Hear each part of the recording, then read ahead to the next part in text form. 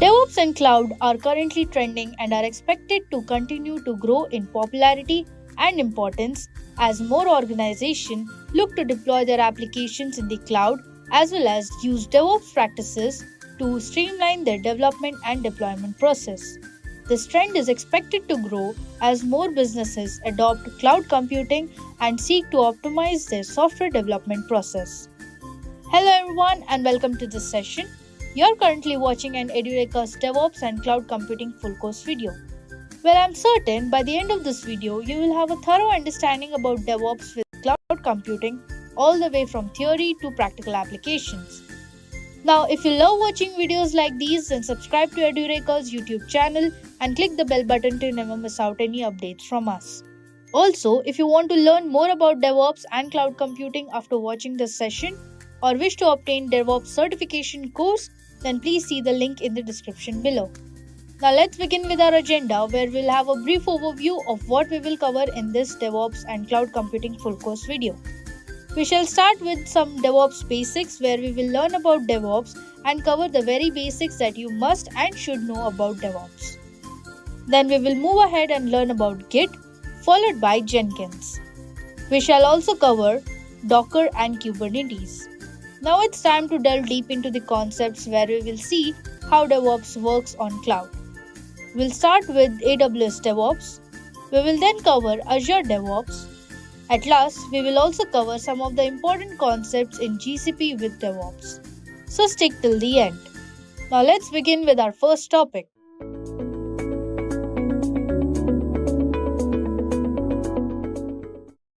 What is DevOps?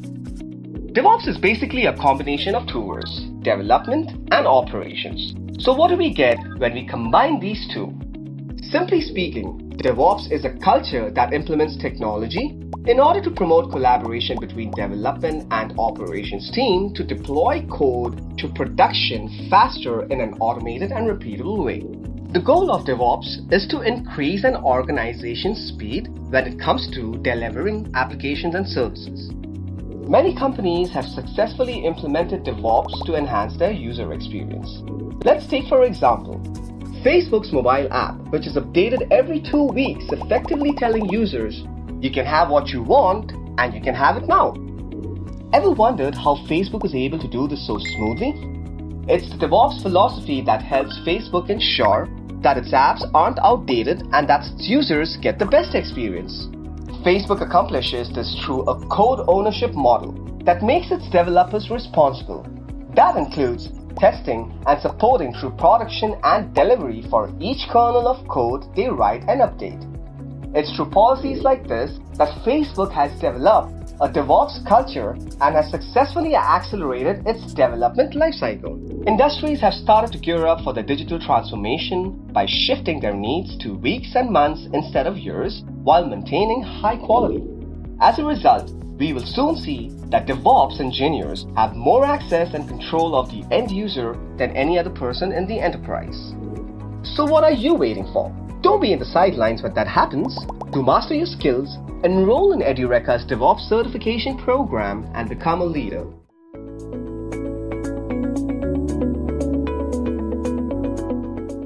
Why do we need DevOps? The birth of DevOps occurred when there were some drawbacks with the existing software development models for application development. The first model we'll be addressing today is the waterfall model. So the waterfall model is a model of software development which is pretty straightforward and linear. So this model follows a top-down approach as you can see in the image.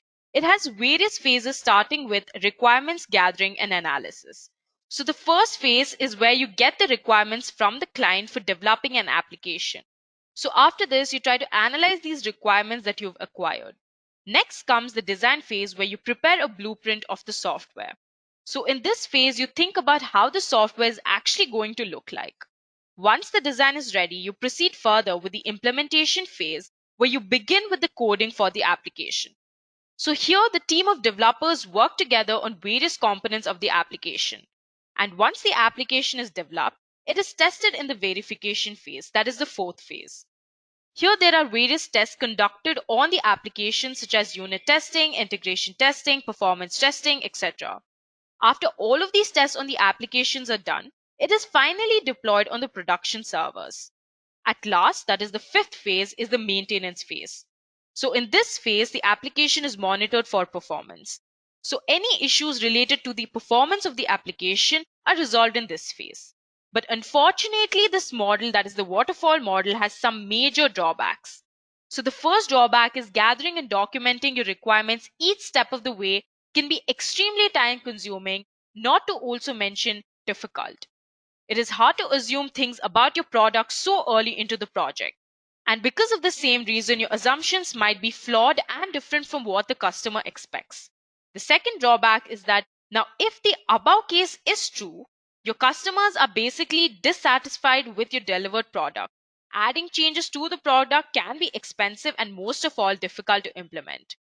So the third drawback is that in general, the risk is extremely high with the waterfall approach because the scope for mistakes is extremely high. If things go wrong, fixing them can be hard as you have to go a couple of steps back. The next model is the Agile model. So Agile is an iterative based software development approach where the software project is broken down into various iterations or sprints. So every iteration has phases like the waterfall model, such as requirements gathering, design, development, testing, and maintenance. You can see each of these iteration in the image. So each of this iteration generally lasts for about 2 to 8 weeks.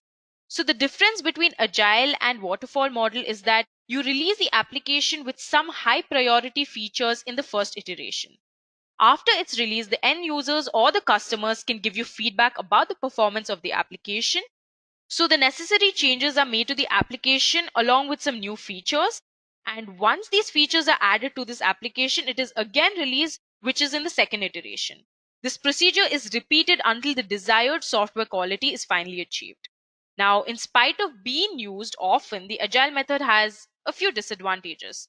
The first one is that for the approach to work, all the members of the team must be completely dedicated to the project. That is, everyone must be involved equally if you want the whole team to learn and do better on the next run. And this is mainly because Agile focuses on quick delivery. There might be an issue with hitting deadline. The second drawback is that the approach may seem extremely simple, but it is hard to execute. So it requires commitment and for everyone to be on the same page, ideally in the same physical space. The third drawback is that documentation can sometimes be ignored. Because Agile methodology focuses on working software over comprehensive documentation, things might sometimes get lost through each stage and iteration. As a result, the final product can feel different from what it was first planned. So these are the few drawbacks that the Agile model or the Agile methodology gives us. So in delivering valuable software to customers, development and operation teams are always in conflict with each other. While development wants to deliver its changes to customers quickly, operations want stability, which means not changing the production systems too often. So the gap between the development and operations team occurs on three different levels. The first one is the incentives gap. This is because of different goals of development and operations. The second one is the process gap, which is the result from different approaches of development and operations and how to manage changes, bring them to production, and maintain them there. The third one is the tools gap, which results from the fact that development and operations often use their own tools to do their own work. And this is resulting from the fact that development and operations often use their own tools to do their work. As a result from all of these reasons, development and operations often act like silos, as they are two distinct teams. So the conflict between development and operations is because of two reasons. The first one is need for change. This is because development results in change. That is, they're always working on new features, bug fixes, etc. It wants the change to quickly roll out to production. And the second one is fear of change. Once the software is finally delivered, the operations department avoids making changes to the software to ensure stability. This is the major conflict between both of these teams.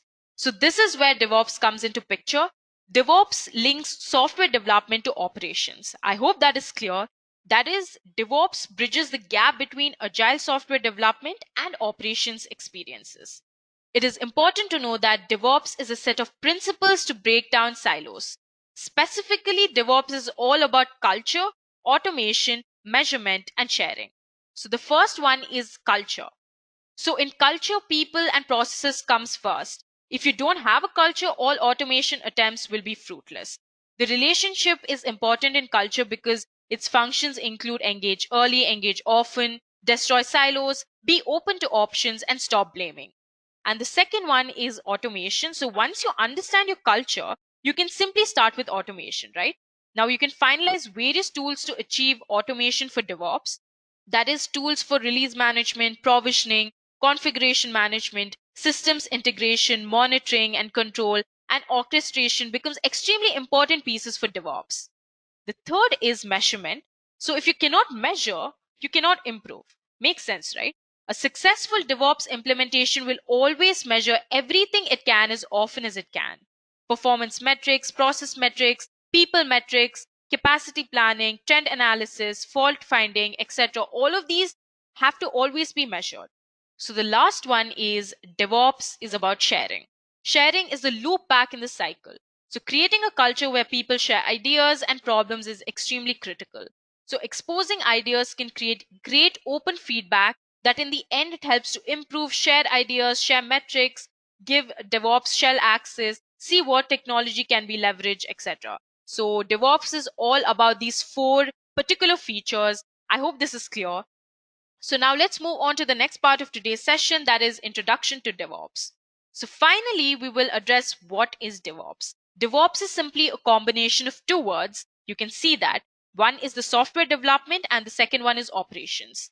So this allows a single team to handle the entire application lifecycle. That is from development to testing, deployment, and finally operations. So DevOps really helps you to reduce the disconnection between software developers, quality assurance engineers, and system administrators. That is, it basically promotes collaboration between the development and operations team to deploy code to production faster in an automated and repeatable way.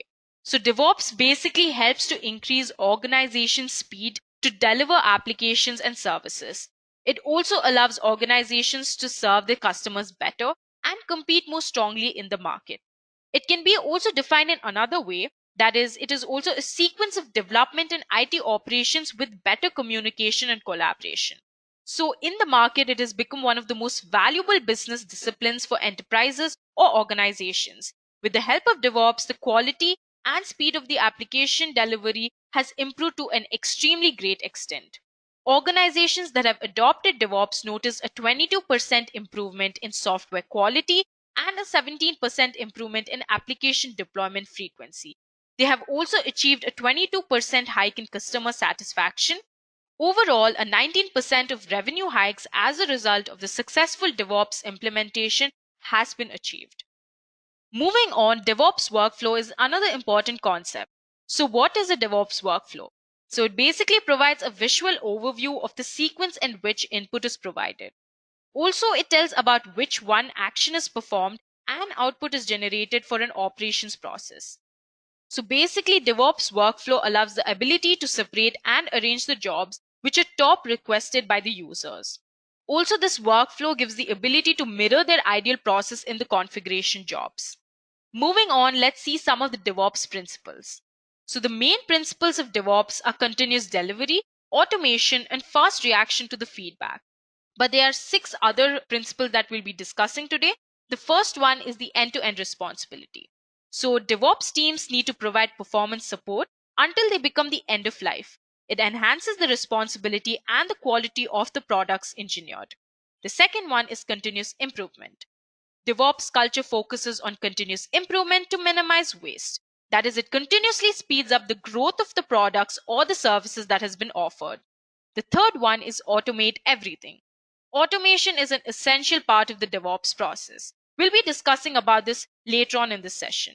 This is for the software development and also for the entire infrastructure landscape. The fourth one is custom-centric action. So the DevOps team must be customer-centric so that they should continuously invest in products and services. The fifth one is monitor and test everything. The DevOps team needs to have robust monitoring and testing procedures. The last one is work as one team. In the DevOps culture, role of the designers, developers, and testers are already defined. So all they need to do is work as one team with complete collaboration. These principles are achieved through several DevOps practices, which include frequent deployments, quality assurance automation, continuous delivery, validating ideas as early as possible, and in-team collaboration.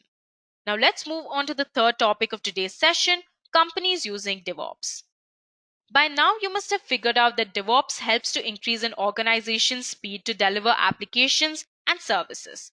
This is exactly why many organizations such as Amazon, Netflix, Etsy, HP, Adobe, and many other organizations are adopting DevOps and its practices. We will now discuss how Amazon makes use of DevOps to increase their work efficiency. You must be aware that Amazon is one of the biggest e-commerce companies in the world. But way back in time, their website followed a traditional monolithic architecture. So in this type of architecture, all the processes are coupled together and run as a single service. Over time, as the code and the source files grew, it became hard to scale, maintain, and upgrade their applications on physical servers. So what did Amazon do? Amazon simply solved the problem of the monolithic architecture by moving from physical servers to cloud-based Amazon Web Services. You all must have heard of AWS. Currently, AWS follows a microservice architecture. In Amazon, there are basically three types of microservices. They are users, threads, and posts. Developers here apply frequent but small changes over their code via version control tools like Git and GitHub. Practices like code deployment help fix bugs and adds new features to improve the underlying software application.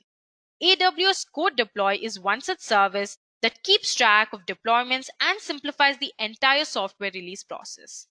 Amazon also uses Apollo. Apollo is a simple one-click internal deployment tool. So Apollo's job is to deploy a specified set of software across a group of hosts. On the other hand, practices like configuration management and infrastructure as code help to monitor and make changes in the software. It keeps track of the system's performance and resources used by developers. So in this way, the testing team can identify problems way before in hand and fix them immediately. So this is how Amazon implement DevOps and its practices. Now let's move on and understand one major concept of DevOps, that is the DevOps lifecycle. So if you're into DevOps from quite some time now, you must have heard at least one of these DevOps phases, that is continuous development, continuous integration, continuous testing, continuous deployment, and continuous monitoring. So all of these phases that I just mentioned make up the DevOps lifecycle. As you can see on the screen, and as I've already mentioned, all of these phases make up the DevOps lifecycle. The first phase is the continuous development phase. So this is the phase that involves planning and coding of the software. So the vision of the project is decided during the planning phase, and the developers begin developing the code for the application. There are no DevOps tools that are required for planning, but there are a number of tools for maintaining the code. The code can be written in any language, but it is mainly maintained by using version control tools. So here, maintaining the code is referred to as source code management. So some of the most popular version control tools are Git, SVN, Mercurial, CVS, etc. Also tools like Ant, Maven, Gradle can be used in this phase for building or packaging the code into an executable file that can eventually be forwarded to any of the next phases. The next phase in the DevOps lifecycle is continuous testing. So this is the stage where the developed software is continuously tested for bugs. For continuous testing, automation testing tools like Selenium, TestNG, JUnit, etc. are used. So basically the tools that I just mentioned right now allow quality assurances to test multiple code bases thoroughly in parallel to ensure there are no flaws in the functionality. So what automation testing does is it saves a lot of time, effort, and labor for executing the test instead of doing this manually, right? Also in this phase, Docker containers can be used for simulating the test environment. Selenium here does the automation testing and the reports are generated by TestNG. So this entire testing phase can be automated with the help of a continuous integration tool called Jenkins. We'll talk about Jenkins later on in this session. So now let me explain you this with an example. Suppose you've written a Selenium code in Java to test your application. Now what you can do is you can build this code using Ant or Maven, and once the code is built, it is tested for user acceptance testing. So this entire process can be automated using Jenkins. Besides that, the report generation is a very big plus point. The task of evaluating the test cases that failed in a test suite gets simpler. We can also schedule the execution of test cases at predefined times. Once the entire testing is done, the code is continuously integrated with the existing code. The third phase of this life cycle is continuous integration. So now this stage is the heart of the entire DevOps life cycle. It is a software development practice in which the developers require to commit changes to the source code more frequently. This may be on a daily or a weekly basis. So every commit is then built, and this allows early detection of problems if they are present. Building code does not involve compilation, but it also includes code review, unit testing, integration testing, and packaging. The code that is supporting new functionality is continuously integrated with the existing code. Since there is continuous development of software, the updated code needs to be integrated continuously as well as smoothly with the systems to reflect changes to the end users. As I've already said in the previous slide, Jenkins is a very popular tool used in this phase. So whenever there is a change in the Git repository, Jenkins simply fetches the updated code and it prepares a build of that code, which is in an executable file. So once this entire build is performed, it is then forwarded to the test server or the production server. Now let's move on to the fourth phase of the cycle, that is the continuous deployment phase. So this is the stage where the code is deployed to the production servers. It is very important to ensure that the code is correctly deployed on all the servers. Now before moving on, let us understand a few things about configuration management and containerization tools. Now these set of tools help in achieving continuous deployment. Firstly, I will talk about configuration management.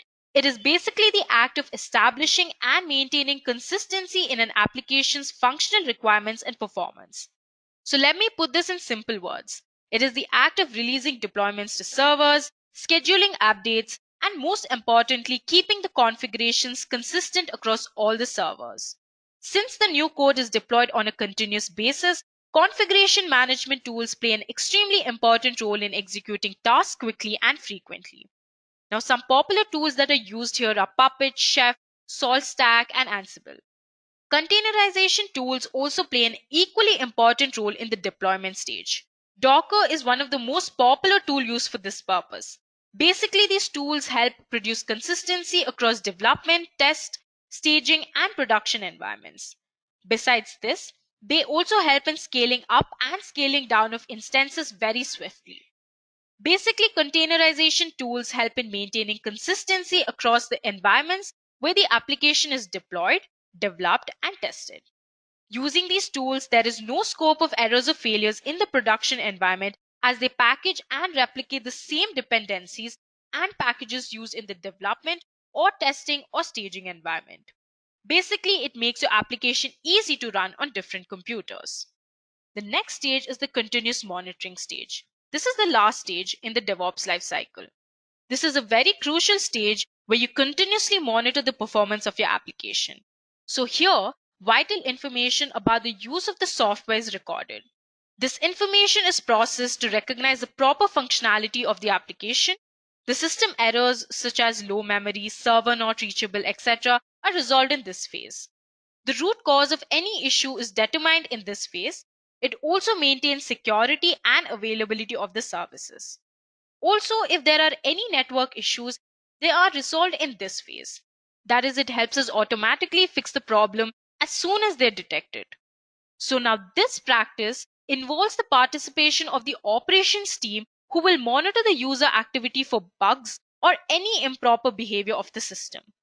The most popular tools used for this phase is Splunk, ELK-Stack, Nagios, New Relic, and Sensu.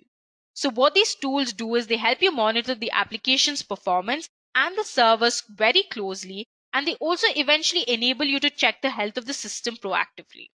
Now, using these tools, they can also improve productivity and increase the reliability of the systems, which in turn reduces IT support costs. Any major issues, if found, are reported to the development team so that it can be fixed in the continuous development phase. This also leads to a faster resolution of the problems. The stages are carried out on loop continuously till you achieve the desired product quality. Therefore, almost all of the major IT companies have shifted to DevOps for building their products.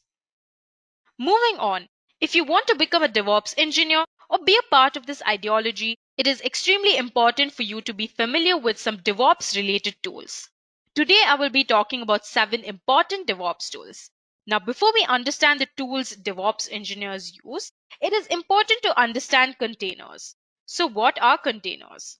Containers allow you to package your application and its dependencies together into one manifest that can be version controlled, allowing for easy replication of your application across developers on your team and machines in your cluster. This is exactly why container-based microservices architectures have profoundly changed the way development and operation teams test and deploy software. Containers really help companies modernize by making it easier to scale and deploy applications. But they have also introduced new challenges and complexity by creating an entirely new infrastructure ecosystem. IT companies are now deploying thousands of container instances daily, and that's a complexity of scale they have to manage. How do they do it? Here is where Kubernetes comes to the rescue. Kubernetes is a container management technology developed in Google to manage containerized applications in different kinds of environments, like physical, virtual, cloud infrastructure, etc. So it really is just an open source system which helps in creating and managing containerization of applications. Its container management responsibilities include container deployment, scaling and descaling of containers, and container load balancing. It is extremely important to remember that Kubernetes is not a containerization platform, it is a multi-container management solution. Now let's move on and discuss some of the features of Kubernetes. The first one is automated scheduling. So Kubernetes provides an advanced scheduler to launch containers on cluster nodes based on their resource requirements and other constraints, while not sacrificing availability. The second feature is self-healing capabilities. So Kubernetes allows you to replace and reschedule containers when nodes die. It also kills containers that do not respond to user-defined health checks and does not advertise them to clients until they are ready to serve. The third feature is automated rollouts and rollback. So what Kubernetes does is it rolls out changes to the application or its configuration while monitoring your application health to ensure it does not kill all your instances at the same time. So if something goes wrong with Kubernetes, you can simply roll back the change. The fourth feature is horizontal scaling and load balancing. Kubernetes can scale up and scale down the application as per the requirements with a simple command, using a user interface or automatically based on CPU usage. Now let us understand the architecture. The Kubernetes architecture has two main components. The first one is the master node, the second one is the worker node. So the master node is responsible for the management of Kubernetes cluster. It is mainly the entry point for all administrative tasks. There can always be more than one master node in the cluster to check for fault tolerance. So there are a few components in the master node that I'd like to discuss. The first one is the API server. So here the API server is the entry point for all the REST commands used to control the cluster. The second one is the controller manager. It is a daemon that regulates the Kubernetes cluster and manages different non-terminating control loops. The third one is the scheduler. So the scheduler schedules the tasks to worker nodes. So what it really does is it stores the resource usage information for each worker node. The fourth one is the etcd. So the etcd is simple distributed consistent key value store. So what it mainly is used for is to share configuration and service discovery. Now that we know how the master nodes work, let's move on to the worker nodes. So these worker nodes contain all the necessary services to manage the networking between the containers, communicate with the master node, and assign resources to the scheduled containers. So the first component that I'll be talking about in this worker node is the Docker container. So Docker runs on each of the worker nodes and runs the configured pods. The second one is the kubelet. The kubelet gets the configuration of a pod from the API server and ensures that the described containers are up and running. The third one is kubeproxy. So kubeproxy acts as a network proxy and a load balancer for a service on a single worker node. The fourth one is pods. So a pod is one or more containers that logically run together on nodes. With this, we come to the end of the first tool in DevOps tool. Let's move on to the second tool, that is Docker. So what is a Docker? Docker is simply a containerization platform that packages your application and all its dependencies together in the form of containers to ensure that your application works seamlessly in any environment. So each application here will run on a separate container and will have its own set of libraries and dependencies. It must be really convenient to move around these containers, right? So containers also ensures that there is a process level isolation, meaning each application is independent of other applications, giving developers surety that they can build applications that will not interfere with one another. Now, the quality assurance team need not install all the dependent software and applications to test the code, and this helps them save lots and lots of time and energy. This also ensures that the working environment is consistent across all the individuals involved in the process, starting from development to deployment. So here the number of systems can be scaled up easily and the code can be deployed on them effortlessly. There are some basic concepts of Docker you must be aware of. That is Docker file, Docker image, and Docker container. So a Docker image is created by the sequence of commands written in a file called Docker file. When this Docker file is executed using a Docker command, it results into a Docker image with a name. So finally, when this image is executed by Docker run command, it will by itself start whatever application or service it must start on its execution. So I hope Docker file, Docker images, and Docker containers are clear. We'll understand what is Docker Hub now. So Docker Hub is basically a cloud registry where you can find Docker images uploaded by different communities. Also, you can develop your own image and upload on Docker Hub, but first you need to create an account at Docker Hub. So let's move on and understand what a Docker engine is. So the Docker engine is the heart of the system. It is simply the application that is installed on your host machine. Basically, it works like a client-server application. It uses a server, which is a type of a long-running program called a daemon process. It also uses a command line interface client. And finally, it uses an REST API, which is used for communication between the CLI client and Docker daemon. As per the image, in a Linux operating system, there is a client which can be accessed from the terminal and a host which runs the daemon. We build our images and run containers by passing commands from the CLI client to the daemon. However, in the case of Windows or Mac, there is an additional toolbox component inside the Docker host. So this Docker toolbox is an installer to quickly and easily install and set up a Docker environment on your Windows or your MacBook. So this toolbox installs Docker client, machine, Compose, which is only present in Mac, and VirtualBox. With this, we come to the end of Docker. We'll move on to the third tool of DevOps tools, that is Git. So Git is an extremely important tool for software developers. It is a free open source distributed version control system designed to handle everything from small to very large projects with speed and efficiency. It was created by Linus Torvalds in 2005 to develop Linux kernel. Git has the functionality, performance, security, and flexibility that most teams and individual developers need. It also serves as an important distributed version control DevOps tool. So Git is primarily used to manage your project, comprising a set of code or text files that may change over time. Now, before we go further, let us take a step back to learn about version control systems and how Git came into existence. So version control is the management of changes to documents, computer programs, large websites, and other collection of information.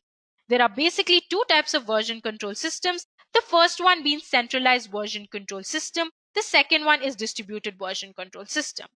So Git is a distributed version control system where every contributor, that is the user, has a local copy or clone of the main repository.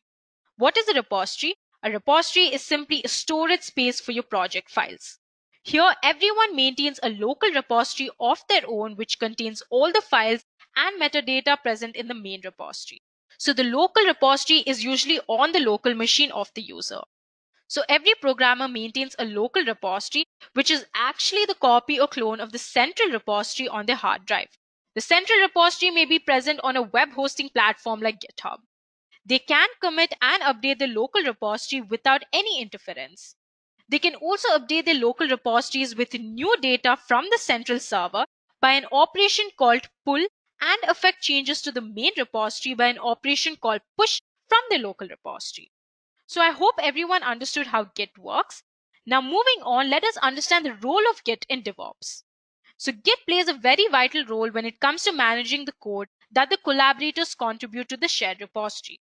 So this code is then extracted for performing continuous integration to create a build and test it on the test server and eventually deploy it to the production. Tools like Git enable communication between the development and the operations team. When you're developing a large project with a huge number of collaborators, it is extremely important to have communication between the collaborators while making changes within the project. Commit messages in Git play a very important role in communicating among the team. The bits and pieces that we all deploy lies in the version control system like Git. To succeed in DevOps, you need to have all of the communication in version control. Hence, Git plays a very vital role in succeeding at DevOps. Now let's move on to the next tool, that is Selenium. Selenium is one of the most widely used open source web user interface automation testing suite.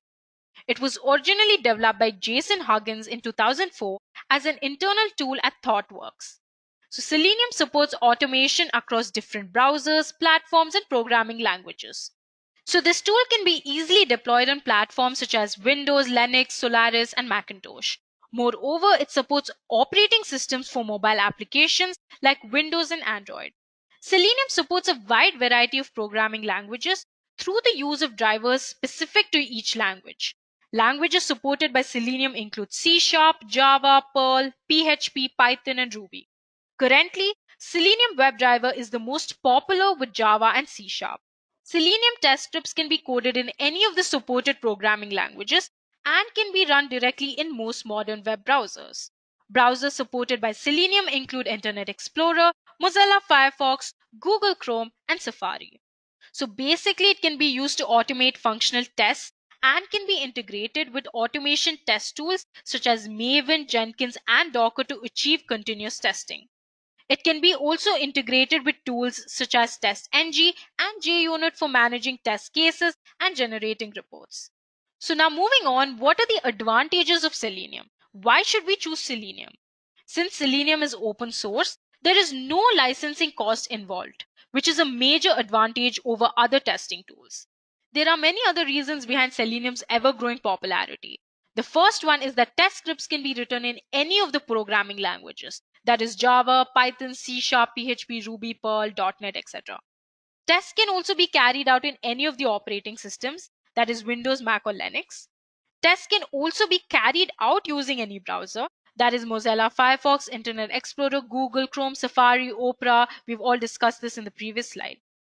And the last use is that it can be integrated with Maven, Jenkins, and Docker to achieve continuous testing. So in short, Selenium can be used for automated testing. Also, because it has cross-browsers compatibility, it is more preferred. And it also increases test coverage and reduces test execution time. Now moving on, let us understand an important concept in Selenium, that is the Selenium Grid. Selenium Grid was developed by Patrick Lightbody and initially called it Hosted QA. It was used in a combination with remote control to run tests on remote machines. In fact, with Grid, multiple test scripts can be executed at the same time on multiple machines. Parallel execution is achieved with the help of hub node architecture. One machine will assume the role of hub and the others will be the nodes. Hub controls the test scripts running on various browsers inside various operating systems. Test scripts being executed on different nodes can be written in different programming languages. Grid is still in use and works with both WebDriver and remote control. So we'll be learning about the WebDriver in the next slide. However, maintaining a grid with all required browsers and operating systems is a very huge challenge. For this, there are multiple online platforms that provide an online Selenium grid that lets you access to run your Selenium automation scripts. For example, you can use Lambda Test. It has more than 2000 browser environments over which you can run your tests and truly automate cross-browser testing. Now let's understand what is Selenium WebDriver. Selenium WebDriver is a web-based automation testing framework that can test web pages initiated on various web browsers and various operating systems. In fact, you also have the freedom to write test scripts in different programming languages like Java, Perl, Python, etc. It is important to remember that Mozilla Firefox is Selenium WebDriver's default browser. Now, some benefits of Selenium WebDriver are that they support 7 programming languages, they test on various browsers, and they work on different operating systems. Also, it overcomes limitations of Selenium version 1, like file upload, download, pop-ups, and dialogues barrier. Now, let's move on to the next most important tool, that is Jenkins. Continuous integration is the most important part of DevOps that is used to integrate various DevOps stages. Jenkins is the most popular continuous integration tool. It is an open source automation tool written in Java with plugins built for continuous integration purposes. Jenkins is basically used to build and test your software projects continuously, making it easier for developers to integrate changes to the project and making it easier for users to obtain a fresh build. It also allows you to continuously deliver your software by integrating with a large number of testing and deployment technologies. So basically, with Jenkins, organizations can accelerate the software development process through automation. Jenkins integrates development lifecycle processes of all kinds, including build, document, test, package, stage, deploy, static analysis, and much more. So this tool also achieves continuous integration with the help of plugins. Plugins are extremely important. It allows the integration of various DevOps stages. If you want to integrate a particular tool, you need to install that particular plugin for that tool. For example, Git, Maven to project, Amazon EC2, HTML publisher, etc. There are many advantages of Jenkins, and I'd want to discuss each one of them in detail. So the first one is it is an open source tool with a great community support. The second one is it is extremely easy to install. The next one is it has more than 1,000 plugins to ease your work. Now, if a plugin does not exist, you can simply code it and share it with the community. The fourth advantage is it is free of cost.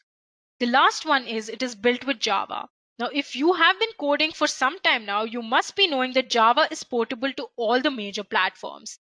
So this gives an added advantage to Jenkins. So what makes Jenkins different from the other continuous integration tools? There are two reasons. The first one is adoption, the second one is plugins. So Jenkins is widespread with more than 147,000 active installations and over 1 million users around the world. The adoption of Jenkins is extremely high. The second one is that Jenkins is interconnected with well over 1,000 plugins that allow it to integrate with most of the development, testing, and deployment tools. So these two features, that is adoption and plugins, make it one of the best continuous integration tools currently available in the market. Now let's move on to the next tool of DevOps tools, that is Puppet. Today, the most mature tool for configuration management is Puppet. But I know you must be wondering why Puppet is so popular and what makes it unique when compared to other configuration management tools. Puppet is a configuration management tool that is used for deploying, configuring, and managing servers. So now let's understand the functions of Puppet. So the first one is it helps in defining distinct configurations for each and every host. And it also continuously checks and confirms whether the required configuration is in place and is not altered on the host. The second function is dynamic scaling up and scaling down of machines. The last one is it provides control over all your configured machines. So a centralized change gets propagated to all automatically. Puppet basically uses a master-slave architecture in which the master and slave communicate through a secure encrypted channel with the help of SSL. Now let's see this architecture in detail. So as you can see the diagram on the screen, the Puppet agent sends the facts to the Puppet master. Facts are basically key value data pair that represents some aspect of the slave state, such as its IP address, uptime, operating system, or whether it's a virtual machine. Puppet Master uses the facts to compile a catalog that defines how the slave should be configured. Catalog is a document that describes the desired state for each resource that Puppet Master manages on a slave. Puppet Slave reports back to the master indicating that the configuration is finally complete, which is visible in the Puppet dashboard. Now with this we come to the last tool of DevOps, NAG-IOS. NAG-IOS monitors your entire IT infrastructure to ensure systems, applications, servers, and business processes are functioning properly. It is an integral to the DevOps lifecycle. So it is basically used for continuously monitoring of systems, applications, servers, and business processes in a DevOps culture. So in the event of a failure, NAG iOS can alert technical staff of the problem, allowing them to begin remediation processes before outages affect business processes, end users, or customers.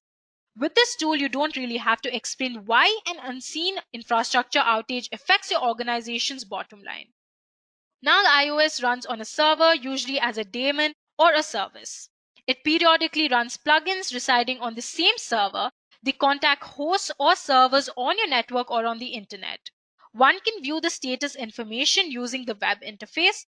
You can also receive email or SMS notification if something happens. The NAG iOS daemon behaves like a scheduler that runs certain scripts at certain moments. It stores the results of those scripts and will run other scripts if these result changes.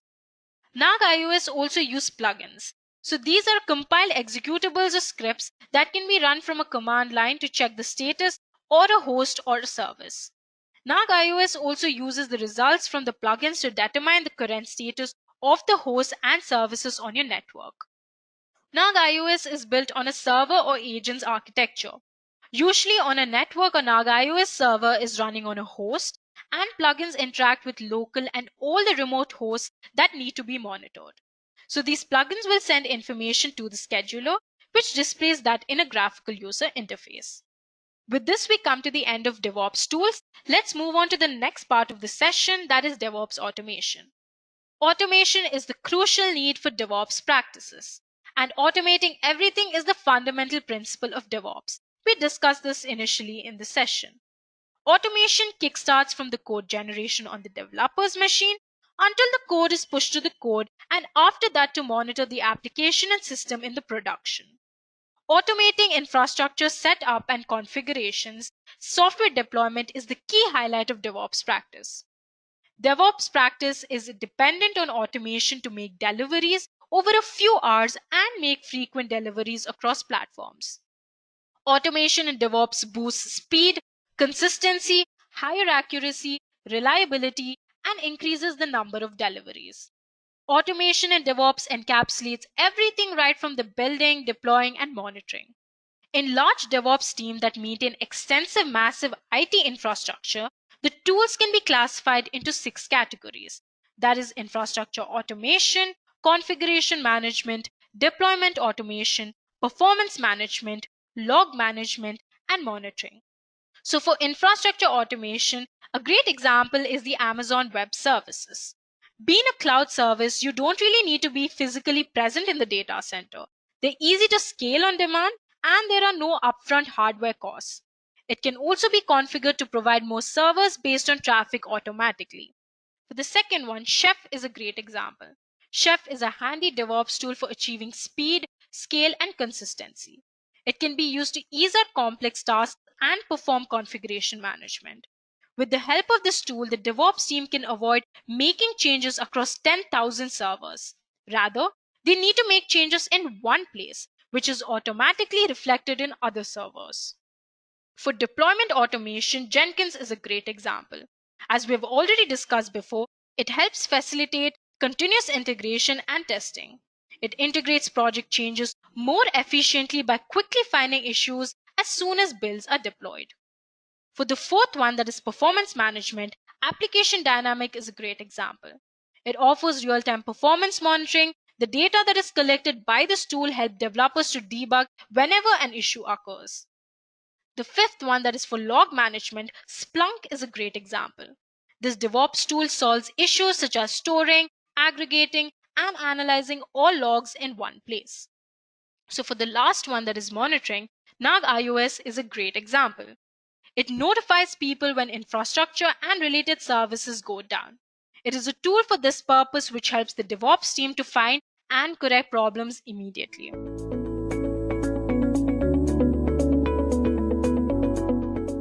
Let's start out with what's version control. So to understand what is version control system, we need to understand first why we need a version control system. So we'll see why do we exactly need a version control system. So for that, let's take a scenario where there are 3 developers working remotely on a web application or a mobile application. Now, for simplicity's sake, let's just assume that it is a streaming application and one of them is working on a streaming page. Let's call them developer 1. Developer 2 is working on a user information page, and developer 3 is creating the payment portal. Now, all 3 of them are done with their respective pages at 10 o'clock, 11 o'clock, and 12 o'clock, respectively. Now, the thing is, all 3 developers are working in isolation. There may be their own changes, there may be changes in somebody else's page. They're all kind of adding some new files or modifying older files, changing the source code or something like that throughout the course of this project. But how exactly are they going to collaborate considering that they are working remotely? The solution to this is a version control system. With this system, I'll tell you what happens. At 10 o'clock, developer 1 uploads all the files regarding the streaming page. With a version control system, this modification is recorded and updated to one central directory or folder. So every time you're modifying an older file or adding a new file, it creates a snapshot of the latest version or the latest update of the changes that you've made or all the files that you've uploaded. So the snapshot of your update at 10 o'clock is saved, and then when developer 2 adds their user info page, this modification is also saved as a snapshot. Now there are 2 snapshots saved, and finally the payment portal page is added, and this is the last modification done at 12 o'clock, and this is the most recent snapshot saved, along with other snapshots of other updates and modifications done throughout the course of this project.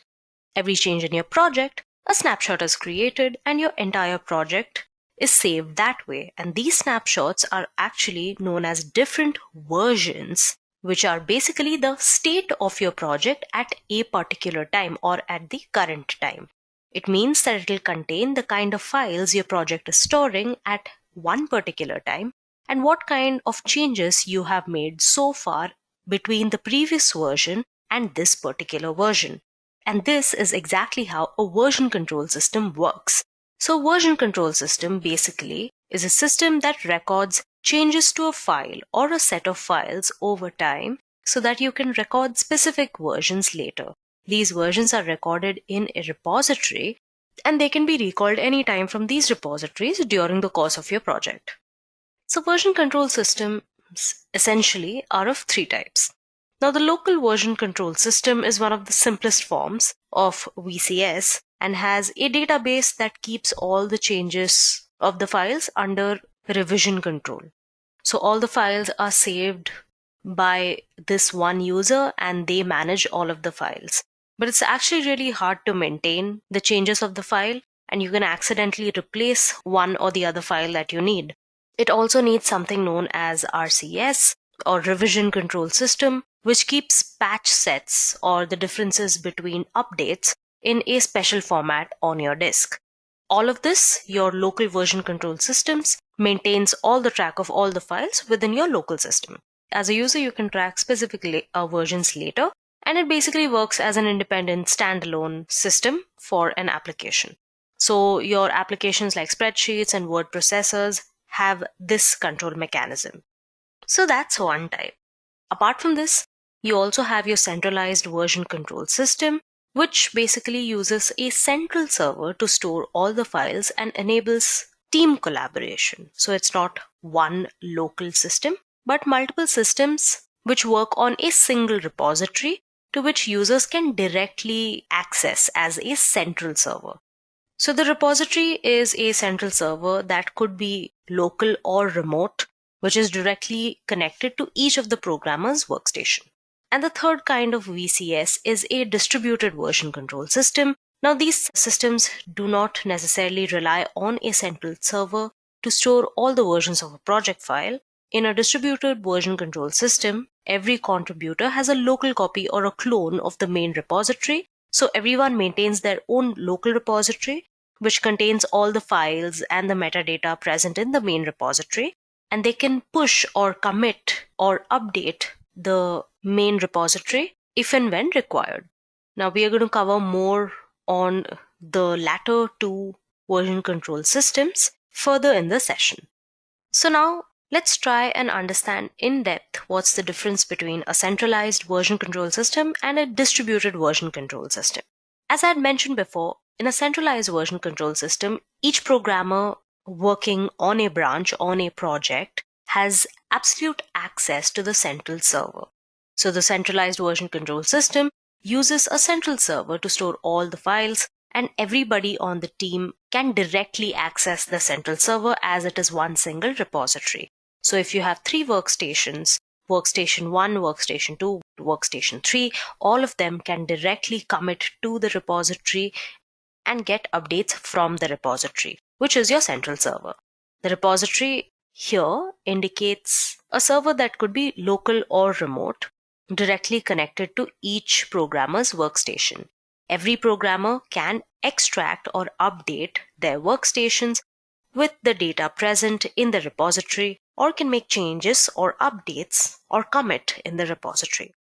And every operation is performed directly on this repository. Even though this seems pretty convenient when we are just talking about 3 people, to maintain a single repository like this has some major drawbacks. One of them is that it's not locally available, meaning every change that you have to make, you will have to be connected to a network to perform any action. Also, in any case, the central server getting crashed or corrupted will result in losing the entire data of the project. Also, another small thing which is revertible, but is if one person accidentally makes some unwanted updates. Instead of his or her local system, they will be making that changes directly in the central server. So recovering that part back will be again a time-consuming process. This is where distributed version control systems come to the rescue. Now, these systems do not necessarily rely on a central server to store all the versions of a project file. In the distributed version control system, each and every contributor has a local copy or a local workstation clone of the main repository. That is, everybody maintains a local repository of their own which contains all the files and metadata present in the main repository. You will understand it better if you take a look at the diagram. As you can see, every programmer maintains a local repository or a local copy on its own, which is actually the copy or clone of the central repository on their local hard drive. They can commit and update their local repository without any interference from one another. And then they can update their local repositories with new data from the central server by an operation called pull. Once they are done with their bit of the code, they can affect the changes of the main repository by an operation called push from their local repository. Now, this system or this act of cloning an entire repository to your workstation and making all the changes on a local repository gives you a couple of advantages over a centralized version control system. First of all the operations except push and pull are very fast because the tool only needs access to the hard drive and not a remote server. Hence, you do not always need to be connected via a network connection, or you always do not need an internet connection. Committing new change sets can be done locally without manipulating the data on the main repository. Once you have a group of change sets ready, you can push them all at once. So you complete your set of code on your local system and then you push all the files once and for all into the main repository. Third, since every contributor has a full copy of the project repository, they can share changes with one another on wanting to get some feedback before affecting the changes in the main repository. So this enhances the essence of collaboration amongst a development team. And finally, if the server gets crashed at any point in time, the lost data can be easily recovered from one of the contributors' local repository. And that is why distributed version control system has been picking up popularity over the past decade. So why version control is important? First of all, it helps collaboration. It allows remote development, shared workspace, and real-time updates. All versions of your code are preserved, hence it helps you manage versions of the same code. easy rollback from current version. Suppose a part of your project has been headed to a wrong direction, you can easily roll back from the current version to the last version which was stable. Now, because you can reverse faulty updates, you can save time and hence it reduces downtime of your project development. And finally, it improves visibility. You can analyze and compare different versions, and that gives you like a 50-foot top view of your entire project, which just accelerates your product delivery. So now that you have a fair sense of what is version control and why do you need version control, let's understand one of the most popular version control systems that exists today, and that is Git. So Git is a distributed version control tool that supports distributed nonlinear workflows by providing data assurance from developing quality software. So basically what it does is that it lets you and your team of developers work together on the same project remotely from anywhere across the world.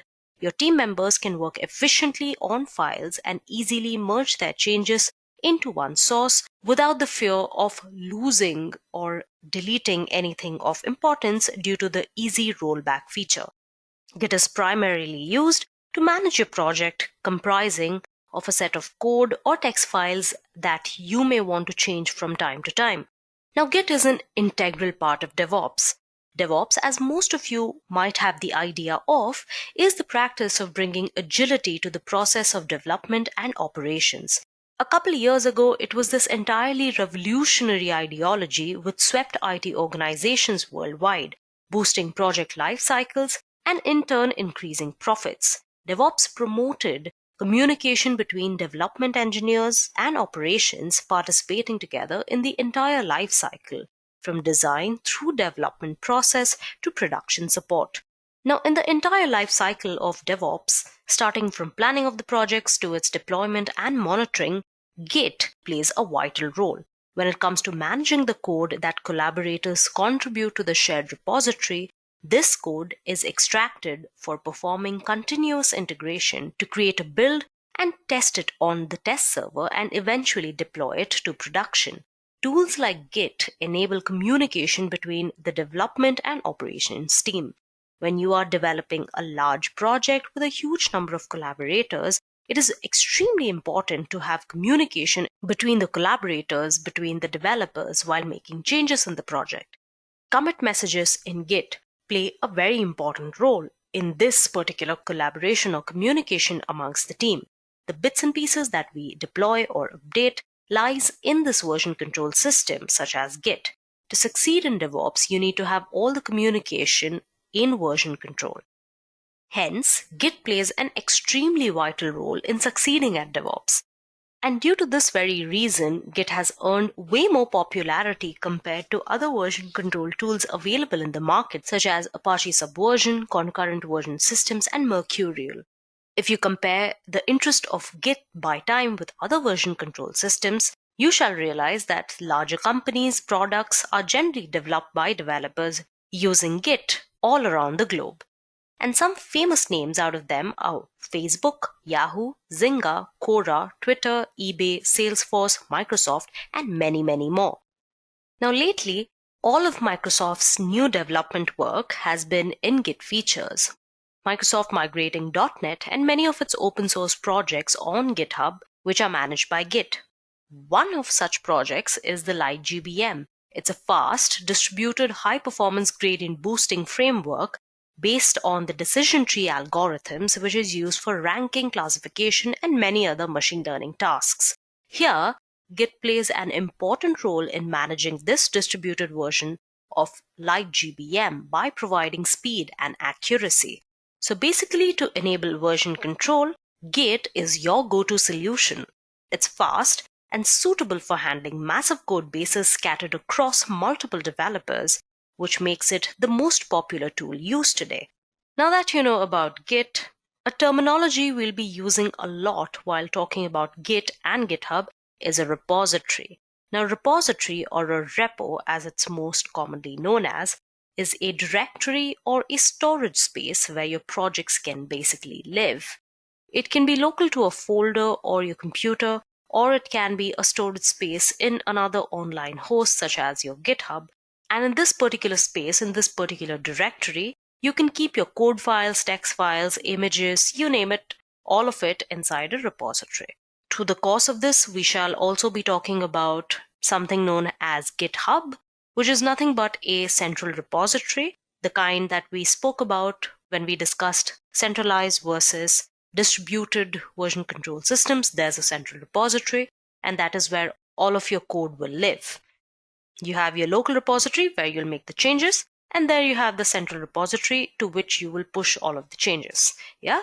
And the central repository is something that all of the developers involved in this particular project, in a certain project, have access to.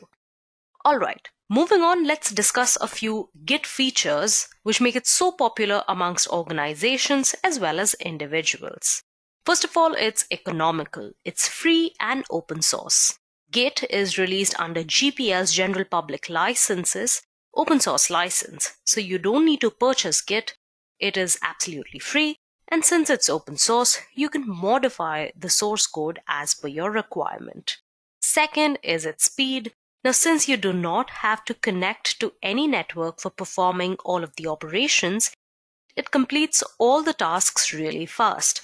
Performance tests done by Mozilla showed it was an order of magnitude faster than other version control systems. Fetching version history from locally stored repository can be 100 times faster than fetching it from the remote server.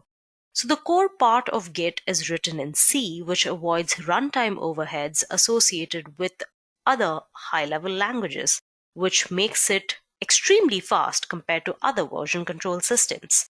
Next is that Git supports non-linear development. Git supports rapid branching and merging and includes specific tools for visualization and navigation of a non-linear development history. A core assumption in Git is that a change will be merged more often than it's written, as it is passed around various reviewers. Hence, branches in Git are very lightweight and is only a reference to a single commit. With its parental commits, the full branch structure can be constructed. Next, let's talk about the robustness. Nearly every single task in Git is undoable. Git gives each developer a local copy of the entire development history and the changes copied from one repository to another. These changes are imported as additional development branches and can be merged and deleted and recovered the same way as a locally developed branch. Next is the snapshots, which are recorded changes made to a file rather than the file itself. Followed by which you have integrity, which means no changes can be made without Git recording it. Since every contributor has their own local repository, on the events of a system crash, the lost data can be recovered from any of the local repositories. You will always have a backup of all of your files, and none of the changes made to the central repository will go unlogged by Git. Git uses the SHA-1 or the secure hash function to name and identify objects within its repository, and every file, every commit is checksummed and retrieved by its checksum at the time of the checkout. The Git history is stored in such a way that the ID of a particular version, a commit in Git's terms, depends upon the complete development history leading up to that commit. Once it's published, it's not possible to change the old versions without it being recorded. Then it's a distributed system, which means every user has their own copy of the repository and the data is stored locally. Git gives each developer a local copy of the entire development history, and the changes are copied from one such repository to another. These changes are imported as additional development branches and can be merged in the same way as a locally developed branch. And finally, it's easy branching. Now, branch management with Git is very simple. It only takes a few seconds to create, delete, and merge branches. Feature branches provide an isolated environment for each change to your code base. So when a developer wants to start working on something, no matter how big or small, they can create a fresh new branch which is not interfering with the main branch, which ensures that the master branch or the main branch always contains production quality code. So any little experimentation that you want to do or little things that you want to try out can always be on a separate feature branch instead of the changes made to your master branch. Because ultimately, your master branch should contain your publishable product. So now that you know the basic features of Git, let's try and understand what the basic workflow of Git is, or how does Git work. So the basic overview of how Git works goes like this. You basically create a repository or a project with a Git hosting tool like Git or Bitbucket. You copy or clone the repository to your own local machine or your working directory. You add a file to your local repository and commit the changes, which basically means you save the changes. Then you push the changes to your master branch. Then you make changes to your file and commit. Then you pull the changes to your local machine. You create a branch or a version, make a change, commit the change, same process, open a pull request, and merge your branch to the master branch. Now this is a little complicated listening to it like this, but once we get on to our demonstration, I think things will be way more clear. You can still take a good look at this diagram, but if you don't get it, don't worry. I will be explaining these operations one by one when we get to the demonstration part of this Git tutorial. Moving on, let's get to the good part, the hands-on section, starting with the installation and setup of Git.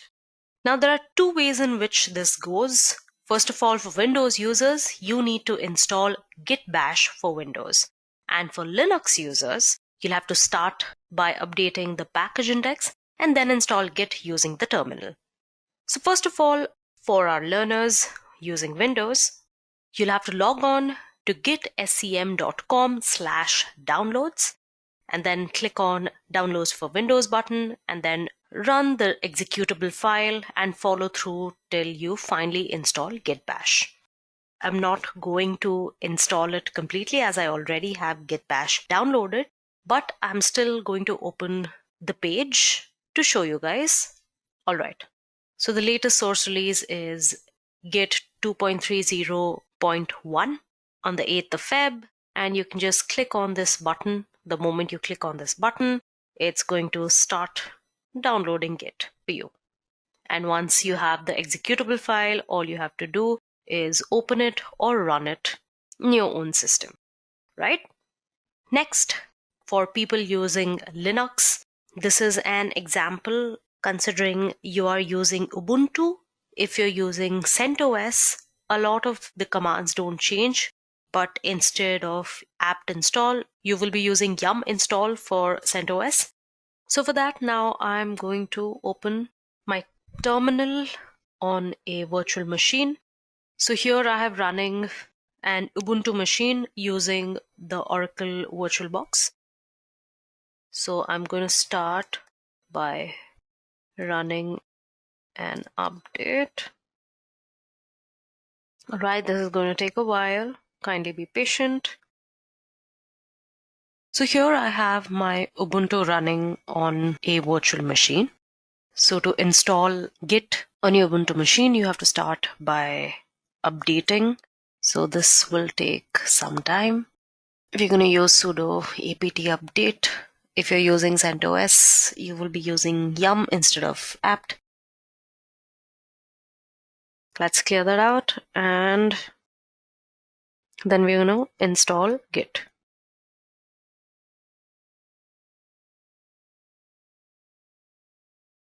And then you can look for the Git version. Yeah? Alright. Now that we have our Git installed, let's go ahead and look at the operations and commands that we are going to take a look at today. You have your repository setup, which include the commands init, clone, config, and alias. Then you have your save changes operations, which have your add, commit, diff, and stash. All of these commands we are going to go on and off and look at collectively mostly. Then we are going to look at the inspect operations, your inspect repository operations. of which the git status command is something we are also going to look at throughout this demonstration right from the beginning. So apart from that, you have your git log, git tag, and git blame commands. So you have your merge rebase command. So let's move on to our first set of git operations. First of all, you have your git init command, which basically creates a new empty git repository. Now this can be used to convert an existing unversioned project to a git repository or initiate an absolute fresh git repository. Now most other git commands are not available outside of the initialized repository. So this is usually the first command that you will run in a new project. That is, if you're using git bash. So when I run git init, it reinitializes an existing git repository, which I already have here. Now what this does is it reinitialized my existing git repository in this particular directory, in this .git directory. Yeah. What git init does is that it creates an empty git repository or reinitializes an existing one, like it did for me right now. It basically creates a .git directory with subdirectories and template files. And when you run the git init command in an existing repository, it will not overwrite the things that are already there. It will rather pick up the newly added templates. So that's the repository initialized. You can go ahead and create some files in the directory or repository, whatever you call it. Now that is about initialization. Now, what about if there was an existing repository on Git that you had to act upon, that you had to make updates to, that you had to add files to, things like that? That's where you use the git clone utility. Yeah. Now you have the git clone utility, which you use to target an existing repository and create a clone or copy of this particular repository on your local machine. Now this is one of the features provided to you by a distributed version control system, as we had discussed before. So this is a blank file called Edureka rep with just the readme text file. Let me just go ahead and copy this. And then I can just git clone and paste its HTTPS URL. And as you can see, it's cloning this into Edureka rep. And now if I change directory to Edureka rep, you can see the readme file is right there. Yeah. So we're basically going to work off of this particular repository today, Edureka rep. Yeah. So now that we created a clone, moving on, we have the git config command, which basically is a convenience function that is used to set up your git configuration values on your global or local project level. This command is basically used to modify your configuration text file. So if I typed git config global user.email, and here I type,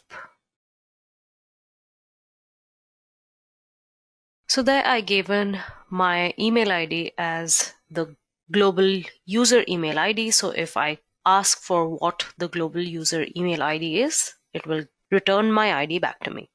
Yeah. Basically, these configuration levels, like your username and your user ID, correspond to your .git config text files.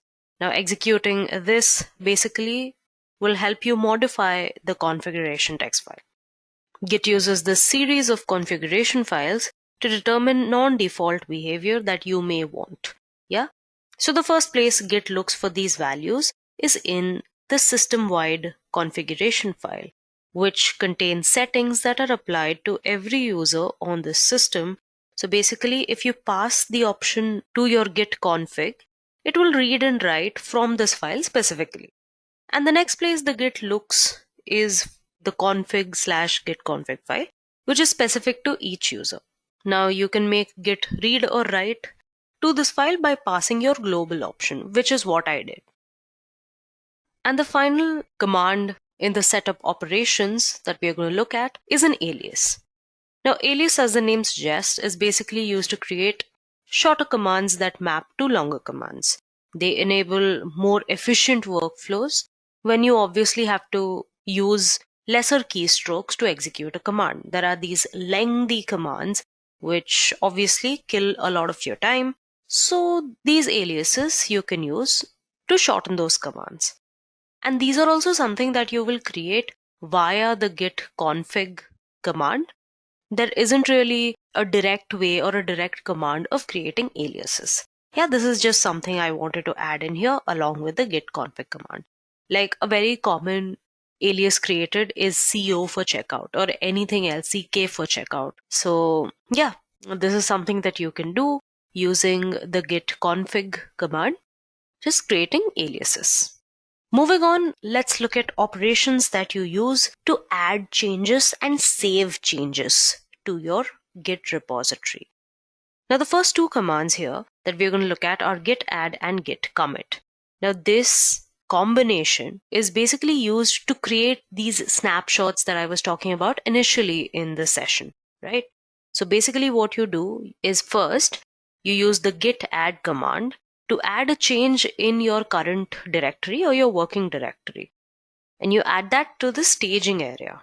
It tells Git that you want to include a particular set of updates or changes in a particular file in the next commit. Then what you do is you move on to git commit after making the changes to your working tree. Then you use the git commit command, which captures a snapshot of your project's current state. So basically, you use add to update the index using the current content found in your working tree. And then you basically prepare the content in the staging area for the next commit. Then you run the commit command to take that snapshot of your project's current status. Now remember, this is very important and you have to do it each time. You must use the add command to add any new modified files to the index. You can't directly commit anything without adding it to the stage area first. Now what I did was I quickly went ahead and added 3 files to my repository Edureka rep. So if I go into this repository, you can see there are 3 files, Edureka file 1, file 2, file 3. Now let's see if these files are in my index or not using the command git status. Now git status basically displays the state of the working directory and the staging area. It will list all the modified files which are ready to be added to the local repository. It lets you see which changes have been staged and which haven't, which files are being tracked by Git and not. So if I typed git status, you can see on your main branch, you have 3 untracked files, which are the 3 files that I just added, Edureka file 1, 2, and 3. These are not added to the index yet. This means I cannot commit these changes unless I added them explicitly to the index. So now we are going to add these 3 files. This command will update the index using the current content, which is found in your working tree, as you can see in front of you. And then it'll prepare the content in the staging area for the next commit. So either I can just git add and put in the directory name, or I can just use git add with an extension of A, which means all, and this will add all of these files to the index which are in the directory but not updated in the index yet.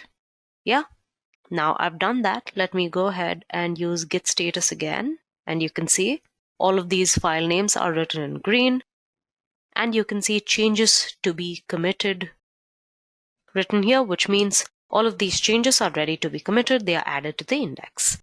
Now these files are added to the index. You are ready to commit them. Now, as I had mentioned before, we're going to commit them, and committing refers to recording the snapshots of the repository at any given time. So your committed snapshots will never change unless it's done explicitly. So I'm going to clear this, and we're going to commit this by typing git commit and then adding a tag or a message called committing 3 files. Let's try this out. As you can see, 3 files changed, 3 insertions. You can see our Edureka files 1 to 3 have been committed. The git commit command has committed the changes in the 3 files in your local repository. Now, if you want to commit a snapshot of all of the changes in your working directory at once, you can always go with commit-a. Now, let me add a couple more files to my directory just to show you the difference between your files added to the index versus the ones that are not.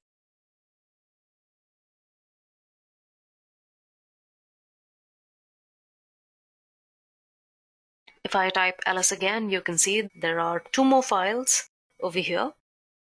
As you can see, I have 2 other files.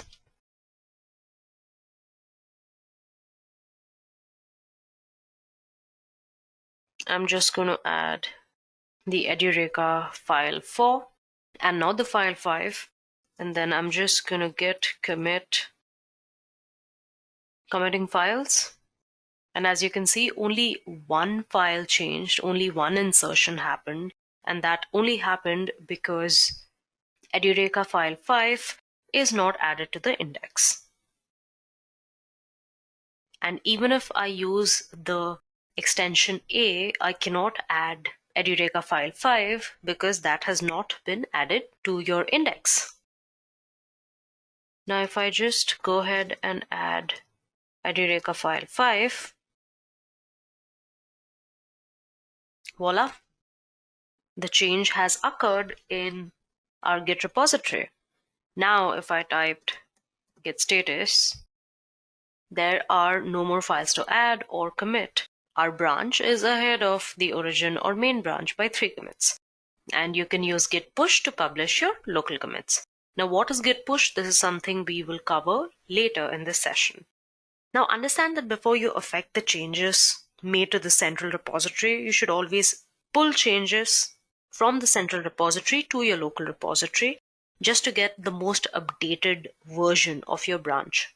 You'll get all the work of your collaborators that have been contributing in the central repository. For that, you use the pull command. Now, as you can see, there's nothing to commit and your working tree is clean. There are other commands like the git status command, which you could use for similar purposes. For example, you have the git log command, which only operates on committed history. It basically will display to you the committed snapshots and will let you list the project history, filter it, and search for specific changes. So if you typed git log, it's going to show you all the commits that have happened since we started with this git file. Okay, here you can see at the bottom, your original main, there's your initial commit, right? Then our first commit where we committed 3 files, then we committed the 4th file, and finally when we committed file number 5, right? These are all the commits, including the initial commit, the first one. Yeah, along with the author and the date and time. Remember when I told you about everything is recorded when you're using Git? This is what I meant. You can always access who made commits at what time and what commits were made when you use a version control system such as Git. Now, at a point like this, I think it's crucial to mention one more command, which is the git tag, and it's used to basically capture a tag in history or a point in history that is used for a marked version release, right? So it's basically like a branch that doesn't change, and after being created, they have no further history of commits. Yeah, so that is one. And another one is git blame. Now, the git blame function displays of the author's metadata attached to a specific committed line in a file. It's used to examine specific points in a file's history and get context as to who the last author was that modified that line.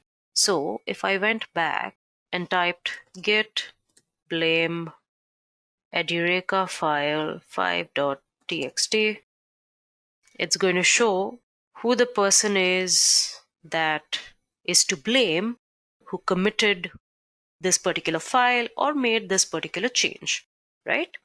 It'll also, if you paid attention, give you the commit number. As you can see, this E9D63EFO commit number. This also has this E9D63EFO, which is the first few characters of this particular commit number. Yeah. So now that you know how to check the status of the changes and see who made the changes, it's time that you understand how you fetch changes from your remote repository to a local repository, and how you push commits from your local repository to your remote repository. So here we are going to look at two commands called pull and push. Now, first of all, you have the git pull command, which fetches changes from your remote repository to a local repository. Basically, it merges upstream changes in your local repository, which is a common task in Git-based collaborations. But at first, you need to set your central repository as the origin using the command git remote add origin, and I'm going to add the link to my central repository, which is this. And as it says, the remote origin already exists. Now that your origin is set, and now we're going to pull our main branch. So I'm just going to type git pull origin main, and it says we are already up to date. Now, certain number of tutorials or documents that you might be following might even give you the command git pull origin master, in which case you're working on the master branch. Now, to know which branch you're at, you can just use the command git branch vv. Yeah, I'll tell you which branch are you working on. Yeah. So yeah, we are working on the main branch, and we are already up to date with the branch, since my local repository was already updated with files from the main branch. This is the message of an up-to-date branch. Now you can also use git pull origin and your whatever branch name. Here I'm using main. That's a mistake on my part. Maybe I was trying to clear the screen. All right. So here, even if I pull from the branch using git pull origin and the branch name to my local Git repository, you can see it's already up to date. So now my local Git repository is now all updated with the recent changes. So now it's time to make the changes to your central repository by using the push command. So we're going to use the push command. This command transfers commits from your local repository to your remote repository, and it is basically the opposite of your pull operations. Pulling will import commits to your local repositories, whereas pushing will export commits to your remote repositories. It's going to ask you for your username.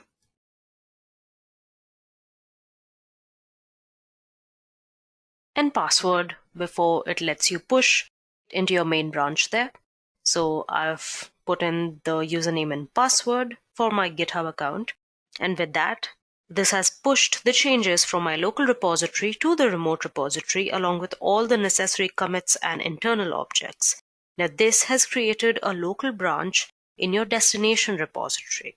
The use of git push is to publish your local changes to a central repository. After you've accumulated several local commits and are ready to share them with the rest of the team, you can then push them to your central repository by using the git push command.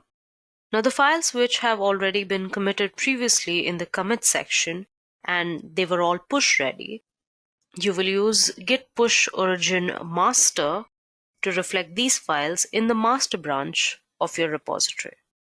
All right. So let's go ahead to our repository and see if changes have been made. And yes, you can see all of our files on our GitHub repository. You have Edureka file 1, 2, 3, 4, and 5. All the 5 files that we had created on our local repository. Yeah, you have all these 5 files and the README file here. Here also you have the README file and all the 5 files that we had created. Now at this point in this Git tutorial, I hope you have understood the basic commands of Git. You have pulling, pushing, adding, committing, things like that. Now let's take a step further and understand the 3 basic commands of parallel development. Here I'm going to be talking about branching, merging, and rebasing. So first of all, let's talk about merging. Now, merging is a way to combine the work of different branches together. This will basically allow you to branch off, develop a new feature, and then combine it back in. As you can see in the diagram, it shows you two basically different branches, new branch and master. Now, when we merge the work of the new branch into the master, it creates a new commit, which contains all the work of the master and new branch. Now, if we merge the two branches with the merge command, as I had mentioned before, Git allows you for easy branching, which means you have parallel branches with your master branch that help you carry on your individual work while not interrupting your main product, which is your master branch or your main branch. So branches in Git are nothing but pointers to specific commits. Yeah. So Git generally prefers to keep its branches as lightweight as possible. Now, there are basically two kinds of branches via local and remote tracking branches. A local branch is just another path of your working tree. On the other hand, the remote tracking branches have special purposes. Some of them are linking your work from your local repository to your central repository and automatically detecting which remote branches to get changes from when you do a Git pull. So you can check what your local branch is by using Git branch. So you know you are at your main branch. And the one thing you should understand, one thing is like a main mantra of people who use Git are branch early and branch often. Yes. So to create a new branch, you're going to use a command git branch and your branch name. And in this case, I'm just going to use a branch name Edureka images. All right. And here you can see this diagram shows the workflow of a new branch that is created when we create a new branch. It originates from the master branch itself. So since there's no storage or memory overhead with making many branches, it's usually easier to logically divide your work up than having big chunky branches. Hence, the branch often part. Now let's see how to commit using branches. Now branching includes the work of a particular commit along with all parent commits, right? So as you see, the new branch has detached itself from the master or the main branch, and hence it'll create a different path. So we are going to check out the branch name, which in our case is Edureka images. And then we are going to git commit. So you have untracked files, Edureka images, and nothing added.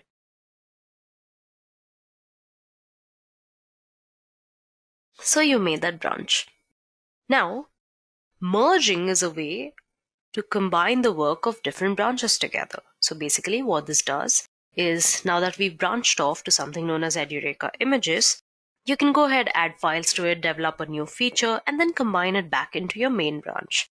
Here you can see two different branches. You have your new branch and your main branch. And when we merge the work of a new branch into the main branch, it creates a new commit, which contains all the work of the main branch and the new branch. So now if we merge this branch, as you can see, it's already up to date. It's important to know that the branch name here should be the branch that you want to merge into the branch that you're currently checking out. So make sure that you are checked out of this destination branch. So let's just merge all the work of the branch Edureka images into your main branch. For that, I will first check out my main branch and then merge Edureka images with git merge Edureka images. And as you can see, all the data from the branch Edureka images has merged into the main branch. Now notice that merging in Git creates a special commit that has two unique parents. Now this is one way of merging into the main branch. There is also another way of combining the work between two branches, which is called rebasing. Now rebasing takes a set of commits, copies them, and stores them outside your repository. The advantage of rebasing is that it can also be used to make linear sequence commits. The commit log or the history of the repository stays clean, if rebasing is done. Now our work from the new branch is placed right after master, and we have this nice linear sequence of commits. This command doesn't copy but moves all our work from the current branch to the master or the main branch. They look like they've been developed sequentially instead of having developed parallelly. So if I just did another branch called Git branch Edureka images 2, and then maybe Git checkout,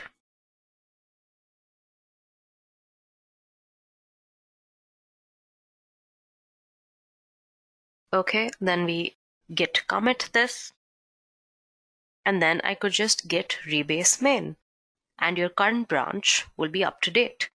This command basically moves all of your work from your current branch to your master branch, and it'll basically look like it has been developed sequentially instead of having developed parallelly.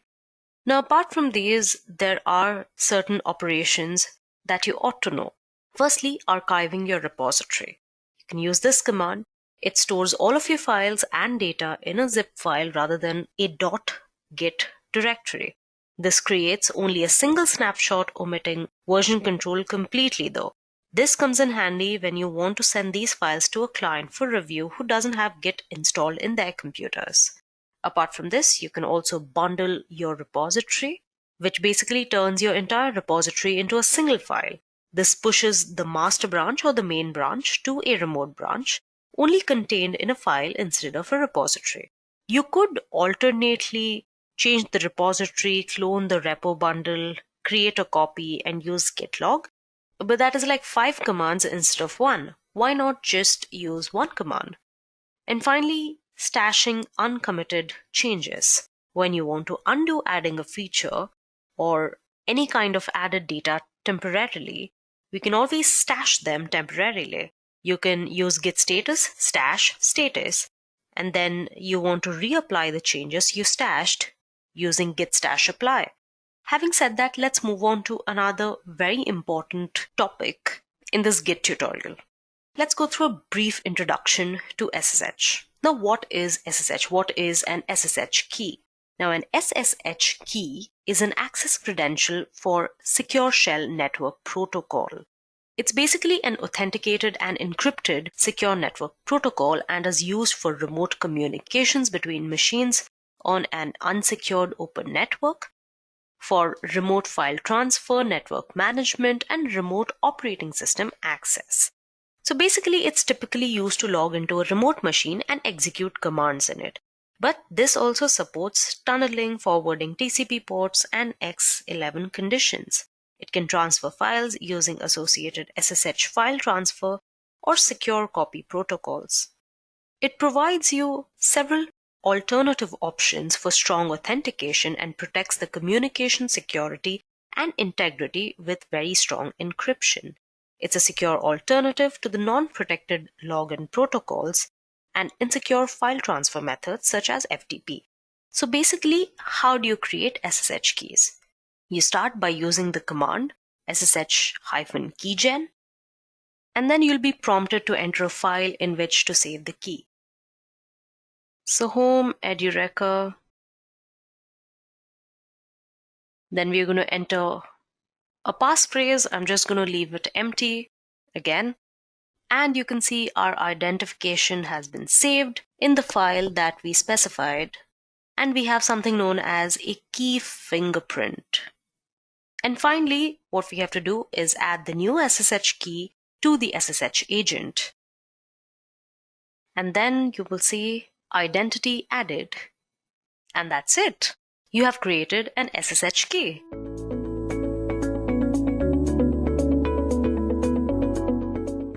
The need for GitHub.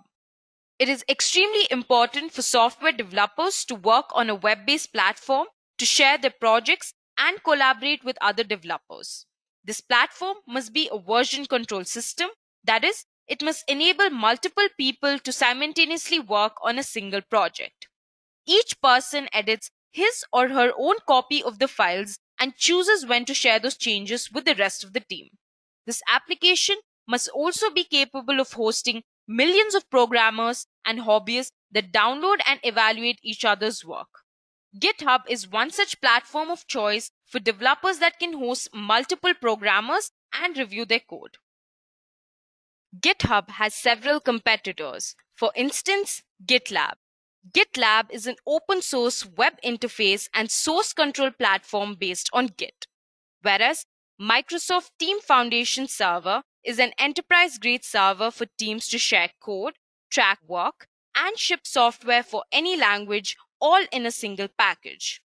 Bitbucket, on the other hand, stores all of your Git and Mercurial source code in one place, with unlimited private repositories. So what really makes GitHub so powerful and popular among developers?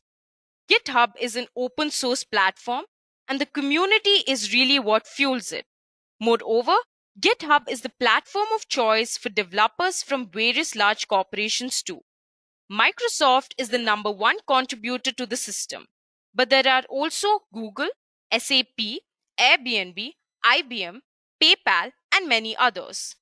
Exposure and insight that you can get on GitHub are simply unmatched by any other platform.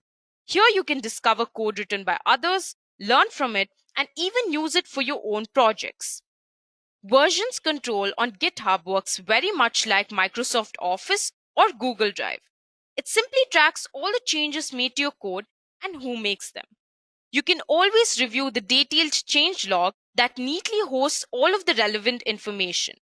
Using GitHub eliminates the need for complex corporate security solution because everything is on cloud. The platform protects code branches, verifies commit signing, and controls access. Now that we know why we need GitHub, let us understand what is GitHub. GitHub is a Git repository hosting service that provides a web-based graphical interface with many features. A repository is usually used to organize a single project. Repositories can contain folders, files, images, videos, spreadsheets, anything your project needs. Let's say, for example, a team wants to work on a particular project. Here they can simultaneously write and update their code to a central repository which is present on GitHub. So GitHub is a highly used software that is typically used for version control. It is helpful when more than just say one person is working on a project.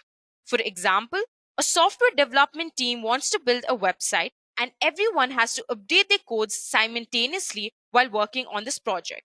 In this case, GitHub helps them to build a centralized repository where everyone can upload, edit, and manage the code files. Most software projects have a bug tracker of some kind. GitHub's tracker is called Issues and has its very own section in every repository. Issues basically are a great way to keep track of tasks, enhancements, and bugs for your project. Moving on, people often get confused between the terms Git and GitHub. Now let me clearly explain the difference between them. Git is simply a version control system that lets you manage and track changes within your project, whereas GitHub is a cloud-based service that lets you manage Git repositories. So basically, Git is the tool and GitHub is the service. Now that we know the difference between Git and GitHub, let us move on and understand how these two work hand in hand. We already know that Git is a version control tool that will allow you to perform all kinds of operations to fetch data from the central server or push data to it, whereas GitHub is a code hosting platform for version control collaboration. GitHub is basically a company that allows you to host a central repository in a remote server. Now, without any further ado, let's get started with the demonstration on how to use GitHub. So for this demonstration, we're working on the website version of GitHub. There's another version of GitHub that is the desktop version, which you can download it to your personal computer. So we're simply going to search for GitHub in our search engine. The first link will lead you to the official website of GitHub, so I'm going to click on that. So this will redirect me to the main homepage of GitHub. As you can see, there is a search GitHub option. There are also two buttons that says sign in and sign up. If you're new to GitHub, you can simply enter in your credentials, that is a username, email, password, and sign up for GitHub. But if you already have an account like I do, I'm simply going to click on the sign in button and it'll redirect me to a page where I have to enter the credentials, that is my email address and password. I'm going to do that now. And I'm going to click on the sign in button. Now, this is the main page of my account. As you can see, I have no repositories. It's all new, it's all fresh. But if you're not new to GitHub, you can view all of your repositories on the left-hand corner. Now, before we move on, I'm going to explain you all the features that are present within GitHub. So you can see a search bar here. So the search bar will allow you to look for profiles, certain keywords, look for different kinds of projects that are available on GitHub. All of those can be done using this bar here. And you can see 4 options next to the bar that says pull requests, issues, marketplace, explore. Pull requests we'll learn later on in this session, but the issues and marketplace we won't be discussing in this video for now. The explore button, on the other hand, is an extremely important and interesting button. So once I click on that, it'll redirect me to a page with some activities that are going on around in GitHub. You can see here they're trending repositories, they're trending developers. Basically, this is a feed that will allow you to interact with developers and other people, collaborators from all around the world, basically. In Instagram too, you have an explore button, which will allow you to interact with different people from all around the world. So the same concept is implied in the GitHub explore button too. So you can explore topics, you can explore trending repositories, developers. Basically, it's an interaction with other people from different parts of the world. So I hope that's clear. Now, the most important part of the session are the 3 buttons that are available in the right-hand corner of the navigation bar. So you can see there's a bell icon, there's a plus icon, there's a pixelated icon on the right-hand corner. So the bell icon allows you to read notifications of your activities that occur in GitHub. So that's what it really is. You can see the inbox will allow you to view all of the notifications. You can also view the unread notifications by clicking on this unread button. As of now, I don't have any notifications, so there's nothing available. You can also group these notifications by the date or repository by clicking on this group by button here. You can also view your saved notifications by clicking on here. And the done button, on the other hand, will let you mark all of your notifications that you're done with, your previous notifications. So these are the 3 important buttons you'll have to know in this bell icon. And the filters are not necessary as of now, so I'm not going to discuss that. This button, on the other hand, will allow you to manage your notification settings and your subscriptions too. So that's all for this bell icon. The next important button is this plus icon. As you can see, there are 5 drop-down options that appear here. The first one being new repository, followed by import repository, new gist, new organization, new project. So new repository we've already discussed previously in this session. A repository is a place where you create your files for your project. It's basically a storage space, right? So your repository can directly interact with your Git, right? So the new repository option will allow you to make files, a repository, to your GitHub account, right? The Git, on the other hand, the tool that which we use to make local repositories in our personal computer, can be directly pushed on. The local repositories can directly be pushed onto your GitHub account. So that's what the new repository button allows you to do so. But the new project, on the other hand, is a place to track issues, features, and other tasks that are related to the code within the repository. You can also connect with the DevOps build and deploy process, assign people to tasks, and so on by using this button. That is the new project button. So the difference between the new repository button and the new project button is that projects in GitHub are only a part of GitHub, but not Git. But the new repository option is a part of GitHub and Git. So that's the main difference between new repository and new project. I hope that's clear. So the next button will drop me down some interactions that I can make with my profile. So if I click on this your profile option, it will redirect me to a page where I can edit my profile. I can really create my identity using this page. So here, if I click the edit profile, I can add a bio about myself. I can add the company in which I'm working in, the location at where I am, the website, Twitter username, etc. All of that I can add here, all of the information about myself. I can also view the repositories I'm working on currently, or the repositories I've worked in the past, projects that I'm working on, the packages, and the entire contributions I've been making on GitHub from the last year. So basically, it allows me to build an identity, or it'll help me build my profile on GitHub. So I hope that's clear. Now, if I click on this button and if I want to sign out from a profile, I can simply scroll down and click on the sign out button here, and this will sign me out of my account. So that's all for getting started with GitHub. These are the basics on what GitHub is and what each of the button and options really do. Now, if I want to move back to the main page of my GitHub profile, I can simply click on this AutoCAD. That's GitHub's logo. So I'm just going to click on this AutoCAD logo, and here I'm back to my main page. Now, before we move on and work on the different operations and options within GitHub and learn different things about GitHub, I'm going to give you a brief overview on how to download the desktop version of GitHub. So I'm simply going to search for GitHub Desktop on my search engine, and I'm going to click on the first link that's available on this page. Now I can simply click on this button that says download for Windows 64-bit. That's compatible to my current version of my personal computer.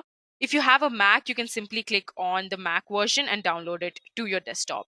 But as I've already mentioned previously that we're going to work on the website version, so I'm going to simply switch back to this. Now let's quickly move on to the next part of the session. Create a repository. So firstly, let us understand what a repository is. It is simply a storage space for the correct project that you're working on. GitHub is a very popular central repository that allows you to share your files, whereas Git allows you to create local repositories that are present on the system you are working on. So you can basically push your local repository into GitHub and share it with other collaborators via the central one. Now that we know what a repository is and how it works, let's go on to the demonstration part and create our first repository. So you can do this in two ways. Either you can click on your create repository button that is present on the left side, or you can, as I've already mentioned in the previous part of the session, you can click on to this plus icon and you can click on the new repository option. So this will redirect you to a page that says create a new repository. You can add your repository name. I'm going to name my repository as Edureka, and it's available. All of your repository names must be unique from one another to identify them easily. You can also add a description, which is optional. I'm just going to add the description. This is my first repository. And a description allows people or other collaborators to understand what your repository is all about. But as a good developer or a good programmer, you would definitely want to add a description and give an overview of what your repository is all about. There are two options now available that says private or public. Now you can choose your repository to either be public or private. So the private one lets you decide who can access your profile, whereas the public one lets anyone view and access your repository, but you can choose who can commit to it. That's the difference between public and private repository. I'm going to let my repository be public as of now. Now, if you scroll down, you can see that you can initialize your repository with three options. The first one being add a README file. The second one being add a Git ignore file. You can always choose add a README text file to your project, which often contains information about the project and other necessary details the user must be aware of when he or she is accessing that particular project. Now, I want a README file for my repository, so I'm going to click on this button here. That's going to check it. The next option is add a .git ignore file. So this file will let you ignore a list of files when the user is pushing files to GitHub. That's what this option really does, but I'm going to let this be unchecked for now. For your repository to truly be open source, you will need to license it, so others are free to use, change, and distribute the software. You can simply click on choose a license option and pick the required license for your project. There are several licenses like MIT, GPL, Apache License 2.0, BSD, etc. But for this repository, we don't really need a license, so I'm going to untick this too. And now you can see there's a piece of information that says this will set master as the default branch, but I'm going to ignore this for now. I'm going to explain about branches later on in this session. So this is all you have to do to create your first new repository. You add a name, you choose a description, you add an optional description, you let your repository be either public or private, and you initialize your repository with either of these three options. And I'm simply going to click on my create repository option. Now this will redirect me to a page with all the information and the files that are currently present in my repository. You can see here my repository name is present here with the optional description that I gave. And the number of files, currently we have only just one file, that's the readme text file, and that's present here. So this is all we have. Congratulations, you just created your first repository. Now you can see there are some options that says issues, pull requests, actions, projects, wiki, security, etc. We don't have to really talk about all of these right now. We will just learn about one option that says code here. So this is really important. If you click on this button, you can see that there's a link that is available here, an HTTPS link. So if you copy this link and paste it on your Git terminal that's present on your computer, you can download this entire project directly to your local system. So that's what the link is for. I hope that's clear. And the next option that says open with GitHub desktop will allow you to open this entire repository in your GitHub desktop version. And you can also, the last option that says download zip will allow you to download this entire repository in the form of zip files. So all of your project files will be within that zip file. So that's all you have to really know about your repository. And I'm going to click on the README text file that's available. It will take me to another page with some extra information about that file. You can see currently we have 2 lines and the memory space that is allocated to this file. So we currently have 2 lines, that is Edureka, and this is my first repository. And you can also see the number of contributors to this project. That is just one, that's just me for now. And you can view the history of the commits or the changes that have been performed in your file. So we'll come back to that part later on this session, but you can move back to your main page of this repository by clicking on the name button here. So Edureka is the name of my repository, so I'm going to click on that. So now I'm back to the main page of my repository. Before we learn how to create our first branch, let us understand what branches are. Branches allow you to work on other features that can be included and merged with the master branch if required. So what is the master branch? The master branch is the main branch where your project resides on. So all of the changes, all of the activities that you do with your main project lies or is on your default branch that is named as the master branch. So what really GitHub allows you to do is it allows you to create additional branches. So on these additional branches, you can work on the other features or you can experiment with your project. And if you're happy with this, you can simply merge these features to your main branch, that is your master branch. This is what branches are really for. So they simply allow you to work on other features. That's what branches are. So let's move on to the demonstration part and look at how we can create our own branches. So now if you look on the left corner, you can see a button that says master. So currently we're on the master branch. And there's only one branch, and the master branch, as I've already mentioned, is the default branch. So when you create a repository, you're automatically creating a master branch. So this is where your project will be residing on.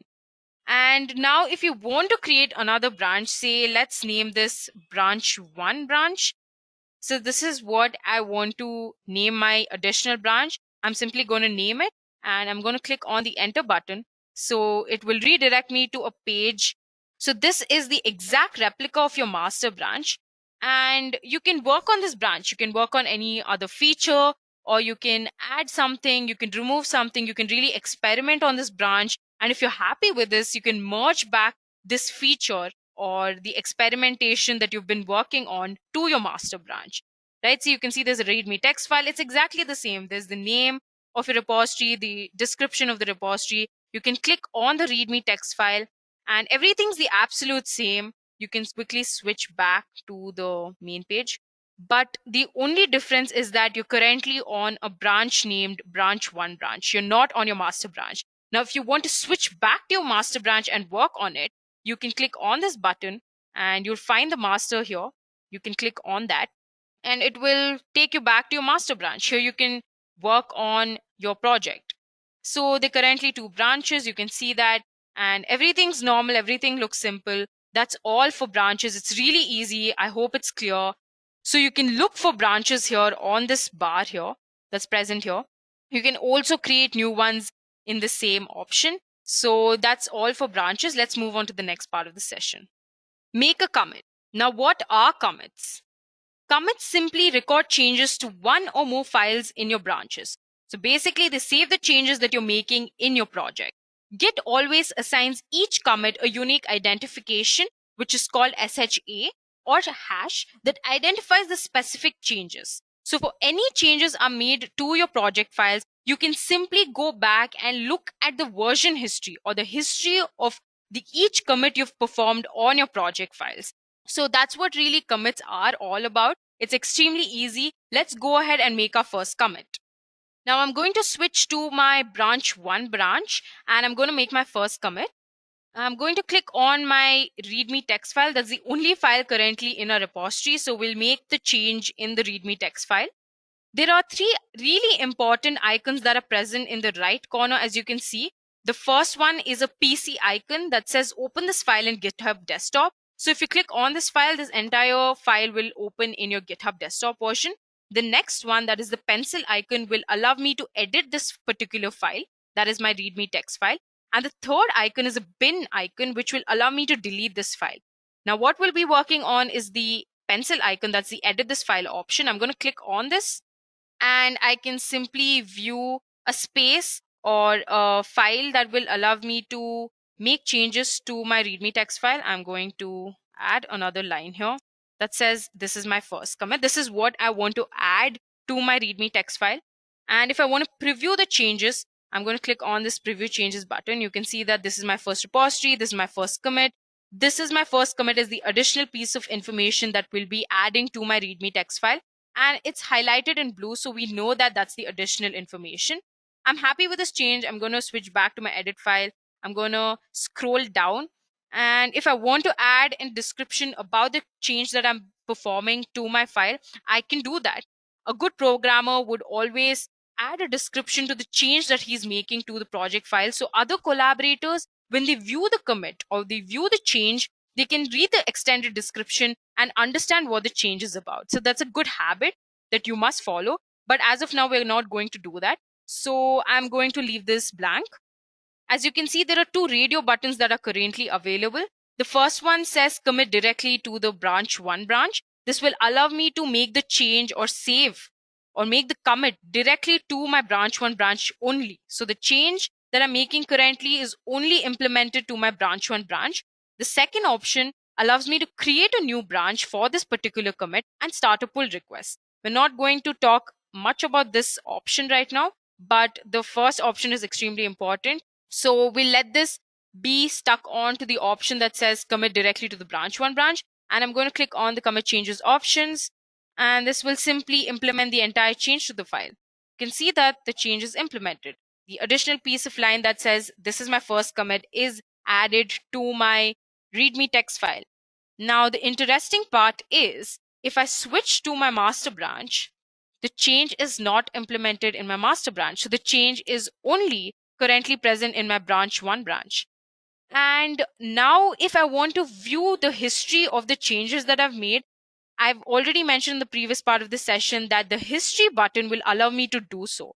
So I'm going to click on this history button and you can see that I made my first commit 23 minutes ago and I made my new commit 41 seconds ago. And there is also a hash number, unique hash identification number that allows me to distinguish between both of these changes. So all of my commits that I'll be making on this branch will be available here. So that's the main point of a version control system, isn't it? Understanding and keeping a record of all the changes that we're performing in our files and our projects. So this gives full justice to the word version control. So that is what GitHub is all about. Now that we learned how to make our first commit, let's move on to the next part of the session. Open and merge pull requests. So what are pull requests? Pull requests let you tell other developers about changes you've pushed to branch in a repository on GitHub. So once a pull request is open, you can acknowledge and review the changes with collaborators and add follow-up commits after which your changes are merged into the base branch. So there are 2 ways to create a pull request. The first one being pull request from a forked repository and the second one being pull request from a branch within a repository. Currently in this demo, we will work on the second one, that is pull request from a branch within a repository. Now I'm simply going to switch to my demo part. Okay, now currently I'm on my master branch. I'm going to click on this pull request option that's here.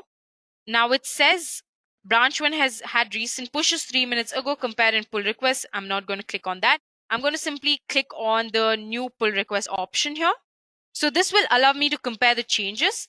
There's a base branch and a compare branch. The base branch is the master branch, and the compare branch, I will compare my master branch to my branch 1 branch. So this notification says that the merge between the branch 1 branch and master branch is definitely possible. So it's a green signal. So if I scroll down, I can view the difference between both the branches. So the left hand side indicates the information that is present on the master branch, and the right hand indicates the information that is present in my branch 1 branch. Plus sign indicates the additional information that is present in my branch 1 branch. I'm happy with this. So I'm simply going to scroll up and create the pull request. I'm going to click on that. I can also leave a comment and I can preview the change. That's not necessary for now. So I'm going to go ahead and create the pull request. Now this will redirect me to a page. So this page says that the pull request has been opened. And now I can choose to merge this pull request. That is, I can merge the branch 1 branch to my master branch. So it says this branch has no conflicts with the base branch. Merging can be performed automatically. And that's good news, right? So I'm going to click on merge pull request and I'm going to confirm my merge, update my readme text file. I'm happy with that. So I'm just going to confirm it. Now it says pull request successfully merged and closed. You're all set. The branch 1 branch can be safely deleted. I'm not going to delete the branch. I'm going to compare both of the branches and see if my master branch is exactly the same as my branch 1 branch. So I'm going to click on this Edureka.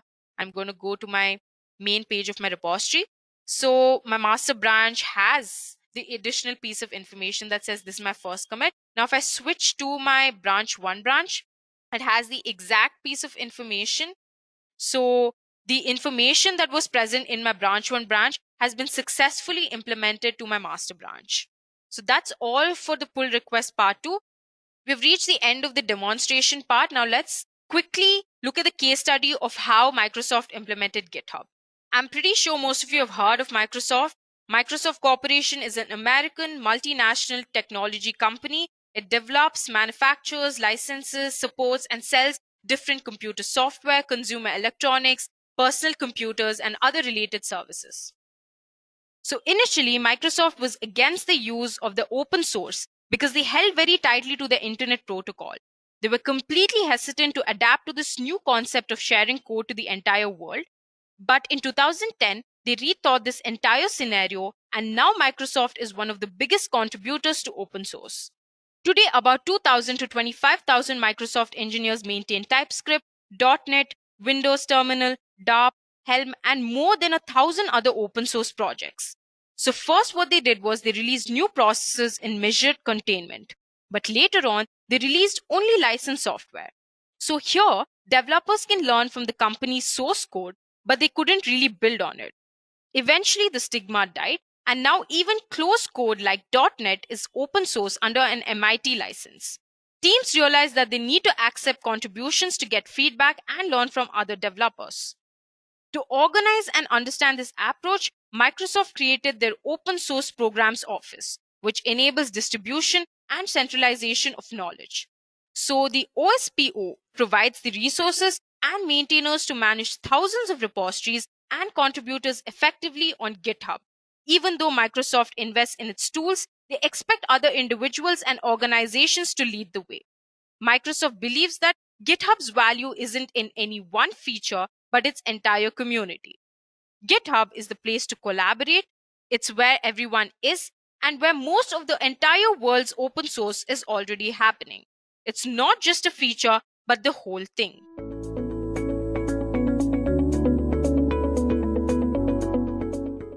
So guys, let's first talk about why we need continuous integration. Let's talk about a scenario where we are not using continuous integration. Now, when we work in a development team, there are multiple developers. Now, all the developers work on different components for a project or for a code. A developer A may be writing code thinking scenario, let's say Python 1.0, and developer B will be writing code thinking of a scenario 1.2, 1.3, and so on. One of the biggest challenges that we face in an industry is how to make sure that all the developers' codes get collaborated and that we are having properly release getting deployed. That is the biggest challenge in the industry. Now, another challenge that most developers fail is debugging. Now, whenever you write a code, there are a lot of bugs and issues. Now, the code is often written thousands and thousands of lines, Now, if you don't have any proper continuous integration mechanism or a packaging mechanism, you'll see it takes days, even weeks and months to debug your code to make it 100% bug free. Now, that is a challenge that really makes the development process very slow. So, how to test the code? Now, testing used to be a monotonous task. Now, there are teams used to spend months of a life cycle to make the code, complete the test code, and make sure it's bug free. Now, what used to happen is, guys, two things. One is you are not able to deliver on time, and secondly, business never see value coming out of the IT. If businesses see IT not adding value, IT is not delivering product on time, they will start rethinking and giving a second thought. Why do we need to invest so much money in the IT industry or in the IT software? These things were hampering big time in the development and release of modern day deployment software cycles. In the modern day world, we want to make sure our deployment cycles are robust, we're able to get the main need of the market and deploy the product as soon as possible. But with this approach, we're not using the CI tools. It used to take 6 months to develop a product, deploy a product, and make it bug free. Now, things change drastically when we start using continuous integration. Now, using continuous integration, we can deploy codes at the quickest. Amazon, for instance, deploys code every 11.6 seconds. Now, how is that possible if you ask? It's because they are using the continuous integration mechanism. Using CI tools like Jenkins, where we can automate the process like building, packaging, deployment, testing, and so on, so that we can do all these things with the click of a button in a matter of seconds. CI process helps us to deploy multiple releases parallelly. Now, in one day, we can do thousands and thousands of releases without impacting our environment and making sure these releases are in line with our requirement. The CI tool has an awesome notification mechanism where it notifies instantly of any success or failures happening, so that if I have to debug the code or troubleshoot it, I will know exactly at the pinpoint location where it is failing. You can do multiple notification management mechanism like an email and SMS, any ITSM tools. Now, all those modern ways of notification are possible using the CI tools like Jenkins. Now, we integrate these CI tools like Jenkins with modern day build and packaging tools like Maven and Gradle, so that we can automate the common problem which developers spend most of their time on. Now, developers spend half of their life cycle like packaging their code, code review, code deployment, unit testing. Now, all those things can be automated and can be done with the click of a button using these CI tools. Now, what is continuous integration? Now, we have talked about how it helps to save time, how it helps to save the energy, and how it helps to make release more frequent, and it helps us to streamline the process. Now, what actually is continuous integration? Now, if I go traditionally, continuous integration is basically, you can say, a process that helps us to combine or make smoothen the automation of tasks like compiling the code, doing the testing, and deploying the code into our life cycles. So how does this continuous integration work? So developers who works on projects generally commit their code in any version tools like GitHub, GitLab, Gitbucket, SVN, etc. So using continuous integration, we pull the code from the version control system like Git, for example. Now we automate the process like code compiling, code testing, code review, and then finally deploy the code in the lowest lifecycle environment. You can say continuous integration is sort of a development practice where developers pull the code from the version control system and make the code deploy in the lower lifecycle environment. Now, the beauty of using these CI tool is we can automate the process in such a way that whenever developers make a new commit or a new change in the version control system tools, we can create a sort of a pipeline, and the pipeline automatically picks the code from the VCS tools and compile it and then deploy the software. Another good thing about it is it does not require any human intervention. So once I have set up a pipeline, then I don't need to worry about running the code again and again or making any changes. It automatically happens in a fully automated process, as I mentioned a while back. Now we can use the process whenever a new commit happens, or you can run it on a scheduled basis or something. Now CI, or continuous integration, was first time proposed in 1991 as part of the Extreme Program concept. At that time, it was not adopted so well, but in the modern day industry, it has become the bread and butter of smoothing up release or for our development process.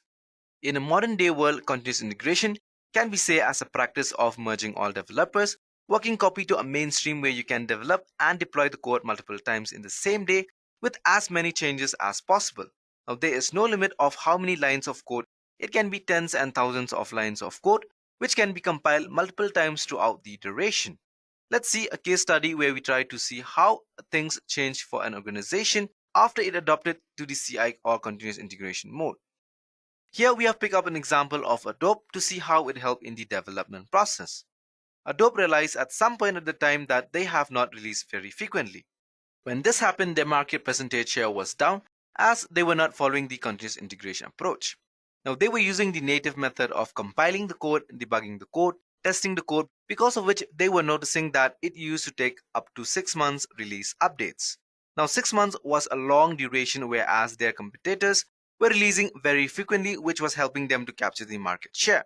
Adobe decided some point at a time that they need to change their software development and deployment strategies, and they tried to adopt the continuous integration mechanism.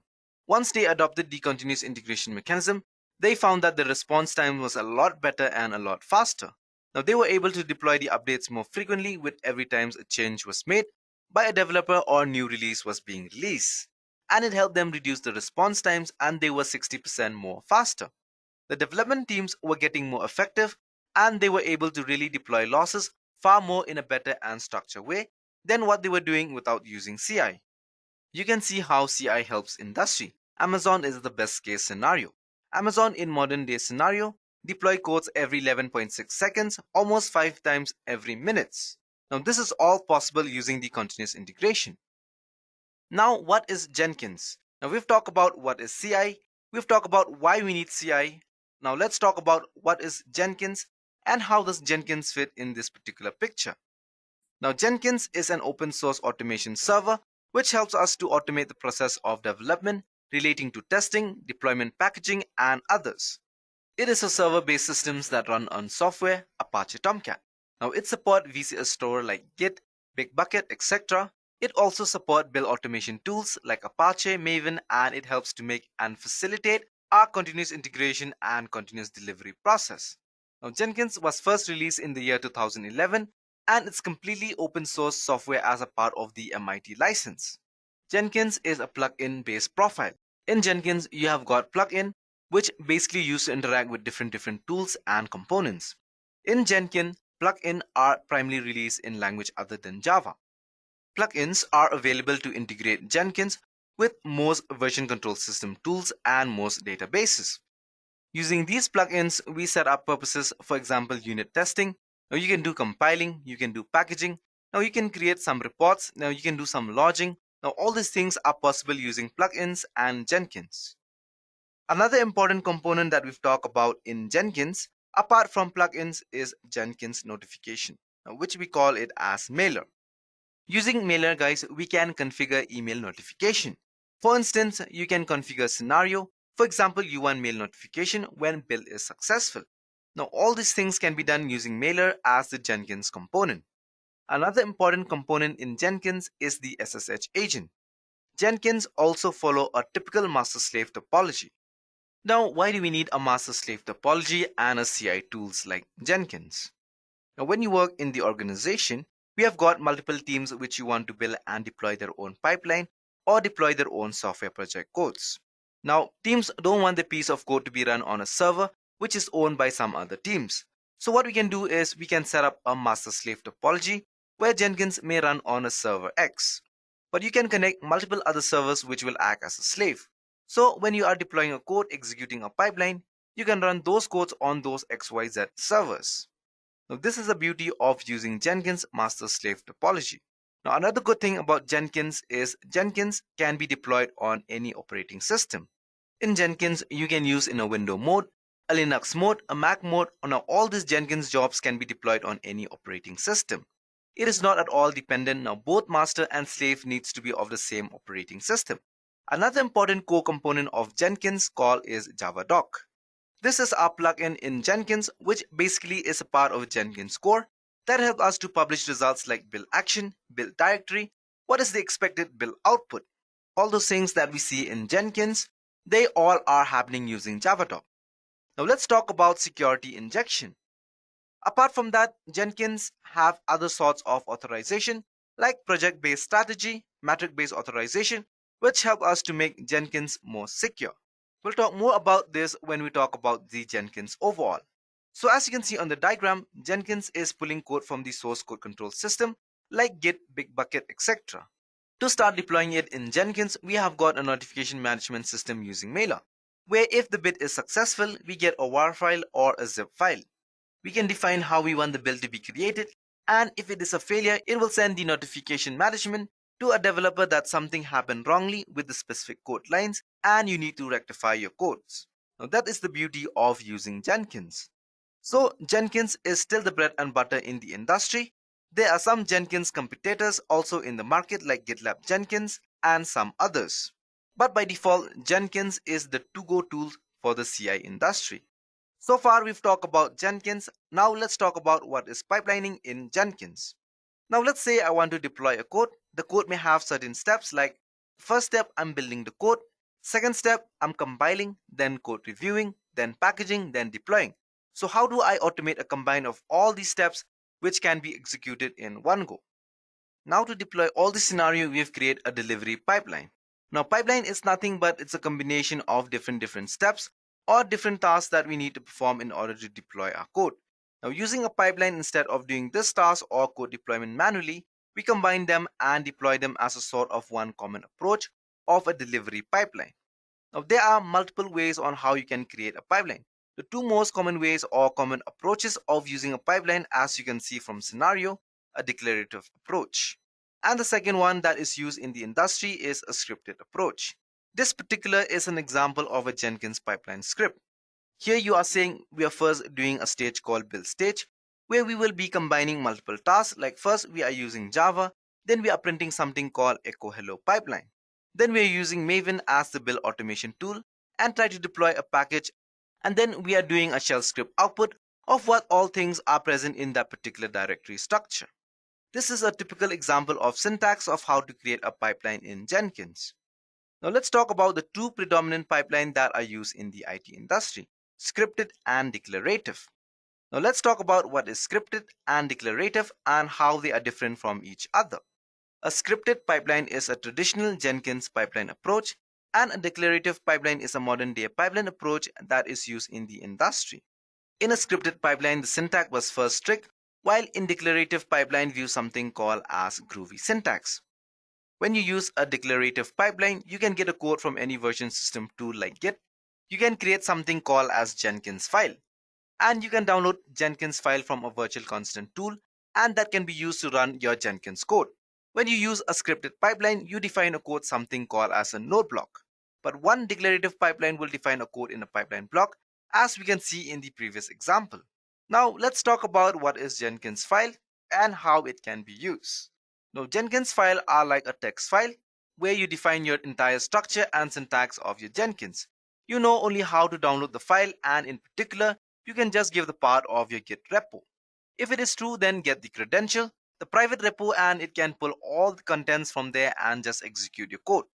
It is a modern deployment mechanism that we use when we work with a Jenkins pipeline. Using Jenkins pipeline, we use certain things which help us. Let's talk about this. First is code review. Now you do a Jenkins pipeline, you can easily review your code. Your code can be reviewed by multiple developers before being executed. Now how that works is, in Jenkins file, they are stored generally in a version control tool like Git. You can put something called as a pull request for a code review. Now different members of your team can review the code before you actually pull the Jenkins file and deploy it. Now you can do an audit trail, or refer to as a long audit. You can log each and every step's output that is being executed as part of the Jenkins file, and can see what is happening when the Jenkins file is getting executed. It's sort of like a verbose log. Then you can find a single place to store all your data or all your outputs. You don't need to have developers scattered here and there and writing their own codes for executing a Jenkins pipeline. Whole organization can approach a Jenkins file methodology where code can be stored in a VCS tools, and from there the code can be downloaded and can work as a single source for your entire pipeline. Now let's talk about the Jenkins workflow in particular. How does Jenkins workflow work? Jenkins workflow always start with a version control system, or you can say a source code repository. Multiple developers collaborate and they put their code in a source code system like Git, from where Jenkins try to pull the data from that source control system. For your system, there is no mandatory or the source code needs to be Git. It can be Bitbucket, SVN, whatever your organization uses with Jenkins server. Now we execute tasks like build, deploy, compiling, packaging, code reviewing. Now all these things happen using Jenkins server, where your Jenkins actually installed was running. Now, Jenkins server can be any operating system. It can be a Windows machine, Ubuntu machine, Linux machine, or a Mac as well. It can be any operating system of today's modern world availability. Using this Jenkins server will execute our different tasks and scenarios. In Jenkins server, we use the mail functionality for the feedback mechanism. We notify developers the commit or the code deployment successfully or it is a failure. It also has some challenges. Now, what can be done using the feedback mechanism? Possibly using the Jenkins server. So using Jenkins server, we always first deploy the code on a lower lifecycle environment. That is recommended standard practice. So what we do is we first deploy a QA server on a testing server, and once the code deployment is successful on the lower lifecycle, then we go ahead and deploy the code on a production server.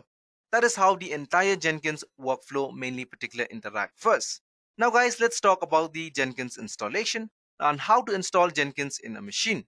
As you all know, Jenkins by default run on 8080. So please make sure that if you're using any VMs in your organization, the port 8080 firewall settings are open and configured so that it can be accessible. I will get into some of the prerequisites required for installing Jenkins first, which will go ahead and install Jenkins on a Windows box. Now, there are a few first configuration that needs to be done, and I'll be covering those as well. So once I have Jenkins installed and configured properly, I will get into the user administrative part, then create few users, and I will get into some of the plugins for setting up various kinds of access permissions for these users, and I also put in some of the freestyle jobs.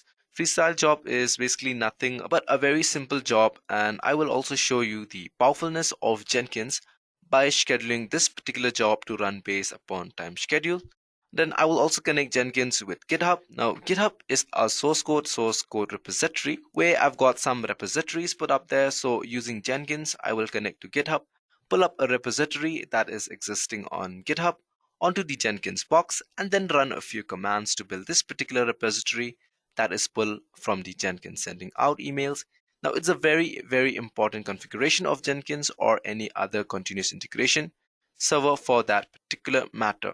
Now, whenever there is any notification that has been sent as a part of either build going bad or by being good or building propagate to some environment and all these scenarios, now you will need the continuous integration servers to be sending out notification. So I will get into the bit of details of how to configure the Jenkins for sending out emails. Now, I will also get into the scenario where I will have a web application such as a Maven-based Java web application, which will be pulled from the GitHub repository, and I will deploy it into the Tomcat server. Now, the Tomcat server will be locally running on the my system. Eventually, I will get into the other very important topic, which is the master-slave configuration. It's a very important and pretty interesting topics where distributed builds is achieved using a master-slave configuration. Now, all this can be very easily based up using a plugin. So this is what I'm going to be covering as a part of this tutorial. Now, Jenkins is a web application that is written in Java, and there are various ways in which you can use and install Jenkins.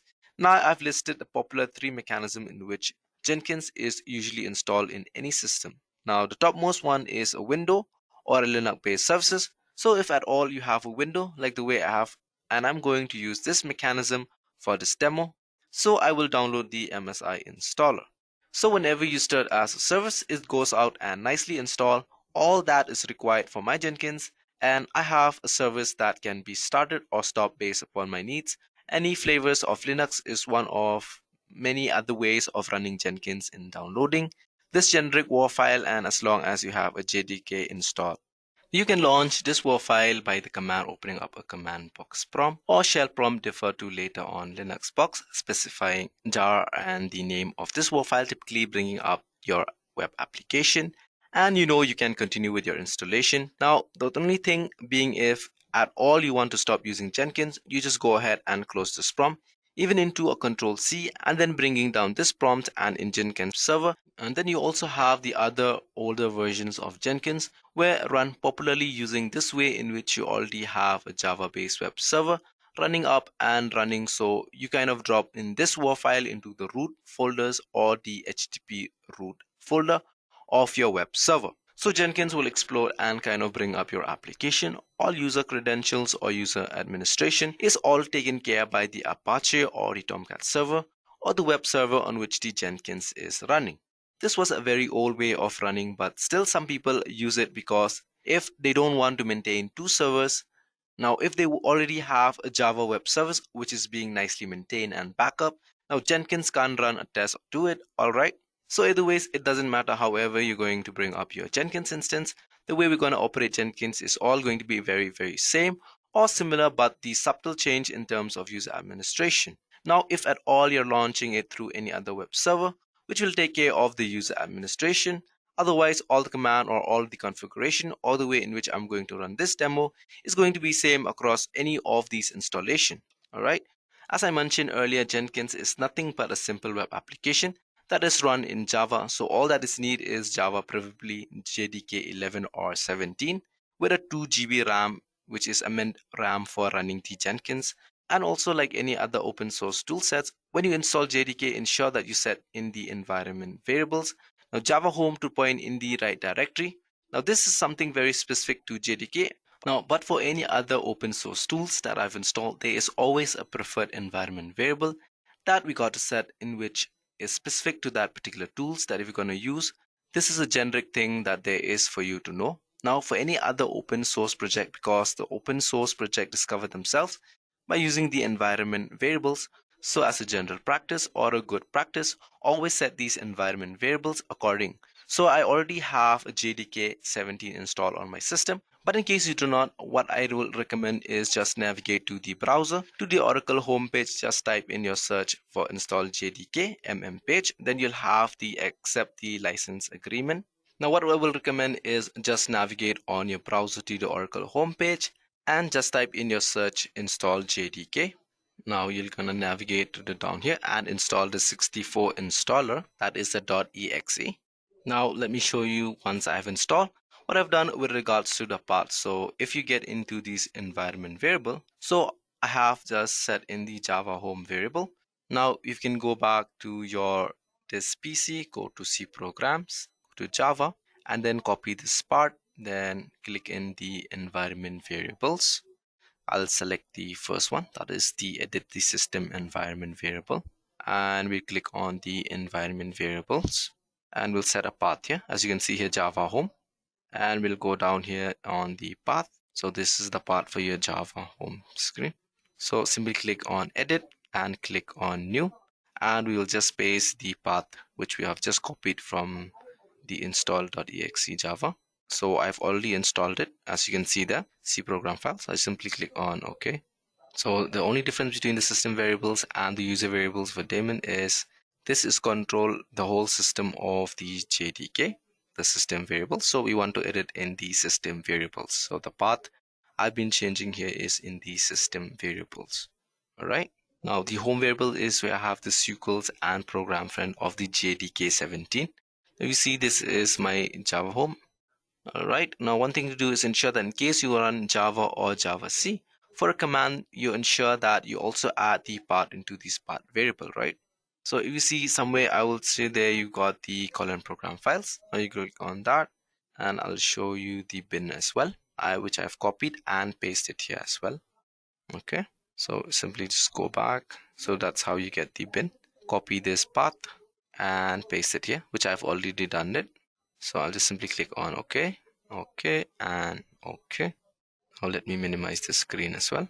So the next thing we need to do now is go to CMD to check if your Java has been installed on your system. So you simply type on Java space / version, and you can see I already have Java version 17.0.5 installed in my system and it's up and running. So as you can see the runtime environments, and this is a 64-bit server. This is a VM virtual machine. Okay, so as you can see, Java is installed in my system and is up and ready.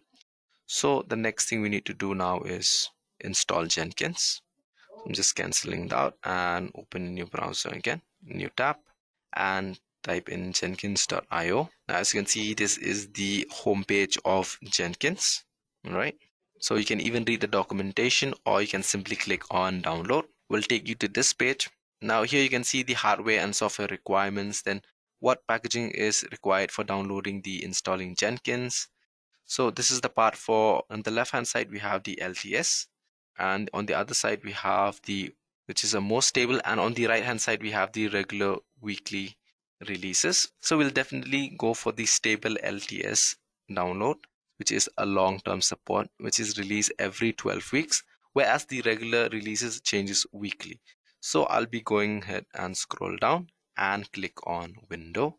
So as you can see, there are different parameters where you can do. You can have on Dockers, then you have Ubuntu, then you have the CentOS, Fedora, or the Windows, like I'm going to install in this case, in this demo. Then, but we have different aspects as well, like the FreeBSD, the CentOS, Mac OS, etc. So as you can see on the first stop, we have the .var. We can even install that and unzip that. But in this case, in this demo part, we'll simply click on Windows. So go on ahead and click Window, guys. Now you can see the download has started. So we just wait a few seconds until it's done installing the MSI. And as you can see, it's done. So this is my download in Jenkins instance. So what I'll be doing now is simply click on next. Now as you can see, guys, on top here, it's written the Jenkins run on localhost 8080. So keeping that in mind, click on next. As you can see, this is where our Jenkins is installed. That is in C and program files and by the name Jenkins. So you can always change this location where the Jenkins has been installed. But in this case, I'd rather keep it on the C drive itself. So the next thing you need to do now is we'll run server as a local system so that we don't have to put any administrator or the password. And so the next step now is we test the port. So as you can see, you got a green tick mark. So next, now you can see here that it has failed because there is no compatible Java version 11 or 17. But as you can remember, guys, we have already installed Java 17 and we have already verified that we're using the command prompt where it has shown us the version Java 17. So what you need to do is simply click on change and select the Java 17 from Java 8. So simply click on Java 17, JDK 17, as you can see, click on next and click on the install part. Done and dusted. So I've already told you that Jenkins run on the localhost 8080, right? So we're gonna go localhost colon 8080 and hit on enter. Now as you can see, please wait while Jenkins is getting ready for work, right? So this will take a few minutes and then you'll be having to provide the credential of the administrator. All right, so just give it a few minutes while it's starting up. All right, now you have to provide the administrator password, right? So you can go ahead and go down out here. You can see the password is in the C and goes to the program data, then Jenkins, then we have a .jenkins, then a secret, then you'll find the initial admin password. So we need to head out there. So what we need to do is we'll go down there. So I'm just going to minimize the screen now, minimize it once again. And as you remember, we go to the C. So you can see right where it is. I'll just show you, minimize the screen here so you can see and do it along with me. So you can see this in PC, then scroll down to C disk. Okay, this thing popped out, sorry. It's in this, so you have a program data, right? As you can see here down, there is no program data, right? So what you need to do is it's in the hidden file. So what you need to do now is click on the three buttons and view, click on show and click on the hidden items. Now let's see if it's there. Scroll down, program data, you can see at the last. Yeah, simply click on that, double click on it. As you can see, then we have to go to the folder name as Jenkins. Yeah, you can see on the top, Jenkins and .jenkins. Then we need to search for secrets. There it is, folder. And as you can see, there's an initial admin password. Now you simply click on that. We'll try with the notepad so we can copy. So simply copy that and paste it in the administrator password and click on continue. So in this case, I will not save it in my computer or system. So there are two installation plugins available, which is custom by Jenkins. One is their suggested plugins, and the other one is you can select the plugins which you want to be installed. So in this scenario, I'll simply click on the install suggested by the Jenkins. Now what happened is the plugins are all related to each other. So it's like the typical RPM kind of a problem where you try to install some plugins and got a dependency which is not installed and you get all those issues. In order to get rid of that, what Jenkins recommends is that there are a bunch of plugins that is already recommended and you're good to go, right? So just go ahead and blindly click on that recommended by the plugins, which is a suggested or custom by the Jenkins. And as you can see, the getting started process is going ahead. So it'll take a few minutes depending on your internet speed or on the system. Now you can see all these plugins are installing it for you. So it will take a few minutes time. So let's just wait till we get all the plugins installed in a system properly. So this is a good combination to kind of begin with, and keeping that in mind, Jenkins need a lot of bandwidth, right? Now in terms of network, so in case you know your network is not so good, it'll make for a few of these plugins will kind of fail, and these plugins are all are available on openly or mirrored site, and sometimes some of them may be down. So do not worry, in case some of these plugin kind of fail to install, you get an options to kind of retry installing them, but just ensure that you at least at the most 90 to 95% of all of these plugins are installed without any problem. As you can see, we are almost there.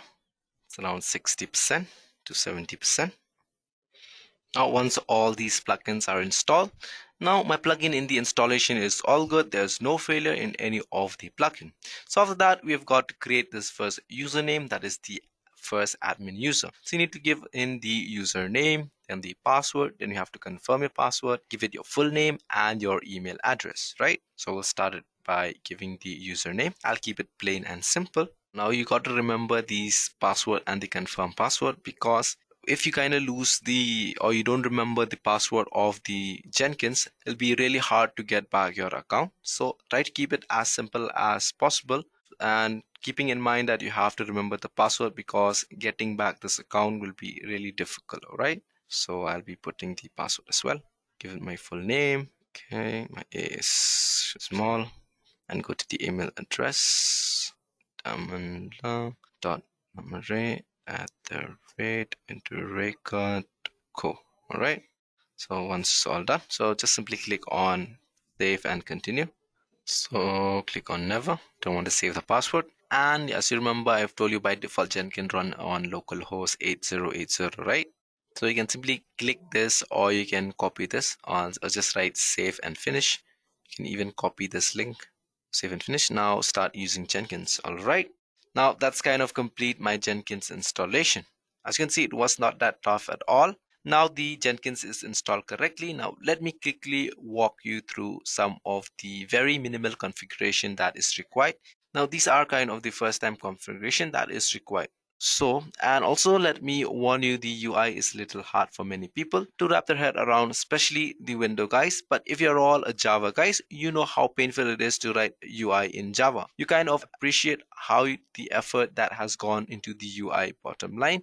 It was a little hard to wrap your head around. It becomes like start using it, possibly you start liking it all right? So I will get into some of these important ones, something called as configuration system, or the configuration a system. This is something kind of put in your configuration to complete your Jenkins instance. Now few things to kind of look out for. This is the home.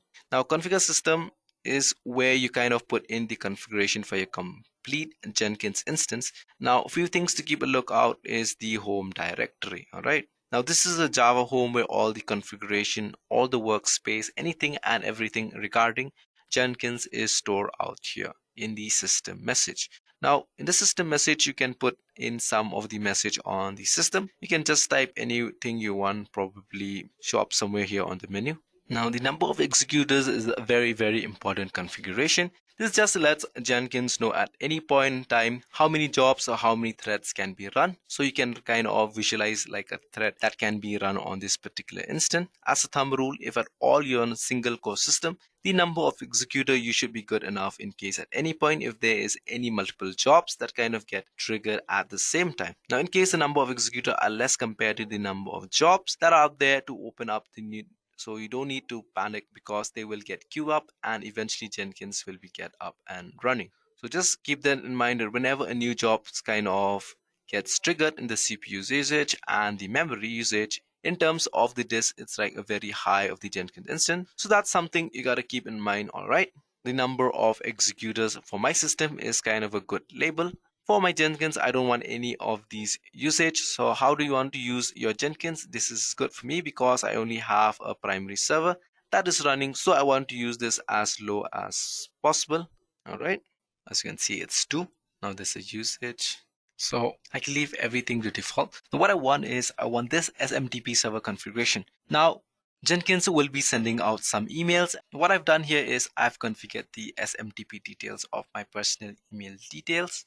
In case you are, in your organization, you want some sort of an email that is like an email ID that is set up for a Jenkins server. So you can specify the SMTP server details of your company so that you can authorize Jenkins to kind of like send out emails. But in case you want to try it out like I have configured my personal email ID, which is of the Gmail for sending out notification for the same TP server, will be the SMTP Gmail. So it's right as username as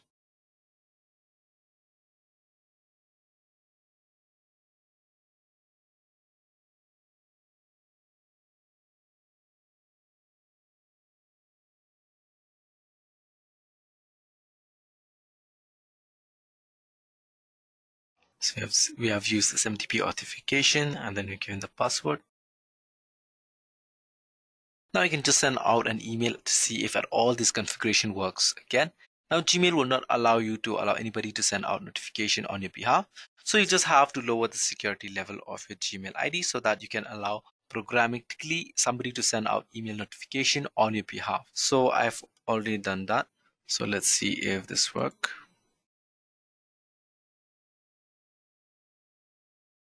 Let's test it again since I've entered the wrong password. Let's see if this works or not. And it has given me a password has not accepted. So now as you can see, since my Gmail has not been set up, so what you have to do is you have to lower your security level of your Gmail ID so that you can be allowed to test your email configuration. All right. So simply click on save. So now we're heading back to the dashboard. Now we should go to the global tool configuration. Now look at the scenario where Jenkins is a continuous integration server. Now it does not know what kind of a code base it's going to pull, in what kind of tool says is required, or what is the code that is going to pull in and how it is going to build. So you'll have to put in all the tools that is required for building the appropriate kind of code that you're going to pull in from like a source code repository. So for example, in case your source code is a Java code, and assuming that you have because this demo, this is my laptop and I put all the configuration, JDK, everything on my laptop because I am a developer and I'm working on the laptop, but my country's integration servers will be known as a separate server without anything being installed on it. So in case I want Jenkins to like run on a Java code, and I need to specify the JDK location of this out there. So okay, since I've already have the JDK installed and have already put in the Java home directly, or rather and the environment correctly, so I don't need to do it. So now if at all you want the Jenkins server to use Git, now as you know that Git is a command bash or the command prompt for running Git and connecting to any other Git server. So you will need Git to be installed on that particular system. Now Gradle and Maven, if at all you have some Maven as you want to do this in any other tools that you're going to install on your system, which is your continuous integration server. So you'll have to come in here and try to configure it. And in case you have not configured, then Jenkins will not be able to find these tools for building your task. So since I don't want to install anything, we'll go back to manage system. Now you can see the global configure global security. Now you can see this an SSH server. Now what does this mean if you ask me? Jenkins own user database. So this is nothing but the security access control which is set to Jenkins own user database. So what this mean is Jenkins by default it uses files system where it stores all the usernames which hashes up like these username that kind of stores them as of it. So as of now, Jenkins is configured to use in your own database, assuming that you're running in an organization. So you will probably want to, have some sort of LDAP server, which will in turn have a control of your access to your Jenkins repository. So you will specify your LDAP server details, the root DN password or the managed DN. So the LDAP, as you can see, or the LDAP, which the Jenkins itself will tune in for your specific servers. Now you have the manager DN, the manager password. Now all these should be filled, all these details should be filled in case you want to connect your Jenkins instance with your LDAP server or any of the authentication server that you have in your organization. But for now, since I don't have any of these things, I'm going to use its own database. That's good enough, right? So I'll simply the Jenkins own user database. So I will set up some authorization methods. So for now, let me not get into any of these details of this. Just be aware that Jenkins can be connected for authorization to an LDAP server, or you can have Jenkins managing its own server, which is happening as of now. Let me put in a very simple job. All right, so let's create a new job in this video. So simply click on new item. Simply you can add any item name here. So the most important here are the freestyle and pipeline. For the first demo, we'll click on the freestyle job and click on OK. So in the description, you can write anything in your description. This is an optional thing. So you can say this is my first job demo for. So in this demo, I don't want it to connect it to any source code for now. So I'm just going to leave it to none. Now we don't need to write any build environment as well. Now in this build step, we simply click on execute Windows on. So since I'm on the window box, I will say execute window bash command. All right. So what do you want to do? So let me just echo something. Echo hello world. This is hello. Welcome to my first demo job in Edureka. Then we'll specify the date and time as well. So put in date, colon as time as well. So you can see it's a very simple command. You just have to put an echo and we have something along with the date and time. So we'll keep everything as simple as possible. So we'll save this job. So once it is shipped, so you can see there's a build history. So once you have saved this job, you know, the job name comes up here. As you can see, project first job. By mistakenly, I've written double T in my first job. Now, as you'll see here, there's some builds history. So there is nothing as of now because I've put in a job. I have not yet run it. All right. So let me try and build it now. Now you can see there's a number, my first job. So you will see a date and you will see the time since I've clicked twice. So if I've come 1 and 2. Now, if you click on this, now you can see the console output. Now, if you click on this, now you can see is it. And this is the output that is run. Hello, welcome to my first demo job in Edureka, along with the date and along with the time. Now, if you see this, now if we navigate this, we go back to here. Now, as you can see, there's a folder created as jobs, right? So this is the directory what I was mentioning earlier regarding Jenkins home. If you can just open it up wider, you can see this folder jobs. So this as mentioned earlier regarding Jenkins home. So all the job related stuff, it's specific to this particular Jenkins installation is all here. Now all the plugins that I install, the details in each of those plugins can be found here, right? So the workspace is where the jobs that I've created, whichever I'm running will, you know, there'll be an individual folder specific to the jobs that has been put up there. All right. So one job, one quick run. That is how it looks like. So the workspace is where all the jobs that I've created, whichever I'm running, will, you know, there'll be an individual folder specific to that jobs that has been made up. All right. So as you can see, there's a first job that we have just created just now. So one job, one quick run that we have done. That is how it's look like. It's pretty simple. Now let's go back. So let us put on a second job. So we can go back to dashboard, click on new items and say second job. Let's get the spelling correct this time. Second, I wrote second first again. Second job, and I can put a semicolon here, underscore. Second job. We click on freestyle again. Click on OK, and you can say this is my second. So I just want to demonstrate the powerfulness of the automation server and how simple it is to automate a job that is put on the Jenkins, which will be triggered automatically. Now remember what I've said earlier about Jenkins, because at the core of Jenkins is a very powerful automation server. All right, this is my second job. This is my second job, which will be triggered automatically. Okay, so in the build step, we'll put bash tabs, then we'll write here echo again. So we'll say here something as second job is going on here. The tools, with the tools of an automation tool. And then I'll give some date as well. Date, put in the time. But this time I'm going to demonstrate the powerfulness of the automation server that is there. So if you see here, there is a build trigger. So build can be triggered using various triggers that is there. So you'll get into the GitHub trigger or a hook or a webhook, which is kind of triggering. So we'll see that later on. But for now, what I want to do is I want to ensure that this job that I'm going to put in will be automatically triggered. Let's say every minute I'm on this job to be run on its own. So we'll put as build periodically and we will set the time.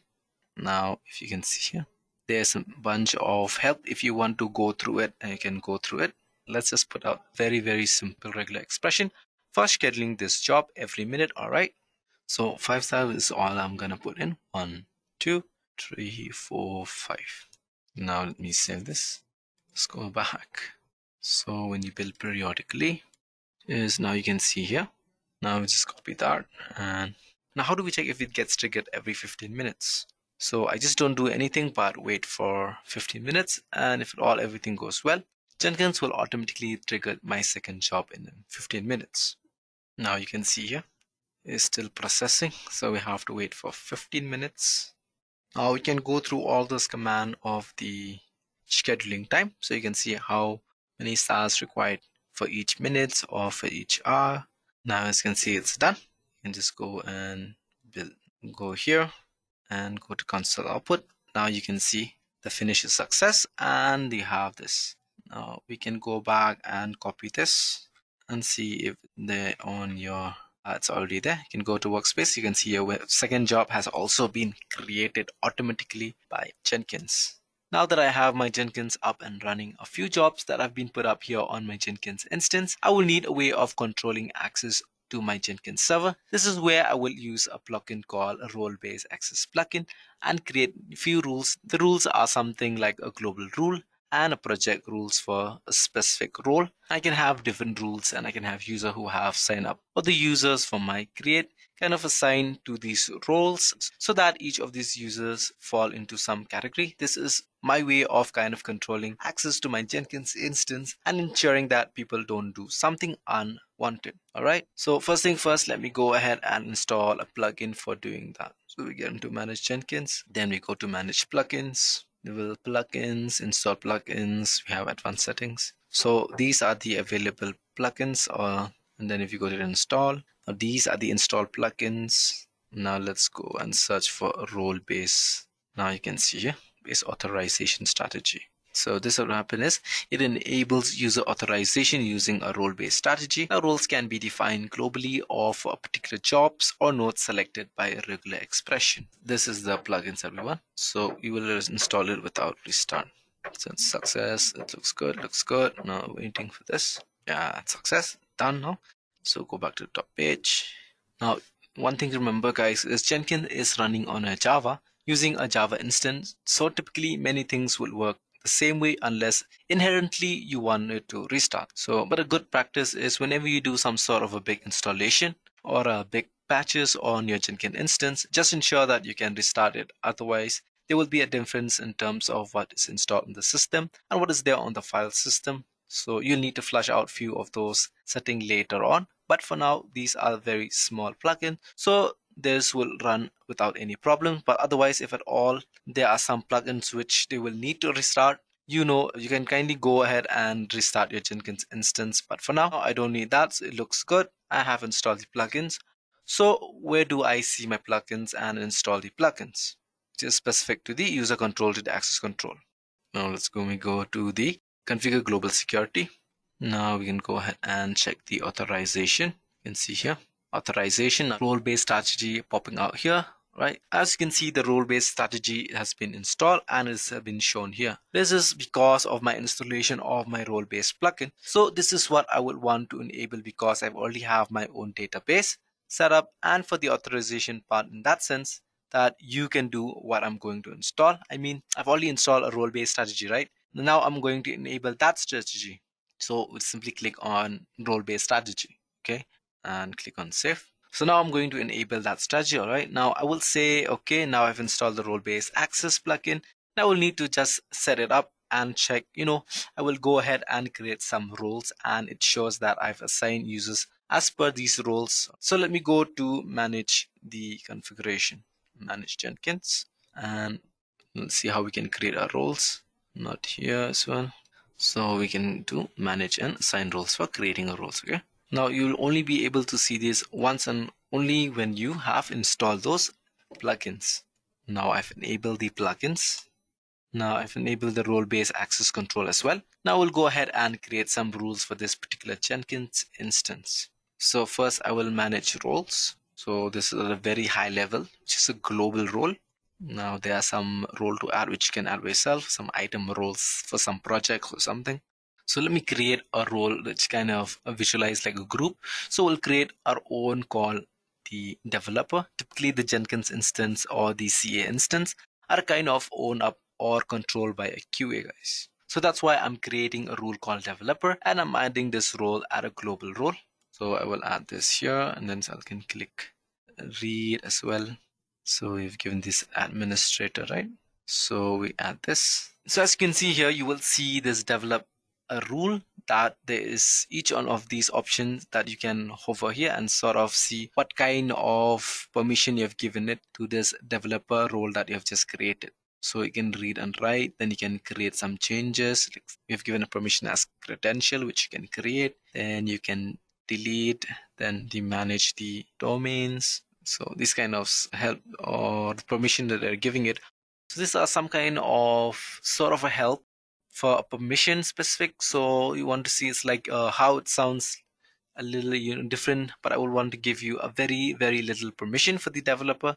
So from an administrative perspective, I just want him to have a read and write kind of a role credentials. Okay, let's say read and write, and I can allow him to view as well. I don't want him to create agents or give him some delete.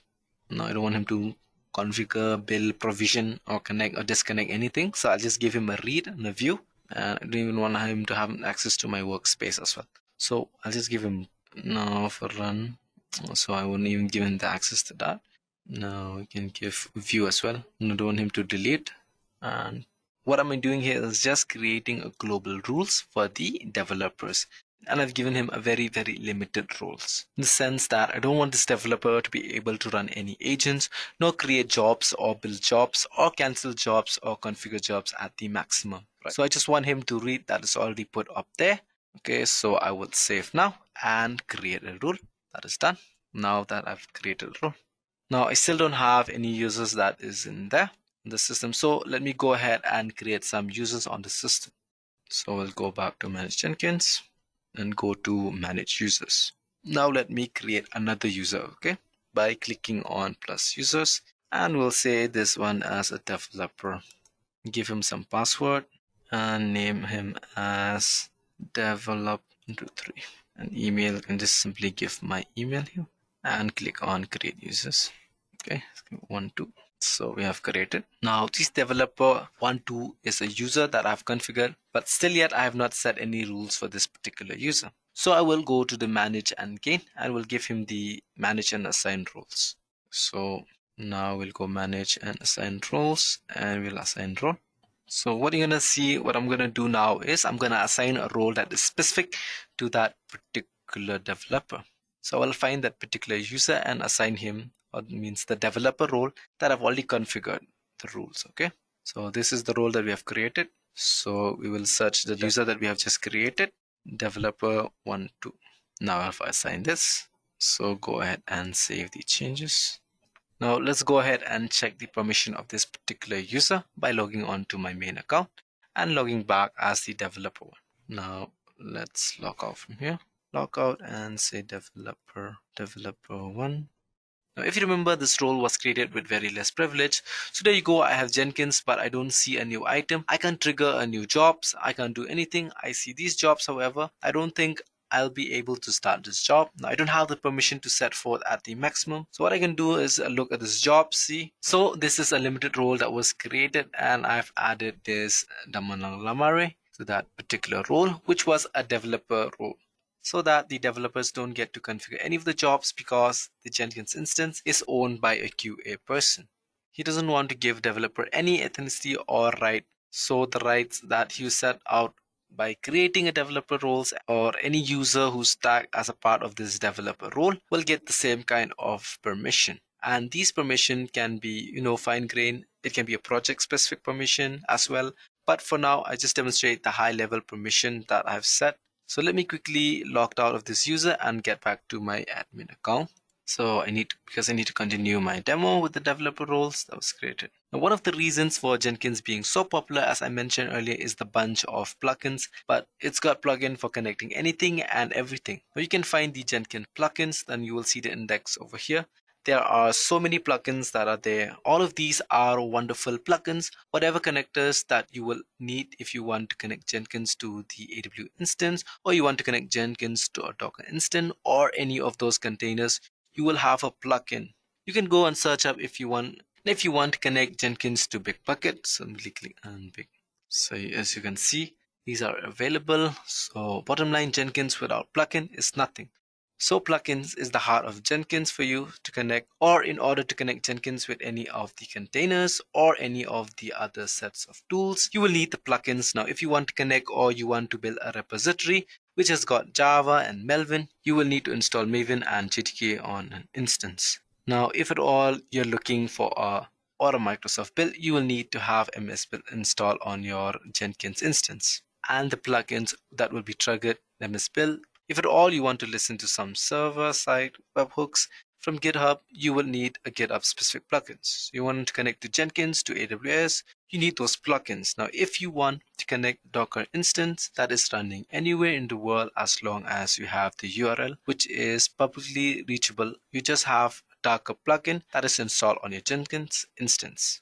So if you want to connect to a Docker instance that is running anywhere in the world, as long as you have the URL which is publicly reachable, you just have a plugin that is installed on your Jenkins instance. Now, SonarQube is one of popular statistic code analysis, so you can connect a Jenkins build. You can build a jobs on Jenkins and push it to a SonarQube and get SonarQube to run analysis on that and get back the result in Jenkins. Now, all of these works very well because of the plugins. Now with that, let me connect our Jenkins instance to a GitHub. So now let us connect our Jenkins instance to a GitHub. Now I already have a very simple Java repository up on my GitHub instance. So let me connect Jenkins to this particular GitHub instance and pull out a job that is put up there. Right. So this is a very, very simple and repository is called Hello Java. And this is what is there in the repository. This is a simple class file. It's just got some one line of system .out. So this is already present on github.com at this place, and this will be the URL for this repository. So I will pick it up. So what I'll do is I will connect my Jenkins instance to go to my GitHub and provide my credential and pull out this repository which is on the cloud hosted in the github.com and get it to my Jenkins instance and then build this particular Java file.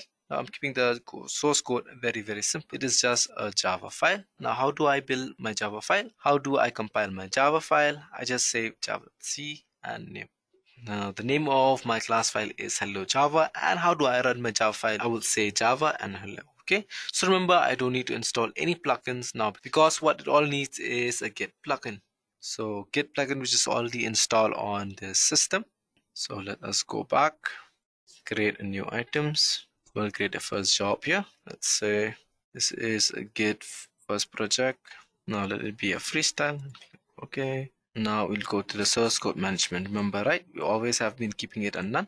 So in this part, we'll put it as Git. Now, as you remember earlier in examples, we do not use any source code because we were just putting up some echo kind of jobs that did not need any integration with any of the source code system. So now let us connect this. So I'm going to put up my source code and it will show up because the plugin is already there. Now I've already copied the HTTP address from the GitHub and simply paste it here. Now what is the credential? So I'll simply add that. If we add credential this time, so I'll just click and cancel. So if it just add Jenkins, so we'll add a username here. Now, if there are any errors in terms of not able to Jenkins to be able to find the Git or the Git.exe, or if the credentials are wrong somewhere down here, so you'll see a red message, okay? Like something is not right. So for now, it's okay. Now I'm gonna build trigger. Now, what will be there as a part of my build step? Because this repository just have the Java file correct, hello Java. So in order for me to build this, I will say execute window bash command, and I'll say Java, hello Java, Java, Now let's save this. Okay, so let me try to run this. Okay, build now. Click on this. Console output. Great. Now as you can see here, there's a lot of executed Git on the behalf. It goes on there to provide my credentials, and so it pull out my repository and my default. Now we'll pull up the master branch. This is there on the post string, and it kind of builds this whole thing on Java C hello world. Finish, and it's giving me a success. So it's kind of build this whole thing Java C hello to Java, and it runs this Java hello world. And there, as you can see, this is the output. It's there, and here you can see if you want to look at the content that was created on the repository. Now if you can go there into my workspace like I've showed earlier, you can just simply click here, and you can already see here it's been created Git first project, and it's saying hello. Now as you can see, it's already there. Now if you can go back, as you can see, and simply close that. Now what it did was Jenkins on your behalf went over all the way to GitHub, pulled this repository from there, and then it brought it down to your local system on my Jenkins instance. Now it's compiled it and it ran this particular application. Now that I've integrated Jenkins successfully with Git, simply within the Java application,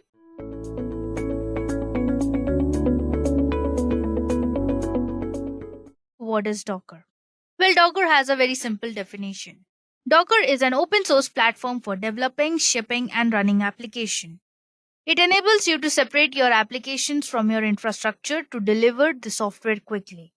With Docker, you can manage your infrastructure in the same way you manage your applications.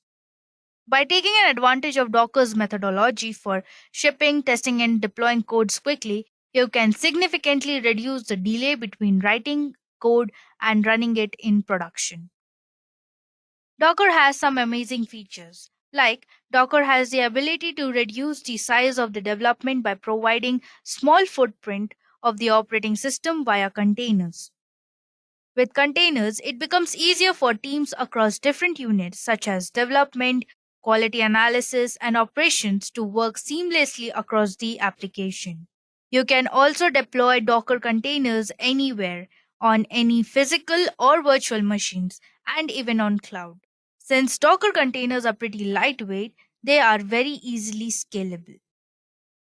Because of these features, many organizations have switched to Docker. Now that we have got a brief understanding about Docker, now let us see how to install Docker. So we will be installing Docker in Windows as well as in Ubuntu. And once we install the Docker, we will see how they run in each one of the environments with the Hello World program. So I'll be using the Ubuntu through a virtual machine. So this is your Ubuntu's operating system. Now here we'll be installing the Docker. For this, we will first need to open our terminal. So to install Docker, we will be following the guide to install a Docker. Here I have the official document of Docker where we get to know how to install the Docker engine on Ubuntu. So as you can see here, there are some prerequisites, the OS requirement. The different versions of Ubuntu are available over here. So you should have 64-bit or version of any one of these Ubuntu versions. If you have Docker previously, so you can uninstall your old version and we can set up a new version of Docker. So this is the installation methods. You can follow this guide and install Docker in your Ubuntu or any operating system. So now let's quickly go back to our terminal. So before you install engine for the first time in your host machine, you need to set up a Docker repository. Afterward, you can then install and update the Docker from that repository. So first, to set up a repository, you need to update the package index and install the packages to use the repository over the HTTPS. So let's get started. So our first command is sudo apt get update. They will ask you your password, so you can give your password. And now here you can see reading all the packages in the operating system. Now once this is done, you need to install some of the packages. So we will just copy this code and we'll just paste it over here and let's run. So here it will take some time. Now let's hit yes. Now the packages are configuring. Your packages are installed. Now what you need to do is set up the Docker repository. So here, first you need to import the Docker's official JPG key to verify packages signature before installing them with apt-get.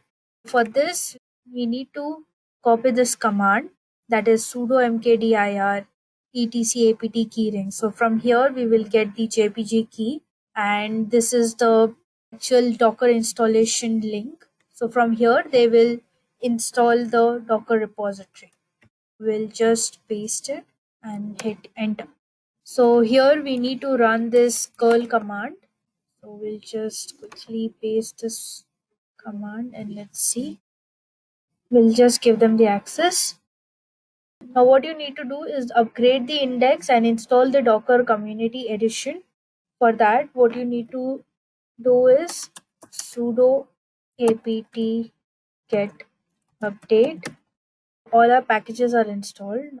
Now let's install the Docker. For that, we will write the command sudo apt get install docker ce, hit enter. Let's see, just hit yes. So it may take a while. They are just unpacking the whole Docker package. Let's wait for a while. Now, in order to check whether our Docker has been installed successfully or no, let's check with checking the Docker version. So for this, we need to just type docker/version and hit enter.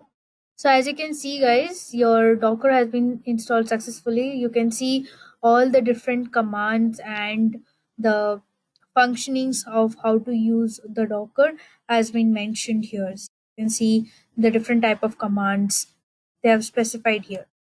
Now let's run an hello world program and see how Docker works on Ubuntu.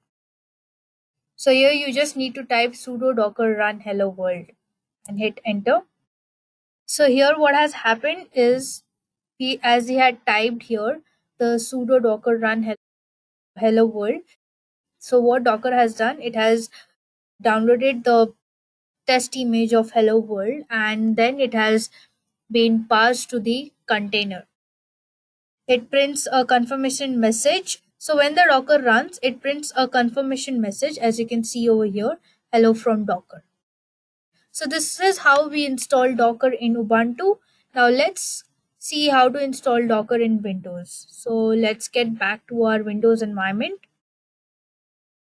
So here first we need to install the Docker installation package. For that we need to go to our main page of Docker. So let's type Docker installation.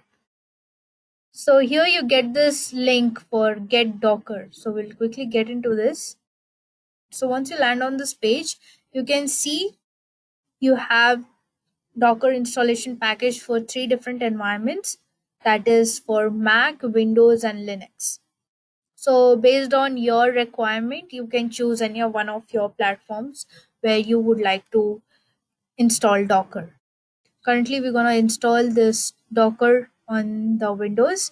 So let's go choose the Windows version. So as you can see here, this is the installation document or a guide for Docker on Windows. So in Windows, you need to have some of the system requirements like the latest version of Windows, that is Windows 11 or Windows 10 with 21H2 Pro versions, and it can be more than that. Apart from that, you should have the WSL2 feature to be enabled on Windows, so to run the Docker container. Whereas you should have the hardware prerequisites like 64-bit processor, 4 GB system RAM, and BIOS level hardware virtualization support. So these are the system requirements you need while installing the Docker. What we need to do is to first download the installing package of Docker. So you just click over here and then it automatically gets. So once you double click here, you will get your Docker installation package. So it will take a while to download the installation package. So here, as you can see, it is initializing. Here they are verifying the package, and now let's move ahead. Well, this is a very easy step in Windows, like you just need to install the whole Docker package. Alright, so our installation is succeeded. Now let's close it and let's go to our desktop and open our Docker. Now here the Docker asks for the subscription service agreement. Now you just need to accept it. So once you come to this desktop, here this is how the Docker desktops look. So first we need to sign up. I already had an account, so it has been signed in. Now let's see how to sign up as well. For that, what you need to do is go to sign up. Here, first you need to create your account in Docker. So for that, you need to give your username. So you can keep any username. For example, Edureka1. So here you need to add your email ID. So just type down your email, and you need to have a strong password. So it is up to you what kind of password are you putting. Now you need to accept the agreement what they have asked, and then you need to verify. Once you get verified, then you just need to sign up. So here, as you can see, get started with Docker with few easy steps. So we'll just start, and here you can see you can clone your repositories, you can use your GitHub. So here is a tutorial what Docker provides while you start with the Docker. So we'll just quickly skip it up and let's get started. So once you sign up, you need to log in, and then you finally get landed to this Docker desktop. It automatically opens. So you can find it over here, all your login credentials and profile. And here you see the containers, image, volumes. So as of now, we have nothing on this Docker desktop. So first we'll open our command prompt. In this command prompt, we will first check the Docker version. So for that, we need to just type docker -version. So here you get the version of the Docker, which is 20.10.21. And now let's run the hello world program like we did it in Ubuntu. So for this, you just need to type docker run hello-world and hit enter. So as you can see, you have got the same output as we had got in Ubuntu. We work on with the containers. This is how containers work on the Docker. Now it's time to delve into the technical concepts of Docker. First is Docker image. A Docker image is a read-only template with instructions for creating a Docker container. Docker images are the key concepts in the world of containerization, and they are an important part of Docker ecosystem. They allow the developers to create and distribute software in a standardized containerized format, making it easier to deploy and run applications consistently across the different environments. If we go with the definition, a Docker image is a read-only template with instructions for creating a Docker container. Let's make it more simpler. They are built using a series of commands that are stored in a text called Docker file. These commands specify the base image to use, any additional packages or libraries that need to be installed, and any other necessary configuration.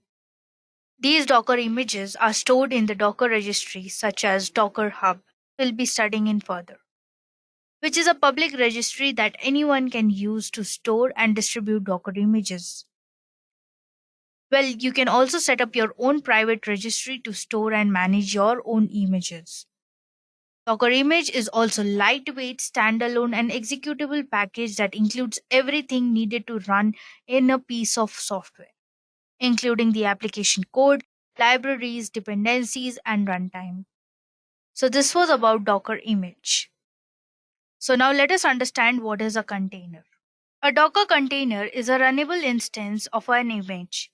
It is defined by its image as well as any configuration option that you provide to it when you create a container.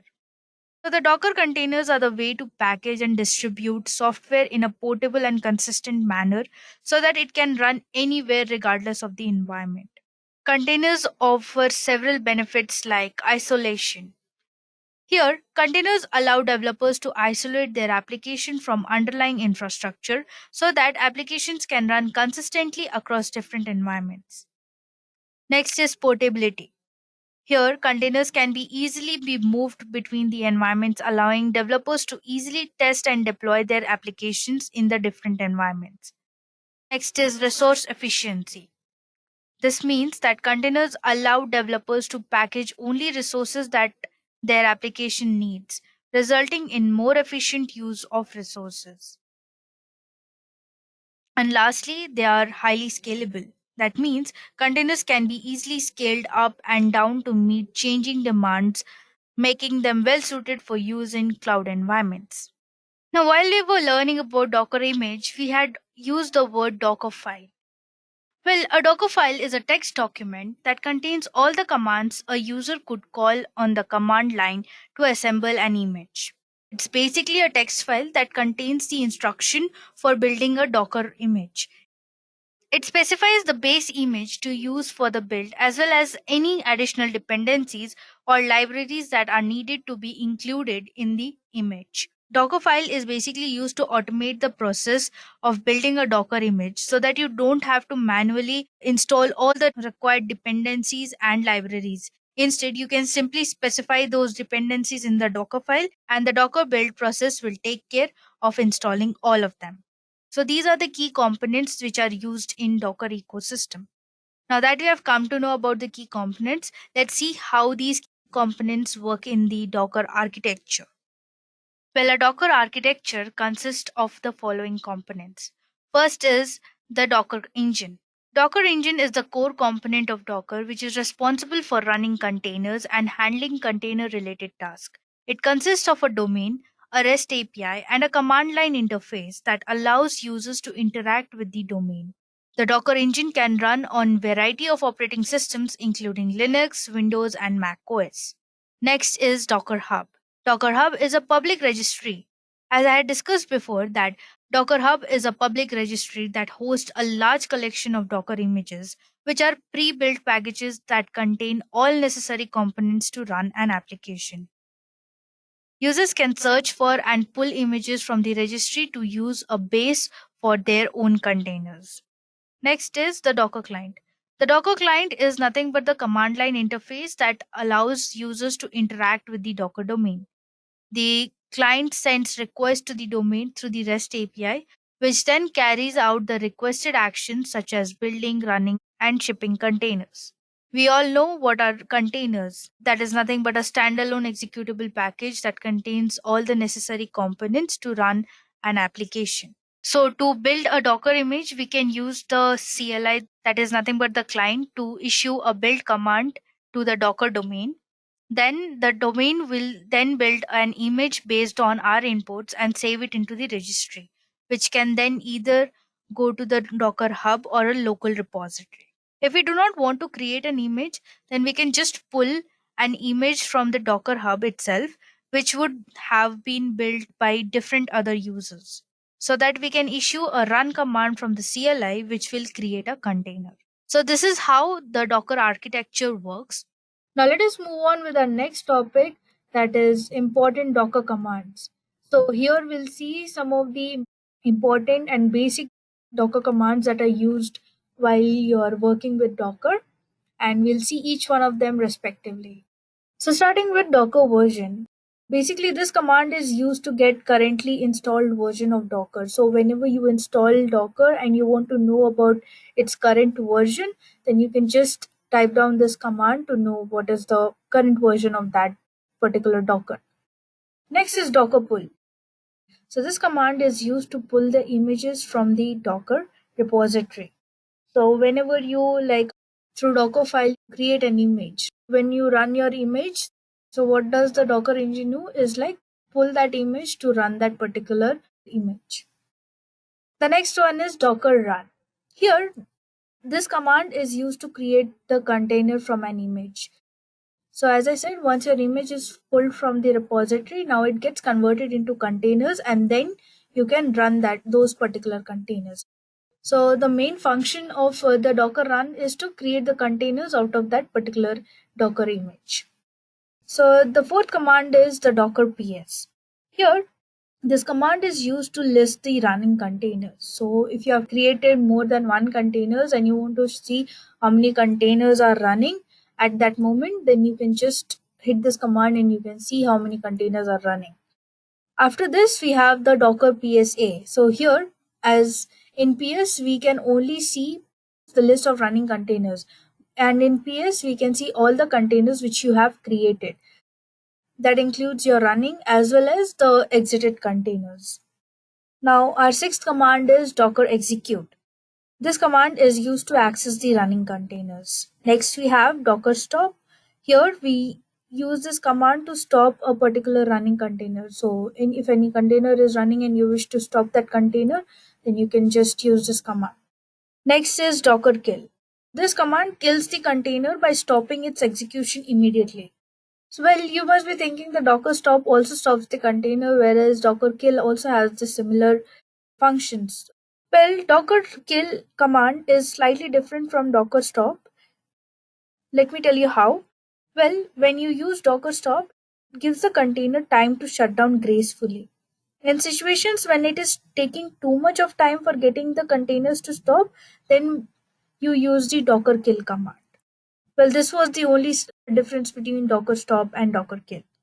Next, we have docker commit. This command creates a new image of an edited container on the local system. And then we have docker login. Use this command to log into your Docker Hub repository. You can just use this command when you're logging into the Docker. So on your command prompt itself, you can log in using this command.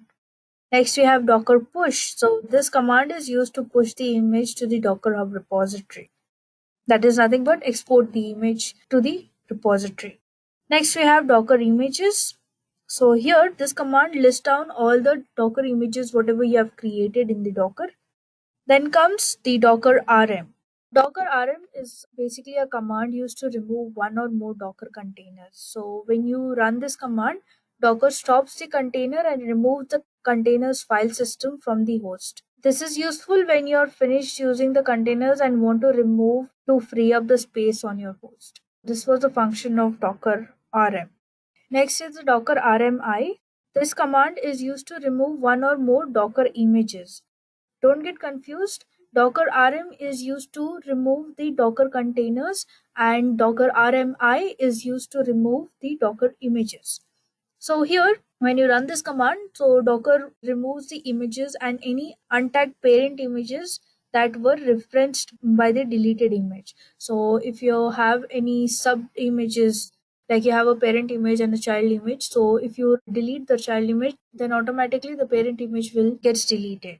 Here you can also remove multiple image at once by providing a list of IDs. You just need to type docker rmi and you need to specify all the image IDs, which will remove all at once. It is important to note that removing an image can cause problems if image is being used by other containers or if the image is the parent of other images. Be careful while you are using the docker rmi and make sure that you understand the consequences of removing it. So if you delete a particular image which is relatable to other containers or images, then it will affect to those containers and images. So make sure that before deleting an image, you should be aware of the consequences. Last, we have the docker build. Here, the docker build command is used to build image from the docker file. So here, the basic syntax of docker build is like you write docker build and you then specify a path and the URL, where path of the directory containing that particular docker file and the context, and URL is the URL of the Git repository, which indicates that docker file should be read from a standard input. So these were some of the basic and important Docker commands which are used while creating image or working with Docker. These comments, it is very easy for you to work with Docker. Well, this was all about Docker. We got to know about the architecture and we also saw some of the Docker commands. Now let's use these Docker commands and create our own project and see how they run. So now for running our project, we will be using the Linux environment. Let's quickly switch to Ubuntu server. And here we will create a Java project, and through that we will create images and then we'll try to run that Java project. So for that we will just open our terminal. So as I said, we will be working on the different commands, whatever we had discussed in this slide.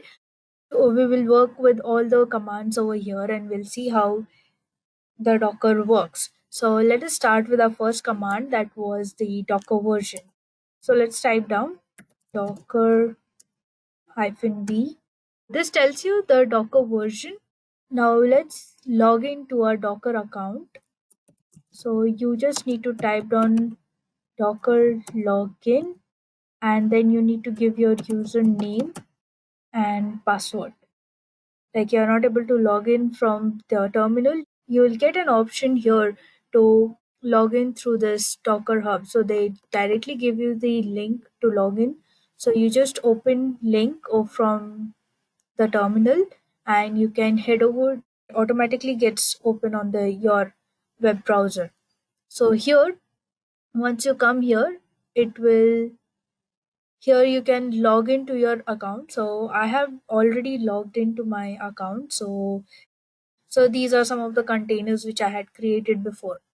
From here also you can log in, whereas also log in from the terminal itself. Now let's quickly go on with our demo. As I said, we will be creating a Java project. So now let's move into our Docker folder which we had created. So let's type down cd docker. So now once you're in the folder, now let's, as we are creating a Java project, so let's create one more folder into it where we will specify it as a Java project, mkdir Java project. Now we'll enter to this folder and we'll then start creating our Java project. Let's quickly get into it. So let's move on to our Java project folder. For this, we need to just type cd project Java project, enter into that folder. Now here we'll be creating our Java project. So we will be using the VS Code itself to create the Java project over there. So let's open our VS Code. You just need to type code space dot and it automatically opens your VS Code. So here we will be creating a Java project and also our Docker file so that we can send the whole file to our Docker. So first let's create a Docker file. So our Docker file has been created. Now before adding the commands or the information in the Docker file, so first we'll create our Java project. So let's quickly open new file, name it as java demo.java and let's open it. We'll start with our classes. Class, so let us name it as class test. Then we will use our main method, that is public static void main, and we'll define the strings dot r. Inside this we will use this system.out.println code, and inside we will just write welcome to Java. Now let us add some methods to make the project look more interesting. So we will just add public static void print system properties, and now we will print the properties. We'll type this out command, that is system.out.println, and inside this we'll write the printing properties You can name it your way, the way you design it. So it's just a simple program just to see how we can run these in Docker. So it's totally on you. Now, as we're using the properties method, so we need to get the properties. So how do we use it? We use the system class, that is system dot get properties. And now we'll specify it. Properties prop is equal to, we have called the method. Now how do we print it? We'll use the same sort command to print the properties. So system dot println and props. Now we will call this in our main method print system properties. Now let's save it and now let's run the command. Here now our Java project has been created. Now let's quickly run this on the terminal. Let's see how does it run. So we'll just quickly run this. Here, as you can see, enlarge this. You can see here. So what we had printed are welcome to Java project and the printing properties, and they have extracted all the properties of Java, the whole version, whatever properties of Java are there, and they have just printed over here. Our Java project is created and it has run successfully. Now put this whole project into Docker and let's run them through the Docker engine. Now for that we need to first create a Docker file. So let us just name it as docker java.docker file. And now here we need to give all the commands to run the project. So now here we need to first create the image. So we'll first need to give the base image. So let us give them the base image from base image. So here you need to specify what is your base image, that is the JDK. So here you can also specify the JDK version if you want to, whereas it would be fine if you don't mention also, it will take it automatically. Now it's time to create a work directory where our Docker file will be stored. So let's create a work directory. For that we write work dir, and then now we need to give the path.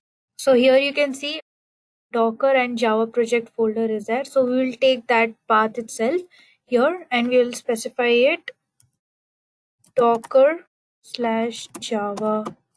project and /my app. Now our next step is to copy the whole file into this directory. So how do we do that is you just need to type copy. So here we'll just put a dot, which means that it will copy all the files from the source, and now we need to provide them the destination, which is Docker Java project. After this we will run few commands through Docker. Now we'll add some commands like run Java C and our Java project name, that is Java test.java.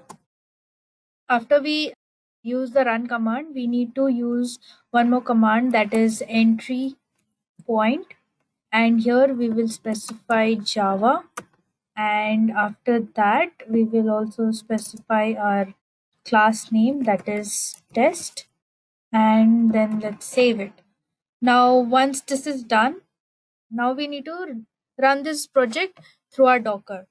So for that we will go back to our terminal, and here what we will do is first we need to create an image. So for that we'll type docker build and give the image name as java test image and dot. So it will take some time. Here you can see it has copied all the files and the Java project, whatever it has to be taken, and the Docker file which had to be extracted, and it has created into an image. So now let us see whether it is listed in our images or no. For that, we will just type docker images, and here you will see the list of images being created in this Docker repository. So here, as you can see, we had recently created Java test image. After this, we will now run this image that will get converted into a container and then it executes. So for that, we will type docker run and Java test image. So here you can see our Java project has been executed successfully. So while we had run previously, so it had shown welcome to Java, then your properties, the printing properties, and here you can see all your properties which are mentioned over here. So this is how you build images through Docker, and then you containerize it and then execute this. Let's run few more commands. So now we had seen the list of images. Now let's see the list of Docker containers. For that, you just type docker ps. So this mentions you the running containers. So currently there are no containers. Now let's see all the containers which have been created. So here you can see there are almost a lot Docker containers, and our Docker container which we had recently created has been also specified here. So now if you want to remove a container, for instance, we can remove this Java image. For that, we will just write docker rm and we will specify the container name, that is Java image. Try to remove Java project. So here you can see your Java project has been removed. If you want to see in the list, so here you won't find your Java project. So here there were 3 Java projects. Now if you wish to remove an image, what you need to do? For that, you need to just type docker rmi, that is remove image, and you specify the image name, that is, let's take any image. Let's run. So here you can see the test image has been removed. Let's see, check in the list. So here you can see your test image has been removed successfully. This is how you work with Docker.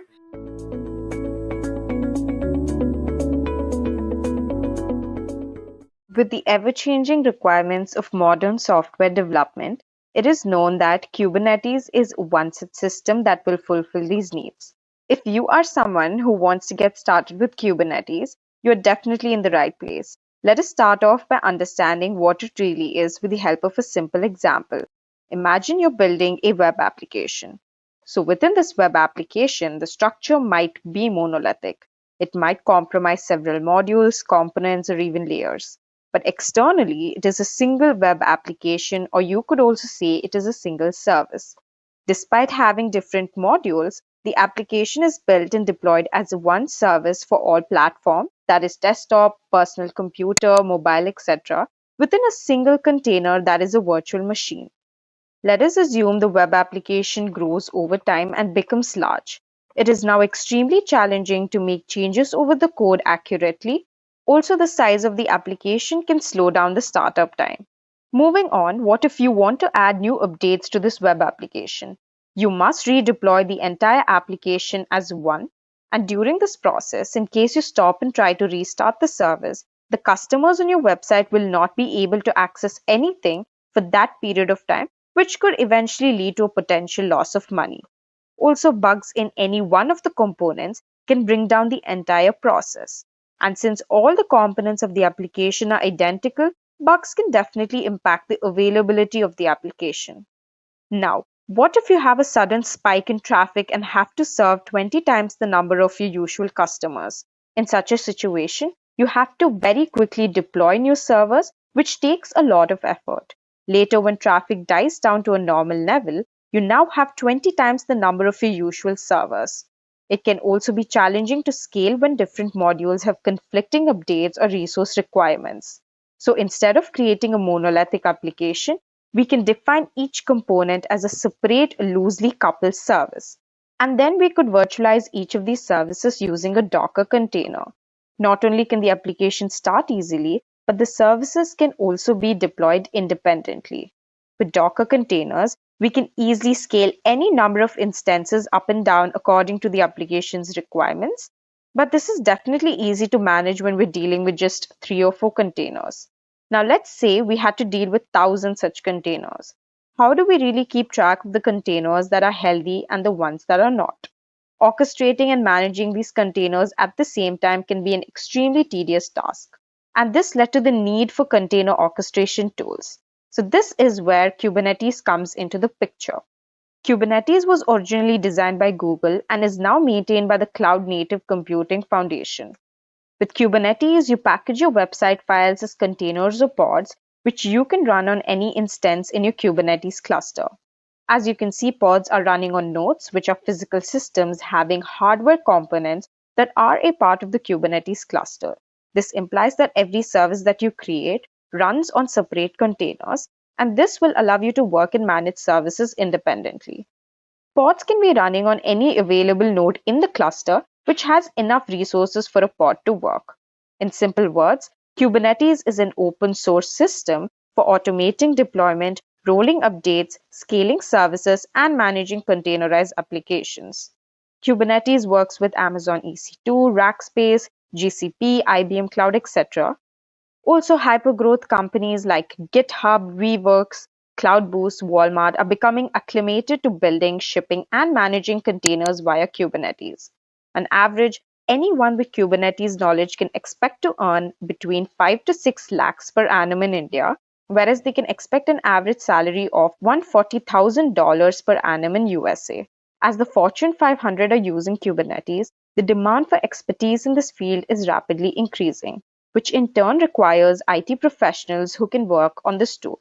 So what are you waiting for? Begin your journey with Edureka's interactive Kubernetes certification training that is curated to help you learn how to set up your own Kubernetes cluster, configure networking between pods, and secure the cluster against unauthorized access.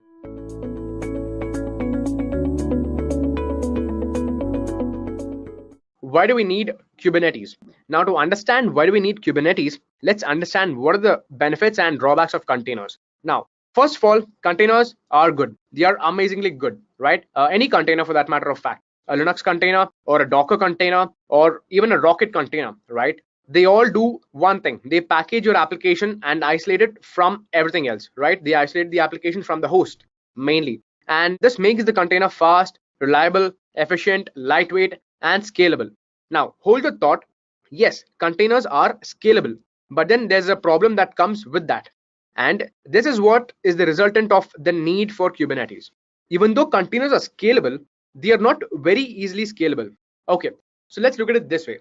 You have one container, you might want to probably scale it up to 2 containers or 3 containers. Well, it's possible, right? It's going to take a little bit of manual effort, but yeah, you can scale it up. You're not going to have a problem. But then look at a real world scenario where you might want to scale up to like 50 to 100 containers. Then in that case, what happens? I mean, after scaling up, what do? You have to manage those containers, right? You have to make sure that they're all working, they're all active, and they're all talking to each other. Because if they're not talking to each other, then there's no point of scaling up itself. Because in that case, the servers would not be able to handle the loads if they're not able to talk to each other, correct? So it's really important that they are manageable when they are scaled up. And now let's talk about this point. Is it really tough to scale up containers? Well, the answer for that might be no. It might not be tough. It's pretty easy to scale up containers, but the problem is what happens after that. Okay. Once you scale up containers, you'll have a lot of problems. Like I told you, the containers first of all should have to communicate with each other because there are so many in number, and they work together to basically host the service, right? The application. And if they are not working together and talking together, then the application is not hosted and scaling up is a waste. So that's the number one reason. And the next is that the containers have to be deployed appropriately, and they have to also be managed. They have to be deployed appropriately because you cannot have containers deployed in just random places. You have to deploy them in the right places. You cannot have one container in one particular cloud and the other one somewhere else. So that would have a lot of complications. Well, of course it's possible, but yeah, it would lead to a lot of complications internally. You want to avoid all that. So you have to have one place where everything is deployed appropriately, and you have to make sure that the IP addresses are set everywhere and the port numbers are open for the containers to talk to each other and all these things, right? So these were the two other points. The next point, or the next problem with scaling up, is that auto scaling is never a functionality over here. Okay, and this is one of the things which is the biggest benefit with Kubernetes. The problem technically is there's no auto scaling functionality. Okay, there's no concept of that at all. And you may ask at this point of time, why do we even need auto scaling? Okay, so let me explain the need for auto scaling with an example. So let's say that you are an e-commerce portal, okay, something like an Amazon or a Flipkart, and let's say that you have decent amount of traffic on the weekdays, but on the weekends you have a spike in traffic. Probably you have like 4x or 5x the usual traffic. And in that case, what happens is maybe your servers are good enough to handle the requests coming in on weekdays, right? But the requests that come on the weekends, right, from the increased traffic, that cannot be serviced by your servers, right? Maybe it's too much for your servers to handle the load. And maybe in the short term, it's fine. Maybe once or twice you can survive, but there will definitely come a time when your server will start crashing because it cannot handle that many requests per second or per minute. And if you want to really avoid this problem, what do? You have to scale up. And now, would you ideally keep scaling up every weekend and scaling down after the weekend, right? I mean, technically, is it possible? Will you be buying your servers and then setting it up? And every Friday, would you be again buying new servers, setting up your infrastructure? And then the moment your weekday starts, would you just destroy all your servers, whatever you built? Would that what you be doing? No, right? Obviously, that's a pretty tedious task. So that's where something like Kubernetes comes in. And what Kubernetes does is it keeps analyzing your traffic and the load that's being used by the container. And as and when the traffic is reaching the threshold, auto scaling happens, wherein if the servers have a lot of traffic and if it needs more such servers for handling requests, then it starts scaling up the containers on its own. There's no manual intervention needed at all. So that's one benefit with Kubernetes, and one traditional problem that we have with scaling up of containers. Okay, and then yeah, the one last problem that we have is the distribution of traffic. That is still challenging without something that can manage your containers. I mean, you have so many containers, but how will the traffic be distributed? Load balancing, how does that happen? You just have containers, right? You have 50 containers. How does the load balancing happen? So all these are questions we should really consider, because containerization is all good and cool. It was much better than VMs. Yes, containerization, it was basically a concept which was sold on the basis of scaling up, right? We said that VMs cannot be scaled up easily, so we told use containers, and with containers you can easily scale up. So that was the whole reason we basically sold containers with the tagline of scaling up. But in today's world, our demand is ever more that even the regular containers cannot be enough. So scaling up is so much or in so detail that we need something else to manage your containers. Correct? Do we agree there? We need something, right? And that is exactly what Kubernetes is. So Kubernetes is a container management tool. All right. So this is open source, and this basically automates your container deployment, your container scaling and descaling, and your container load balancing. The benefit with this is that it works brilliantly with all the cloud vendors, with all your public cloud vendors, all your hybrid cloud vendors, and it also works on premises. So that is one big selling point of Kubernetes, right? And if I should give more information about Kubernetes, then let me tell you that this was a Google developed product. Okay, it's basically a brainchild of Google. And that pretty much is the end of the story for every other competitor out there, because the community that Google brings in along with it is going to be huge. Or basically the head start that Kubernetes would get because of being a Google brainchild is humongous. And that is one of the reasons why Kubernetes is one of the best container management tools in the market, period. And given that Kubernetes is a Google product, they have written the whole product on Go language. And of course, now Google has contributed this whole Kubernetes project to the CNCF, which is nothing but the Cloud Native Computing Foundation, or simply Cloud Native Foundation, right? You can just call them either that, and they've donated their open source project to them. And if I have to just summarize what Kubernetes is, you can just think of it like this. It can group like a number of containers into one logical unit for managing and deploying an application or a particular service. So that's a very simple definition of what Kubernetes is. It can be easily used for deploying your application. Of course, it's going to be Docker containers which you will be deploying. But since you will be using a lot of Docker containers as part of your production, you will also have to use Kubernetes, which will be managing your multiple Docker containers, right? So this is the role it plays in terms of deployment. And scaling up, scaling down is primarily the game of Kubernetes. From your existing architecture, it can scale up to any number you want. It can scale down anytime. And the best part is the scaling can also be set to be automatic, like I just explained some time back, right? You can make Kubernetes would analyze the traffic and then figure out if the scaling up needs to be done or the scaling down can be done, and all those things. And of course, the most important part, load balancing, right? I mean, what good is your container or group of containers if load balancing cannot be enabled, right? So Kubernetes does that also. And these are some of the points based on which Kubernetes is built. So I'm pretty sure you would have got a good understanding of what Kubernetes is by now, right? A brief idea at least. If you have any doubts, then I would request you to put your comments or queries on the comment section below. All right, my Edureka team will get back to you at the earliest. So moving forward, let's look at the features of Kubernetes. Okay, so we've seen what exactly Kubernetes is, how it uses Docker containers or other containers in general. But now let's see some of the selling points of Kubernetes or why it's a must for you. Let's start off with automatic bin packing.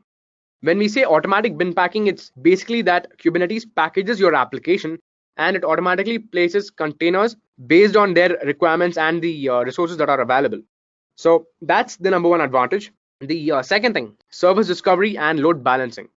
There is no need to worry. I mean, if you're going to use Kubernetes, then you don't have to worry about networking and communication, because Kubernetes will just automatically assign containers their own IP addresses and probably a single DNS name for a set of containers which are performing a logical operation. And of course, there will be load balancing across them. So you don't have to worry about all these things. So that's why we say that there is service discovery and load balancing with Kubernetes. And the third feature of Kubernetes is that storage orchestration. With Kubernetes, you can automatically mount your storage system of your choice. You can choose that to be either a local storage or maybe on a public cloud provider such as a GCP or AWS, or even a network storage system such as NFS or other things, right? So that was the feature number 3. Now, feature number 4, self-healing. Now, this is one of my favorite parts of Kubernetes. Actually, not just Kubernetes, even with respect to Docker Swarm, I really like this part of self-healing.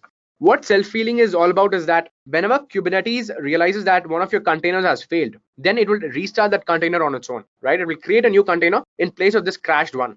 And in case your node itself fails, then what Kubernetes would do in that case is whatever containers were running in that failed node, those containers would be started in another node, right? Of course, you would have to have more nodes in that cluster. If there's another node in the cluster, definitely room would be made for this failed container to start its service. So that happens. So the next feature is batch execution. So when we say batch execution, it's that along with services, Kubernetes can also manage your batch and CI workloads, which is more of a DevOps role, right? So as part of your CI workloads, Kubernetes can replace your containers which fail, and it can restart and restore the original state. That is what is possible with Kubernetes. And secret and configuration management. That is another big feature with Kubernetes. And that is the concept of where you can deploy and update your secrets and application configuration without having to rebuild your entire image and without having to expose your secrets in your stack configuration or anything, right? So if you want to deploy and update your secrets, only that can be done. So it's not available with all the other tools, right? So Kubernetes is one that does that. You don't have to restart everything and rebuild your entire container. That's one benefit. And then we have horizontal scaling, which of course you people might be aware of already. You can scale your applications up and down easily with a simple command. The simple command can be run on the CLI, or you can easily do it on your GUI, which is your dashboard, your Kubernetes dashboard, or auto scaling is possible, right? Based on the CPU usage, your containers would automatically be scaled up or scaled down. So that's one more feature. And the final feature that we have is automatic rollbacks and rollouts. Now, Kubernetes, what it does is whenever there's an update to your application which you want to release, Kubernetes progressively rolls out these changes and updates to the application or its configurations by just ensuring that one instance after the other is sent these updates. And it makes sure that not all instances are updated at the same time, thus ensuring that, yes, there is high availability. And even if something goes wrong, then the Kubernetes will roll back that change for you. So all these things are enabled, and these are the features with Kubernetes. So if you're really considering a solution for your containers, for managing your containers, then Kubernetes should be your solution, right? So that should be your answer. So that is about the various features of Kubernetes. Now, moving forward, here let's talk about a few of the myths surrounding Kubernetes. And we are doing this because a lot of people have confusion with respect to what exactly it is. So people have this misunderstanding that Kubernetes is like Docker, which is a containerization platform, right? That's what people think, and that is not true. So this kind of a confusion is what I intend to solve in the upcoming slides. I will talk about what exactly Kubernetes is and what Kubernetes is not. Let me start with what it's not. Now, the first thing is that Kubernetes is not to be compared with Docker because it's not the right set of parameters which you're comparing them against. Docker is a containerization platform and Kubernetes is a container management platform, which means that once you have containerized your application with the help of Docker containers or Linux containers, and when you are scaling up these containers to a big number like 50 or 100, that's where Kubernetes would come in. When you have like multiple containers which need to be managed, that's where Kubernetes can come in and effectively do it. You can specify the configurations and Kubernetes would make sure that at all times these conditions are satisfied. So that's what Kubernetes is. You can tell in your configurations that at all time I want these many containers running, I want these many pods running, and so many other needs, right? You can specify much more than that. And whatever you do, at all times, your cluster master or your Kubernetes master would ensure that this condition is satisfied. So that is what exactly Kubernetes is. But that does not mean that Docker does not solve this purpose. So Docker also have their own plugin. I wouldn't call it a plugin. It's actually another tool of theirs. So there's something called as Docker Swarm. And Docker Swarm does a similar thing. It does container management, like mass container management. So similar to what Kubernetes does, when you have like 50 to 100 containers, Docker Swarm would help you in managing those containers. But if you look at who is prevailing in the market today, I would say it's Kubernetes because Kubernetes came in first. And the moment they came in, they were backed by Google and they had this huge community which they just swept along with them. So they have like hardly left any market for Docker and for Docker Swarm. But that does not mean that they are better than Docker because they are at the end of the day using Docker. So Kubernetes is only as good as what Docker is. If there are no Docker containers, then there's no need for Kubernetes in the first place. So Kubernetes and Docker, they go hand in hand. Okay, so that is the point you have to note. And I think that would have also explained the point that Kubernetes is not for containerizing applications, right? And the last thing is that Kubernetes is not for applications with a simple architecture. Okay, if your architecture, if your application's architecture is pretty complex, then you can probably use Kubernetes to uncomplex that architecture. Okay, but if you're having a very simple one in the first place, then using Kubernetes would not serve you any good, and it could probably make it a little more complicated than what it already is, right? So this is what Kubernetes is not. Now, speaking of what exactly Kubernetes is, the first point is Kubernetes is robust and reliable. Now, when I say robust and reliable, I'm referring to the fact that the cluster that is created, the Kubernetes cluster, right? This is very strong. It's very rigid and it's not going to be broken easily. The reason being the configurations which you specify, right? At any point of time, if any container fails, a new container would come up, right? Or that whole container would be restarted. One of the things will definitely happen. If your node fails, then the containers which are running in a particular node, they would start running in a different node, right? So that's why it's reliable and it's strong because at any point of time, your cluster would be at full force. And at any time, if it's not happening, then you would be able to see that something's wrong and you have to troubleshoot your node and then everything would be fine. So Kubernetes would do everything possible and it pretty much does everything possible to let us know that the problem is not at its end and it's giving the exact result that we want. That's what Kubernetes is doing. And the next thing is that Kubernetes actually is the best solution for scaling up containers, at least in today's market, because the two biggest players in this market are Docker Swarm and Kubernetes. And Docker Swarm is not really the better one here because they came in a little late. Even though Docker was there from the beginning, Kubernetes came after that. But Docker Swarm, which we are talking about, came in somewhere around 2016 or 2017, right? But Kubernetes came somewhere around 2015. And they had a very good head start. They were the first ones to do this. And their backing by Google is just icing on the cake because whatever problem you have with respect to containers, if you just go up and if you put your error there, then you will have a lot of people on github.com and GitHub queries and then on Stack Overflow who will be resolving those errors, right? So that's the kind of market they have. So it's backed by a really huge community. That's what Kubernetes is. And to conclude this slide, Kubernetes is a container orchestration platform and nothing else. All right. So I think these two slides would have given you more information and more clarity with respect to what Kubernetes is and how different it is from Docker and Docker Swarm, right? If you guys still have any doubts, then I would request you to put your comments in the comment section below and my team will get back to you at the earliest. Okay, so now moving on, let's go to the next topic where we will compare Kubernetes with Docker Swarm and we are comparing with Docker Swarm because we cannot compare Docker and Kubernetes head on. Okay, so that is what you have to understand. If you are this person over here, if you are Sam who is wondering which is the right comparison, then let me reassure you that the difference can only be between Kubernetes and Docker Swarm. Okay, so let's go ahead and see what the difference is actually. Let's start off with your installation and configuration. Okay, so that's the first parameter we'll use to compare these two. And over here, Docker Swarm comes out on top because Docker is a little easier. You have around 2 or 3 commands which will help you have your cluster up and running. That includes the node joining the cluster, right? But with Kubernetes, it's way more complicated than Docker Swarm, right? So you have like close to 10 to 11 commands which you have to execute, and then there's a certain pattern you have to follow to ensure that there are no errors, right? Yes, and that's why it's time consuming and that's why it's complicated. But once your cluster is ready, that time Kubernetes is the winner because the flexibility, the rigidness, and the robustness that Kubernetes gives you cannot be offered by Docker Swarm. Yes, Docker Swarm is faster, but yes, not as good as Kubernetes when it comes to your actual working.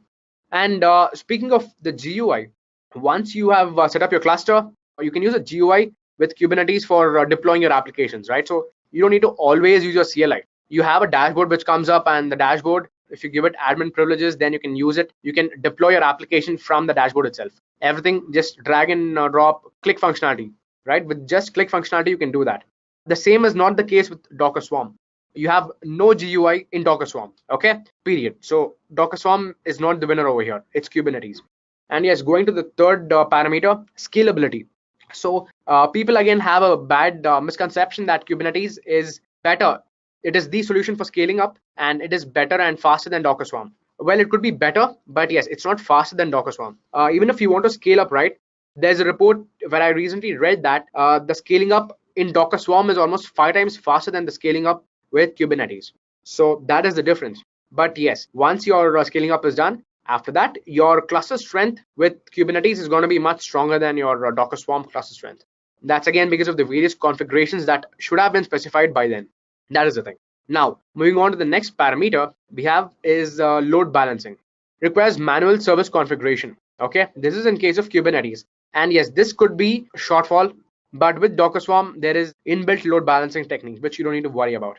Okay, even the load balancing, which requires manual effort in case of Kubernetes, is not too much. There are times when you have to manually specify what are your configurations. You have to make a few changes, but yes, it's not as much as what you're thinking. And speaking of updates and rollbacks, what Kubernetes does is it does the process scheduling to maintain the services while updating. Okay, yeah, that's very similar to how it works with Docker Swarm, wherein you have like progressive updates and service health monitoring happens throughout the update. But the difference is when something goes wrong, Kubernetes goes that extra mile of doing a rollback and putting you back to the previous state, right, before the update was launched. So that is the thing with Kubernetes. And the next parameter we are comparing those two upon is data volumes. So data volumes in Kubernetes can be shared with other containers, but only within the same pod. So we have a concept called pods in Kubernetes. Okay, now pod is nothing but something which groups related containers, right? A logical grouping of containers together. So that is a pod. And whichever containers are there inside this pod, they can have a shared volume, okay, like storage volume. But in case of Docker Swarm, you don't have the concept of pod at all. So the shared volumes can be between any other container. There is no restriction with respect to that in Docker Swarm. And then finally, we have this parameter called logging and monitoring. So when it comes to logging and monitoring, Kubernetes provides inbuilt tools for this purpose. Okay, but with Docker Swarm, you have to install third-party tools if you want to do logging and monitoring. So that is the fallback with Docker Swarm, because logging is really important. One, because you will know what the problem is. You'll know which container failed, what happened, where is exactly the error, right? So logs would help you give that answer. And monitoring is important because you have to always keep a check on your nodes, right? So as the master of the cluster, it's very important that there's monitoring. And that's where Kubernetes has a slight advantage over Docker Swarm. Okay, so that's my take on the difference between Kubernetes and Docker Swarm. And I would also love to hear what's your take on this, right? I would like to know if you would use Kubernetes or Docker Swarm, and I would also know why. If you prefer simplicity or if you prefer stability, that choice could be yours, and it's something that's arguable, right? It's a debatable topic. So I would like to hear what are your thoughts. So please drop in your comments at the bottom. We have a comment section, right? Our videos. So put it right there, and probably in one of our future videos, we will discuss about that. But before I finish this topic, there is this one slide I want to show you, which is about the statistics. So this stat, I picked it up from this Platform 9, which is nothing but a company that writes about tech. Okay, and what they've said is that the number of news articles that were produced, right, in that one particular year had 90% of those covered on Kubernetes compared to the 10% on Docker Swarm. Amazing, right? That's a big difference. That means for every one blog written or for every one article written on Docker Swarm, there are 9 different articles written on Kubernetes. And similarly for web searches. For web searches, Kubernetes is 90% compared to Docker Swarm's 10%. And publications, GitHub stars, the number of commits on GitHub, all these things are clearly won by Kubernetes everywhere. So Kubernetes is the one that's dominating this market, and that's pretty visible from this stat also, right? So I think that pretty much brings an end to this particular topic. Now moving forward, let me show you a use case. Let me talk about how this game, this amazing game called Pokemon Go, was powered with the help of Kubernetes. I'm pretty sure you all know what it is, right? You guys know Pokemon Go. It's the very famous game, and it was actually the best game of the year 2017. And the main reason for that being the best is because of Kubernetes. And let me tell you why. But before I tell you why, there are a few things which I want to just talk about. I'll give you a overview of what Pokemon Go is, and let me talk about a few key stats. So Pokemon Go is an augmented reality game developed by Niantic for your Android and for iOS devices. Okay, and those key stats read that they've had like 500 million plus downloads overall and 20 million plus daily active users. Now that is massive. Daily, if you're having like 20 million users plus, then you have achieved an amazing thing. So that's how good this game is. Okay. And then this game was actually initially launched only in North America, Australia, New Zealand. And I'm aware of this fact because I'm based out of India and I did not get access to this game because the moment news got out that we have a game like this, I started downloading it, but I couldn't really find any link or I couldn't download it at all. So they launched it only in these countries. But what they faced, right, in spite of just releasing it in these 3 countries, they had like a major problem. And that problem is what I'm going to talk about in the next slide. Right, so my use case is based on that very fact that in spite of launching it only in these 3 countries or in probably North America and then in Australia and New Zealand, they could have had a meltdown, but rather with the help of Kubernetes, they used that same problem as the basis for their success. So that's what happened. Now let that be a suspense, and before I get to that, let me just finish this slide. One amazing thing about Pokemon Go is that it has inspired users to walk over 5.4 billion miles in a year.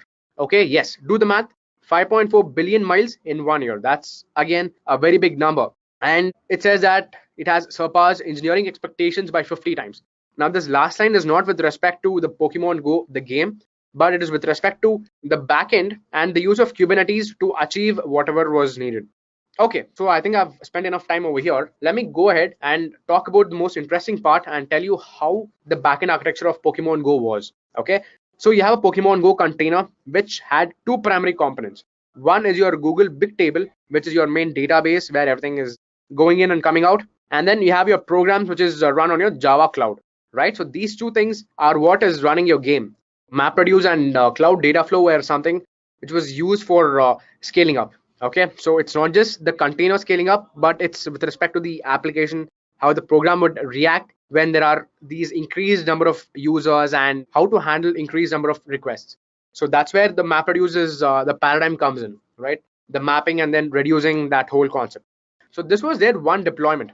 Okay, and when we say into 5, it means that they had their server capacities which could go up till 5 times. Okay, so technically they could only serve X number of requests, but in case of failure conditions or heavy traffic load conditions, the max the server could handle was 5x, because after 5x the server would start crashing. That was their prediction.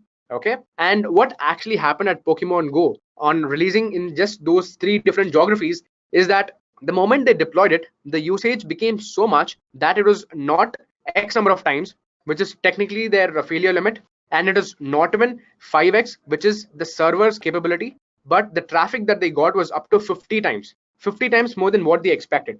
So you know that when your traffic is so much, then you're going to be brought down to your knees. That's a definite and that's a given, right? This is like a success story, and this is too good to be true kind of a story. And in that kind of a scenario, if the requests start coming in are so much that if they reach 50x, then it's gone, right? The application is gone for a toss. So that's where Kubernetes comes in, and they overcome all the challenges. How do they overcome the challenges? Because Kubernetes can do both vertical scaling and horizontal scaling at ease. And that is the biggest problem, right? Because any application and any other company can easily do horizontal scaling, where you just spin up more containers and more instances and you set up the environment. But vertical scaling is something which is very specific, and this is even more challenging. Now it's more specific to this particular game because the virtual reality would keep changing. Whenever a person moves around or walks around somewhere in his apartments or somewhere on the road, then the RAM, right, that would have to increase. The memory, the in-memory and the storage memory, all this would increase. So in real time, your server's capacity also has to increase vertically. So once they have deployed it, it's not just about horizontal scalability anymore. It's not about satisfying more requests. It's about satisfying that same request with respect to having more hardware space, more RAM space, and all these things, right? That one particular server should have more performance abilities. That's what it's about. And Kubernetes solved both of these problems effortlessly. And Niantic were also surprised that Kubernetes could do it. And that was because of the help that they got from Google. I read an article recently that the head of Niantic's lab, he met with some of the top executives in Google and in GCP, right? And then they figured out how things are supposed to go. And they, of course, met with the heads at Kubernetes and they figured out a way to actually scale it up to 50 times in a very short time. So that is the challenge that they were presented. And thanks to Kubernetes, they could handle 50 times the traffic that they expected, which is like a very one-off story and which is very, very surprising that, something like this would happen. So that is about the use case. And that pretty much brings an end to this topic of how Pokemon Go used Kubernetes to achieve something. Because in today's world, Pokemon Go is a really revered game because of what it could, right? It basically beat all the stereotypes of a game and whatever anybody could have anything negative against the game, right? So they could say that these mobile games and video games make you lazy, they make you just sit in one place and all these things, right? And Pokemon Go was something which was different. It actually made people walk around and it made people exercise. And that goes on to show how popular this game became. If Kubernetes lies at the heart of something which became so popular and something that became so big, then you should imagine how big Kubernetes or how useful Kubernetes is, right? So that is about this topic. As said before, Kubernetes master controls your nodes, and inside nodes, you have containers, okay? And now these containers are not just contained inside them, but they are actually contained inside pods, okay? So you have nodes inside which there are pods. And inside each of these pods, there will be n number of containers, depending upon your configuration and your requirement, right? Now, these pods which contain n number of containers are a logical binding or logical grouping of these containers. Supposing you have an application X which is running in node 1, okay? So you will have a pod for this particular application, and all the containers which are needed to execute this particular application will be a part of this particular pod, right? So that's how pod works, and that's what the difference is with respect to Docker Swarm and Kubernetes. Because in Docker Swarm, you will not have a pod, you just have containers running on your node. And the other two terminologies which you should know is that of replication controller and service. Your replication controller is the master's resource to ensuring that the requested number of pods are always running on the nodes, right? So that's like your confirmation or an affirmation which says that, okay, this many number of pods will always be running and these many number of containers will always be running, something like that, right? So you say it and the replication controller will always ensure that's happening. And your service is just an object on the master that provides load balancing across a replicated group of pods, right? So that's how Kubernetes works. And I think this is good enough introduction for you. And I think now I can go to the demo part, right, guys? If you guys have any doubts, I would request you to again put it in the comment section and my team will get back to you. And in the meanwhile, let me get to the final part of this video, wherein I will show you how to deploy applications on your Kubernetes via either your CLI or either via your YAML files or via your dashboard. Okay, guys, so let's get started. And for the demo purpose, I have two VMs with me, okay? So as you can see, this is my kube master, which would be acting as my master in my cluster. And then I have another VM, which is my kube node 1, okay? So it's a cluster with one master and one node. All right. Now, for the ease of purpose for this video, I have compiled the list of commands in this text document, right? So here I have all the commands which are needed to start your cluster and then the other configurations and all those things.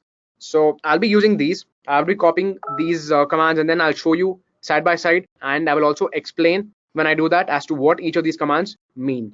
Now, there's one prerequisite that needs to be satisfied, and that is the master should have at least 2 core CPUs, okay, and 4 GB of RAM. And your node should have at least 1 core CPU and 4 GB of RAM. So just make sure that this much of hardware is given to your VMs, right? If you're using Ubuntu or a Linux operating system, well and good. But if you're using a VM on top of a Windows OS, then I would request you to satisfy these things, okay? These 2 criteria. And I think we can straight away start. Let me open up my terminal first of all. Okay, this is my node. I'm going back to my master. Okay, yes. So first of all, if you have to start your cluster, you have to start it from your master's end, okay? And the command for that is _adm init. You specify the pod network flag and the API server flag. We are specifying the pod network flag because the different containers inside your pod should be able to talk to each other easily, right? So that was the whole concept of self-discovery, which I spoke about earlier during the features of Kubernetes. So for the self-discovery, we have like different pod networks using which the containers would talk to each other. And if you go to the documentation, the Kubernetes documentation, you can find a lot of options there. You can use either a Calico pod or you can use a Flannel pod network. So when we say pod network, it's basically acronymed as CNI, okay, Container Network Interface, okay? So you can use either a Calico CNI or a Flannel CNI or any of the other ones. These are the 2 popular ones, and I will be using the Calico CNI, okay? So this is the network range for this particular pod, and this we'll have to specify over here, okay? And then over here we'll have to specify the IP address of the master. So let me first of all copy this entire line, and before I paste it here, let me do an if config and find out what is the IP address of this particular machine, of my master machine. The IP address is 192.168.56.101, okay? So let's just keep that in mind, and let me paste the command over here. In place of the master IP address, I'm going to specify the IP address of the master, okay, which I just read out. It is 192.168.56.101. And the pod network, I told you that I'm going to use the Calico pod. So let's copy this network range and paste it here. So all my containers inside this particular pod would be assigned an IP address in this range. Okay, now let me just go ahead and hit enter, and then your cluster would begin to set up. So it's going as expected. So it's going to take a few minutes. So just hold on there. Okay, perfect. My Kubernetes master has initialized successfully. And if you want to start using your cluster, you have to run the following as a regular user, right? So we have 3 commands which is suggested by Kubernetes itself, and that is actually the same set of commands that even I have here. Okay, so I'll be running the same commands. This is to set up the environment, and then after that we have this token generated, right? The joining token. So the token along with the init address of the IP of the master, if I basically execute this command in my nodes, then I will be joining this cluster where this is the master, right? So this is my master machine. This just created the cluster. So now before I do this though, there are a few steps in the middle. One of those steps is executing all these 3 commands, and after that comes bringing up the dashboard and setting up the pod network, right? Mine is the Calico pod, so I'll have to set up the Calico pod, and then I have to also set up the dashboard. Because if I do not start the dashboard and this before the nodes, then the node cannot join, and I will have various other complications. So let me first of all go ahead and run these 3 commands one after the other, okay? Since I have the same commands in my text doc, I'll just copy it from there, okay?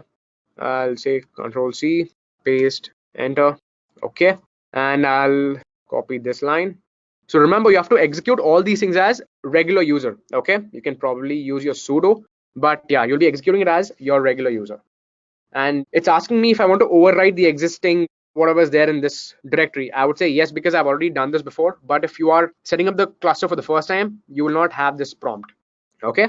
Now, let me go to the 3rd line, copy this and paste it here. Okay, perfect. Now I've run these 3 commands as I was told by Kubernetes. Now the next thing that I have to do is, before I check the node status and all these things, let me just set up the network, okay, the pod network. So like I said, this is the line, this is the command that we have to run to set up the Calico network, okay, to allow the nodes to join our particular network. So it will be copying the template of this calico.yaml file which is present over here in this docs, okay? So hit enter, and yes, my thing is created. Calico cube controller is created. Now I'll just go back here and see at this point of time, I can check if my master is connected to the particular pod. Okay, so I can run the kubectl get nodes command. Okay, this would say that I have one particular resource connected to the cluster. Okay, name of the machine, and this role is master, and yeah, the status is ready. Okay, if you want to get an idea of all the different pods which are running by default, then you can do the kubectl get pods along with a few options. Okay, you should specify these flags, and they are all namespaces, and with the flag O specify wide. Okay, so this way I get all the pods which are started by default. Okay, so there are different services like etcd for kube controllers, for the calico node, for the etcd master. For every single service there's a separate container and pod started. Okay, so that's what you can understand from this part. Okay, that is the safe assumption. Now that we know the cluster is ready and the master is part of the cluster, let's go ahead and execute this dashboard. Okay, remember, if you want to use a dashboard, then you have to run this command before your nodes join this particular cluster, because the moment your nodes join into the cluster, bringing up the dashboard is going to be challenging and it will start throwing errors. Okay, it will say that it's being hosted on the node, which we do not want. We want the dashboard to be on the server itself, right, on the master. So first let's bring the dashboard up. So I'm going to copy this and paste it here. Okay, enter. Great, my Kubernetes dashboard is created. Now the next command that you have to get your dashboard up and running is kubectl proxy. Okay, with this you'll get a message saying that it's being served at this particular port number. And yes, you are right now there. You can, if you access localhost, what was the port number again? Localhost, yeah, 127.0.0.1 is localhost. Okay, followed by port number 8001. Okay, yeah, so right now we are not having the dashboard because it is technically accessed on another URL. But before we do that, there are various other things that we have to access. I mean, we have to set. Okay, because right now we have only enabled the dashboard. Now if you want to access the dashboard, you have to first of all create a service account. Okay, the instructions are here. Okay, you have to first of all create a service account for your dashboard. Then you have to say that, okay, you are going to be the admin user of this particular service account, and you have to enable that functionality here. You should say dashboard admin privileges, and you should do the cluster binding. Okay, the cluster role binding is what you have to do. And after that, to join to that or to get access to that particular dashboard, we have to basically give a key. Okay, it's like a password. So we have to generate that token first, and then we can access the dashboard. So again, for the dashboard, there are these 3 commands. Well, you can get confused down the line, but remember, this is separate from the above. Okay, so what we did initially is ran these 3 commands which Kubernetes told us to execute, and after that the next necessity was bring up a pod. So this was that command for the pod, and then this was the command for getting the dashboard up, and right after that run the proxy, and then on that particular port number it'll start being served. So my dashboard is being served, but I'm not getting the UI here. And if I want to get the UI, I have to create the service account and do these 3 things, right? So let's start with this and then continue. I hope this wasn't confusing, guys. Okay, I can't do it here, so let me open a new terminal. Okay, here I'm going to paste it, and yes, service account created. Let me go back here and execute this command where I'm doing the role binding. I'm saying that my dashboard should have admin functionalities, and that's going to be the cluster role. Okay, cluster admin, and then the service account is what I'm using, and it's going to be in default namespace. Okay, so when I created the account, I said that I want to create this particular account in default namespace. So the same thing I'm specifying here. Okay, dashboard admin created. Good. So let's generate the token that is needed to access my dashboard. Okay, before I execute this command, let me show you that once. So if you go to this URL, right, /API/v1/namespaces. Yep, let me show it you here. Okay, so this is the particular URL where you will get access to the dashboard. Okay, login access to the dashboard, localhost 8001 API v1 namespaces /kubesystem/services/https Kubernetes dashboard :/proxy. Okay, remember this one. That is the same thing over here, and like I told you, it's asking me for my password, so I would say token, but let me go here and hit the command and generate the token. So this is the token. I'm going to copy this from here till here. I'm going to say copy, and this is what I have to paste over here. All right, so sign in and update. Yes, perfect. So this is my dashboard, right? This is my Kubernetes dashboard, and this is how it looks like. whatever I want, I can get an overview of everything. So there is workloads. If I come down, there is deployments. I have option to see the pods, and then I can see what are the different services running among most of the other functionalities. Okay, so right now we don't have any bar graph or pie graph showing you which cluster is up, which pod is up and all, because I have not added any node and there is no service that is running, right? So I mean, this is the outlay of the dashboard. Okay, you will get access to everything you want from the left. You can drill down into each of these namespaces or pods or containers, right? Now, if you want to deploy something through the dashboard, right, through the click functionality, then you can go here. Okay, but before I create any container or before I create any pod or any deployment for that matter of fact, I have to have nodes, because these will be running only on nodes, correct? Whatever I deploy, they run only on nodes. So let me first open up my node and get the node to join this particular cluster of mine. Now, if you remember, the command to join the node got generated at the master end, correct? So let me go and fetch that again. So that was the first command that we ran, right? This one. So let's just copy this and paste this one at my node end. This is the IP of my master, and it will just join at this particular port number. Let me hit enter. Let's see what happens. Okay, let me run it as root user. Okay, perfect. Successfully established connection with the API server, and it says this node has joined the cluster, right? Bingo. So this is good news to me. Now if I go back to my master, and in fact if I open up the dashboard, there would be an option of nodes, right? So initially now it's showing this master. Master is the only thing that is part of my nodes.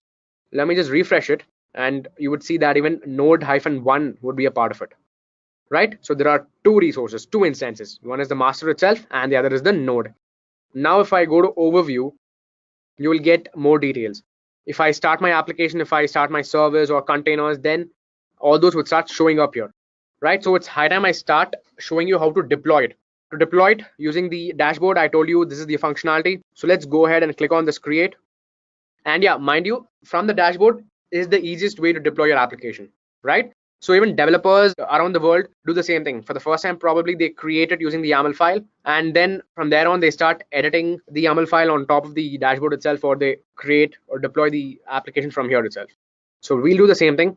Go to create an app using functionality, click functionality, you can do it over here. So let's give a name to your application. I'll just say Edureka Demo. Okay, let that be the name of my application. And I want to basically pull an Nginx image. Okay, I want to launch an Nginx service. So I'm going to specify the image name in my Docker hub. Okay, so it says either the URL of a public image or any registry, or a private image hosted on Docker hub or Google Container Registry. So I don't have to specify the URL per se, but if you're specifying a Docker hub, if you're specifying this image to be pulled from Docker hub, then you can just use the name of the image which has to be pulled. That's good enough, right? Nginx is the name, and that's good enough. And I can choose to set my number of pods to 1 or 2. In that way, I will have 2 containers running in the pod, right? So this is done. And the final part is, actually without the final part, I can straight away deploy it, okay? But if I deploy it, then my application would be created, but I would just not get the UI. I mean, I won't see the Nginx service. So that I get the service, I have to enable one more functionality here, okay? The service here, click on the drop down, and you will have external option, right? So click on external. This would let you access this particular service from your host machine, right? So that is the definition. So you can see the explanation here. An internal or external service can be defined to map an incoming port to a target port seen by the container. So Nginx, which would be hosted on one of the container ports that could not be accessible if I don't specify anything here. But now that I've said access it externally on a particular port number, then it would get mapped for me. By default, Nginx runs on port number 80. So the target port would be the same, but the port I want to expose it to, that I can map it to anything I want. So I'm going to say 82. All right. So that's it. It's as simple as this. This way your application is launched with 2 pods. So I can just go down and click on deploy. And this way my application should be deployed. My deployment is successful. There are 2 pods running.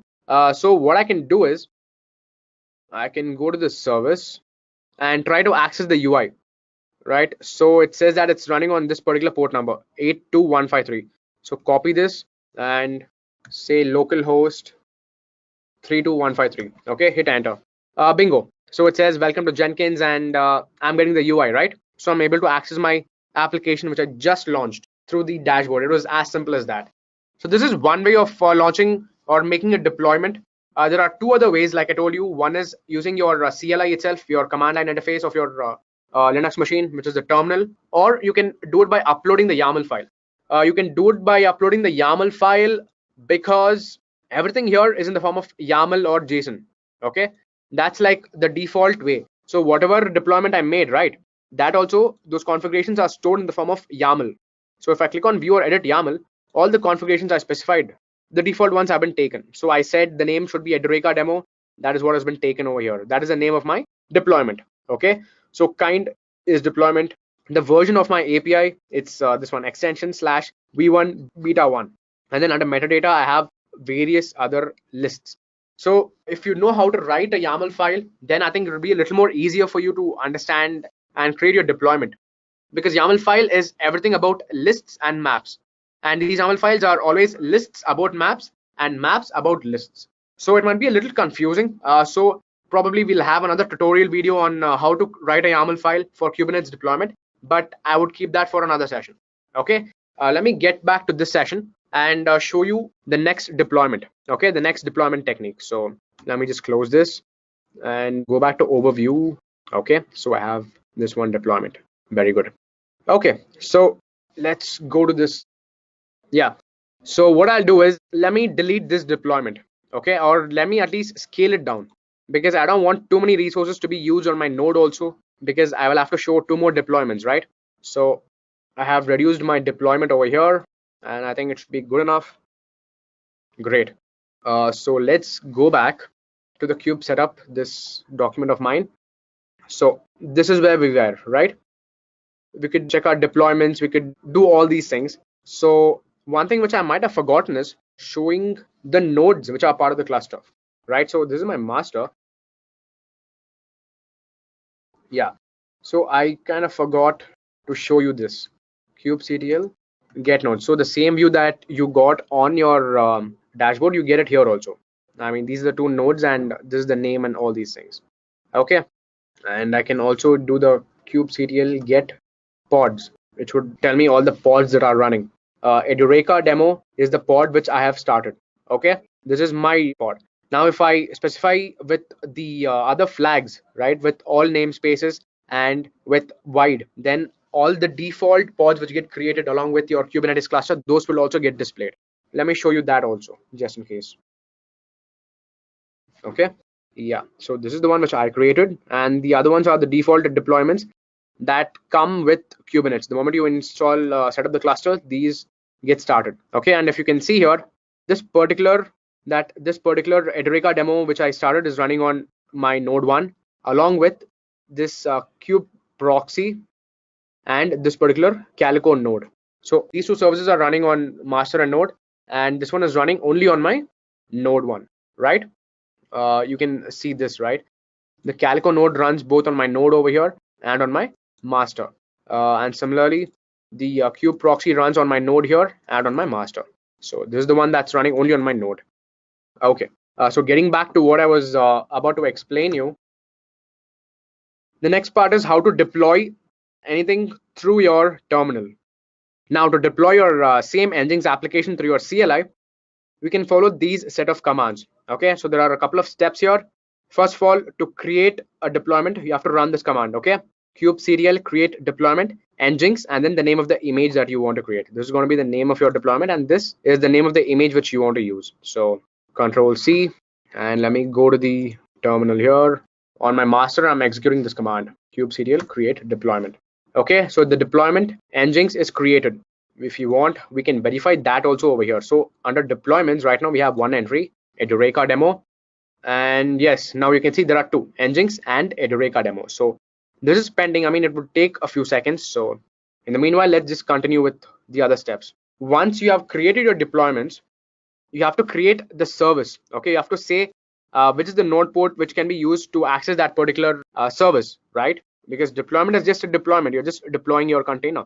If you want to access it, like I told you earlier, from your local, from your host machine or all those things, then you have to enable the node port. If you want to get your deployments on your terminal, you can run this command kubectl get deployments. Okay, Nginx also comes up over here, right? If you want more details about your deployment, you can use this command kubectl describe. You'll get like more details about this particular deployment as to what is the name, what is the port number it's residing on, and all these things. Okay, let's not complicate this. You can probably use that for your understanding later. So once that is done, the next thing that you have to do is you have to create the service on the nodes. You have created the deployment, but yes, create the service on the nodes using this particular command kubectl create service and say node port. Okay, this means you want to access it at this particular port number. You're doing the port mapping 80 is to 80. Okay, container port 80 to the internal node port 80. Okay, so service for Nginx is created. And if you want to check which of the deployments are running in which nodes, you can run the command kubectl get svc. Okay, this would tell you, okay, you have two different services, Edureka Demo and Nginx, and they are running on these port numbers and on these nodes, right? So Kubernetes is the one which got created automatically. Edureka Demo is the one which I created. Okay, Nginx is again the one which I created. Kubernetes comes up on its own. I'm just specifying to you because this is a container for the cluster itself. Okay, so let's just go back here, and then yes, and similarly, if you want to delete a deployment, then you can just use this command kubectl delete deployment followed by the name of the deployment, right? It's pretty simple. You can do it this way. Otherwise, from the dashboard also you can delete it, like how I showed you earlier. Click over here and then you can click on delete, and then if you want to scale it, you can scale it. So both of these deployments of mine have one pod each, right? So let's do one thing. So let's just go to the Nginx service, and here let's try accessing this particular service. Localhost. Okay, perfect. Here also it says welcome to Nginx, right? So with this you can understand that the port mapping worked, and by going to service you will get to know on which port number you can access it on your host machine, right? So this is the internal container port mapped to this particular port of mine. Okay, now if not for this, if this doesn't work, you can also use the cluster IP for the same thing. Cluster IP is going to basically the IP using which all your containers access each other, right? So for your pod you will have an IP, so whatever is running in your containers, that will again be accessible on your cluster IP. So it's the same thing, right? So let me just close these pages, and that's how you deploy an application through your CLI. So this comes to our last part of this video, which is nothing but deployment via YAML file. So for again deployment via YAML file, you have to write your YAML code, right? You have to either write your YAML code or your JSON code, correct? So this is the code which I have written, which is in YAML format, and in fact I already have it in my machine here. So how about I just do an ls? Yeah, there is deployment.yaml, right? So let me show you that. So this is my YAML file. Okay, so here I specify various configurations similar to how I did it using the GUI, or I did it using the CLI. It's something similar. It's just that I specify everything in one particular file. Here, if you can see that I have specified the API version. Okay, so I'm using extensions dot slash b1 or beta 1. Okay, I can do this, or I can just simply specify version 1. I can do either of those. And then the next important line is the kind. So kind is important because you have to specify what kind of file it is. Is it a deployment file, or is it for a pod deployment, or is it for your container deployment, or is it the overall deployment? What is it? So I've said deployment, okay, because I want to deploy the containers also along with the pod. So I'm saying deployment. In case you want to deploy only the pod, which you realistically don't need to, okay, why would you just deploy a pod? But in case if you want to deploy a pod, then you can go ahead and write pod here and then just specify what are the different containers. Okay, but in my case it's a complete deployment, right, with the pods and the services and the containers. So I will go ahead and write other things, and under the metadata I will specify the name of my application. I can specify what I want. I can put my name also over here, like Vardhan. Okay, and I can save this. And then the important part is this spec part. So here is where you set the number of replicas. Do you remember I told you that there's something called as replication controller, which controls the number of pods that you will be running? So it is that line. So if I have set 2 over here, it means that I will have 2 pods running of this particular application of Vardhan. Okay, what exactly am I doing here? Under spec, I'm saying that I want 2 containers. So I've intended a container line over here, and then I have 2 containers inside. So the first container which I want to create is of the name front end. Okay, and I'm using an Nginx image. And similarly, the port number that this would be active on is container port 80. All right. And then I'm saying that I want a second container, and the container for this I could rename this to anything. I can say backend, and I can choose which image I want. I can probably choose a HTTPD image also. Okay. And I can again say the ports that this will be running on. I can say the container port that it should run on is port number is 88, right? So that's how simple it is. All right. And since it's your first video tutorial, the important takeaways from this YAML file configuration is that under spec, you'll have to specify the containers and yes, everything in JSON format with all the indentations and all these things. Okay. Even if you have an extra space anywhere over here, then your YAML file would throw an invalid error. So make sure that is not there. Make sure you specify the containers appropriately. If it's going to be just one container, well and good. If it's two containers, make sure you indent it in the right way, and then you can specify the number of pods you want to give a name to your deployment, and mainly establish these rules. Okay. So once you're done with this, just save it and close this YAML file. Okay. So this is your deployment.yaml. Now you can straight away upload this YAML file to your Kubernetes. Okay. And that way your application would be straight away deployed. Okay. Now the command for that is kubectl create -f and the name of the file. Okay. So let me copy this, and then the name of my file is deployment.yaml. So let me hit enter. Perfect. So my deployment, the third deployment, Vardhan, is also created, right? So we can check our deployments from the earlier command. That is nothing but kubectl get deployments. Okay, it's not get deployment.yaml. Sorry, it's get deployments. And as you can see here, there is an Edureka demo, there is Nginx, and there is Vardhan. And the funny thing which you should have noticed is that I said I want two replicas, right? Two pods. So that's why the desired is 2. Currently we have 2. Up to date is 1. So okay, up to date is 2. Brilliant. Available is 0 because let's just give it a few seconds. In 23 seconds, I don't think the pod would have started. So let's go back to our dashboard and verify if there's a third deployment that comes up over here. Okay, perfect. So that's how it's going to work. Okay, so probably it's going to take some more time because the container is just restarting. So let's just give it some more time. This could well be because of the fact that my node has very less resource, right? So I have too many deployments. That could be the very reason. So what I can do is I could go ahead and delete other deployments so that my node can handle these many containers and pods, right? So let me delete this particular deployment, Nginx deployment. And let me also delete this Edureka demo deployment of mine. Okay, now let's refresh and just wait for this to happen. Okay, so what I can do instead is I could have a very simple deployment, right? So let me go back to my terminal and let me delete my deployment. Okay, and let me redeploy it again. So kubectl delete deployment. Okay, so Vardhan, this deployment has been deleted. Okay, so let's just clear the screen and let's do gedit of the YAML file again. And here let's make things simpler. Let me just delete this container from here. Let me save this. All right, and close this. Now let me create a deployment with this. Okay, so Vardhan is created. Let me go up here and refresh. Let's see what happens. Okay, so this time it's all green because it's all healthy. My nodes are successful, or at least it's going to be successful. Container creating. Perfect. So 2 pods of mine are up and running, and both my pods are running, right? And both are running on node 1. Pods 2 out of 2. Those are the 2 deployments, and replica set, and then services, right? So it's Nginx, which is the base image which is being used. So well and good. This is also working. So guys, yeah, that's about it, right? So when I tried to upload it, maybe there was some other error. Probably in the YAML file, there could have been some small mistake, or it could have been because my node had too many containers running. Those could have been the reasons. But anyways, this is how you deploy it through your YAML file.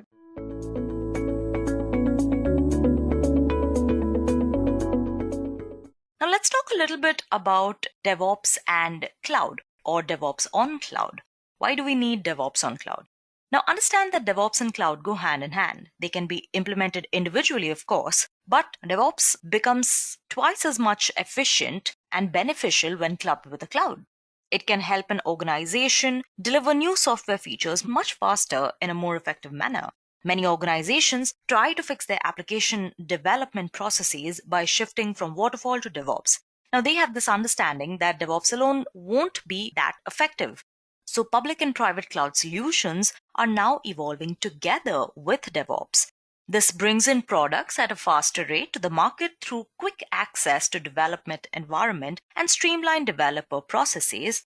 Infrastructure as code and automation together reduces the cloud complexity and maintenance of servers and resources, which our ops team previously was very concerned about. The security also highly increases with automated repeatable processes that serve to eliminate error that can cause further issues. And even more importantly, it builds security controls from the very beginning to the very end of the process. Now, because you don't have any servers and your continuous operations are cloud-based, it also eliminates a lot of downtime. And last but not the least, scalability, which is one of the most important factors for applications as they are developed. When DevOps and cloud are clubbed together, it reduces the cost of infrastructure and global reach also increases with this. Now that you know why you need a cloud platform, let's go ahead and look at our cloud platform of choice today, which is AWS. So what is AWS? Now, back in the day, handling and storing data was way different than it is now. Companies preferred storing data using private servers, and that was obviously for security reasons. But however, with better usage of the internet, the trend has seen a paradigm shift for industries as they are moving their data to the cloud. Now, this enables companies to focus more on core competencies and stop worrying about storing and computation. For example, back in the day, if a streaming platform or a search engine platform, anything with a high volume database suffered a corruption, it would take days before their operations resumed.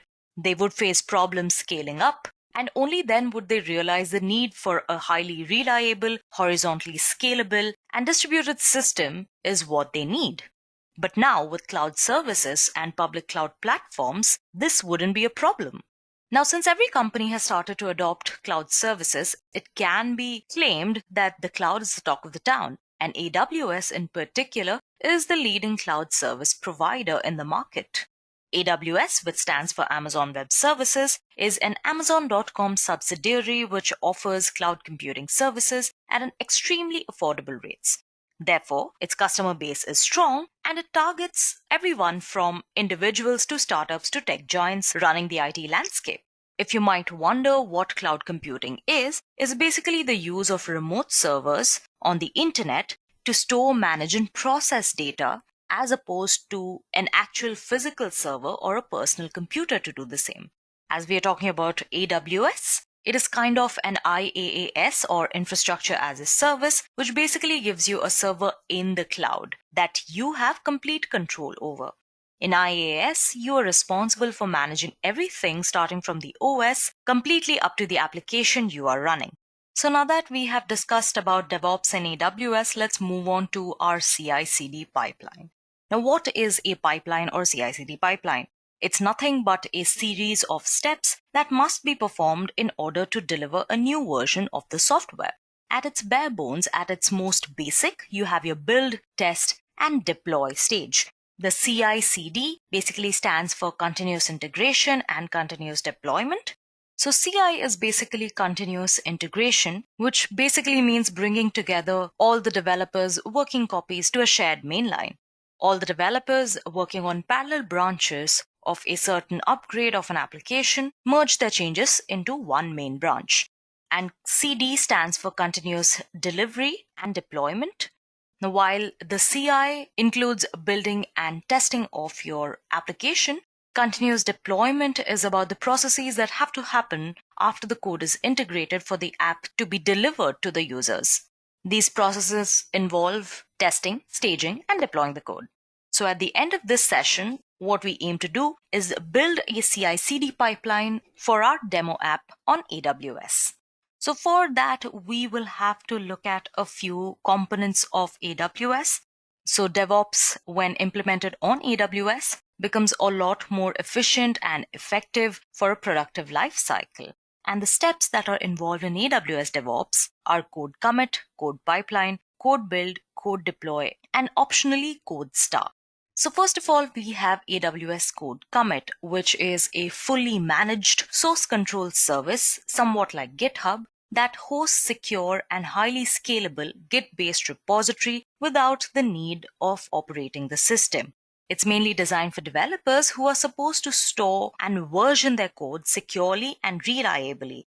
For example, you have your IT administrators that store their scripts and configurations, and your web designers who can store their HTML pages and images, etc.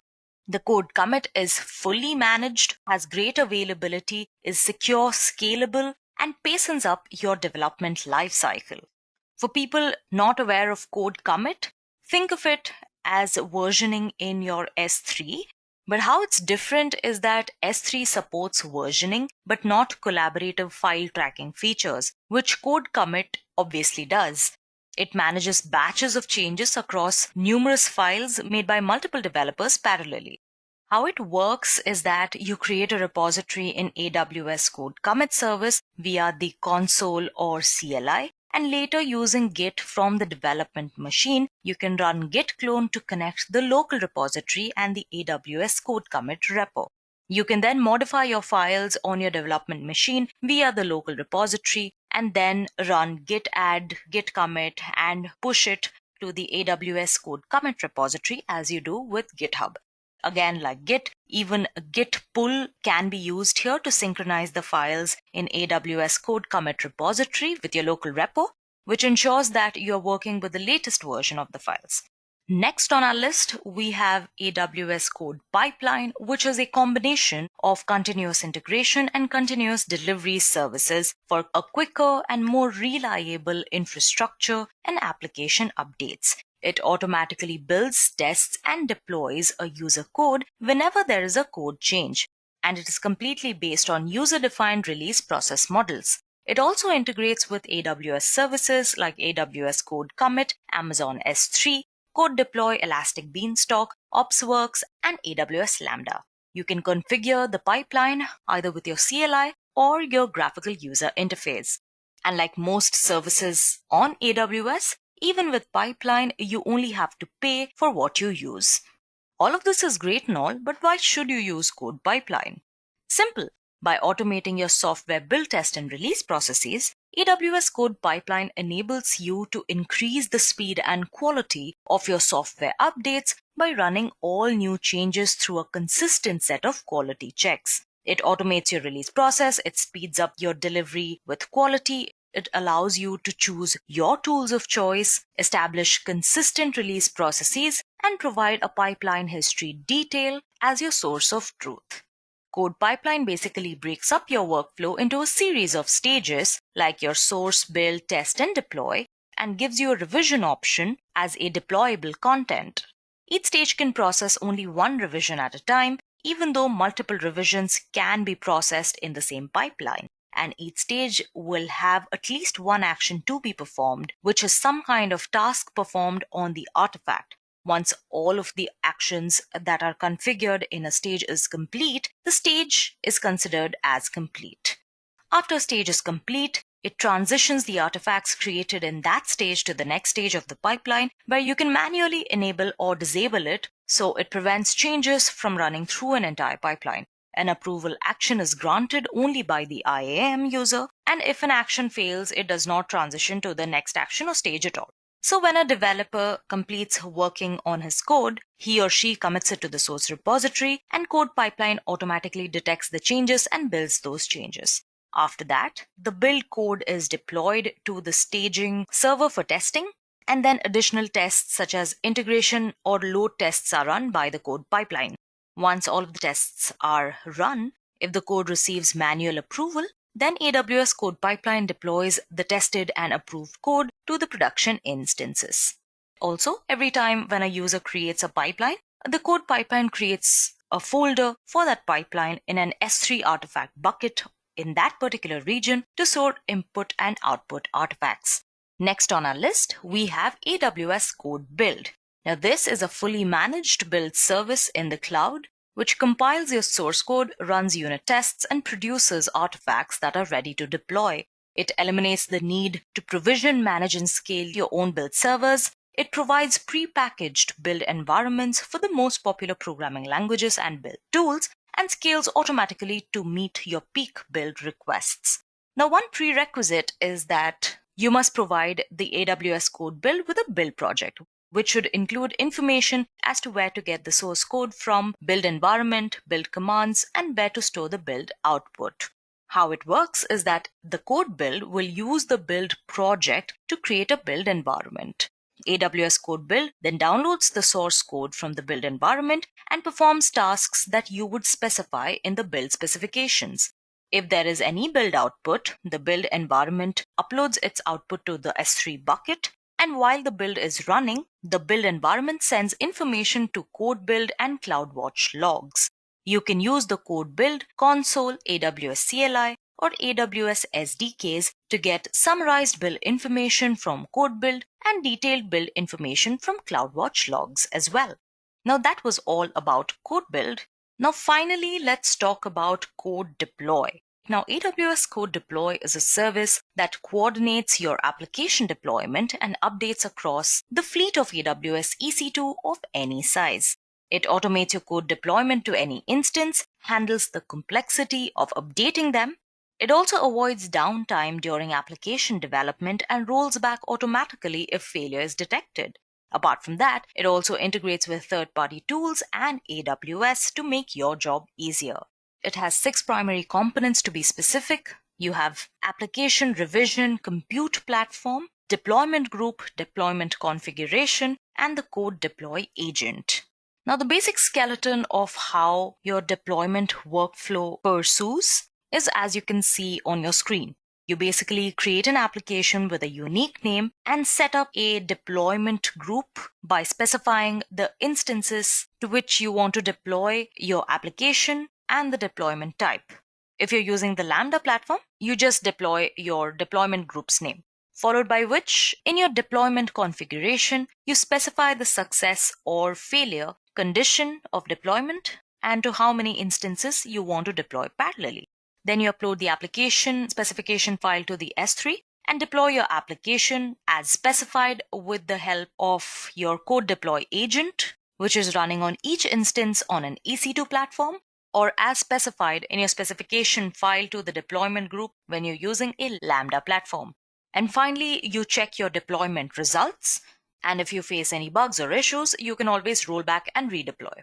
Finally, let's discuss a little bit about CodeStar, which is basically a cloud-based development service that provides tools that you need to quickly develop, build, and deploy applications on AWS.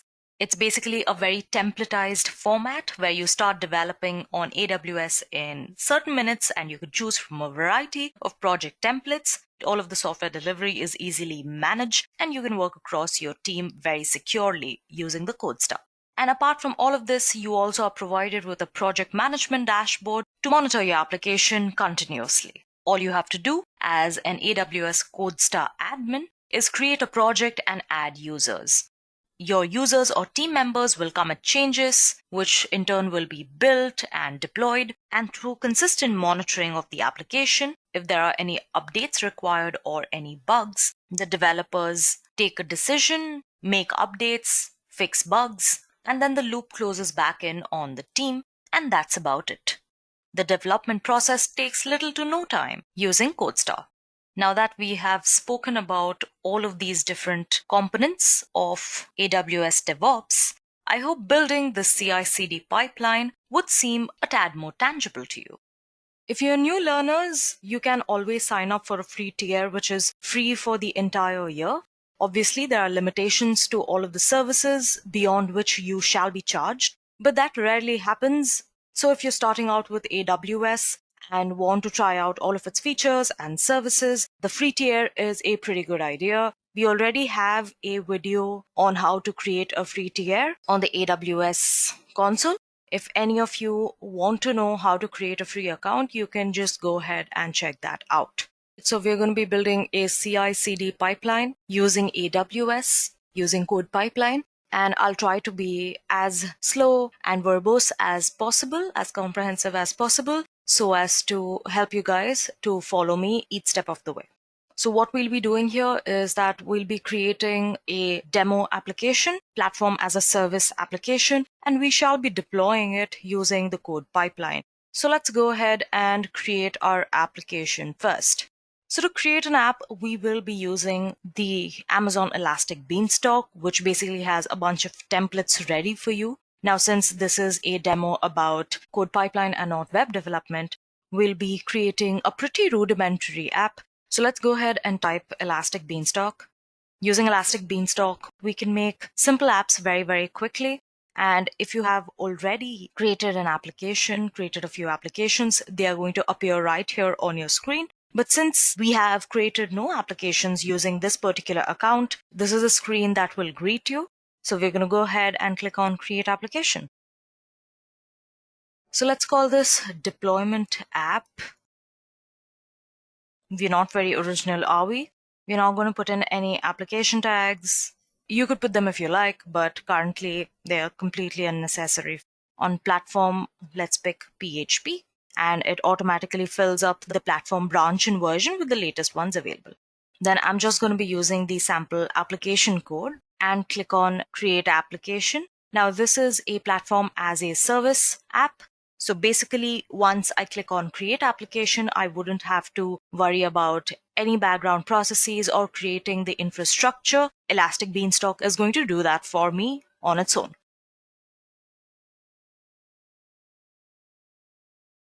And here, it's going to show you all of the steps that are taking place, like create environment is starting, using Elastic Beanstalk as Amazon S3 storage bucket for environment data, so on and so forth. Now this will take some time, so let's go ahead and parallelly do something else. I'm going to open another tab.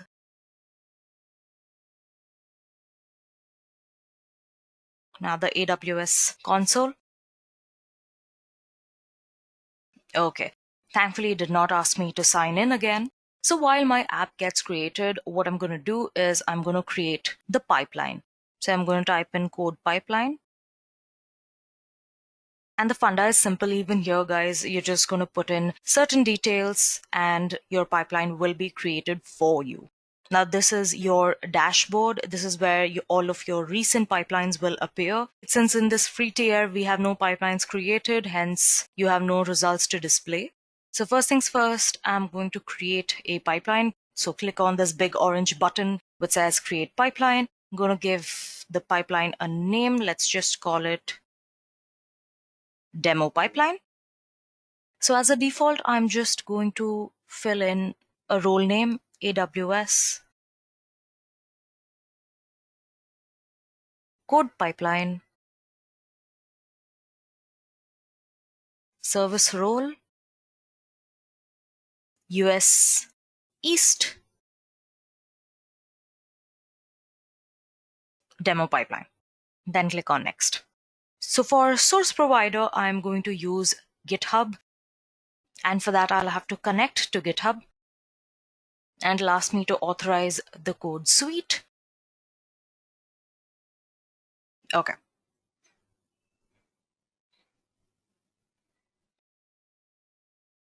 Okay, once you have successfully authenticated the account, you can go ahead and search for the repository. Here, I'm going to choose the demo-code deploy app, which is actually a sample app I have forked from the AWS CodePipeline repository.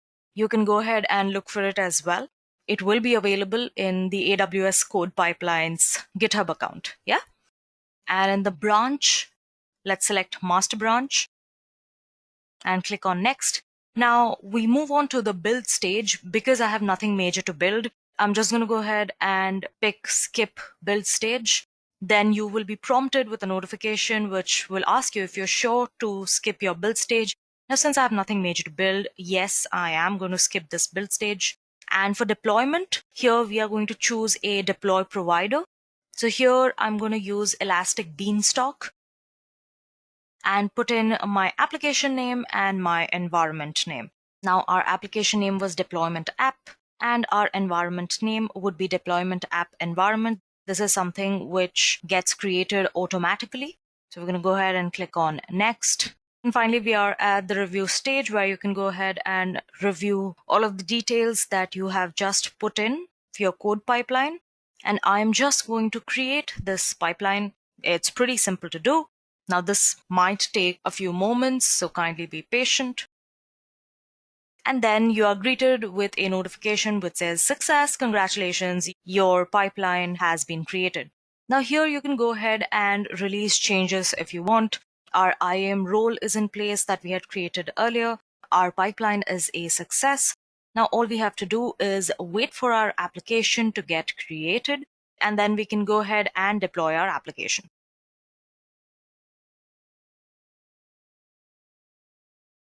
All right, with that, our application has been created. It has 𝐂𝐞𝐁, and you can see the platform here. You can see the running version. You can see all the details, all the recent information regarding the app. Now, this is a platform as a service. It basically runs all of your processes in the background. Now, if you would have gone ahead, created this app, configured your IAM user, configured everything else that was needed, this would have taken you a lot of time. But because you are using a platform as a service feature of AWS, this entire process is automated and your work is simplified. So if you go down and look at the recent events, one thing you can see is your instance deployment is completed successfully. Just in the line above that, you can see that your new application was deployed to running EC2 instances. So basically an instance is running on EC2. So let's go ahead and go to EC2, click on instances running. There is one instance running, obviously, we all know which one that is. And this is your deployment app. Now if we go ahead and click on it, here you can see the instance state, it's running, and your pipeline, your source has succeeded, your deployment has succeeded. You go here, you can go down, take a look at your IAM role, your subnet ID.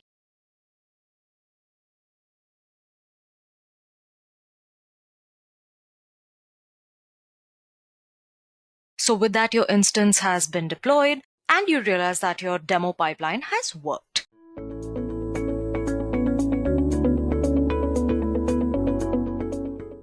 So why should you actually go ahead and consider this amalgamation of AWS and DevOps? I mean, I talked about AWS in particular, where I said that it is a popular cloud service provider which provides you with various services. DevOps again is an approach which lets you have a different look at building software applications. So why combine these two? Well, actually these two go very much hand in hand. I mean, AWS provides you with the meat or with the metal to actually go ahead and build the applications and support DevOps approach in a very good way.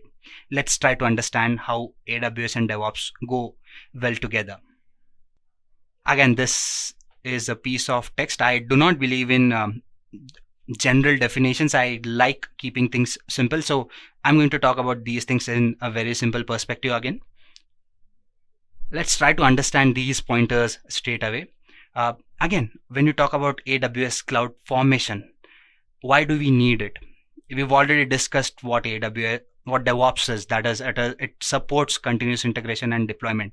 That means you'd be developing, you'd be having various instances, you'd be dealing with a lot of resources. So how do you keep track of all these things? So there are two resources or two services that AWS has to offer to you, which would actually simplify your job a lot. Now, AWS Cloud Formation, what it does is it lets you create JSON templates basically. Those templates would let you kind of group your resources or the services that you use into a bundle so that you do not have to worry about keeping a track of all those things. In simple words or nutshell, that is what it does. It lets you have a template for your application which can be recreated again and again so that you do not have to do repetitive tasks, and your classification or your organization works actually becomes simplified. The other service which I also want to talk about is AWS CloudWatch. Now, it is something that lets you monitor your applications or your services in a much better way. That means whatever happens on AWS, it can be tracked by using AWS CloudWatch. So you know what happened at what time. That way you can keep track of all the developments that have taken place on your application building process. Then you have something called as AWS Cloud Pipeline. or code pipeline rather, sorry. So what AWS code pipeline does is it actually helps you automate the process of deployment and again integration. That means you'd be having a pipeline which lets you put in data so that you can put that data or move that data to your instances, or in simple words, your servers, so that you can have replications and you can run various applications on various instances or servers parallelly. Now, for people who have worked in this domain, or for people who have worked maybe even on big data or something like that, they might have come across the process of pipelining, and they actually know how difficult it is to create pipelines. I mean, you have to write scripts for that. This is where AWS simplifies your job.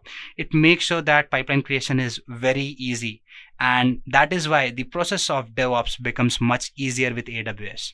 Again, AWS instances are something which are very important, and the reason they are important is you would be dealing with a lot of resources. So how do you do that? You have AWS instances which let you run any kind of machine, whether it's a Linux, Windows. You can actually go ahead and scale it up, scale it down the way you want to suit your needs. And this happens at mere clicks. I mean, think about just upscaling a particular instance. All you have to do is just go ahead and say that I need a larger instance, and AWS does that for you, and that too with minimal rates as well. So all in all, it is a win-win situation for you. That is why when you talk about AWS instances in particular, they play a very key role in building fault tolerant and scalable applications. So these are some of these services. Now, as I mentioned, some of the services, if you actually do go ahead and research AWS website, you'd have so many services that actually help you go ahead and perform DevOps with ease. And what AWS does is it lets you have all the DevOps approach incorporated into AWS, thus making AWS a very potent or a very powerful cloud service provider to have with you. And as I've mentioned, there are various other services as well, but these are some of the key ones which I wanted to focus on. And I hope that by talking about these things, I've justified my point as in why AWS DevOps forms a good combo. Now let's move further and try to understand AWS Certified DevOps Engineer, as in let's try to understand what would this particular individual do and why is this particular certification valued. Yes, when you talk about AWS Certified DevOps Engineer, well, if you've ever taken a look at how AWS certifications work, you'd realize that they have some associate level certifications, and DevOps, on the other hand, is an advanced level certification where you'd be expected to have advanced knowledge of maybe solution architecting, your admin roles, and your development roles. And once you combine these roles and then you move further, you get into advanced certification, which is called as DevOps. It brings in your operations, that is your admin team's approach, and your developers' approach together. So you would be expected to go through the basic certifications and then combine them into this particular role. So if you talk about these individuals, they're actually responsible for maintaining, monitoring, and building applications. And probably you can actually go ahead and make careers in either of these individual domains as well, given the fact that if you are certified in this particular domain, you would be a well sought after resource. So what are the skills that you actually need to go ahead and do, or what are your responsibilities that you would be concerned with? Well, first and foremost, you are expected to implement and manage continuous delivery and deployment, which again is a key if you talk about DevOps. And then you need to understand how this implementation works, and you need to understand a very important process called as automation, because time is a constraint here and automation is something that helps you. Plus, as an individual, you need to have an understanding of what access rights you have, what access rights customers should have, and all those things, and accordingly you have to go ahead and build a particular application.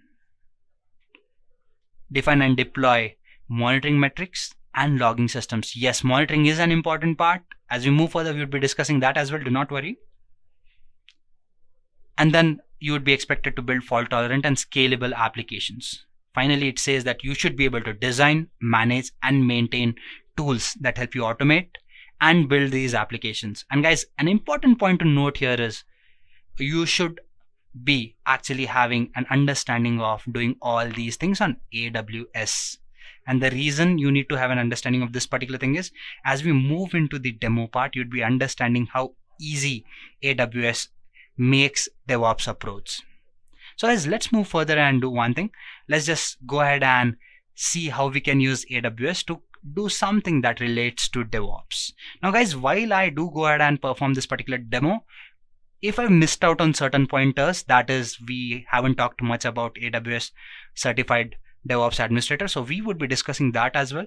And parallelly, I would be going through certain pointers if I feel that I've missed out on talking about something. So let's quickly switch into the demo part and see how we can utilize AWS and DevOps together. So guys, this is what the AWS console looks like. For people who do not have an AWS account, I would suggest that you actually go ahead and create an account. AWS gives you a free tier account in which you have free tier limit where you can use certain AWS services for free for one complete year. Now again, I won't be getting into the details of how can you create an account. You can actually go ahead and take a look at the other videos that we have on YouTube, and you'd get a clear guidance as in what are the steps that you need to follow to create an account. Once you actually do go ahead and create this particular account, this is the management console that would be there at your disposal, and it actually does wonders. Let's walk through that first and then move further and take a look at the demo part as well.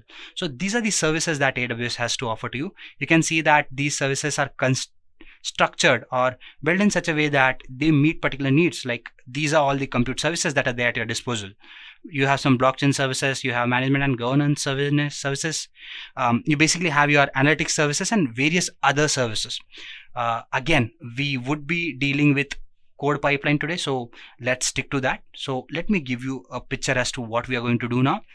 Firstly, we would be building an application. So we would be using a template application. To do that, we would be using Elastic Beanstalk. Now what Elastic Beanstalk is and why are we using it? Once we create the application, we would be having some 5 to 6 minutes of buffer where the application takes to build, and in that time we would be actually going ahead and discussing why we used EBS and all those things. Not EBS, Elastic Beanstalk. So once we have an application, I would be using CodePipeline, and then I would be basically deploying my application to my instances. So guys, let's just go ahead and create an application first. To do that, either type Elastic Beanstalk here and you'd be having that, or you can just click on your history if you've used that in your recent times. So guys, this is what it looks like. I've refreshed my account so that it starts fresh. So you'd be getting started here, else it gives you the details about the applications that you've created. Having said that, let's just get started. So guys, creating an application in Elastic Beanstalk is very easy because it is platform as a service. When I say platform as a service, it provides you with a platform on which you have ready to use templates. You just have to put in your code or use the existing code to build an application. So the process becomes simplified. Again, this is where AWS comes into picture because it simplifies your task. We'll be talking about this particular thing in detail, but that is after we create the application. First, let's give it some name, say demo. It's a fairly odd name, but let's stick with it. Demo sample app is what I'm going to call it. Platform. Again, as I've told you, it's a platform as a service, so you get to choose a platform. So let's say we want to build it on maybe PHP. Do I need to use my code? Right now, I would be using a sample code so that it stays short and simple. You can actually go ahead and use your own codes as well if you have any plans. And then you just click on create.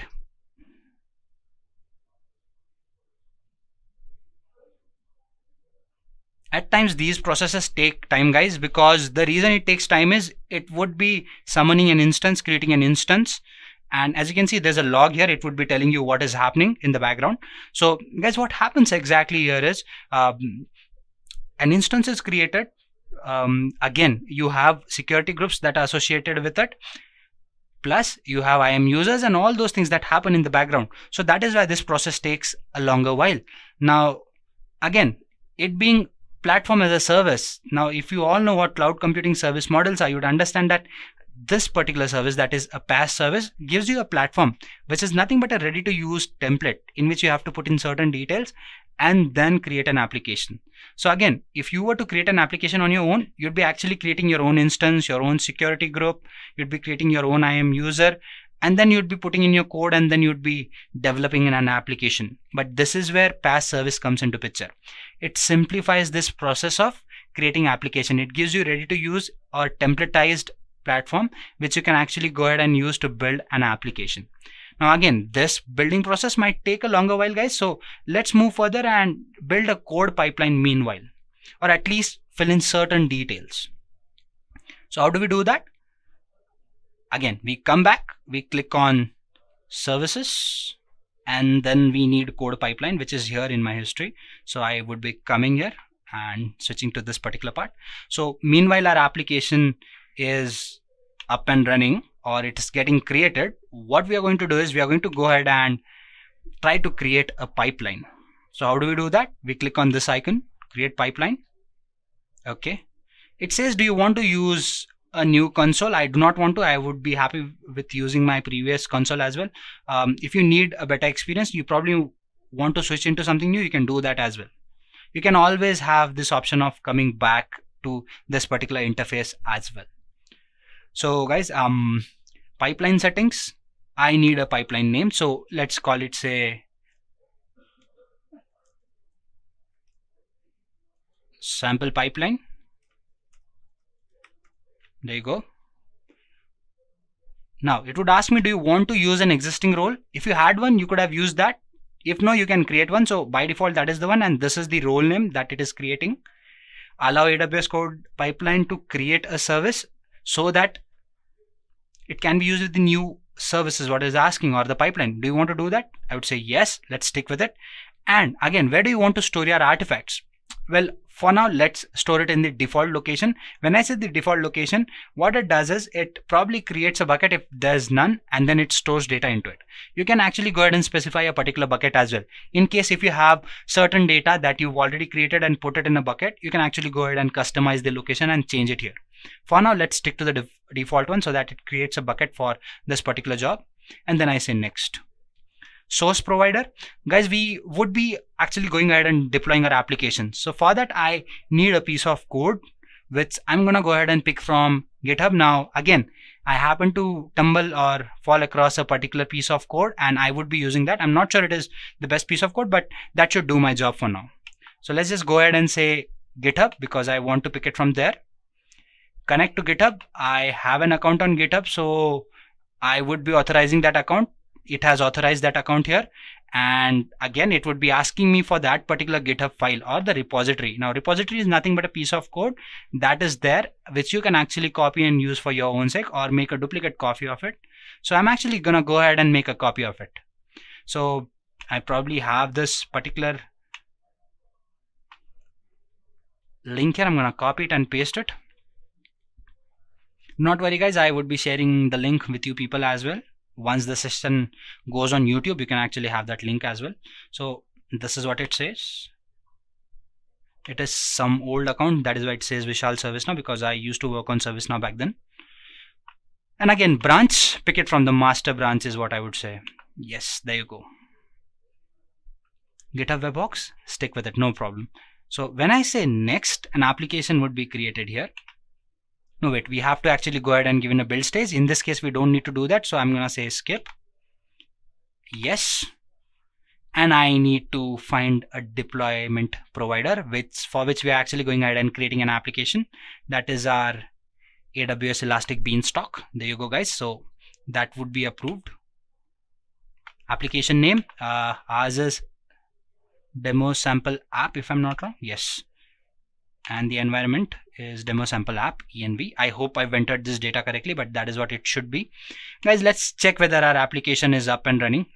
I'm gonna refresh this particular piece of, yes, guys, it's green. That means the application has been loaded. Now again, one important point that I would like to mention is I talked about everything getting created in the background. So you can have information about everything that is happening, as in at what time, what happened.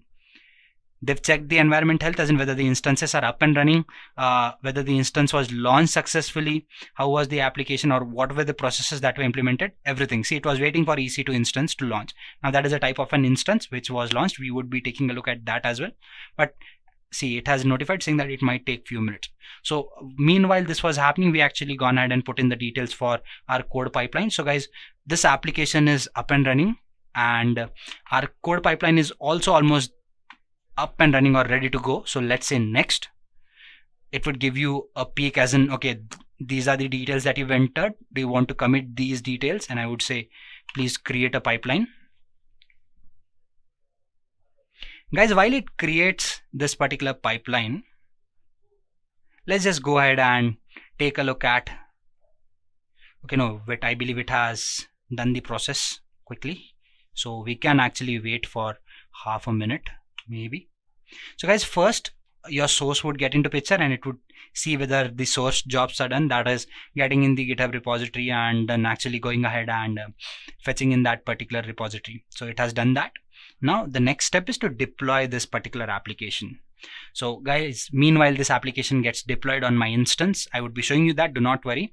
Let's just take a look at something else. Now if you type AWS certified DevOps engineer,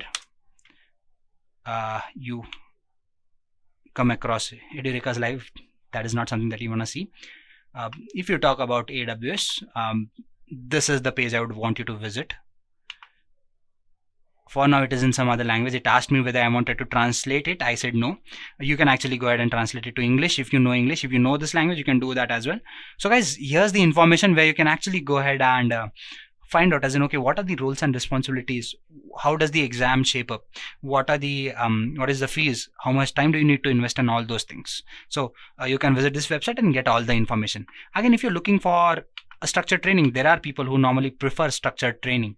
In that case, you can actually go ahead and try out this website as well, where at Edureka we have this course, which would be, it has already been launched, but the first session would start somewhere in the end of the month, and you can actually go ahead and take this particular session. The fees is very less, and probably if you stay tuned with Edureka's channel, you might get more discounts as well, because this price is very real time. Again, you can get all the information as in what is the course curriculum and stuff like that, what are the topics that would be covered, duration and all those things. So if you want to take a structured approach, which is a very good thing to do if you want to actually go ahead and succeed in this certification, this won't be that bad of an option. Let's just go back and see whether our pipeline is up and running. As you can see guys, the code has been deployed.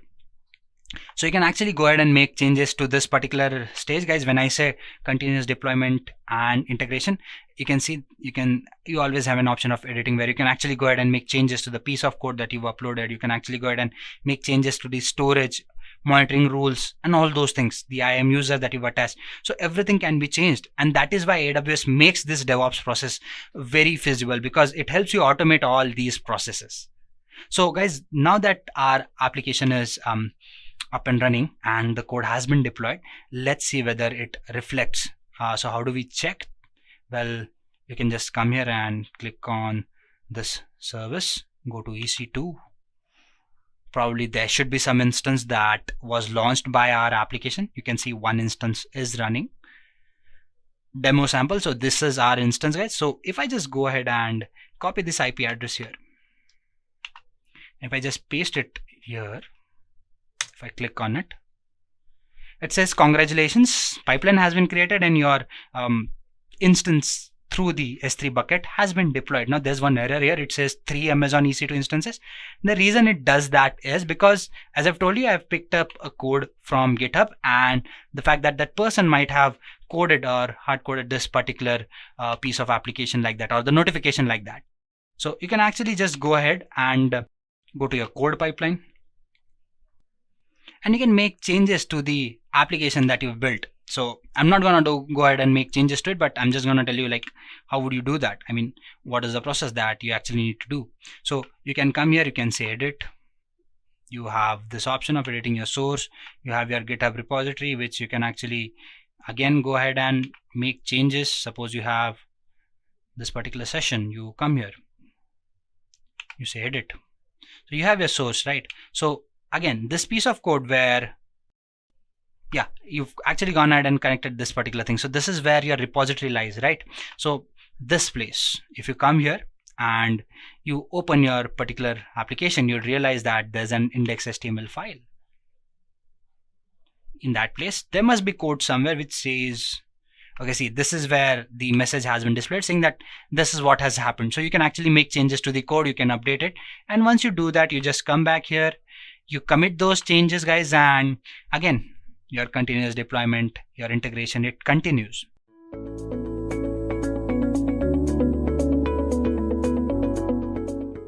AWS CodeCommit. So you might be wondering as in what is the link?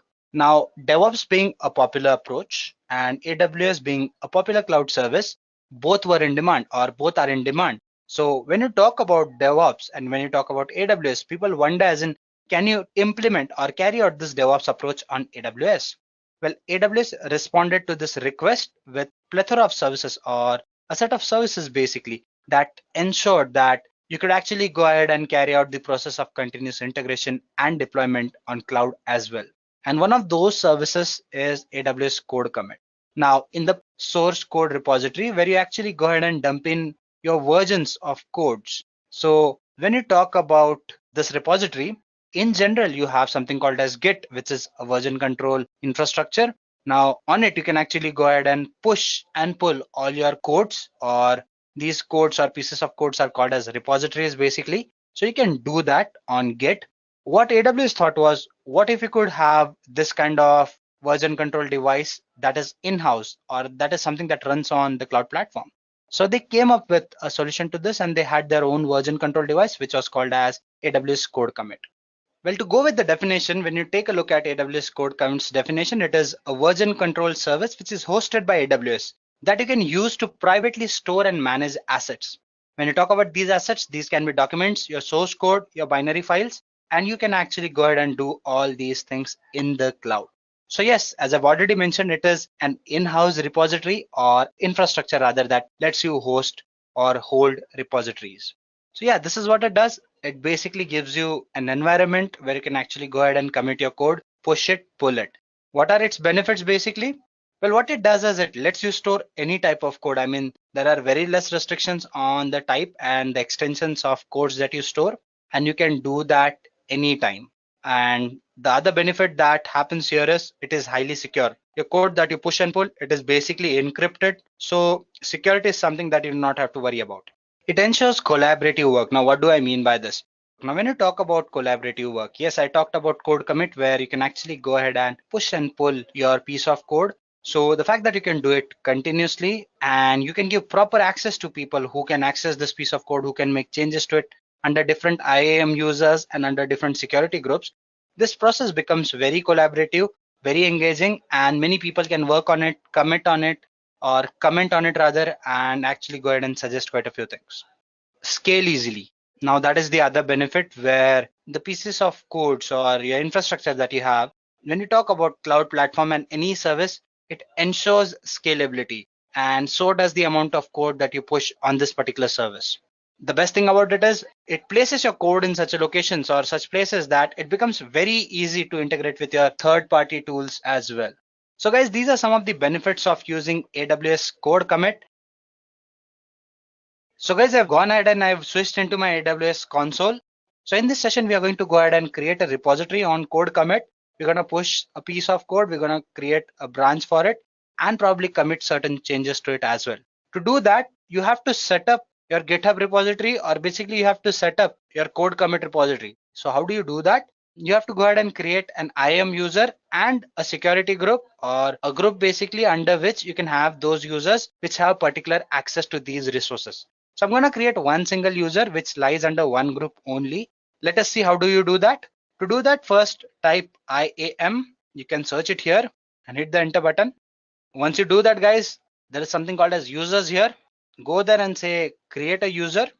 Let us call it CC, that is CodeCommit Demo, and I'm gonna give it AWS Management Console access only for now. It says create a group for that. Let's say okay, let's create one. So let's give it a name as well. Say CC underscore group, and we would need to select access policy. So AWS has some predefined policies. We can use those. I'm gonna give full access for now. If you are using maybe more secure data or something like that, you might want to customize your policies as well, which you can do. For now, let's stick to the basic one and say create group. So the group is created, guys. Now let us just go ahead and say next. Key value pair, I don't need it for now. Next again. And there you go, guys. A user is created.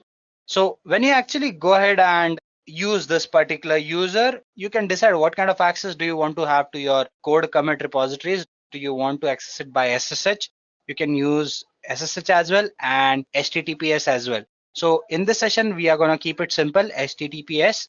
You can do it by SSH as well, but that is not for today's session.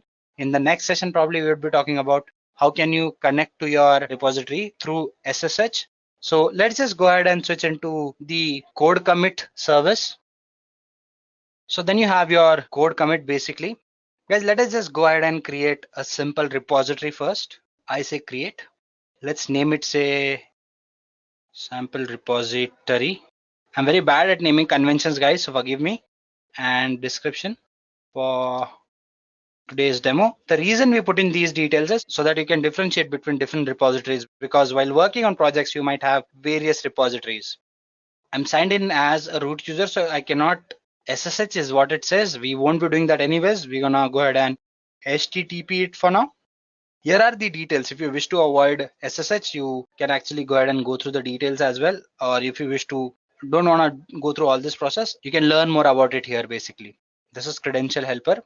Now our repository is empty, guys. We've just created a repository. So let's create a demo file for now. Let's say welcome to the session. Guys, there would be an actual code here. So this being a demo part, I won't be getting into the details. So this is not how the files look actually. Yeah, there you go. So guys, in our past 2 to 3 minutes, we've actually set up a code commit group user and we've created a repository, and now we are putting in data into that thing. So let's call this file, say, demo.txt. Author name, let's stick to my name. There you go. Just putting in a comment. And there you go, guys. My repository is created and there is a piece of code that has been pushed. It has been pushed to the master branch. You can create a pull request as well, guys, if you wish to. If you go to the repository, you can clone this particular piece of code as well. If you wish to clone HTTPS, SSH, you can do that as well. If you go to the repositories part, you would see this repository here, and you can actually go ahead and do quite a few other things as well. You can create branches of it as well. Say, for example, I come here and I say create a branch. Let's call it, say, demo branch 2, branch from master, and I say create a branch, and a branch would be created, guys, right away. You can select that, open that, and that too will have a demo text file, right? So if I just say edit it, I can come here and I can just go ahead and say changes were made. There you go. And let me just scroll down. Let's say author name is again my name, my email address, and I say commit changes. So there you go. You've actually gone ahead and made changes to the branch. This is my sample repository. You can switch here and you can actually go ahead and make changes to the master branch as well. And if you wish, you can actually go ahead and pull this particular piece of code and you can just compare it with your demo branch as well. Compare. It's mergeable, it says. You can actually go ahead and say create. Okay, so now if I just go back to the branches, I come to my master branch. It looks like this. And if I go to my sample branch, there you go. If I go to the repositories part and then to the branches, I can come here. I can see all the changes that are here. So if I actually go ahead and make changes to my master branch, which I did not do in this case, I just made changes to my sample repository. If you actually go ahead and go back and make changes to your master branch or any of the branches, and then you actually merge those two pieces of code, you can actually get the refreshed copy, whatever you're using. And the fact that you've put in your email IDs and stuff like that, you would be notified. You can even actually go ahead and create a notification group using your basically, you have groups here in AWS that let you actually go ahead and pass messages. You can use SNS and stuff like that, using which you can actually pass in messages as well, so that in case if certain changes are made, you would be notified in the form of those messages as well. So guys, there you go. In this session, we've actually gone ahead and created a repository. We've actually gone ahead and created a branch out of it, and we've made changes to the branch as well. And then I've actually shown you people as in how you can go ahead and merge the changes that are there and have the best copy with you so that you can actually go ahead and implement the freshest of copies that you wish to use.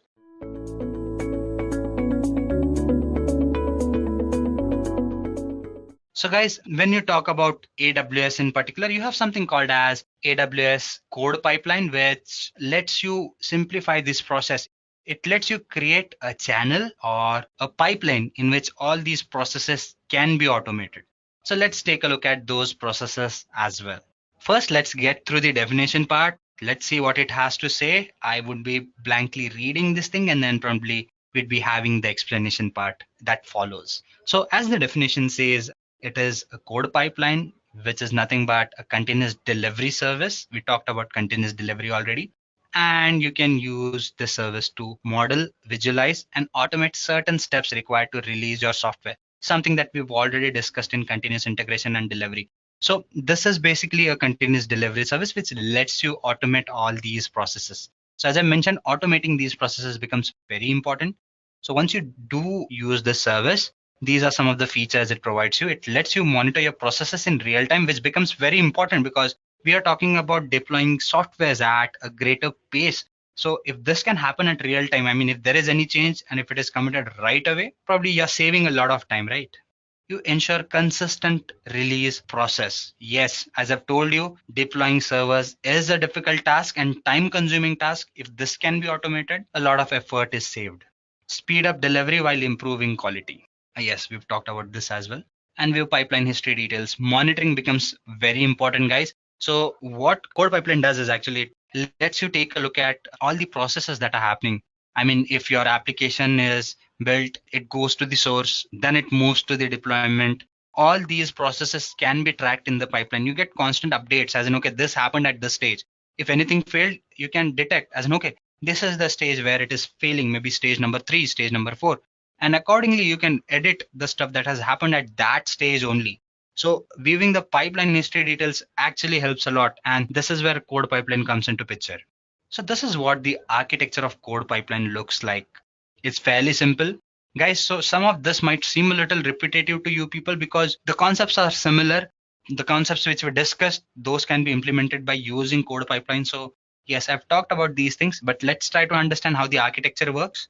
And we'll be using some other terms and discuss some terms in the future slides as well, which we've already talked about. But each of these services, they do this task a little differently or help you automate these processes. Hence the discussion. So let's see to how much level can we keep it unique, and let's go ahead with this discussion as well. So let's see how the code pipeline works. Basically, there are developers, as I've already mentioned, these developers would be working on various pieces of codes. So you have continuous changes and fixes that need to be uploaded. So you have various services. One of them is CodeCommit, which lets you have an initial source management system kind of a thing, which lets you basically take care of repositories and stuff like that. So it lets you directly connect with Git. I would be talking about Git, what Git is, but for people who know what Git is, if you have to manage your Git repositories, you have a service called as CodeCommit. So this is what happens if there are any changes, those go to the source, your developers can commit those changes there, and then it goes into the build stage. This is where all the development happens. Your source code is compiled and it is tested. Then it goes to the staging phase where it is deployed and tested. Now, when I say tested, these are some final tests that have to be implemented before the code gets deployed. Then it has to be approved manually. It has to be checked manually whether everything is in place. And finally, the code is deployed to the public servers where customers can use it. Again, if they have any changes, as I've mentioned, those can be readily taken from them and it goes back again to the developers and the cycle continues so that there is continuous deployment of code. This is another look at it. It is very simple, but this is more from AWS perspective. So if there are any changes that developers commit, those go to the source. Now your data is stored in a container called as S3, that is simple storage service in the form of objects. So if there is any change that has to happen, the data is either fetched from the storage container, which is S3, and the changes are built. And then again, a copy of it is maintained in the form of zip. As you can see here, there are continuous changes that are happening and those get stored in the S3 bucket. Now S3 should preferably be on the region or in the place where your pipeline is. That helps you carry out the process of continuous integration and delivery with ease. in case if you are concerned with multiple regions, you need to have a bucket at each region to simplify these processes. So again, here to the code gets to the source. It is probably submitted to the build stage where the changes happen. A copy is maintained at S3, and then it goes to the staging. Again, a copy is maintained, and then it gets deployed. So this is how the code pipeline works. And to actually go ahead and implement all the actions of code pipeline, you have a service or these services, that is your code deploy, build, and code commit in AWS. So these services actually help you carry out some or most of these processes that are there. Let's take a look at those services and understand what do they do. So first and foremost, you have your code deploy, code build, and code commit. So this is not the order in which you deal with these things. Now, these things actually help you in automating your continuous delivery and deployment process. They have their individual commitments. Let's talk about them one by one. First, let's talk about code commit, which is last in the slide. So basically, I talked about moving your piece of code to a central place where you can continuously commit your code and get the freshest or the best copy that is there, right? So code commit, what it does is it helps you manage your repositories in a much better way. I mean, think of it as a central repository. So it also lets you connect with Git, which itself is a central storage or a place where you can commit your code. You can push and pull that piece of code from there, work on it, make own copy of it, submit it back to the main server or your main or central operating place where your code gets distributed to everyone. So that is Git. And what code commit does is it lets you integrate with Git in a much better way. So you do not have to worry about working on two different things. It helps you in automatic authorization, pulling in the repositories that are there in your Git account, and a number of other things. So yeah, that is what code commit does. Then you have something called as code build.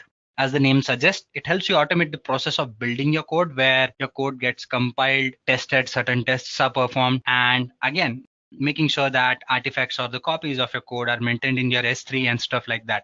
So that is what code build does. And then you have code deploy. As I've already mentioned, deployment is not an easy task. I mean, if we are stuck in a situation where we are supposed to manage the repositories, we are supposed to work on quite a few things. In that case, if we are forced to kind of take a look at the servers as well, spawn new instances, spawn new piece of servers, that could be a tedious task. So code deploy helps you automate these processes as well. So this was some basic introduction to these things.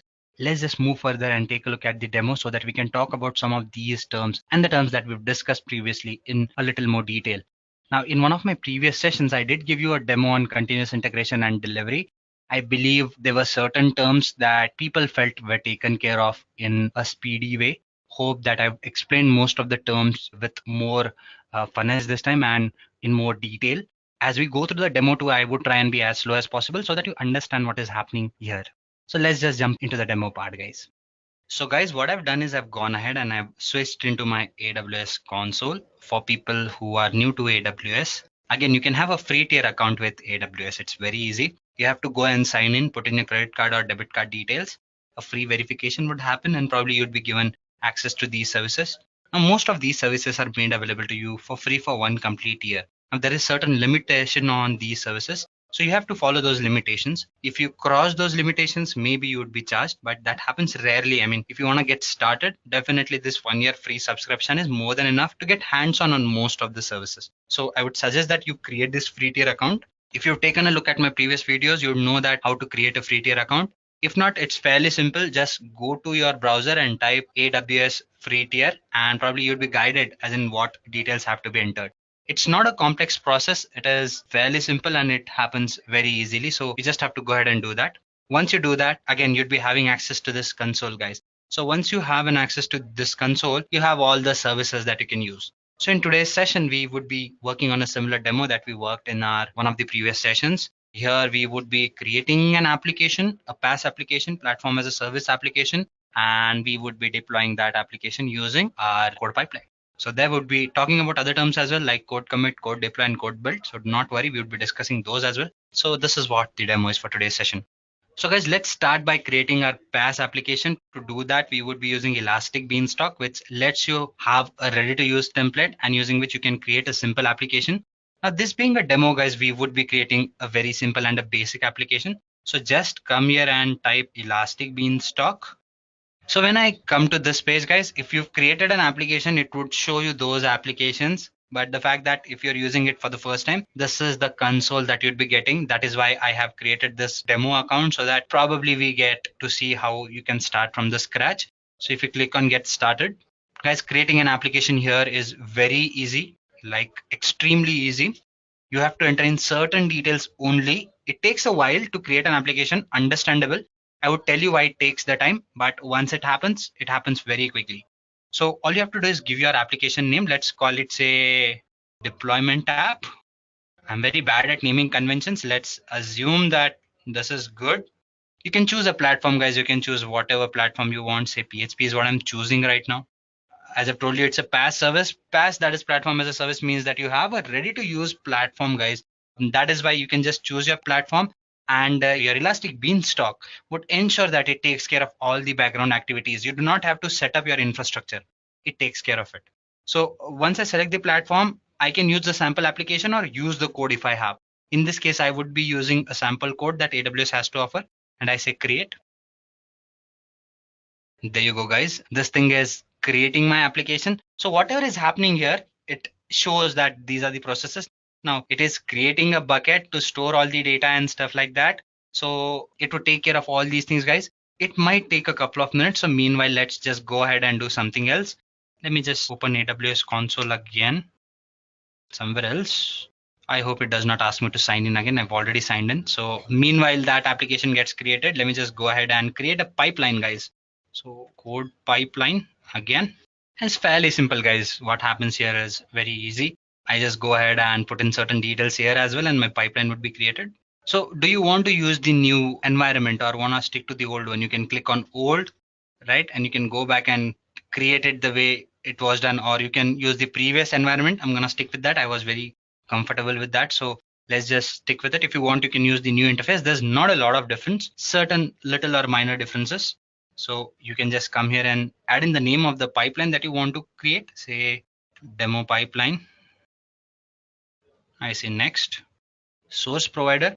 Guys, I would be using GitHub here because I want to basically pick up a repository from GitHub that helps me in deployment. So I need to connect to GitHub for that. It would ask me to authorize. If you have an account, you can always do that so that it can basically bring in all the repositories that you have. So just say authorize. If not, you'll have to sign in once. So my account has been added here, guys. Repository, I need to pick a repository. This is the repository that I would be picking. Do not worry, I would be sharing this piece of code. Or else what you can do is you can just go to GitHub and type AWS-CodePipeline-S3-CodeDeploy-Linux. Now it is a repository given to you by AWS. If you take a look at it and if you type it just the way it is named here from AWS, you should get that repository in GitHub. You just have to go ahead and fork it into your GitHub account, and probably you'd be able to import that repository directly. You can see that repository has been forked here into my GitHub account. You just type the name here, this name, search it, and probably there would be an option here, fork. I forked it, so it does not activate this option for me. In your case, it would be activated. You have to just click on it and the repository would be forked into your account. So I'm getting or importing a fork from my GitHub. I've authorized my account, and then I can just go ahead and do the stuff. Branch, master branch, yes, and just do the next step.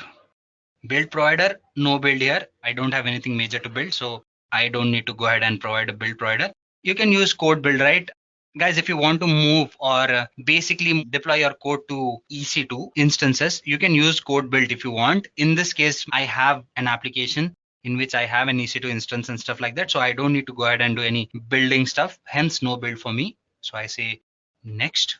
Deployment provider. In this case, my deployment provider would be my EBS. So we have that option. Yes, select EBS, Elastic Beanstalk, not EBS. EBS stands for Elastic Block Storage. That is a different thing, guys. Elastic Beanstalk, make sure you do that. Application name, deployment app was the name, right? Yep. And the environment. This is the environment. It creates the environment on its own. I believe that it has created the environment. It says it is starting. I hope the environment has been created. So guys, let's just see whether our application is up and running so that probably I can pass in the details. Yes, the application has been created, guys. So let's just go back and select this. Say next. Now create an IAM role is what it's saying. So let's say sample. Okay guys, so what happens normally is an IAM user gets created each time you create a role. So in this case, it is asking me to create one. It's access, create a new IAM role, AWS code pipeline, and I say allow. Successful. So a role has been created. Next step. Now it gives me the details, guys. Basically, it would tell me what are the stuff that I've done. So everything is here. I don't think I need to cross check it. You might just cross check the stuff that has happened and say create a pipeline. So guys, the pipeline has been created here. As you can see, these are the stages that have happened. If you want, you can just go ahead and say release a change. Now these things are happening, guys, and let's hope the deployment also happens successfully. We've just created an IAM user. Let's see whether it falls in place. Everything is in place. As far as the source part is concerned, it has succeeded. And now the deployment is in progress, so it might take a while. Meanwhile, just go back and take a look at this application. So if I open this application, guys, it would give me an overview of what has happened with this application, guys. As you can see, these were the steps that were implemented. Now the application is available for deployment.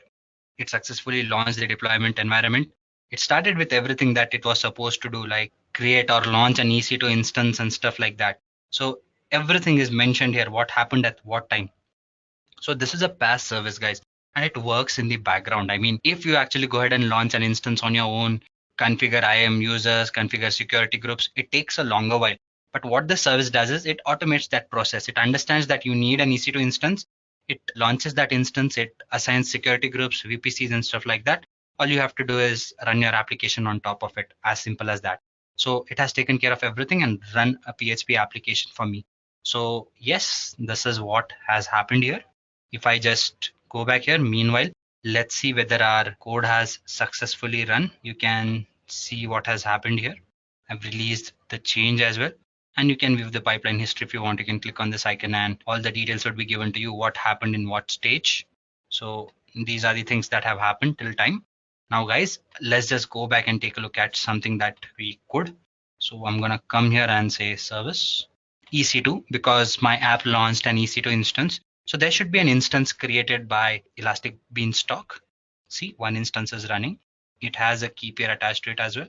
So these are the details, guys. I have a public IP associated with it. If I copy it, there you go, copy this IP, and I say run this IP, you have successfully created a pipeline that retrieved this source application from an Amazon S3 bucket and deployed it to 3 instances. It did not deploy it to 3 instances using code deploy. It deployed it to only 1 instance. You see this message that it deployed it to 3 instances is because the code or the repository that I used, it was supposed to deploy it to different instances if there are multiple instances, and hence this message would have made more sense then.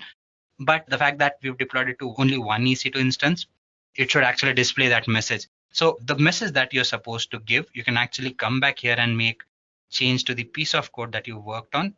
If you go to the readme md file, I think this is where the piece of code is. There you go. Okay, no, not here. Okay, where is that file that needs to be edited? Let me just take a look at some other files as well. Yeah, this is the file, sorry. So if you go to the index.file, here is the message, guys. So you can probably make a change to this message. Instead of saying 3, you can say 1 here, edit this piece of code, and then you submit the code again. So when you do launch or type in this IP address, probably that change would be reflected. So guys, what we've done is we've actually gone ahead and created a pipeline successfully. And in that process, we've actually gone ahead and moved or deployed our application from here. So guys, in case if I do go ahead and commit changes to the code that I just talked about, those would get reflected right away in my history when I talk about this pipeline. So it does give you continuous integration and deployment. So I hope that this session made sense to you people. And we've talked or touched upon most of the stuff that I wanted to talk about.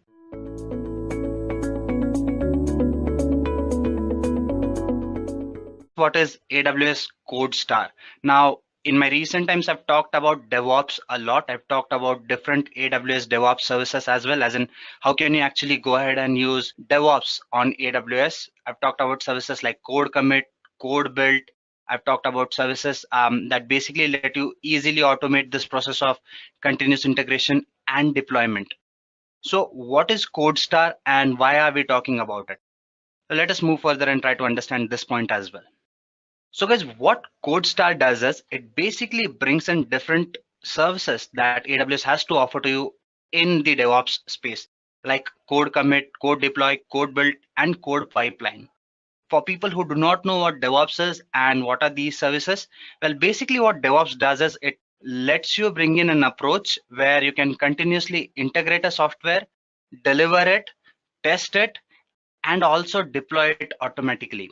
So to automate this process and to do it continuously, you need certain services, certain tools that let you automate and make this process continuous. So DevOps is this particular approach that lets you do this. Basically, it brings in the developers and the administrators or operations team together and does help you automate this process by using various tools. Now, AWS being a popular cloud service provider, it has actually gone ahead and incorporated this approach of DevOps as well. So you can actually speed up the process of software development and deployment. So these are some of the services that let you do it. You have something called as AWS CodeCommit, you have code deploy, and you have code build. Now, CodeCommit is more of a repository where you can actually put in your code and repositories that are there with you. So it is more of a version control device.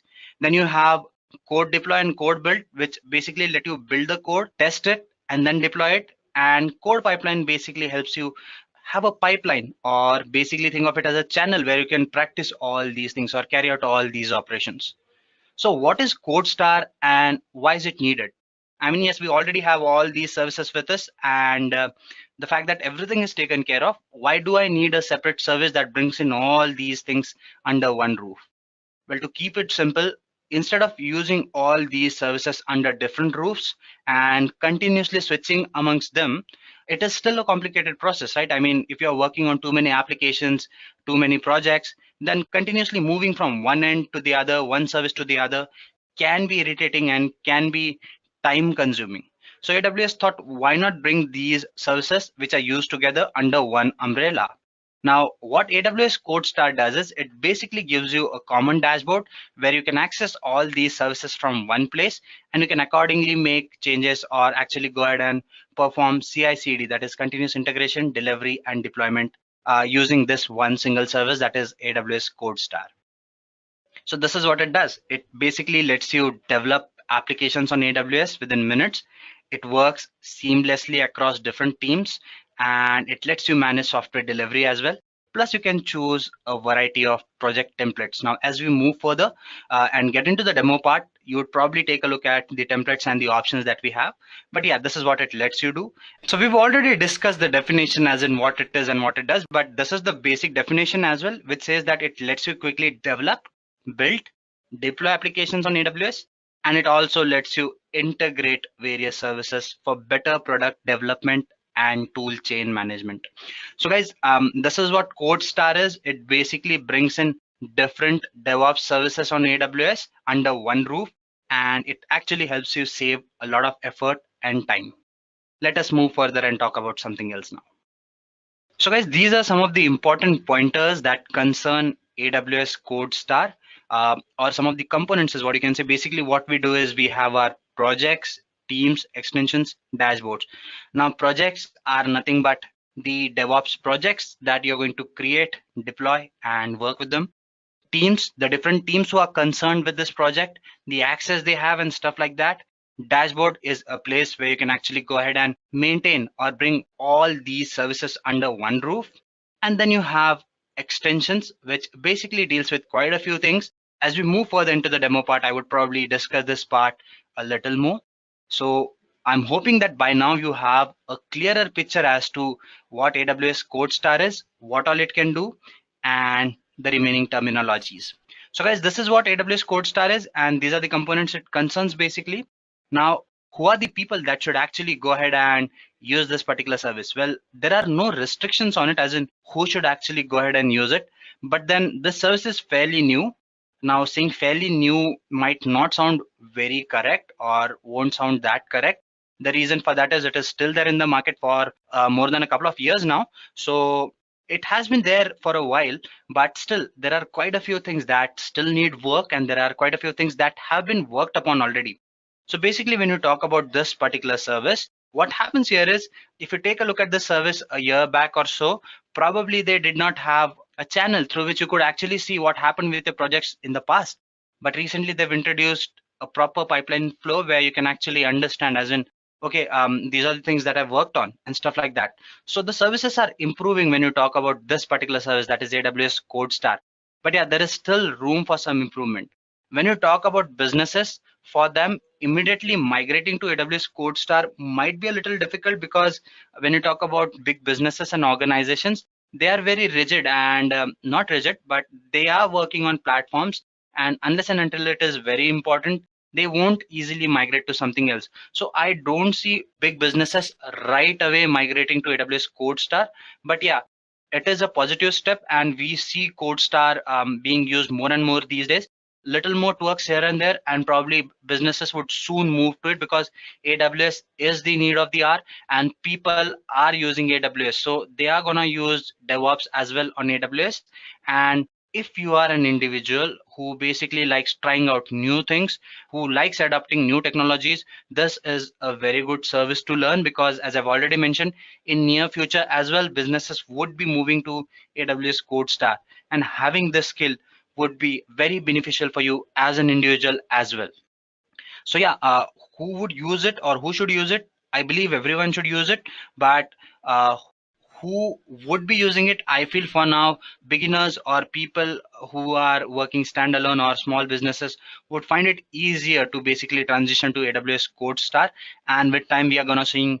And with time, we are going to see various bigger businesses moving towards this direction as well. So yeah, again, if you are somebody who likes experimentation, trust me, this is a very good service to have. Having said that, guys, we've discussed quite a few pointers as in what this service is, what it does, what AWS is. Let us quickly switch into the console part and see what does this service has to offer to you in the form of demo. So guys, what I've done is I've actually gone ahead and I've switched into my AWS console. This is something I tell in all of my sessions. If you are completely new to AWS and DevOps, and if you wish to practice AWS or DevOps on AWS, you should actually go ahead and create a free tier account on AWS website. All you have to do is search AWS free tier in any of your browsers, and you would be navigated to that particular link. Open that link, and actually you have to just go ahead and fill in certain details, like why do you want to use this account, certain basic details like what your name is, what organization do you work for, and what is the purpose of you using this particular service or AWS services. And after that, one important thing is you would have to enter in your credit card and debit card details. Do not worry, AWS does not charge you unethically or without your consent.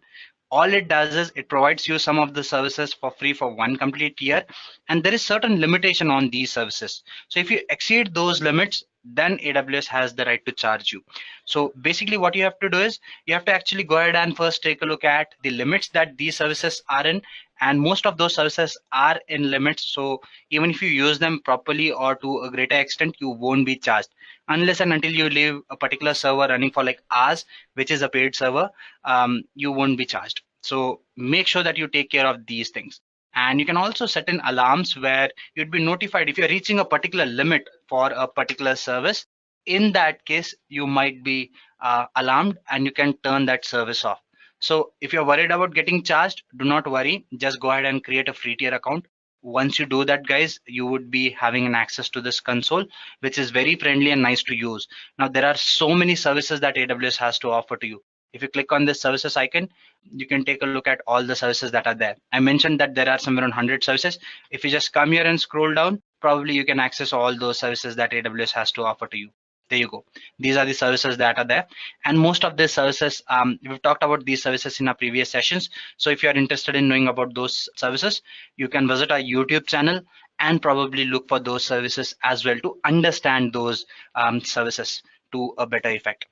Having said that, guys, we are going to go ahead and talk about AWS CodeStar in particular, and we are going to see how easy it is to actually go ahead and carry out all the DevOps operations with a lot more ease using this particular service. So what do? We go to the search bar and type AWS CodeStar. It says the service isn't there. That is hard to believe. Yeah, there you go.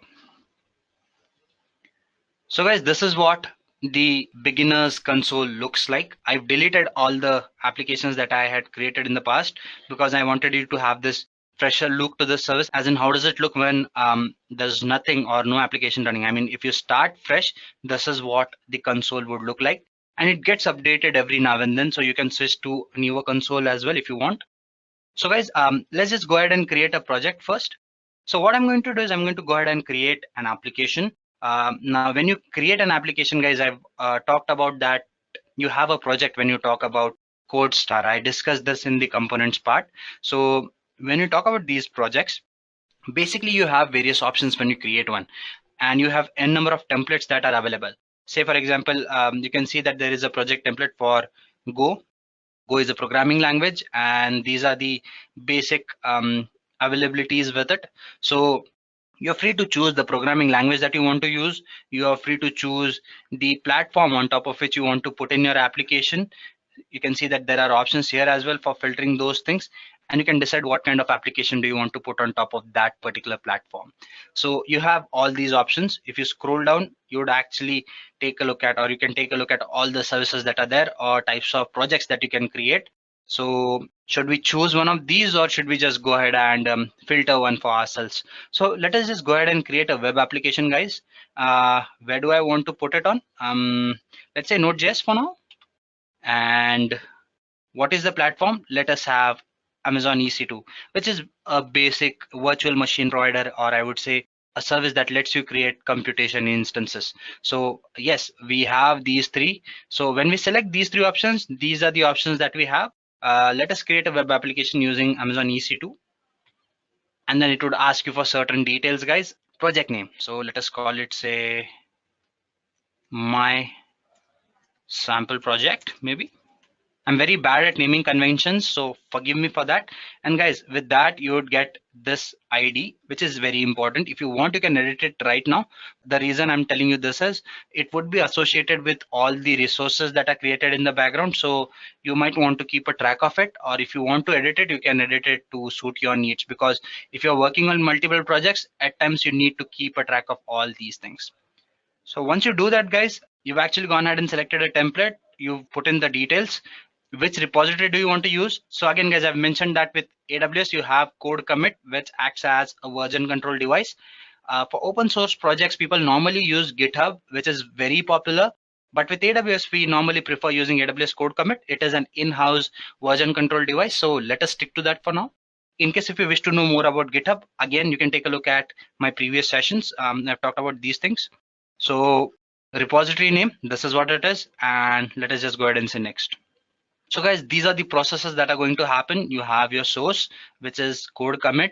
You are going to use services, not we, but this would happen in the background. But for build, we would be using code build. It would be tested. It would be deployed using code deploy, and you can monitor it with CodeStar itself, which basically uses various parameters from different services to do that for you. Once you're done with it, AWS CodeStar would like permission to administer the resources. In short, these services which I just mentioned. So we can just say create a project. Guys, this is important. We are mounting our application on top of AWS EC2, and to log into EC2, you basically need a key pair. So you can actually go ahead and visit the AWS EC2 service, and on the left hand side, you have an option of creating a key pair. It is fairly simple. You have to enter a name and download it and keep it with you somewhere safe. You can do that. We won't be needing this key to a greater extent today, but let us just go ahead and select one. So you can create one, or you can select the one that you have. So I'm going to select this sample SSH, which is already there. I acknowledge the fact, and then I say create project. So guys, the project is gonna go ahead and work. Now, I mentioned that there are some extensions and stuff. You can actually go ahead and pick up certain tools that help you work with the code. Say, for example, I wish to commit a change to a particular code. I need to change that code. So how do I do? I can use a particular editor like Eclipse. You can use Visual Studio if you want, or you can directly use command line interface as well. You have a choice to do that and configure this later as well. So if you want, you can just go ahead and say skip for now. The fact that we won't be working on a very big project, we do not need to do that. So let's just skip it for now. So as you can see, it says that no ID connected because I haven't selected one. And guys, this is going to go ahead and set up a particular project for me. So setting up a project takes a longer while. The reason for that is a lot of things happen. You have a particular piece of code and a number of codes actually. I'm going to show you that piece of code as well once we go back, because a template application is being generated which would be available for display. So that is why it takes a longer while. And for now, the configuration part is also happening. I mean, it would actually go ahead and configure some of the resources, because there would be a particular server or a virtual machine on top of which your application would be hosted. Certain IAM rules or policies would be created that would give particular access to particular services. Subnets and VPCs or virtual private clouds or networks basically would be created, a network under which these instances would run and can communicate with each other. So all these things happen in the background, and that is why these things take longer than normal. So let us just hope that this application gets created quicker. I've just refreshed it, but no, it is still getting created. And this is a dashboard, guys. Once this gets created, probably you'd be having application endpoints, and it would give you complete detail as in what got built, what got deployed, and what all changes can you make. So meanwhile, we'll have to bear with it. And guys, while this happens, let us just go ahead and take a look at some other stuff. Maybe we can talk about certain things or discuss certain other things so that our time does not get wasted. So guys, I talked about creating a key pair. You can always visit this particular service EC2, and once you do that, you would be taken to the EC2 management console. There are the instances and stuff, all the details that concern this particular service. So there should be something. Yeah, this is where the key pair option is. You can just click on it and just go ahead and create a new key pair. All you have to do is put in your name of the key pair basically, and you're good to go, guys. So this is what you can do: create a key pair the way it suits your needs, and once you do that, you would be good to go, guys. And if I just go back, yeah, there are quite a few other services. I talked about AWS DevOps in particular, right? And to do that, there are quite a few services. Say, for example, CodePipeline, CodeCommit, something that I've used recently. That is why you can see all these services in the history part as well. So let us just go ahead and see whether our application is up and running. My sample project. The project has been successfully created, guys.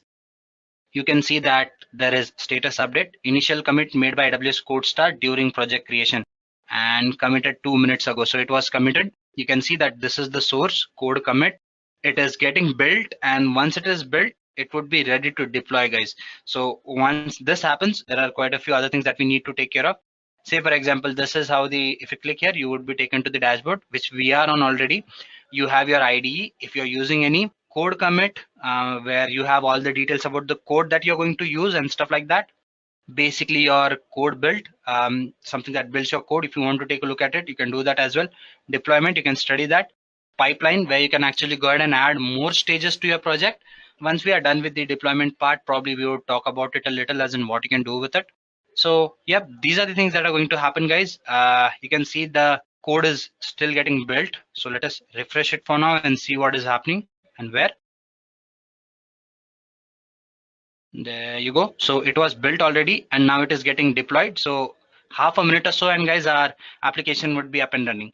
Now again, guys, if you are looking for maybe a structured approach when it comes to getting trained in this particular technology, if you are interested, probably you can take a look at this website by Edureka, where you have this particular course, AWS Certified DevOps Engineer. And in this training, probably you'd be covered with all the details that concern DevOps and all the services that are there. See, these are the topics that are covered here, and it talks about everything that is related to DevOps on AWS, like the services that are there and the operations that you can perform. And talking about AWS code formation, this is something that has been used in a project as well that we've just created. I would talk about it as well. Getting back to this discussion for now, you can probably visit this place and take a look at the details that are there. So that is if you are interested, and probably you can get in touch with any of our executives, and probably they would guide you on how to proceed with it. I mean, what is the fees, whether there are any discounts and stuff like that, and how you would be attended in case if there is any problem related to customer service or any project details or any class details or stuff like that. So you can actually go ahead and visit this website and take a look at all the stuff that is here. I believe I've stalled enough time so let us just actually go ahead and see whether our code has been deployed or not. So let me just refresh it once more. I say refresh. It is still getting deployed, guys. Will happen soon, do not worry about it.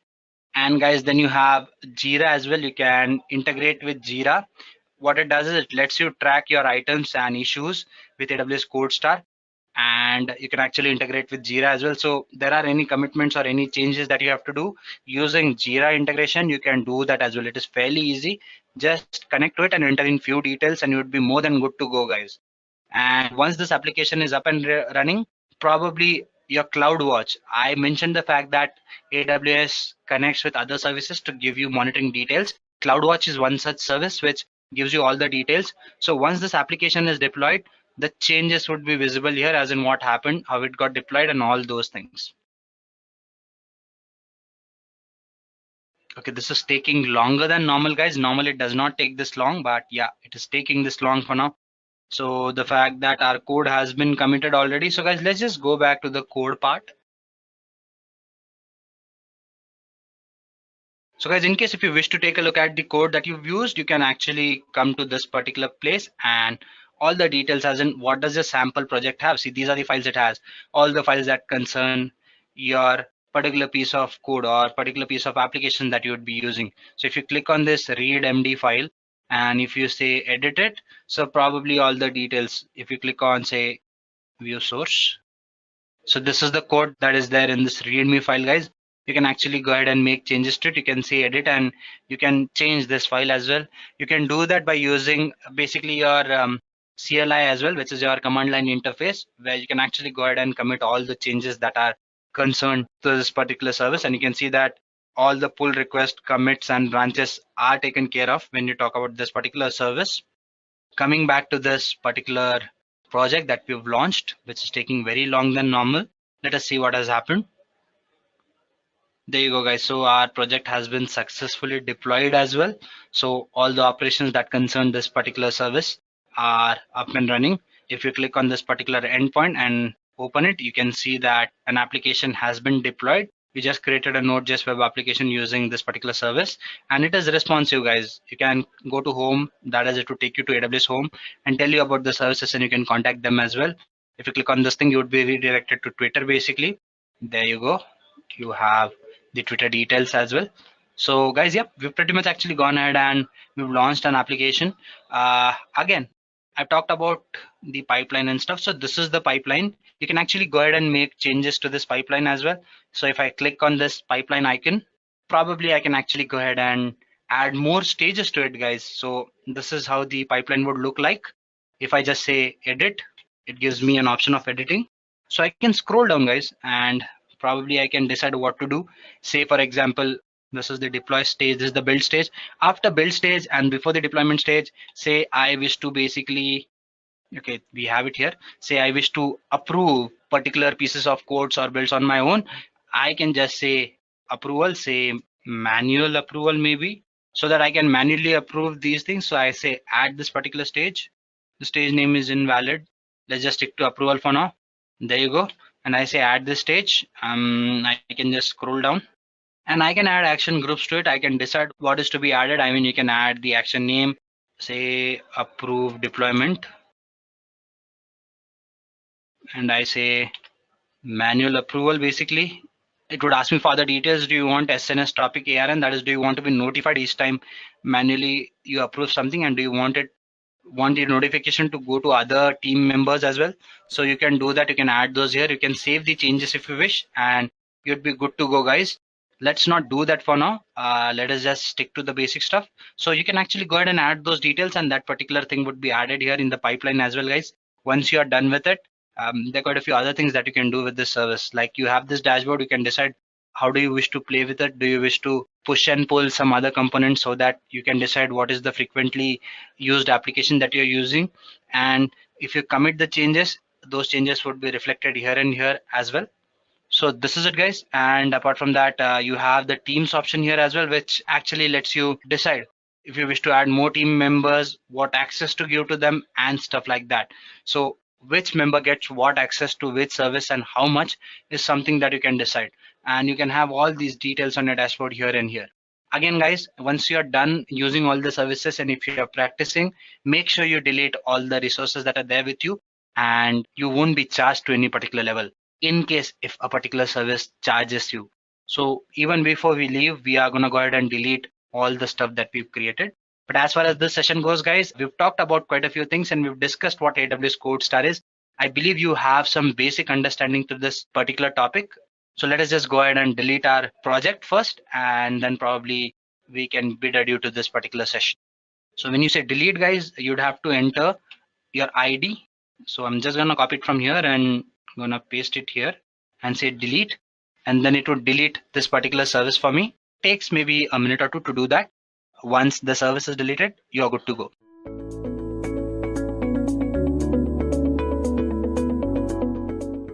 Why do you need AWS OpsWorks?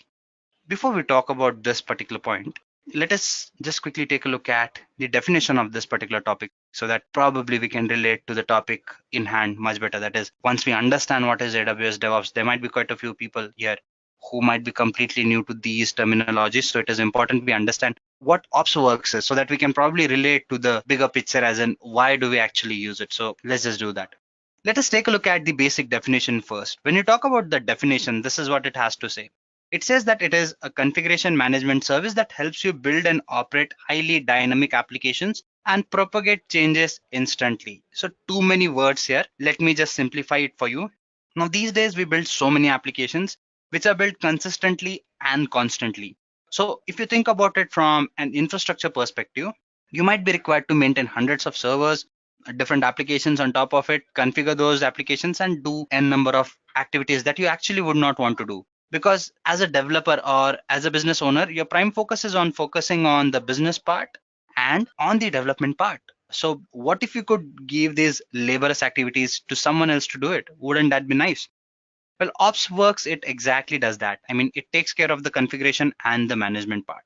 And when you talk about this service, it specifically helps you in various DevOps related activities. Like it lets you deploy these codes as well, or these applications as well. You can do that manually, automatically, and in a number of other ways. It lets you load balance your applications. So all in all, it serves quite a few purposes when you talk about DevOps.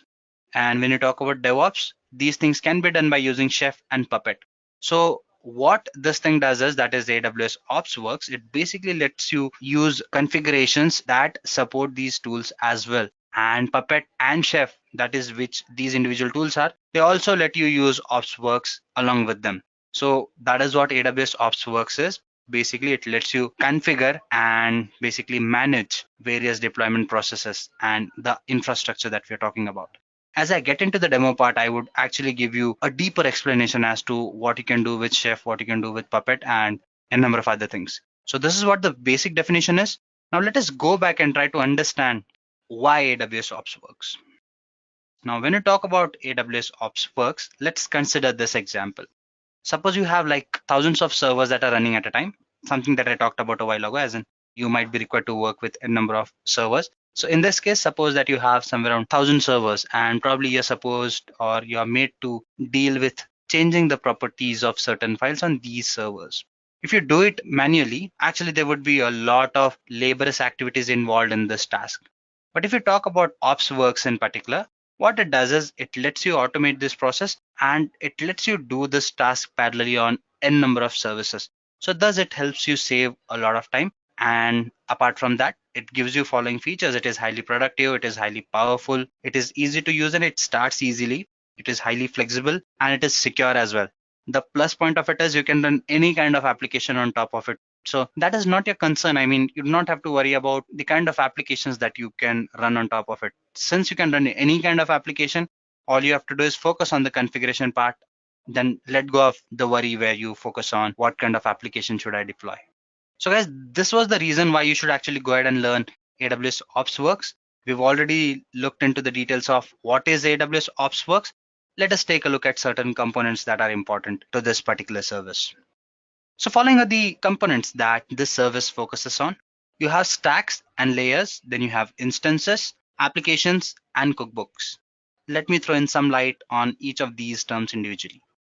Stacks and layers. Now, when I talk about building applications, basically you're talking about so many things. I mean, you're talking about code, you're talking about configuration files, you're talking about installations and stuff like that. So all these things have to lie inside a container, right? Inside a box where these things can be managed. So that stack of these resources is called as a stack. I mean, the name remains the same, but that is what it is. And then you have something called as layers. Now, again, these operations that I just talked about, say, for example, you are supposed to install certain softwares. So you need to have a stack or maybe a substack that basically holds in these installation files, right? So that substack is called as a layer. It basically lets you have more classified approach towards the resources that you have. So a subclassification inside a stack is called as a layer. And then you have instances. I've talked about instances already, as in what it is. Again, if you talk about computation, I mean, you would be carrying out the operations that I just mentioned, right? So you need some source that lets you perform all these computations and a platform to perform these computations on top of these applications, right? So that platform is something that is provided to you by the instances that are there. Now, there are various types of instances. Let us not get into the details of those. But yeah, these instances, think of them as platforms on top of which you can put in your applications and carry out computation. Then you need certain applications that you can put on top of it. So these applications, again, you can build those on your own. You can use custom applications depending upon your need. AWS or most of the cloud platforms that you'd be using, they would give you these options where you can have your customizations, or you can actually go ahead and use the default applications that are there on these cloud platforms. Specifically with AWS, it is definitely true. Cookbooks. Now, what are cookbooks? Again, you have various configuration files, or basically files that tell your service what to do. I mean, what kind of operation do you want your service to perform? So this piece of information is a configuration file. And when you talk about a cookbook, basically it is a collection of recipes. Recipe, again, is nothing but a script, basically, or your configuration file. So if you have n number of such configuration files, which basically tell your service what to do, you can club them together so that you form a cookbook. Just like our normal routine cooking practice, right? If you talk about a cookbook, it would have a number of recipes, and each recipe would tell you what different dish to cook, right? So if you apply this logic into OpsWorks, or basically if you apply this logic into configuration process, that is what recipes and cookbooks would be like. So yeah, guys, we've talked about all these things. We've talked about stacks and layers. We've talked about instances. We've talked about applications and cookbooks. Now let us just go ahead and switch into the console part and try to see what AWS OpsWorks have to offer to us, or has to offer to us. So guys, what I've done is I've gone ahead and I've switched into the AWS console. This is where we would be getting a walkthrough to AWS OpsWorks. Now, before we get into the details of AWS OpsWorks, for people who are completely new to Amazon Web Services, AWS, what they can do is they can actually go ahead and create a free tier account here. What AWS does is it gives you some of the or most of the services for free so that you can actually go ahead and practice these services. Now, when I say for free, these services are available to you for one complete year, and there is certain limitation cap on it where you can use these services for certain limits only. So what I would suggest is you actually go ahead and log into the AWS website, this particular website, or you can just go ahead and search for AWS free tier in any browser, and you would be redirected to this page. There you'd have to go ahead and sign in, or probably sign up. And once you create an account, you'd be having all these services made available to you. What is the process for signing up? You have to put in certain details like why do you want to use this account? Who are you by profession? And what is your intention of using this account? Plus, you'd have to enter in your credit card or debit card details, because there is a certain cap on these services. And if you exceed those limits, you would be charged post that. But again, the limits are more than enough if you wish to get started. So I would suggest that you put in your details for your credit card and debit card, and you won't be charged. You can stay rest assured about that as well.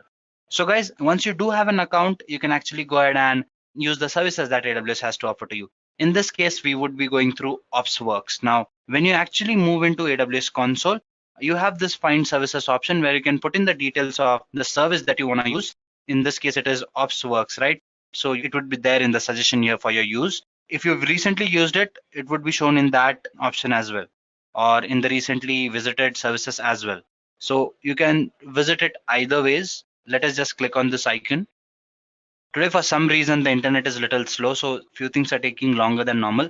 Now, if you've opened or used this service for the first time, or you're using this service for the first time, this is what would appear to you, a fresh screen for a beginner. I'm purposefully using this account because I want you all to see how it looks from a fresher's perspective. So guys, once you do that, this is where you have all the stuff that you can do. Now, in the previous part of this session, I've discussed about stuff like stacks. I've talked about recipes and cookbooks, right? So that is what we are going to do. We are going to go ahead and create a stack. We are actually going to go ahead and deploy an application and see how it works using AWS Ops Works. So as you can see, if you are a fresher, you can actually go ahead and start fresh. With this, what it does is you create your first stack. And if you already have certain instances running and you wish to use those, you can register those instances as well. But for now, let's just go ahead and start fresh so we get to see what all can be done. So let's say add your first stack. So guys, you're given these options. As I've already mentioned, when you talk about AWS Ops Works, it works with two services or two tools rather, that is your Chef and Puppet in a very good manner. Initially, it started on a great scale when you talk about Chef in particular. I mean, it was very easy to integrate with Chef, that is integrating AWS with Chef rather. And now the fact that Puppet is trending these days, you can actually go ahead and use Puppet as well. If you talk about adding a stack, you can actually go ahead and add a sample stack where a Node.js application would be deployed to the discussed instance or to the instance that you would be creating. And if you talk about the other options, you can actually go ahead and bring in your existing cookbooks and use certain community cookbooks as well that are there for offerings when you talk about AWS in particular. To do that, you'd have to use Chef 12 stack. And in case if you wish to use built-in cookbooks for the applications and deployments, you can switch to Chef 11 stack as well. So guys, we're going to stick with the basic application for now. Once you click or select this option, a Node.js app will be set up to help you explore the features and configuration options of AWS Ops Works stacks. For example, layers, lifecycle events, and etc. So let's just go ahead and create one. What operating system do you want? Let's stick to any. I mean, we are not going to go ahead and explore these instances or these operating systems. So let it be Linux for now. It does not matter to any great extent. And say create a stack. So guys, these are the 5 processes that would happen. It would create a stack. The name would be my sample stack. A cookbook repository would be created basically. That is using Chef. A layer would be created. Node.js app server would be its name. Then probably a recipe would be assigned to basically using which you can actually go ahead and deploy your application. And finally, you'd add an instance layer as well, or you'd add an instance to the layer rather. So once you do that, let's just go ahead and say explore the sample stack.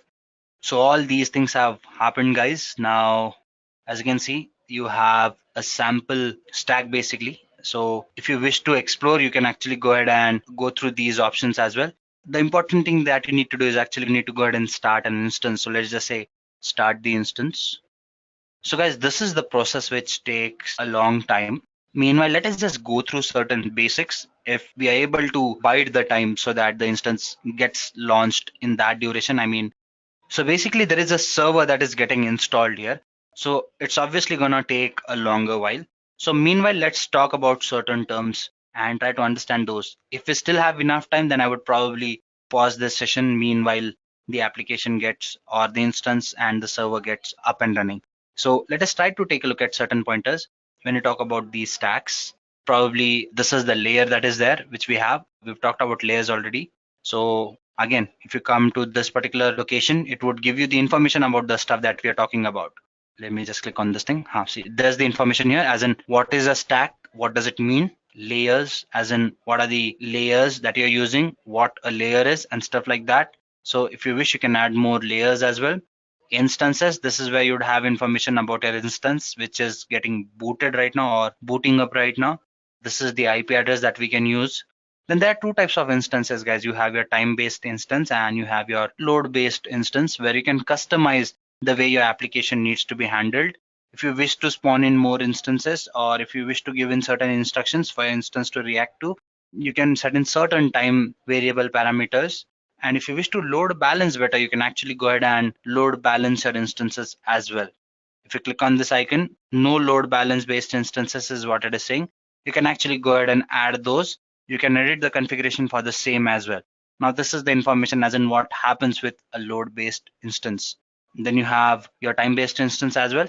Same for it as well, the information as in how it works. Deployments. This is something that we're going to do once instance is up and running. So we should wait for that. Monitoring. This is where you get all the information about what has happened once the application server is up and running.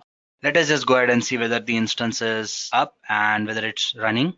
It is still booting up, guys, so I'm just gonna go ahead and kind of wait for this particular activity to happen, and once it does happen, I would re-continue the discussion.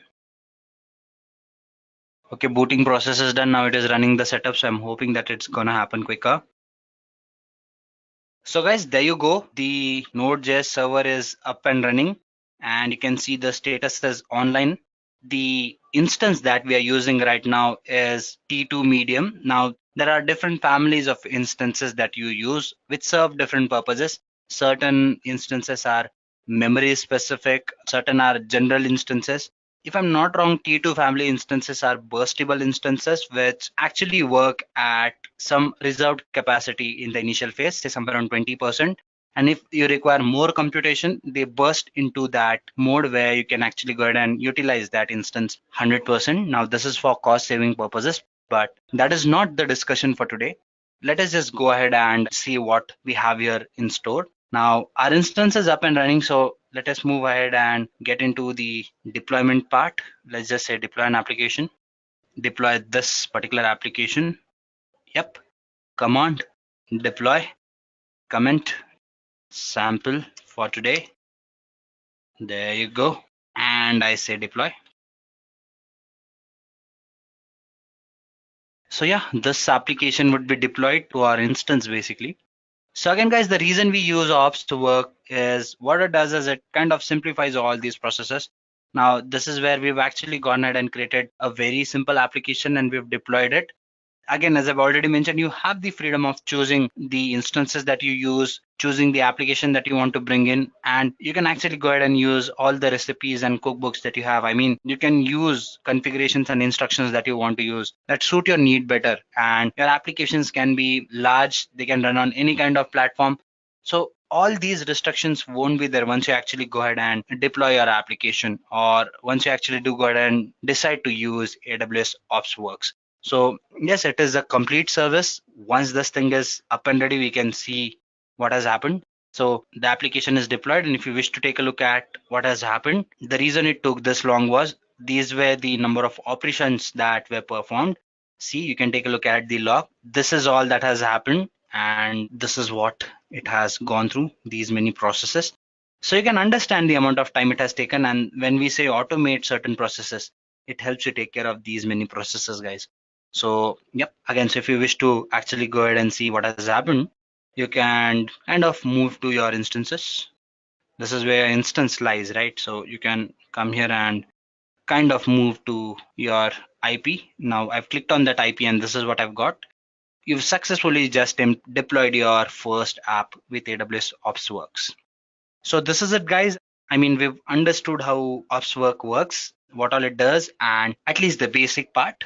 One more important thing that you need to notice, guys, when you do actually go ahead and create these applications, when you actually go ahead and do all these things, you should understand one thing, that these things might cost you. So it is very important that you actually go ahead and clear all the stuff that is there with you. So it is very important you stop your instances. It is very important you delete your applications that are there with you. So first and foremost, it is important you delete your application.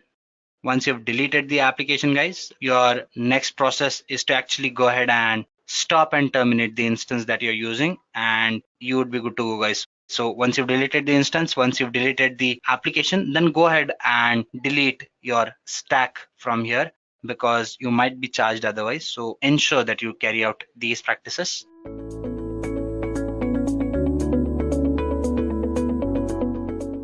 Let us understand what is Azure DevOps. Now, Azure DevOps provides developer services for support teams to plan work, collaborate on code development, and build and deploy applications. Azure DevOps supports a culture and set of processes that bring developers and project managers and contributors together to complete software development. It allows organizations to create and improve products at a very fast pace than they can with traditional software development approaches like the waterfall approach. You can now work in the cloud using Azure DevOps Services or on premises using Azure DevOps Server. So you have two options. Now, Azure DevOps provides integrated features that you can access through your web browser or IDE client. Now, you can use one or more of the following standalone services based on your business needs. The first one that we'll be talking about is Azure Repos, which provides Git repositories or Team Foundation version control for source control of your code. Azure Pipelines, on the other hand, provides build and release services to support continuous integration and delivery of your applications. Azure Boards delivers a suite of agile tools to support planning and tracking work, code defects, and issues using Kanban and Scrum methods. Azure Test Plans, on the other hand, provides several tools to test your applications, including manual or exploratory testing and continuous testing. The last component is Azure Artifacts, which allows teams to share packages such as Maven, NPM, NuGet, and more from public and private sources and integrate package sharing into your pipelines. Now that we know what is DevOps and Azure DevOps, let's understand how to implement continuous integration. Before that, we have to understand what is Azure Pipelines. This is really important.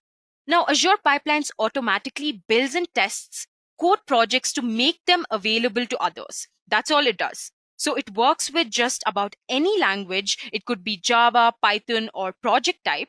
And these pipelines combines continuous integration and continuous delivery to constantly and consistently test and build your code and ship it to any target eventually. Now, you must be wondering, what is continuous integration? Continuous integration is the practice used by development teams to automate the merging and testing of code. Implementing continuous integration helps to catch bugs way early in the development cycle, which makes them less expensive to fix. Automated tests execute as part of the continuous integration process to ensure quality. Artifacts are produced from continuous integration systems and fed to release processes to drive frequent deployments. The build service in TFS helps you set up and manage continuous integration for your applications. Now, continuous delivery, on the other hand, is a process by which code is built, tested, and deployed to one or more test and production environments. Deploying and testing in multiple environments drives quality. So, continuous integration systems produce the deployable artifacts, including infrastructure and applications. Automated release processes consume these artifacts to release new versions and fixes to existing systems. Monitoring and alerting systems run continually to drive visibility into the entire continuous delivery process. The release service in TFS helps you set up and manage continuous delivery for your applications. Azure also has continuous testing on premises or in the cloud, which is the use of automated build, deploy, test workflows, and with a choice of technologies and frameworks that test your changes continuously in a fast, scalable, and efficient manner. Implementing CI/CD pipelines helps to ensure consistent and quality code that's readily available to users. And Azure Pipelines provides a quick, easy, and safe way to automate building your projects and making them available to users. The next question that arises is, why should one use Azure Pipelines, right? So the first and the most important benefit of using Azure Pipelines is it works with any language, any platform. That's one of the biggest advantage. And the next advantage is that it deploys to different types of targets at the same time. It also integrates with Azure deployments. It builds on Windows, Linux, or Mac machines. That is, it works on any OS. And it also integrates with the biggest and the most popular code hosting website, that is GitHub. It also works with open source projects. So this is definitely why one should opt for Azure to create their pipelines. Now let's move on and learn the differences between continuous integration and continuous delivery. Azure Pipeline supports continuous integration and continuous delivery to constantly and consistently test and build your code and ship it to any target. Now you accomplish this by defining a pipeline.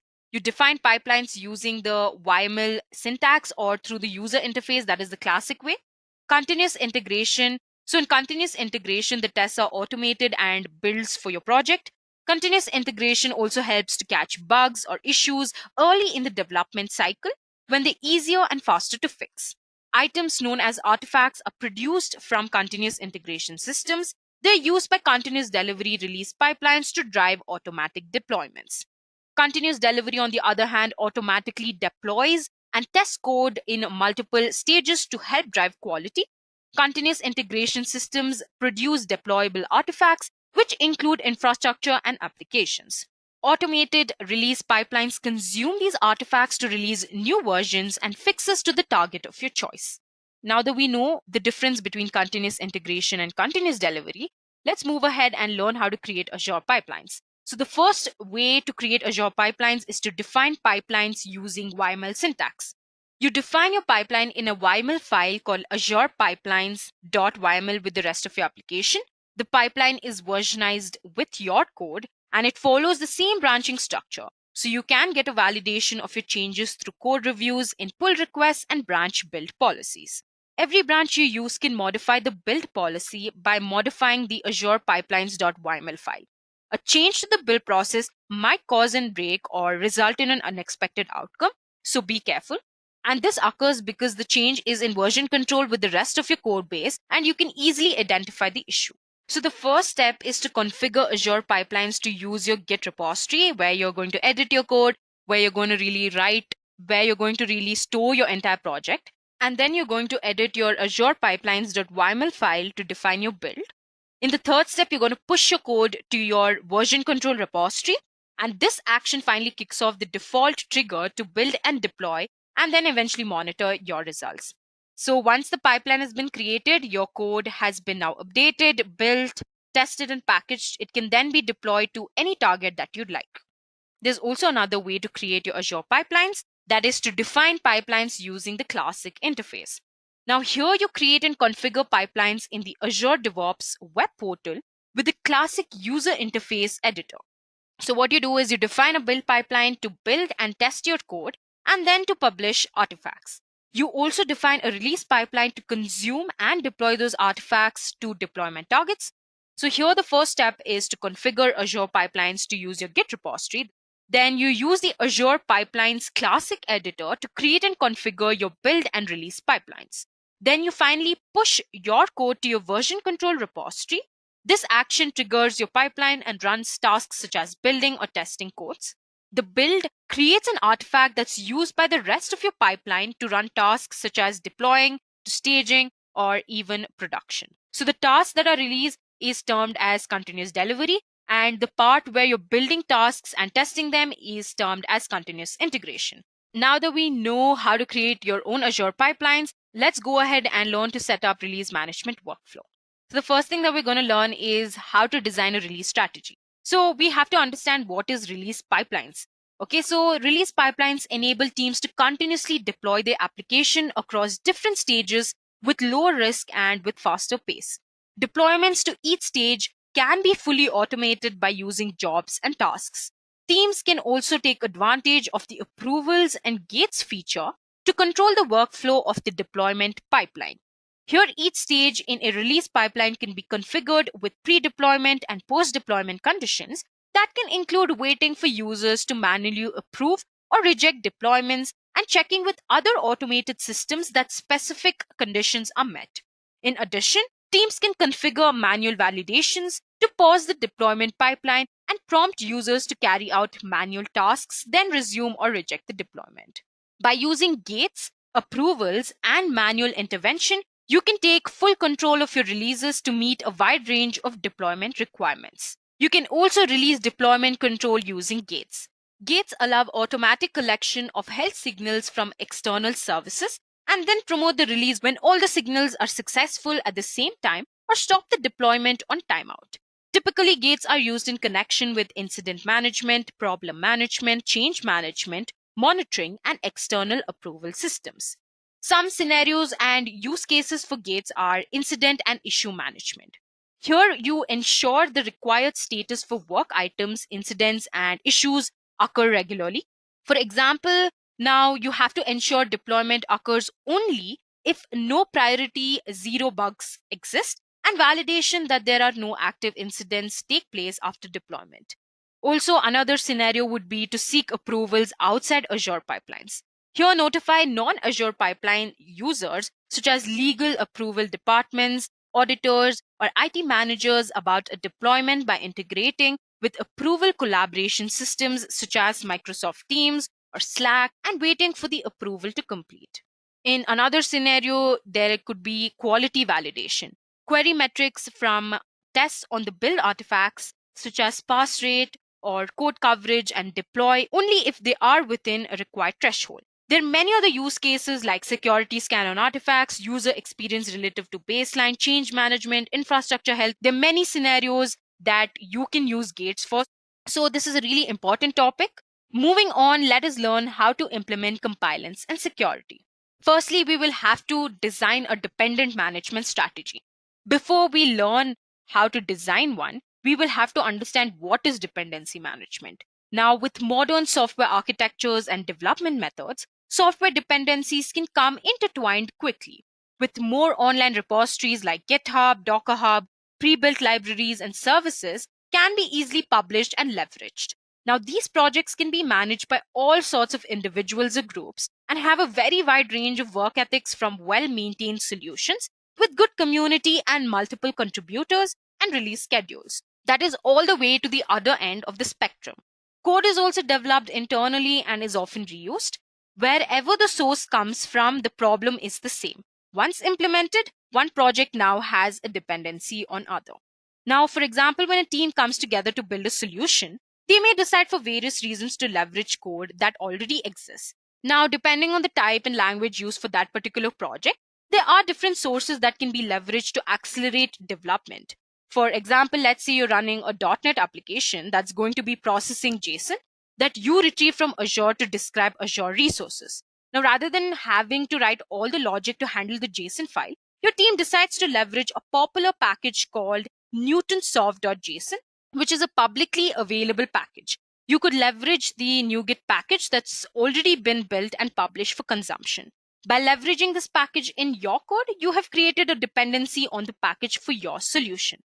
Now, you must be wondering, what is a package? A package is simply a standardized way of distributing codes that can be consumed by another application or solution. Metadata is used to help store and version and identify these packages. So there are different types of packages, right? So these artifacts can be NuGet, NPM, they can also be Maven, and all of these are a part of the packages, okay? So we'll be talking about NuGet. So NuGet is a free open source package manager designed for the Microsoft development platform used in .NET since its introduction in 2010. NuGet has evolved into a larger ecosystem of tools and services, so it is distributed as a Visual Studio extension. The NuGet packet has a NUPKG suffix and as a zip file with a specific folder structure. Maven packages, on the other hand, are often used for Java projects. Maven can also be used to build and manage projects written in C#, Ruby, Scala, and other languages. Now, a project object model file describing the metadata of the project is also stored within this package. NPM, on the other hand, is a package manager for JavaScript programming language, and it's primarily used for runtime environments with Node.js. An NPM package contains a package.json file describing the metadata of that package. The Python package index is a repository of software for the Python programming language. Python's packaging is built for distributing reusable code called libraries between developers. Now, these packages are libraries used as building blocks to create applications and have a tar.gz extension. Azure DevOps also has the ability to store universal packages. A universal package installed one or more files together in a single package that have a name and version, which is useful for many ad hoc situations where you want diversion and track files. Containerized workloads are becoming more popular as platforms like Kubernetes are becoming mainstream. We'll be talking about Kubernetes later on in the session. Docker images, on the other hand, are generally complete self-contained system. Azure Artifacts are available in Azure DevOps, DevOps servers, as well as in Team Foundation Server 2017 and 2018. The sources allow you to integrate packages seamlessly into your CI/CD pipeline. Now, there are three concepts you need to understand when managing these Azure artifacts that we just talked about. That is feeds, views, and upstream sources. Feeds are the primary method for delivering packages. Microsoft really recommends one feed per project. And to achieve this, we can utilize the feature of upstream sources, which allows you to combine multiple sources into a single feed. Now, using this method allows you to control sources in your project in the various levels of access. Here we see two options we have when adding upstream sources: a public source and from an existing Azure Artifacts feed from within your Azure DevOps organization. When adding a public source, the only supported package type is an NPM source, which we've already talked about. Now, when you're adding a source from within your Azure DevOps organization, you can target an Azure Artifacts feed. This allows you to use different package types, that is NuGet, Python, and Maven. You can scope the visibility of your package feed to your organization, which is multiple projects. And this is by default. Now, a benefit of bringing all these packages together in one feed is the copies are made of the sources. Now, if you're using sources and those sources goes offline, you'll be able to maintain your own version of this packet. Upstream sources, on the other hand, enable you to manage your product's dependencies in a single place. Using upstream sources makes it easy to use common packages in your solution. It has the added benefit and gives you protection against outages and corrupted or compromised packages from upstream sources, and also as a copy of the packages stored locally. Now let's move on and understand how to manage security and compliance. White Source Bolt is a lightweight open source security and management solution integrated within Microsoft's Azure DevOps Services and Azure DevOps Server, formerly that is DFS products. It enables you to do many things like detect and remedy vulnerable open source components. Also, you can generate comprehensive open source inventory reports per project or build. You can also enforce open source license compliance, including dependencies licenses. And also you can identify outdated open source libraries with recommendations to update. This is just one solution to manage security and compliance. Let's move on and understand how to implement continuous feedback.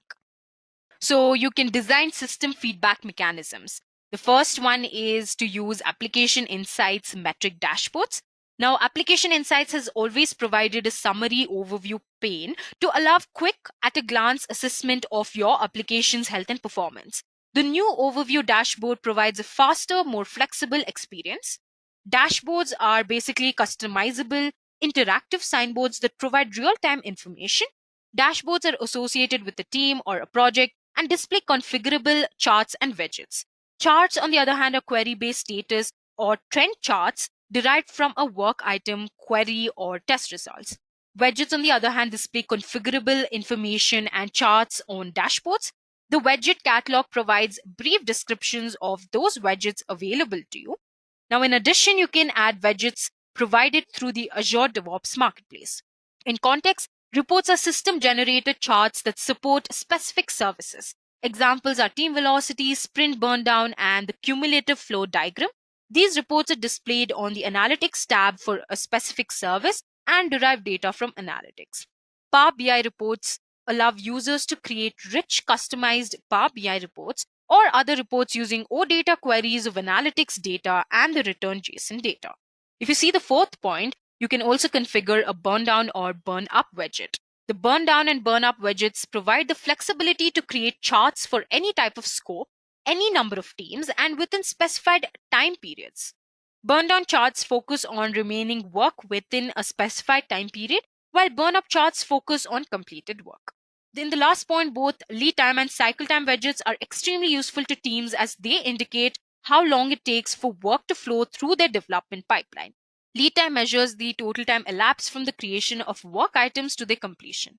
Cycle time, on the other hand, measures the time it takes for your team to complete work items once they begin actively working on them.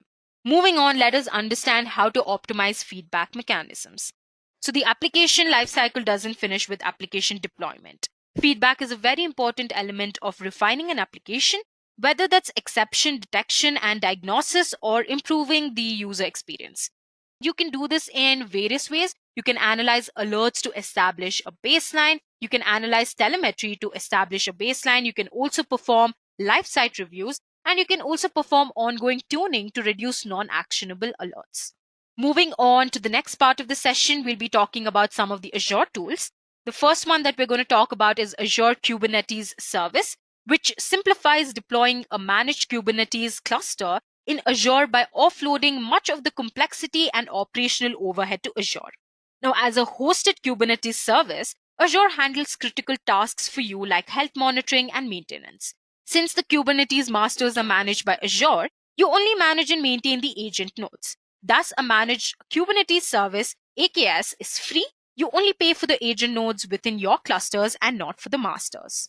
You can create an AKS cluster using the Azure portal, the Azure CLI, Azure PowerShell, or even using template-driven deployment options such as Resource Manager templates and Terraform. Now, when you deploy an AKS cluster, the Kubernetes master and all nodes are deployed and configured for you.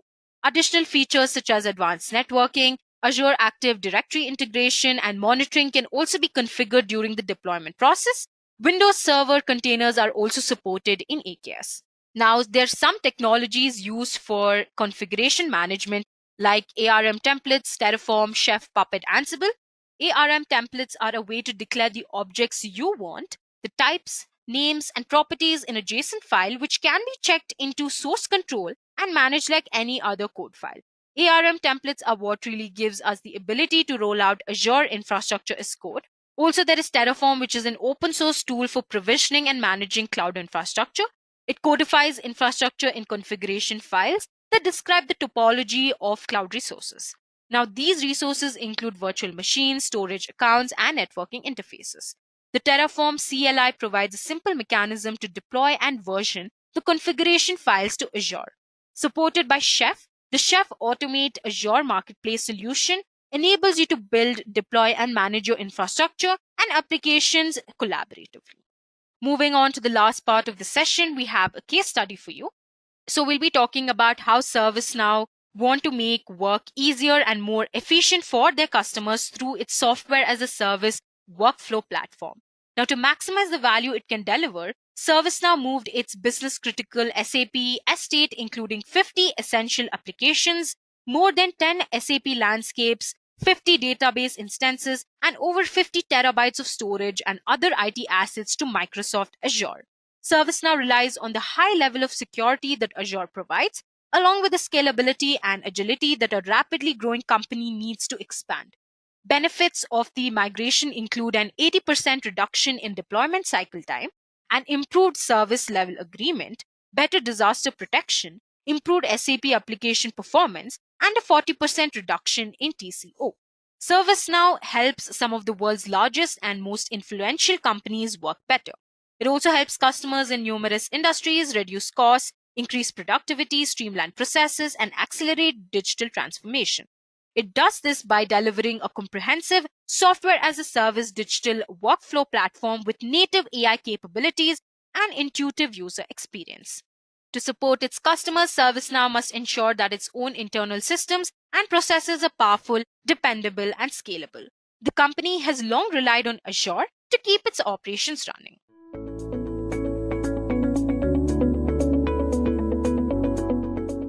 What is Azure DevOps Test Plans?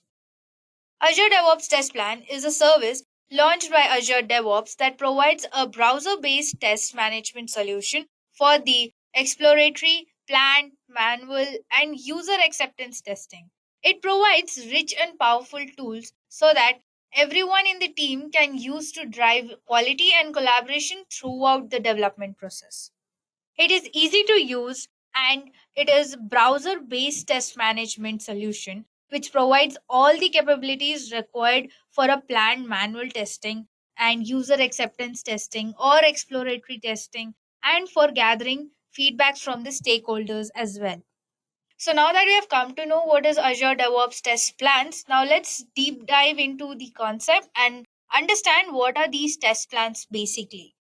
So first let us understand what do you mean by a test plan.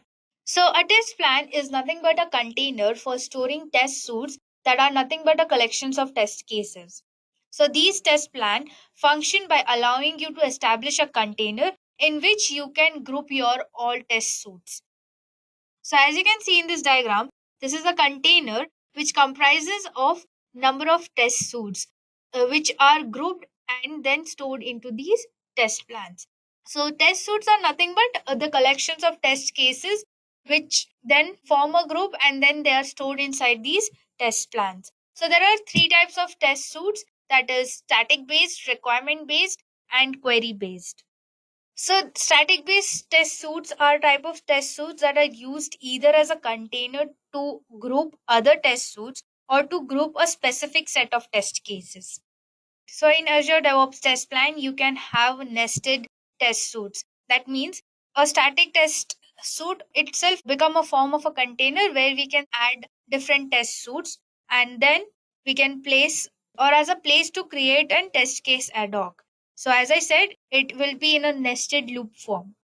So most of the time you will be using a static test suites, as you mean by grouping test suites together. Next is requirement based test suites. So requirement based test suites are the simplest and the most traceable test suites. It is basically they pull all the test cases for a given requirement. This means when you go to build a test suite, you will not be choosing test cases. Instead, you will simply choose the requirements. So what happens next is that any test cases that have already been built or connected to that particular requirement will get pulled in and populate your test suites. So you can then run all of the tests for that particular given requirement.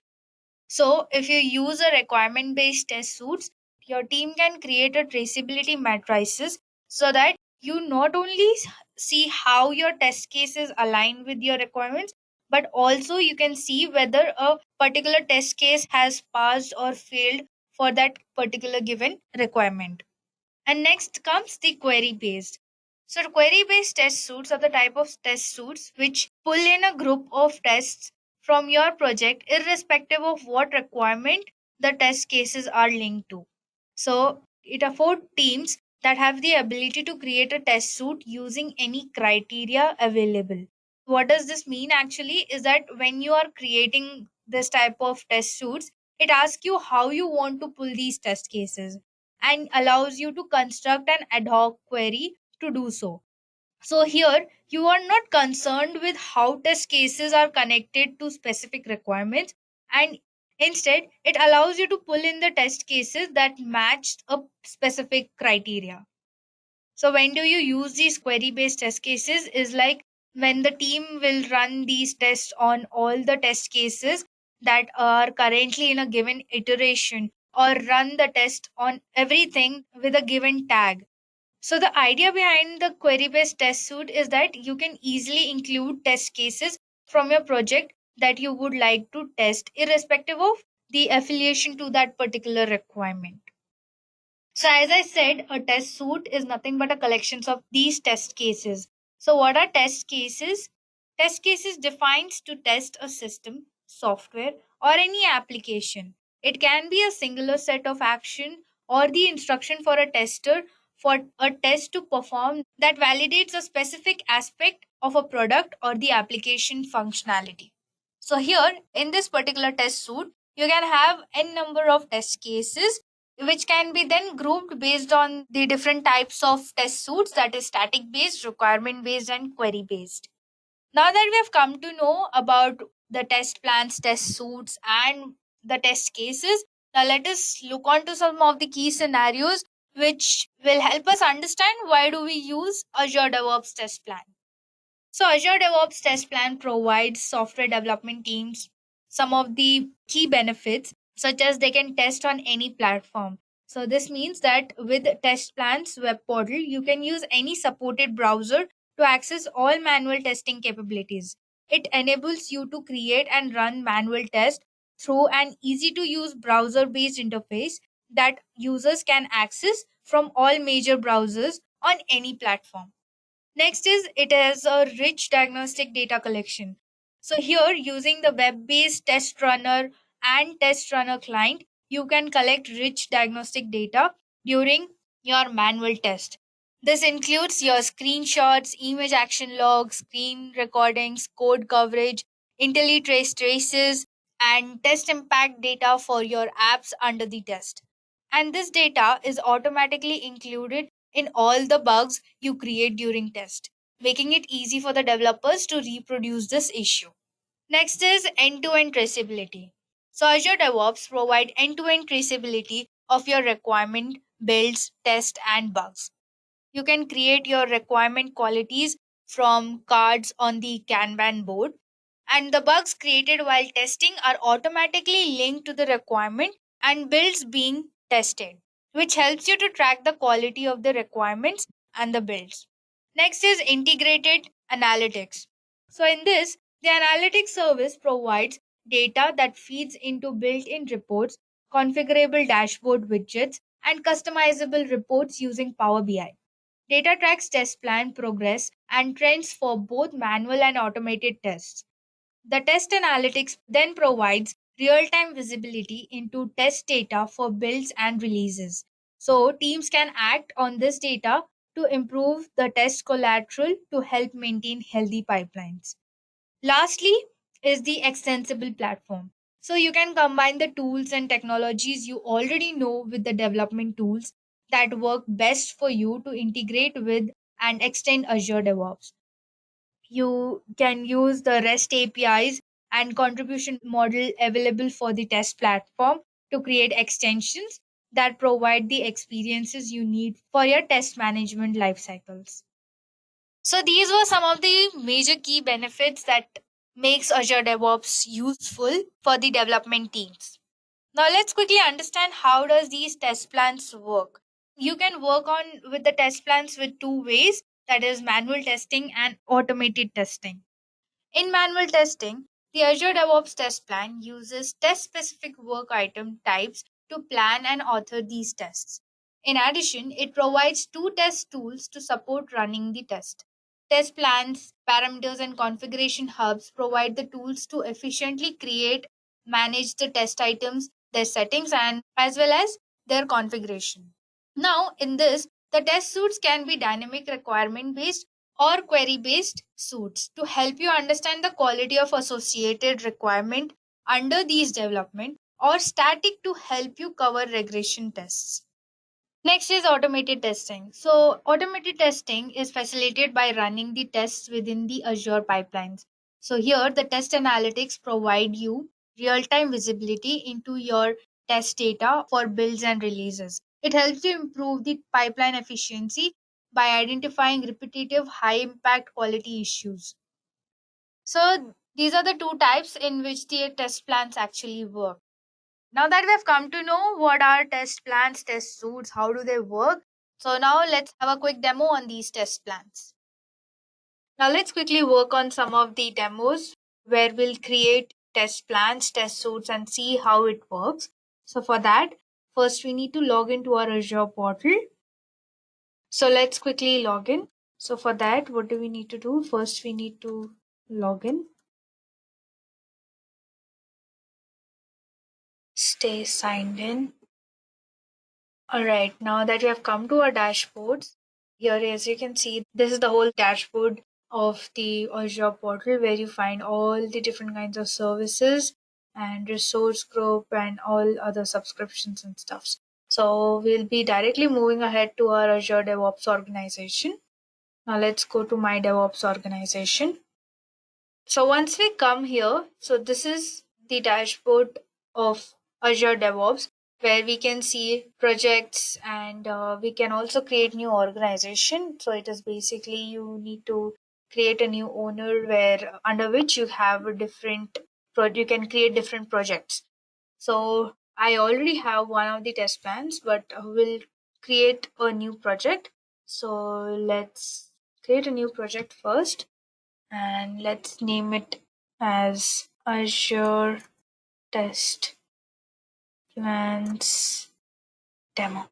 Now we can give a descriptions to our project or else you can leave it as it is, and it's just a demo for us. So I'll be taking the private option and now we can just create. So now our Azure test plan has been created.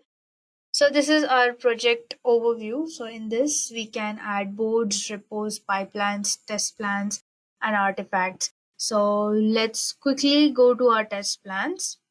Now once we come here, now we need to first create a test plan. So as we said, a test plan is a container where we have group of test suites. So for that, we need a container. So let's quickly create one new test plan.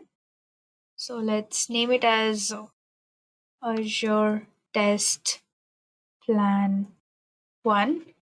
Okay, that would be cool. And here you can choose the area path. So as our project name is Azure DevOps Test Plan, so we'll be keeping it under that. And the iterations, so here the iterations are nothing but our sprint. So we can take, or we can keep it as it is. Later we can just change whenever to sprint 1. So let's quickly create. So now that we have created our test plan, now under this, we will be creating the test suite. So now here we need to see, here we can create a test suite over here. So this is our test plan. Under this, we'll be creating a new suite. So as we discussed before, we have 3 types of test suites, that is static, requirement based, and query based. So we'll be taking here static suite, and now let's name it test suite 1. All right. Now our test plans are created and our test suite is also created. So if you go to our more options, so you can create one more under that particular test suite. You can create another test suite based on your requirements, and you can also assign testers to run the tests which are under these test suites. So now that we have created our test suites, so let's quickly go to our boards. Under that, we'll go to our sprints.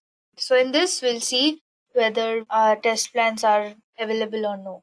So as you can see here, Azure Test Plan Demo, that is our test plan. And under that, we have the test suite, which is under sprint 1. But currently, we don't have any test cases. For that, we need to create test cases as well. So as you have created these test suites, so in this you can either add new test suites under the test suite 1, or else you can assign the testers to the particular suite. But before that, we need to create new test cases. So now what do we need to do is we'll first edit our test plan and we'll choose our iteration, that is our sprint 1. So we'll be choosing that and we'll just save and close. So once we do that, we'll just go to our boards. So as you can see, this is our test suite and this is our test plan. So, and it is currently active. So once you go to our sprints, so here you can see, as I said, in sprint 1 we have only one sprint, but we don't have any test cases. So now what do we need to do? Now we'll go back to our test plans, and here, as you can see, we can have add test cases. So let's quickly new test case. So here we'll enter the title for our test case. So let's keep it quite simple. So let's create a test case like change the title size from H2 to H3. Okay, so what do we need to do is like we are changing the title size from H2 to H3. So here we'll provide the test case states that will be in the design stage. So here what do we need to do? Here we need to add the steps. How to change the title from H2 to H3. So let's quickly add some steps. Alright, so we'll just give couple of few steps, that is open home.html,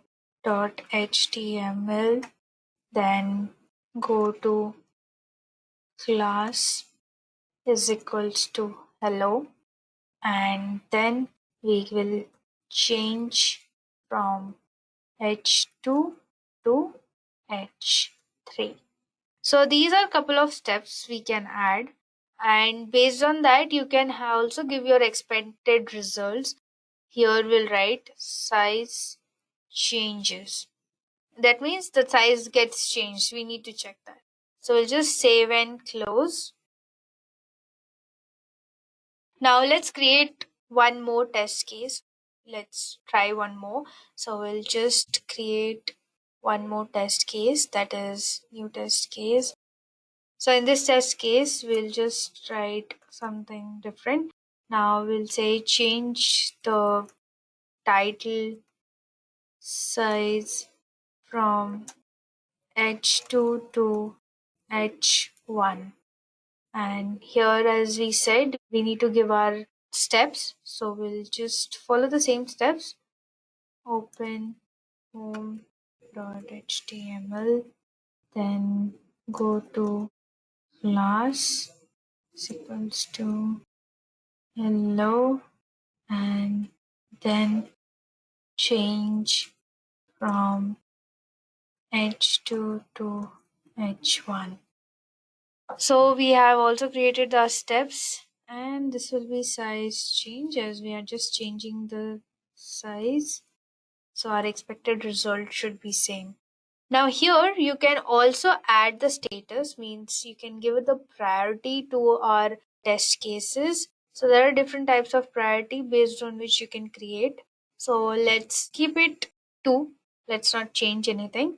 And we'll just quickly save and close. So we have 2 test cases. Now in this define section, we are able to see the different test cases which are assigned. Now we'll go to our execute, and here you can see that your test cases are also visible. So you can select one or multiple test cases. So let's quickly select one and just run for web application. So once we run the web application, so here you can see the steps are specified here. So now what I will do is go to these web applications and I'll check whether the changes have been done or no. When I open the home.html, if it is running well, so I'll just tick mark, or else if it is not, then I will just fail the test step. And then I go to the class hello. So once I go there, so I tick mark that, and I change from H2 to H3, so I'll click that. So once that is done, whereas here you can add some more steps, like here you can see insert new step. You can just create new steps, or you can delete the steps if you are not requiring it. So here you can just add any one new. All right. So here you can also take screenshots, or you can just select the image action and also create a video. Now once you have done this, we'll just save and close. So as you can see here, our test case, that is changed the title size from H2 to H3. So here it shows passed. Now we'll also do with the second one. So let's run it together. Let's see what happens. Okay, so here you can change your test, like we have our first test, and you can switch your test cases. So currently our one test has been done, so we'll do with our second test as well. So we'll just pass all the tests and we'll just save and close. All right, it shows active state. Let's see whether it has been done or no. All right. Okay, so what did we do? We did it for the first one as well. So we'll just quickly do for this as well.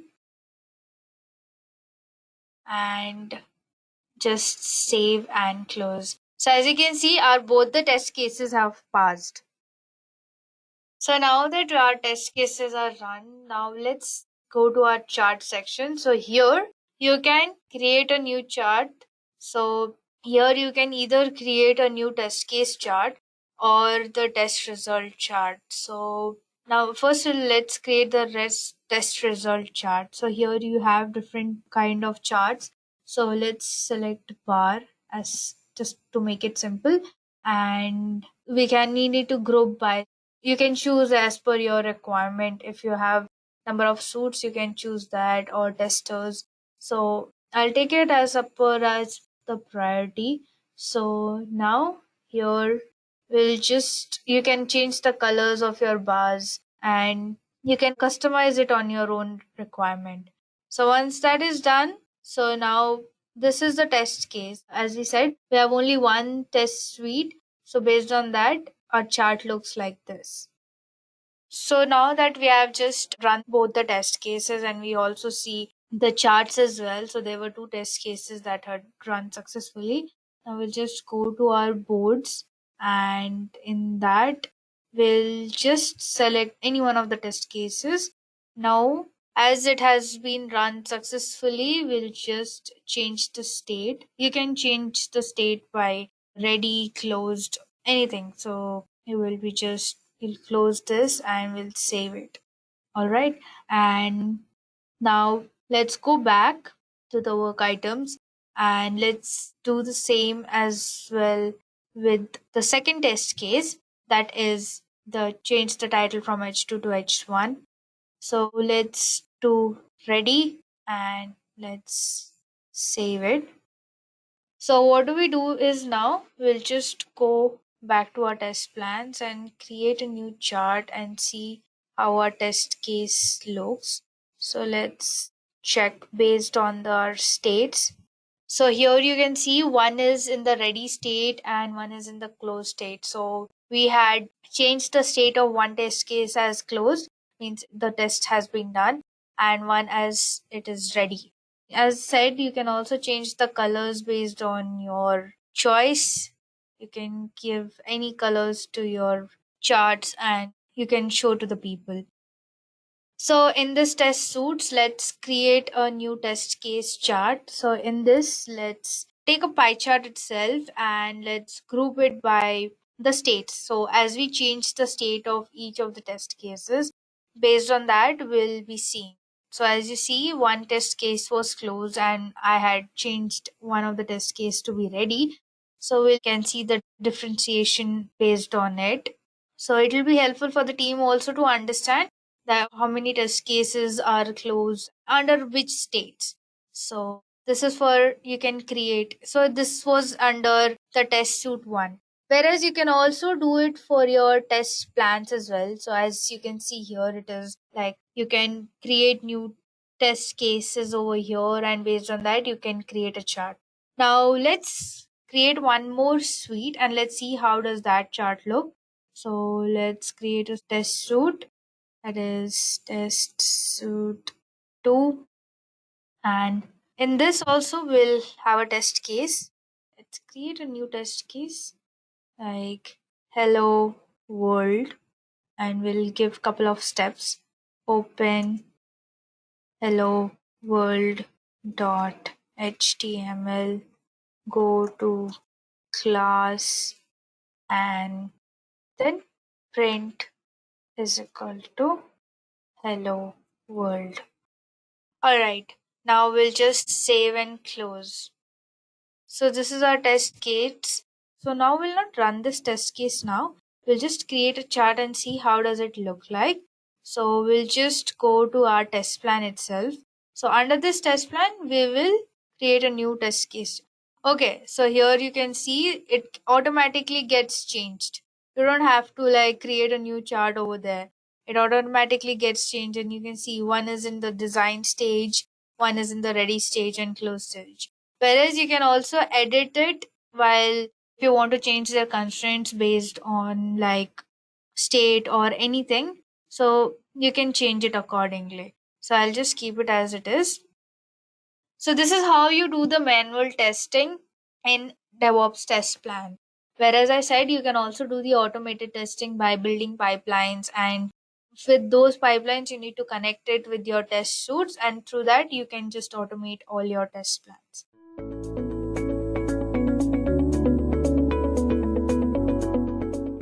What are Azure Artifacts? So according to the definition, Azure Artifacts is a package management system integrated with Azure DevOps that allows you to develop and share packages like Maven, NPM, and Nugget, etc. via public and private feeds to any size business. So basically, Azure Artifacts is kind of an extension that makes it easy to discover, install, and publish packages in Azure DevOps. It's deeply integrated with other hubs like Build so that package management can become a seamless part of your existing workflow. It enables developers to share their code efficiently and manage all their packages from one place. Using Azure DevOps Artifacts, developers can publish packages to their feeds and share it within the same team, access organizations, and even publicly.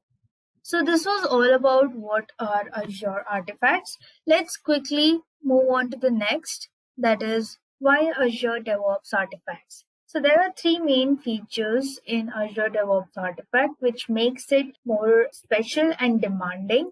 So let's quickly have a look. What are those three? So first is you can keep your artifacts organized. So what does it mean? That you can share code effortlessly by storing any packages irrespective of whatever programming language you are using, like Maven, NPM, Nugget, and Python, etc. You can just feed them all together in the artifacts and keep it organized. Second is protect your packages. So here it means that you can keep every public source package that you use, including packages from npm.js and nugget.org, safe in your feed where only you can delete it, and it is backed by the enterprise grade Azure SLAs. So that means that all your packages are safe and secure. Third is integrated package handling into your CI/CD pipeline. So what does it mean? That you can access all your artifacts in builds and releases, in which artifact integrates natively with the Azure pipeline or CI/CD tool. So these were the three benefits, or we can say features, that makes Azure DevOps artifacts more demanding and mostly helpful to users, basically like developers. So let's quickly move on ahead. So next is Azure Artifacts Workflow. So let's see how Azure Artifact work. So it is a three-step process in which makes it easy to work. So we can see the first step is to create a package. So basically what is it? A package feed is a location you use to host packages you want to deploy with a deployment manager. So when you set up a deployment manager, you need to choose a feed you want to use to host your package. So here what do you do? First you create a package feed or a team feed. So once you create a team feed, then we move on to the next step, that is build integration. So basically what do we do here is like we connect to the feed in the Azure DevOps and then we start building integration. The main purpose of build integration is to define the order in which the components and subsystem should be implemented, which builds to create when integrating the system and how they are to be assessed. After this, we move on to the third step, that is consume from feed. So here what do we do is that we pack and push packages to your feed and then we consume feed by running build and restoring packages from team feed and setting up new solution locally to consume the feed. So these were the three easy steps, or we can say the whole workflow of Azure DevOps Artifact. So with no wait, let's quickly move on to our demo where we'll see how do we work with the artifacts. So first we need to open our terminal. Let's open our terminal.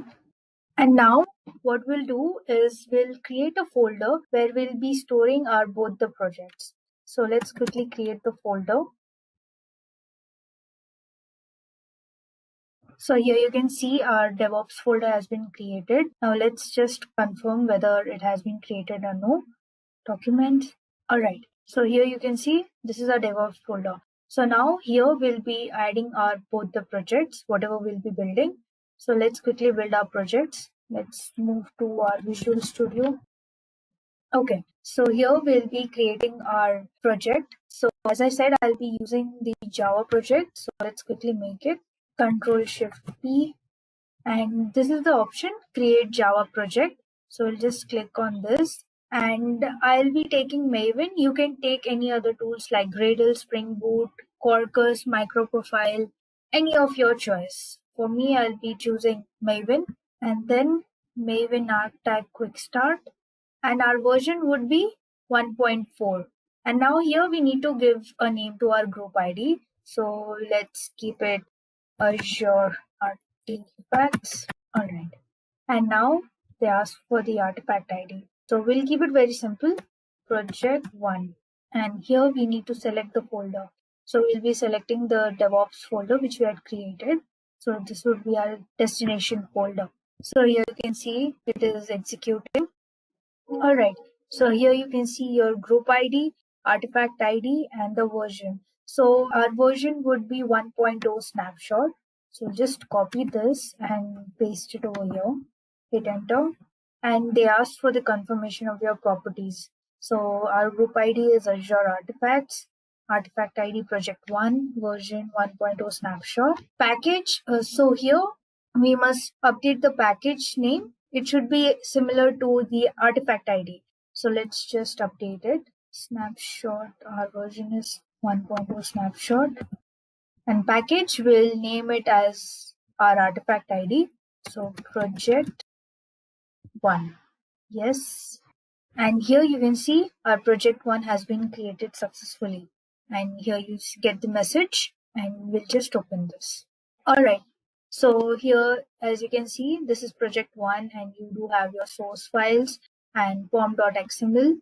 So this is the where you find all your dependencies. So let's quickly build our project 2. We'll follow the same process. Control Shift P, Java project, Maven, type 1.4, and our group ID would be same.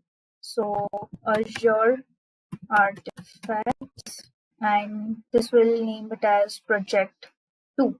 Now select the folder, destination folder. All right. So here we see our group ID, artifact ID, project 2. Let's keep the version same. We'll just copy this, and we need to update our package. So let's update it. Project 2. Yes.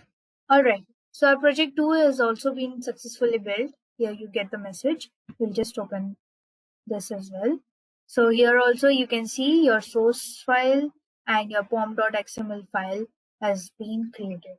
So now both the projects are created. Now what do we need to do is to create the dependencies. So let's create the dependencies. For this, we'll just maximize this. In project 2, we'll come to this dependencies section, and we'll copy this dependency code, copy, and just paste it below. And now what do we do here is, as we need to create the dependencies, so we'll change the group ID, artifact ID, and your versions. So what would be our group ID is Azure Artifacts, which we had created. So let's just copy and paste. And our artifact ID is project 1, as we are making project 1 dependent on project 2. So let's write it project 1. All right. Our version would be 1.0 snapshot. Cool. And our scope would be system. Now below this, we need to give the system path. So let's quickly give the system path. Okay. So our system path would be $base star live project 1-1. So here we get the option 1.0 snapshot.jar. So we'll quickly save this, and we'll open our terminal. So let's open our terminal. So now to build this jar file, we need to go to project 1. So let's go to project 1, cd project 1. All right. So here what do? We'll just hit the command maven compile. All right. So here it shows it has been built successfully. After this, we'll just hit the command maven package. All right. So your maven package command has also been run successfully. Let's quickly cross check it once. Let's go to project 1. Now here we see the target folder. So let's quickly check. So here you can see your project 1.0 snapshot.jar file has been created. Now what do we need to do is we need to copy this jar file and paste it in project 2. So for this, let's create a folder in project 2. Let's name it live, and we'll copy this jar file and paste it in. Okay. Now, what do? We'll run the same commands, that is maven compile and maven package, in project 2 as well. So let's quickly go to project 2. Maven compile. Alright, so here you can see it has been built successfully. Let's run another command, that is maven package. Alright, so here you can see maven package has also run successfully. So this is how you create the dependencies between the two projects. Now let's quickly move on to our Azure. So we'll go to our Azure DevOps. Okay, so here first we'll be creating a project. Let's create a new project and let's name it Azure DevOps Artifacts. And we'll make it private. Like you can choose any one of the you can choose the visibility of your own choice. So, but I will prefer private and will create it. So this is our new project. Here you can see there are different options like boards, repos, pipelines, test plans, artifacts. So first we'll go to repos, and here we'll be uploading our project, whatever we have created right now. For this, now what do we need to do? The first step is so let's go to our project. Now we have created the dependencies, like we have created our jar files, and our both the projects are dependent on each other. So it is basically typically for like one developer environment. But let us assume, like, if you have two different teams, and then what you need to do, that you need to always come over here and open the jar file and just update the versions of the jar file every time. So what do you need is to have a central location where you have all these files, and then every time whenever you compile these projects, then it is going to go ahead and the latest file, and then it is basically that you don't need any more, like you won't have to just come over here and keep on updating your versions. So it would be automatically done. So for that, what we'll do, we'll just delete this jar files from here, so that only the code is like transferred to our reports. So let's go to our files and go to project 1, and in target there is a jar file. So we'll just delete this jar file.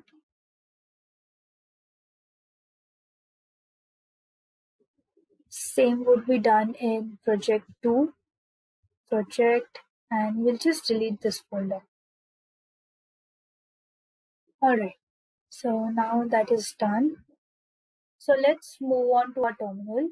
Now we need to move to our destination folder where we have where we have built our both the projects. So I have come here to this DevOps folder. Now what we need to do is we need to send these two projects, into our Git repository. For that, we'll git init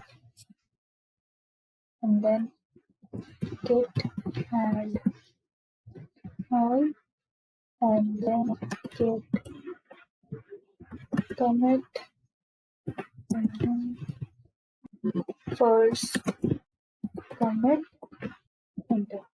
So here you can see our both the files have been gone into the repository. Now what do we need to do is we will go to our repository and we'll just copy this git remote add origin. So what do we need to do is we'll just copy this link, copy, and git remote add origin, git remote add origin,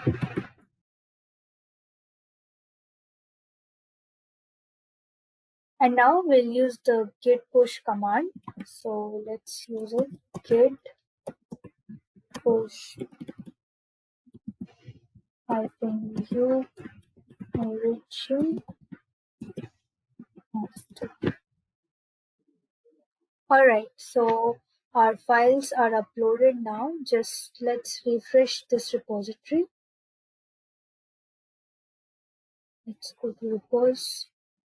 Okay, So here you can see both the projects are uploaded over here.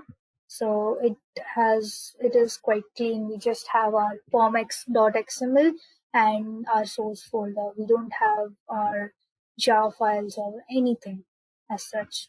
Now after this, let's move on to our artifacts. So here first is we need to create a feed. So let's create a feed. Let's name it project Azure app, and here we can give the visibility. It's upon you, like whatever choice you need to give. So you can give the visibility like only accessible to the members of the organization or to the specific people. So I'll select the second option, and upstreaming sources. So here we like from the public sources, we include the packages, like no matter whatever languages you're using. And our scope would be project. It can be either project or organization. So for me, I'll be selecting the project and I'll just create it. So yes, as you can see here, our feed has been created. Now next, what do we need to do is connect to feed. So here you can see all different languages, the packages which you need to like connect, and you need to feed on to the artifacts. So here there are different languages like .NET, Nugget, Visual Studio, NPM, Gradle, Python, Pip. So you can choose any one of your choice. For me, I will be choosing Maven as we have worked on Maven. So what do we need to do is here, let's copy this repository and we need to paste it onto our project files. So let's go to project 2 and let's search for our repository section. So do we have any repositories? So no, we don't have repository. We need to create a new repository. So let's create a repository just below our dependencies. So repository, please. So let's close it. Alright, now what do? We will just paste the code over here and just save it. Now we can also copy this whole code and paste it on project 1 as well. So this is a project 1. Let's go and do the same thing under repository. Under the dependencies, we'll paste this repository code and we'll save it. Alright, so now you can see this URL. So this URL needs some authentication as this is private. So how do we give the authentication? So let's move on to our Azure DevOps. Here we'll go to personal access key tokens, and here we'll be creating a new token. So let's create a new token over here. You can give any name to your token. Let's keep it project Azure app.artifacts. All right, and let's give the authentication. We'll give the packaging, read, write, and manage. Once that is done, let's create. So as you can see, your token is created over here, and this is your password. All right, so just copy this password. Now, where do we put this keyword so that we can authenticate? So there is a folder, Maven folder, that is m2.m2. So we'll go to that m2, and here you can see the repository folder, and there's a settings.xml. So we'll go to the settings.xml file, and here you can see this is the code where you can give the authentication to your Maven project. So here, this is the code server. Under this, you have your project ID, project Azure.app, and your username is your organization's name. Now let's paste the password which we had copied. So let's paste it over here and let's save it. So now let's go to our Azure DevOps and we'll go to the artifacts, connect to feed, Maven. And so here you can see the settings.xml file, your username is there, and your personal access token, which we created previously, have been initiated. Now what do we need to do is copy this repository as it has been updated. Let's copy this and paste it again to our both the projects. So we'll just copy this repository, paste it over here, and save it. Let's do the same with our project 1. So this is our project 1. Alright, so we'll save this as well. Now what do we need to do is we need to also have this distribution management code. So let's find out if we have this section. So we don't have it. Let's paste it again to just below the repositories. Just close this. Copy, paste, and close. Now what do we need to do is copy the same repository code and paste it just inside this distribution management and save it. Alright, now we'll just do the same thing with, this is for the project 1, we'll do it for project 2 as well. Let's copy project 2 and paste. Alright, so we'll save it. So now let's move on to the terminal of project 1 and npm deploy.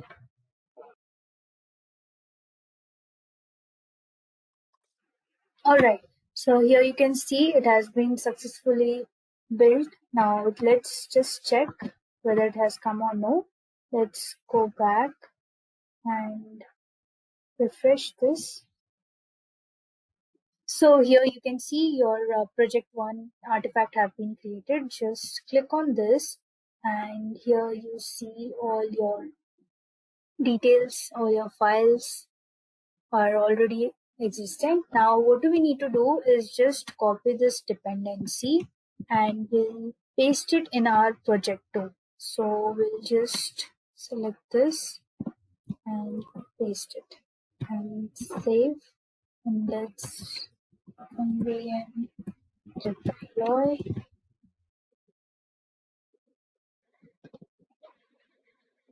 Even this has been built successfully. Let's check, refresh. So here you can see our both the projects have been uploaded, and this is how you push your packages into your artifacts.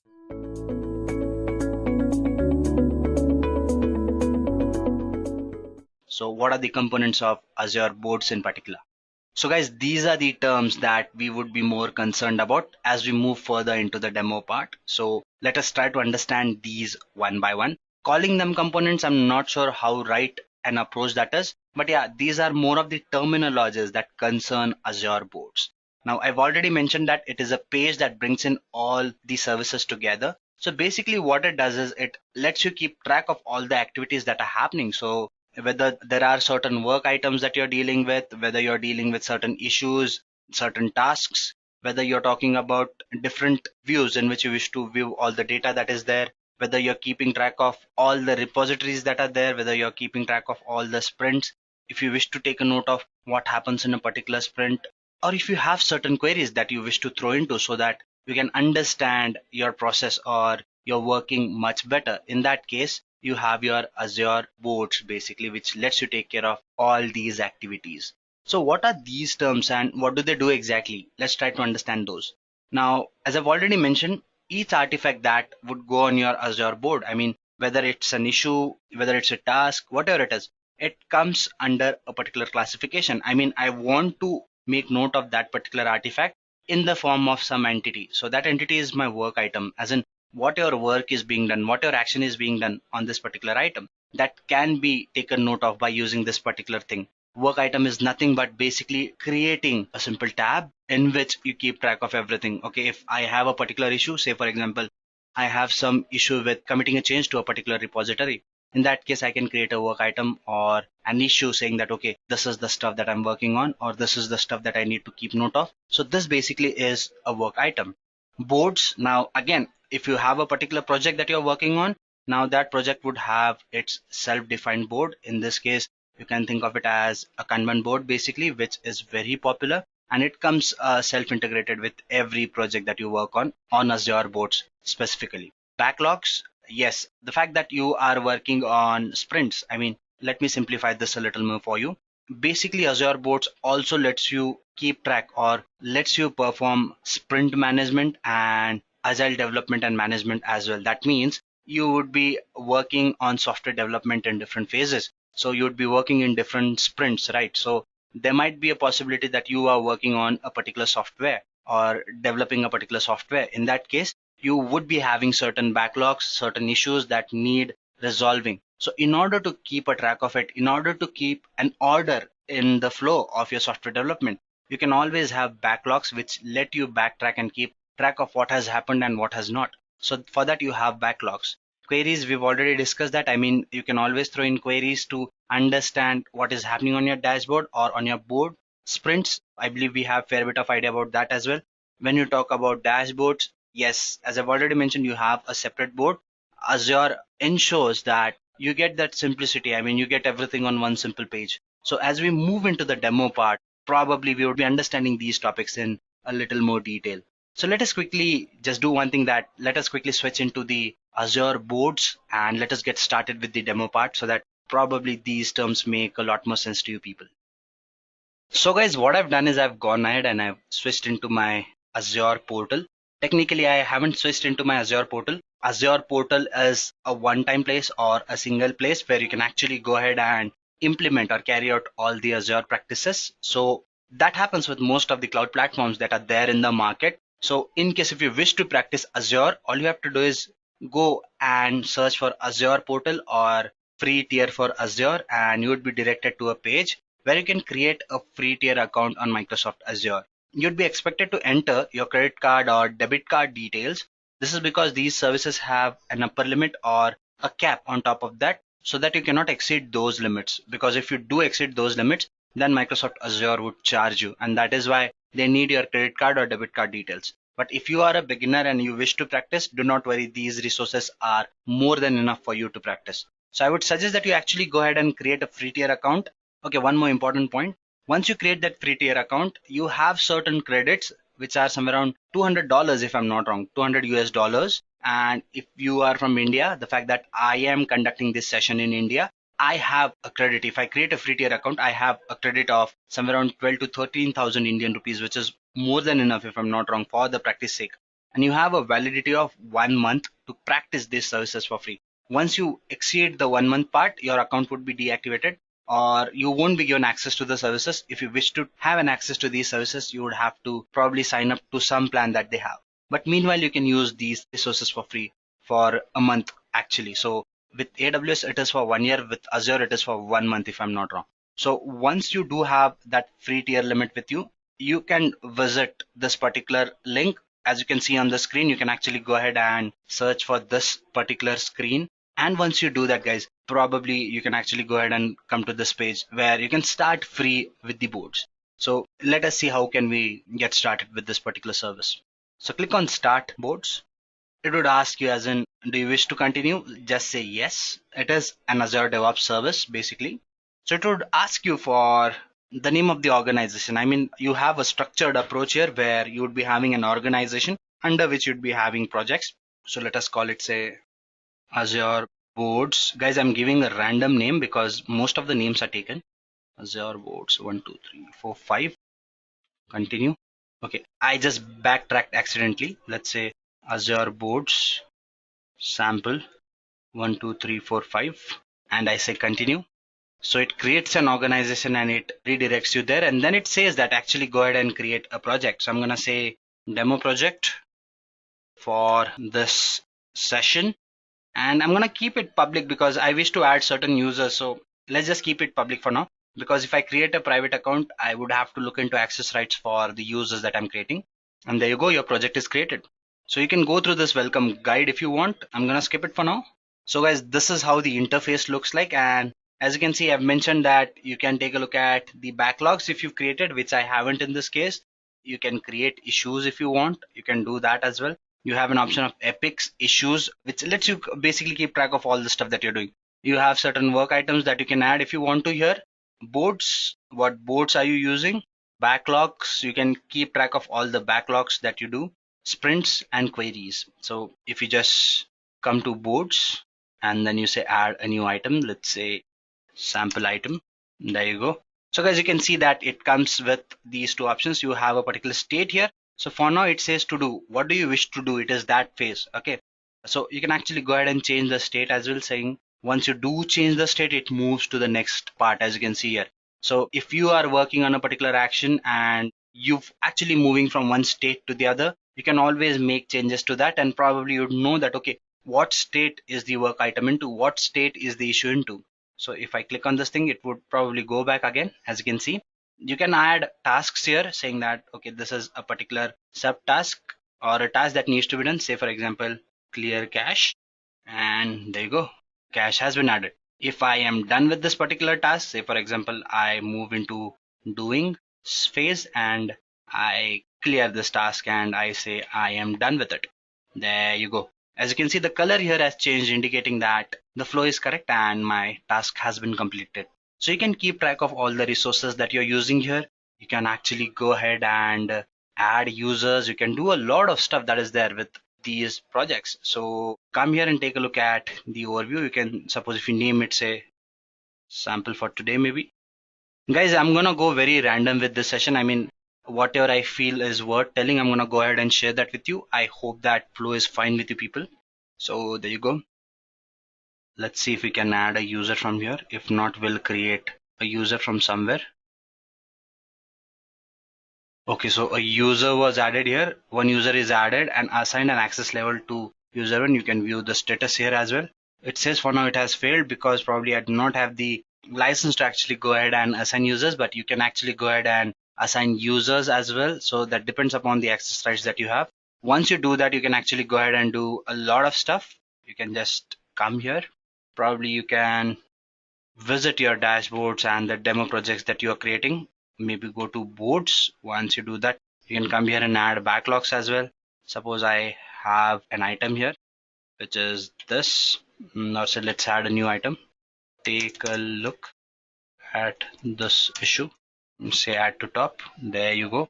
I can come and assign it to a particular user. Let's say I assign it to this particular individual, and there you go. The person can actually go ahead and make change to the issue. You can see the update is here, and if it is done, it's gonna go to green again. And if I come back to my boards, you can see that it is here.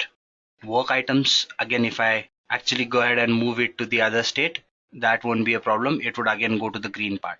So this is how it works. You can actually go to the project settings as well. You can come here, you can do a lot of stuff here. Say for example, you can manage your teams, take a look at the security principles that are there. You can test. Let's not get into the test part for now, but let's say if you wish to have GitHub connections, you can connect to your GitHub account as well. Just come here and probably, okay, so you can just go ahead. My GitHub account is already added, I believe here, so it shows that thing to me. Else you'd require to sign up as well, so you can just say save. And the repository gets added here. So you can actually go ahead and move to the repos part as well and take a look at the stuff that has happened here. Say for example, let me switch to some other account that I have. This is the one, or maybe Edureka boards. So if I go to samples, there was something I was wanting to tell you. Yeah, this is the part. So you can enable your repos as well if you want. Okay, you can enable your pipelines, even artifacts. You can see that all these things are available here as well now, because I've actually gone ahead and enabled those things. If you just enable these things, you can have access to these resources here and here.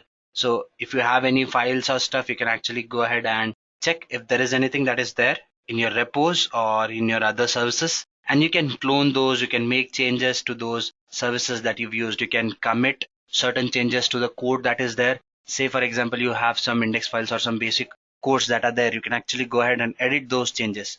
Once you've actually edited those changes, you can go ahead and commit those. You can create branches as well. So you have your master branch, you have your sub branch, and you can make changes and commit those changes to the master as well. So when you talk about DevOps operations and various activities that concern a particular board, everything can be taken care of when you talk about Azure boards in particular. So this is it, guys. There is not a lot to explore when you talk about these services. These are very important to use though, because they help you keep track of a lot of things, I would suggest that you visit Microsoft Azure's documentation as well, because there are quite a few other activities that you can do with this particular service. Some basic activities which are simple but something that are important and can be done as well. So as far as you are concerned, you can actually go ahead and explore as many services as you want, and you can understand what all can you do with Azure boards in particular. As far as this session goes, guys, I just wanted you to get introduced to this particular topic, and I believe I've done justice to that, and I hope that you've understood this particular topic to some extent where you can take it further and probably enhance your knowledge in this particular domain.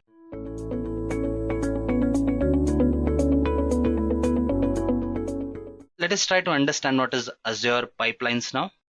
Now, basically, this particular service helps you carry out following things, or this is what the definition has to say. Well, it is a service that caters the need for creating pipelines on Azure cloud platform, which is pretty much evident.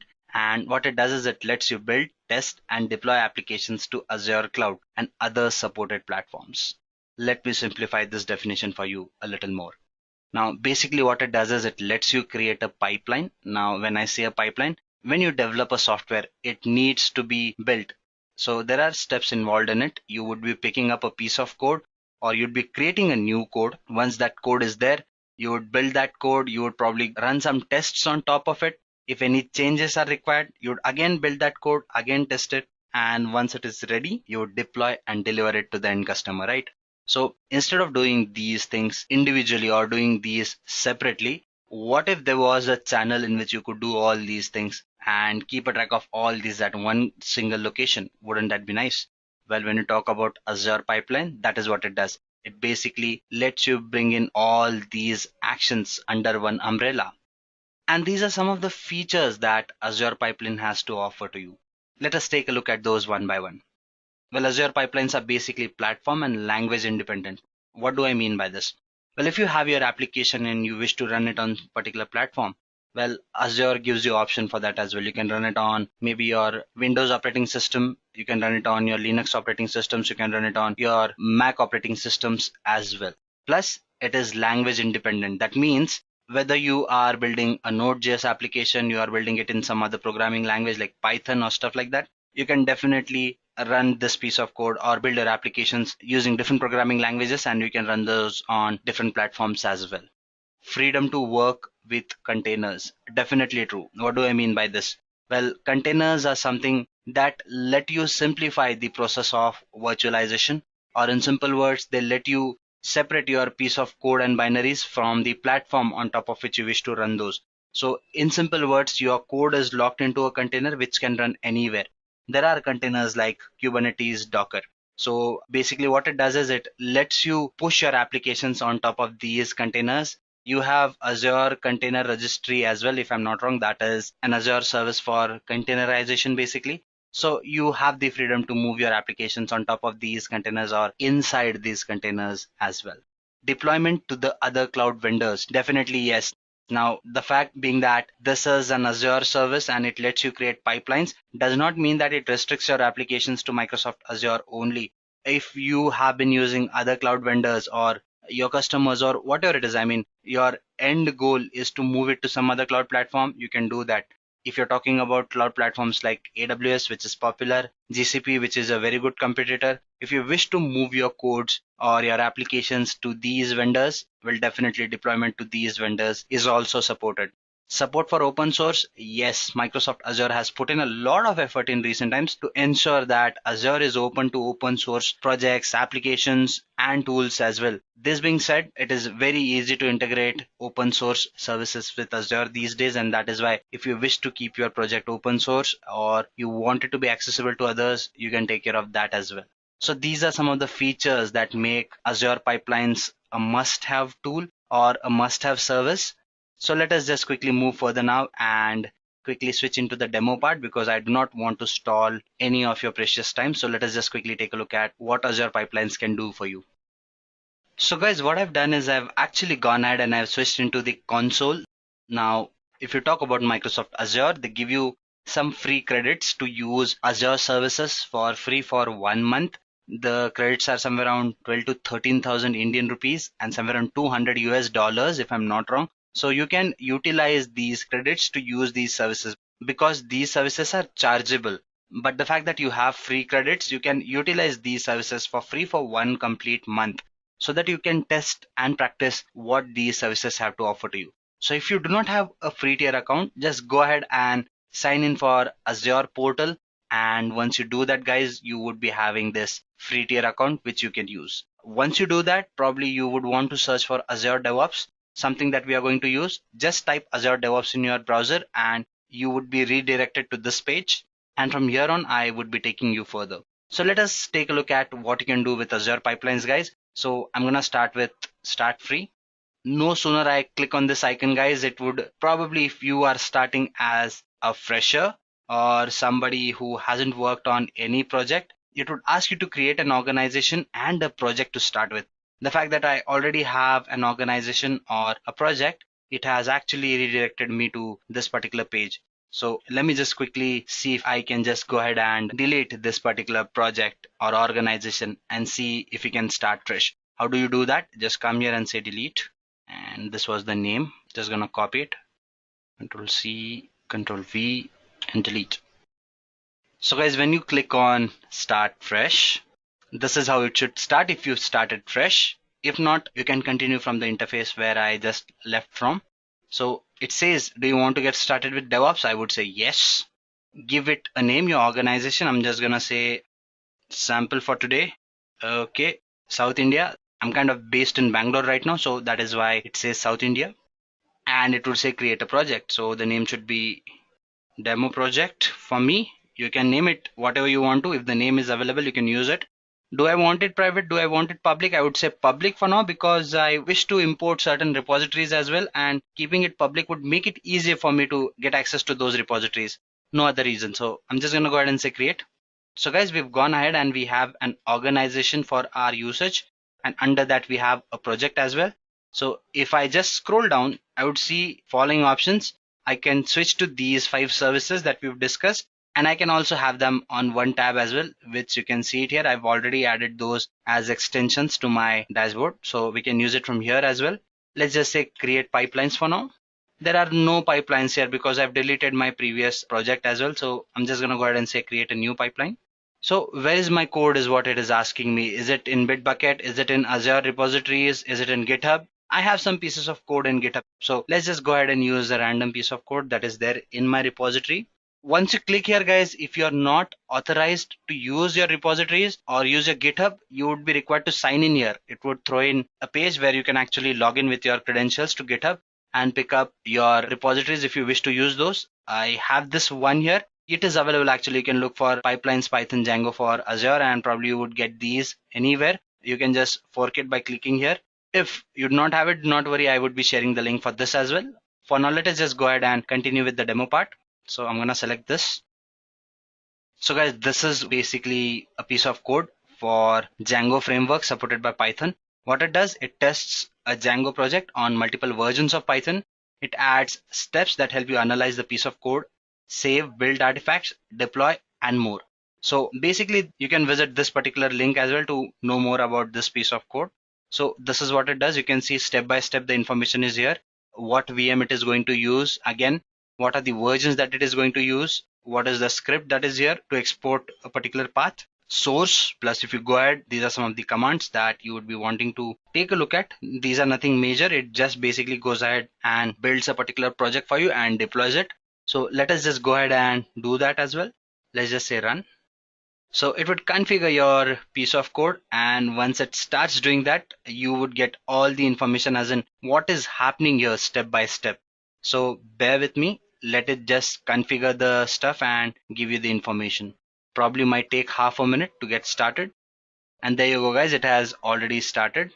The agent is ready for the job is what it says, and it would start the connection. Once it does that, there would be a log made available to you people. So guys, this is what has happened, and this is what is happening. You can see it is getting logged step by step, whatever is happening. And you can see the commands and piece of code running in the background. And once it has succeeded, it would give you the status succeeded. So it initialized an agent, prepared a job, initialized the job, checked out, then it used a Python version. It did actually go ahead and explore or export a particular project. installed the prerequisite, it ran test on top of it, it published the piece of application or the result basically, and it actually did go ahead and check out and finalize the job. So these are the things it has actually gone ahead and performed. You can take a look at the summary part as well, as in this is what has happened step by step. Tests, these were the tests that were run and those were successful, so you have the stats for those as well. You can click on release, but there is nothing to release for now. So yeah, so you can choose where you wish to actually go ahead and deploy your application. You can carry out these steps as well. So these are the options that you have, and you can just go back. Let me just leave it. Yep. And if I overview, it said pipelines, it is 100% successfully built. Member is the account that I'm using. Pipelines, if I go here, it would give me information about that as well. This is the master branch that I'm using. I can actually go ahead and update my piece of code as well if I wish to. So guys, there are a lot of things that you can do. You can actually go ahead and commit certain pieces of codes here as well. You can go to repos. You can decide what piece of code you want. The existing master branch that you're using in the pipeline, you can actually go ahead and fork that particular piece of code. When I say fork, you make a copy of it for your own sake. You make changes in it and then you push it to the master, and if the master finds the latest version doable with the proper access admin rights, you can actually go ahead and merge that piece of code, something called as commit. You can commit your code to that particular pipeline. So guys, this is how your pipeline works. This is how your piece of code works, or this is how basically you actually go ahead and use your Azure pipelines. There are a lot of other things that you can do. You can actually go ahead and install certain extensions to your Azure pipelines so that you get quick sites, or basically you get analysis as in what was the process that was implemented and what steps it took. If you wish to know more about it, do visit our YouTube channel and visit Azure DevOps video where we've talked about that. The video also talks about how you can actually go ahead and add badge to your particular piece of code or your application, suggesting that whether all the builds were succeeded or were successful or not. As far as this session goes, guys, I believe I've talked enough about what Azure pipelines are. I've shown you a sample as in how you can actually go ahead and create a sample piece of code using Azure pipelines, or not a piece of code, or how you can actually deploy a sample piece of code using Azure pipelines. I believe most of the parts here are covered, but let us quickly take a look at some of the other pointers and then probably we can rest this session. So here you'd be having summary of what is happening. Dashboards, I don't think it would show any dashboard. You can just go ahead and add widgets if you want. So you can click it or click on this particular icon, select a widget. You can add it here and you can say add. So now if you go to your dashboard, you can select a pipeline here. Let's say this is the pipeline and I say save. So it gives me the history as in what has happened 4 minutes ago, and whatever changes happen, those can be studied and understood here. So I believe, guys, we've talked about a lot of stuff here. I would not want to get into the details of these topics because we would be having separate sessions for all these topics.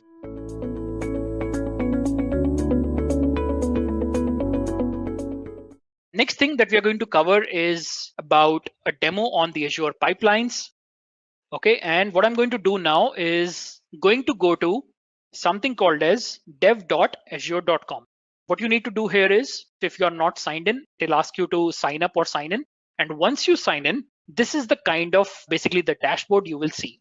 What you can do here, the first thing you can do here is create a new project. All right, so let me create one.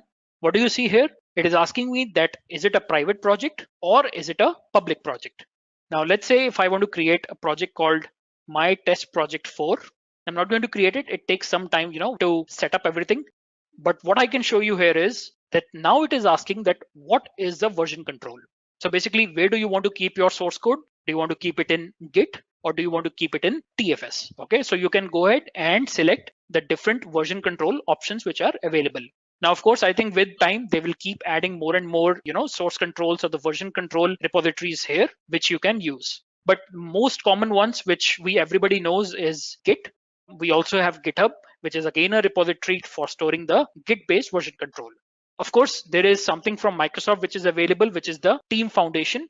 If some of you guys have worked before with TFS or the Team Foundation services, this is the one.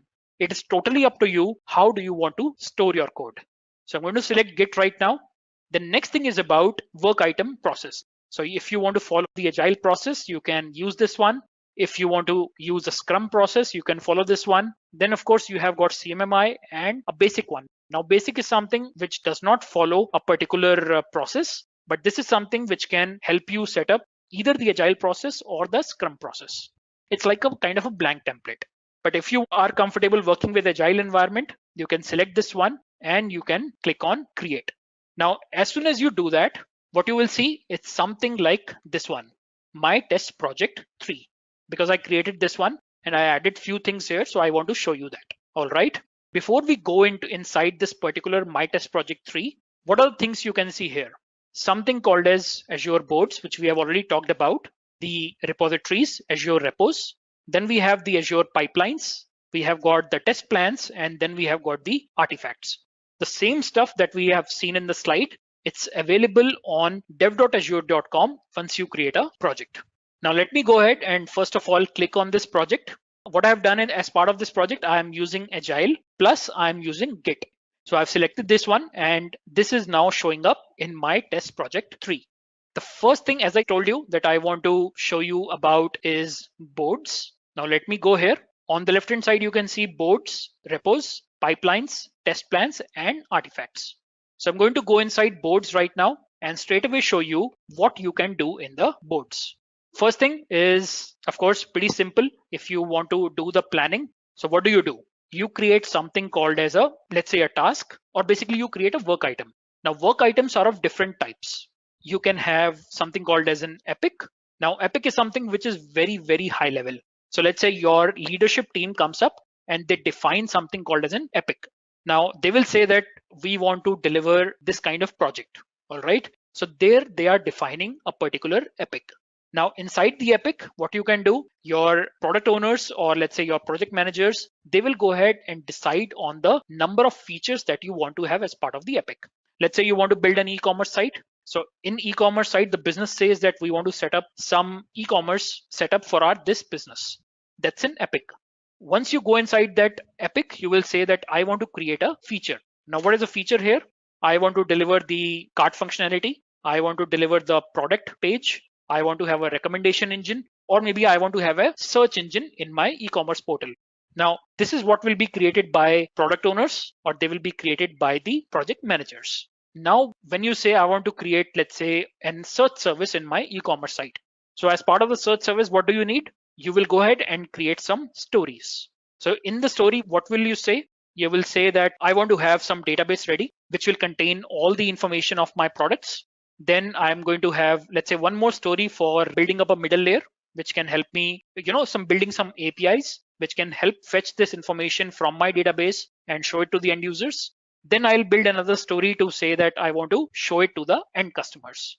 And once you have these user stories, then you go ahead and create tasks inside that particular story. So let me start building up, let's say, one feature.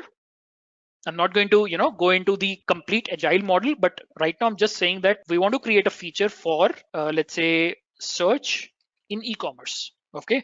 Just remember, guys, this is not the way we write in agile format. So if you want to, just create a new feature, there is a particular format in which you should create the feature. Basically, the text has to be in a particular format, but that's not the agenda for today. The agenda is to show you that you can create a new feature. You can provide a particular iteration path. This means I want to do it in this particular time frame. Okay, I can create multiple iterations. Okay, and I can put up the iteration here. Now, next thing, what I can do here, I can link it to some existing item. All right, so we'll do it later, but then we'll say what is the business value of this, what is the time criticality, what is the start date, what is the target date which we want to complete this particular feature. This feature is new right now, so let me save it. You can go ahead and provide description. You can use the discussion board to do some discussion on top of this particular feature. And once you are final that yes, our feature details are ready, then what is the next thing? Let me go back to work items. And let's say I want to create a particular user story. What will I do? I'll say that I want to create, let's say in the search, I want to create the APIs.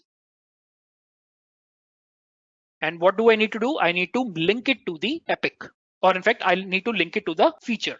On the right side, add link, existing item. And I can also say that what is the parent here?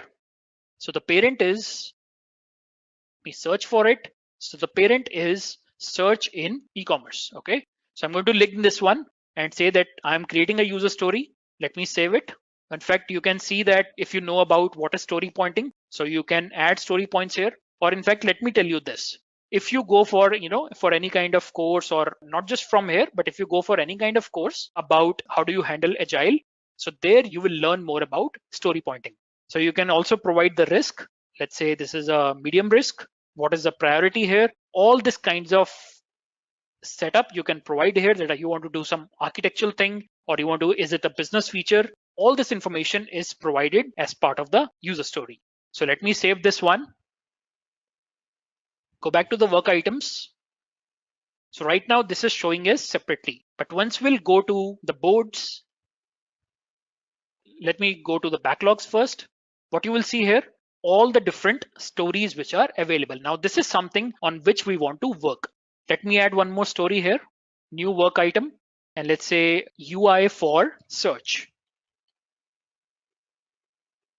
Okay, let me add this one. Now what you see here is we have created now two stories. In the first sprint, or basically in the planning side, let me just open it up. And so as part of the iteration, what we are going to do in the first iteration, or let's say in the first 15 days, what we are going to deliver, we are going to deliver API for search service. Or in fact, actually both of them have got into the same iteration. So now you can see here, we have got one story which we are going to cover in iteration 1, which is right now the current one, and one story we are going to cover as part of the second iteration. Now, in fact, if you go ahead and add more tasks to it, let's say if I click on, I can even change the priority for this one by dragging and dropping. Now click on API for search service. I can go ahead and click on, or in fact, I can see the whole history of that particular feature, or in fact, that particular user story. I can also go to this particular link and I can say that I want to add some child items here. Okay, so I can say add a new item, and that is a child item, which is of type task. And then I can say that I need to do some basic setup, or maybe let's say some design of my search service. So that is one task I'm creating. All right, so what is the original estimate for creating this particular task? I can say 10 hours. What is the remaining time? 10 hours. Completed 0. And I'll provide some description here and save it.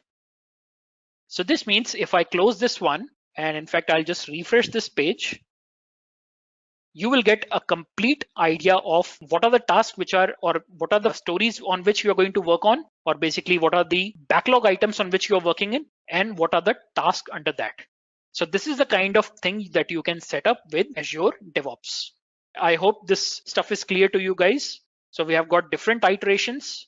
Let me click on sprints. So you can see right now, the first iteration is going on and the design is here. Once I start working on this, I can even use the visual editor to make it active. Once this stuff is done, I can even move it to the resolved state.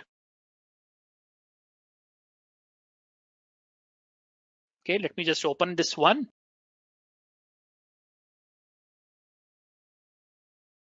I can just close this task and say that's it. So this is how my overall flow of basically the work items work. Now, next thing which I want to show you is repositories. Repositories, we mentioned that we can use either Git or we can use TFS to basically maintain our source code. I'm just going to show you a demo right now to show you how all this stuff works. So what you will do here, you can set up a repository which is like a Git or a TFS. Then you can go ahead and start checking in your code. What first thing you will see here is, because we are using Git, so I'm clicking on something called as branches. And in the branches, there is a default branch which is always available. Now that's called as a master branch. In fact, you can go ahead and create more branches. In some of the source controls like TFS, you will have one single place where everybody is checking in the code.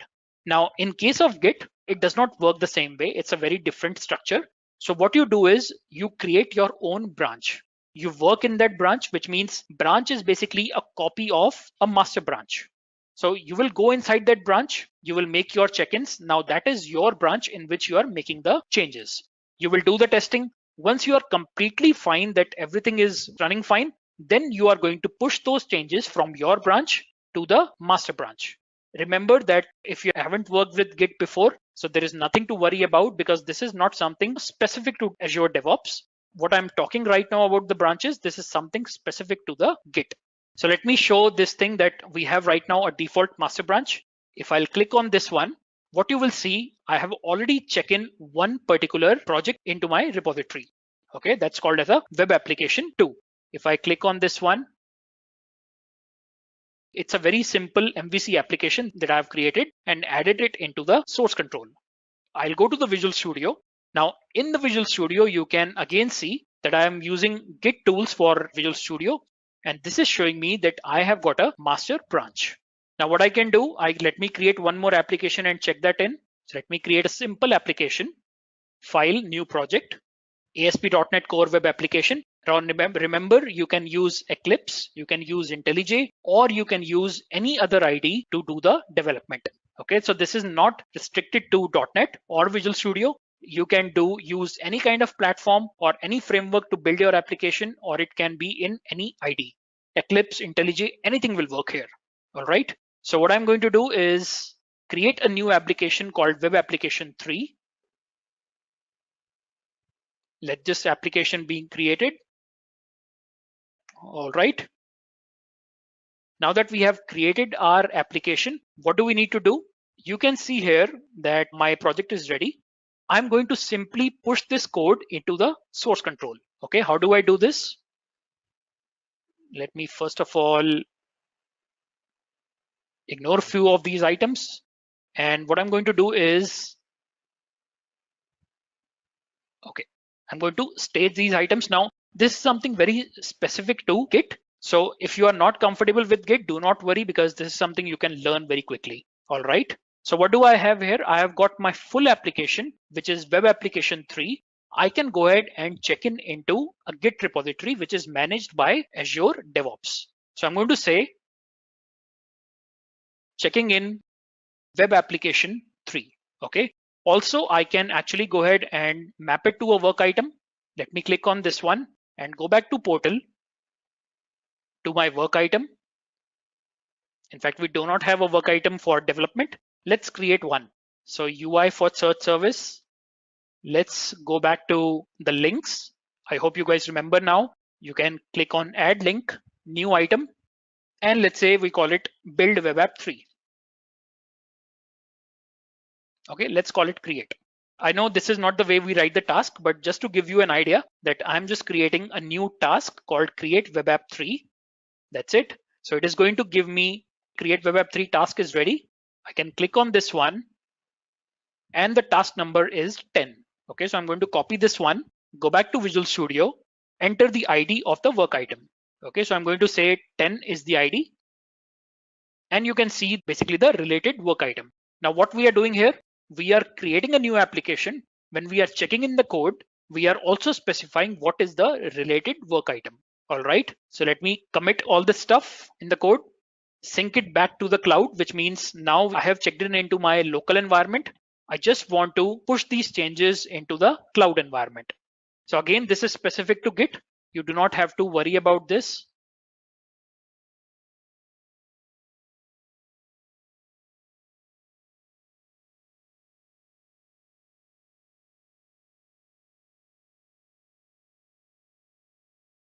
Just give me a second. I'm just something related to, Git. I need to.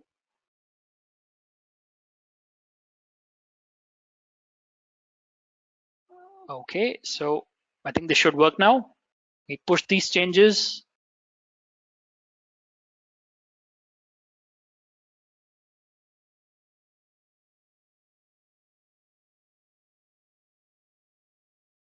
Okay, so now this is going to push my changes to the source control. All right, so you can see here it has been successfully pushed to the master branch. If I go back to the DevOps environment, what you will see here, in fact, if I just open up the application as well, so you can see here, this is the parent side. And in fact, let me just refresh this one.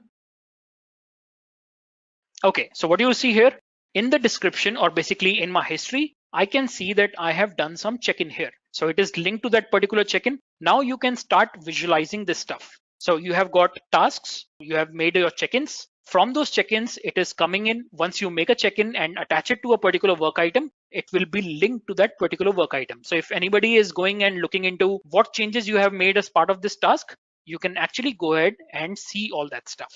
Now this is a part of the task.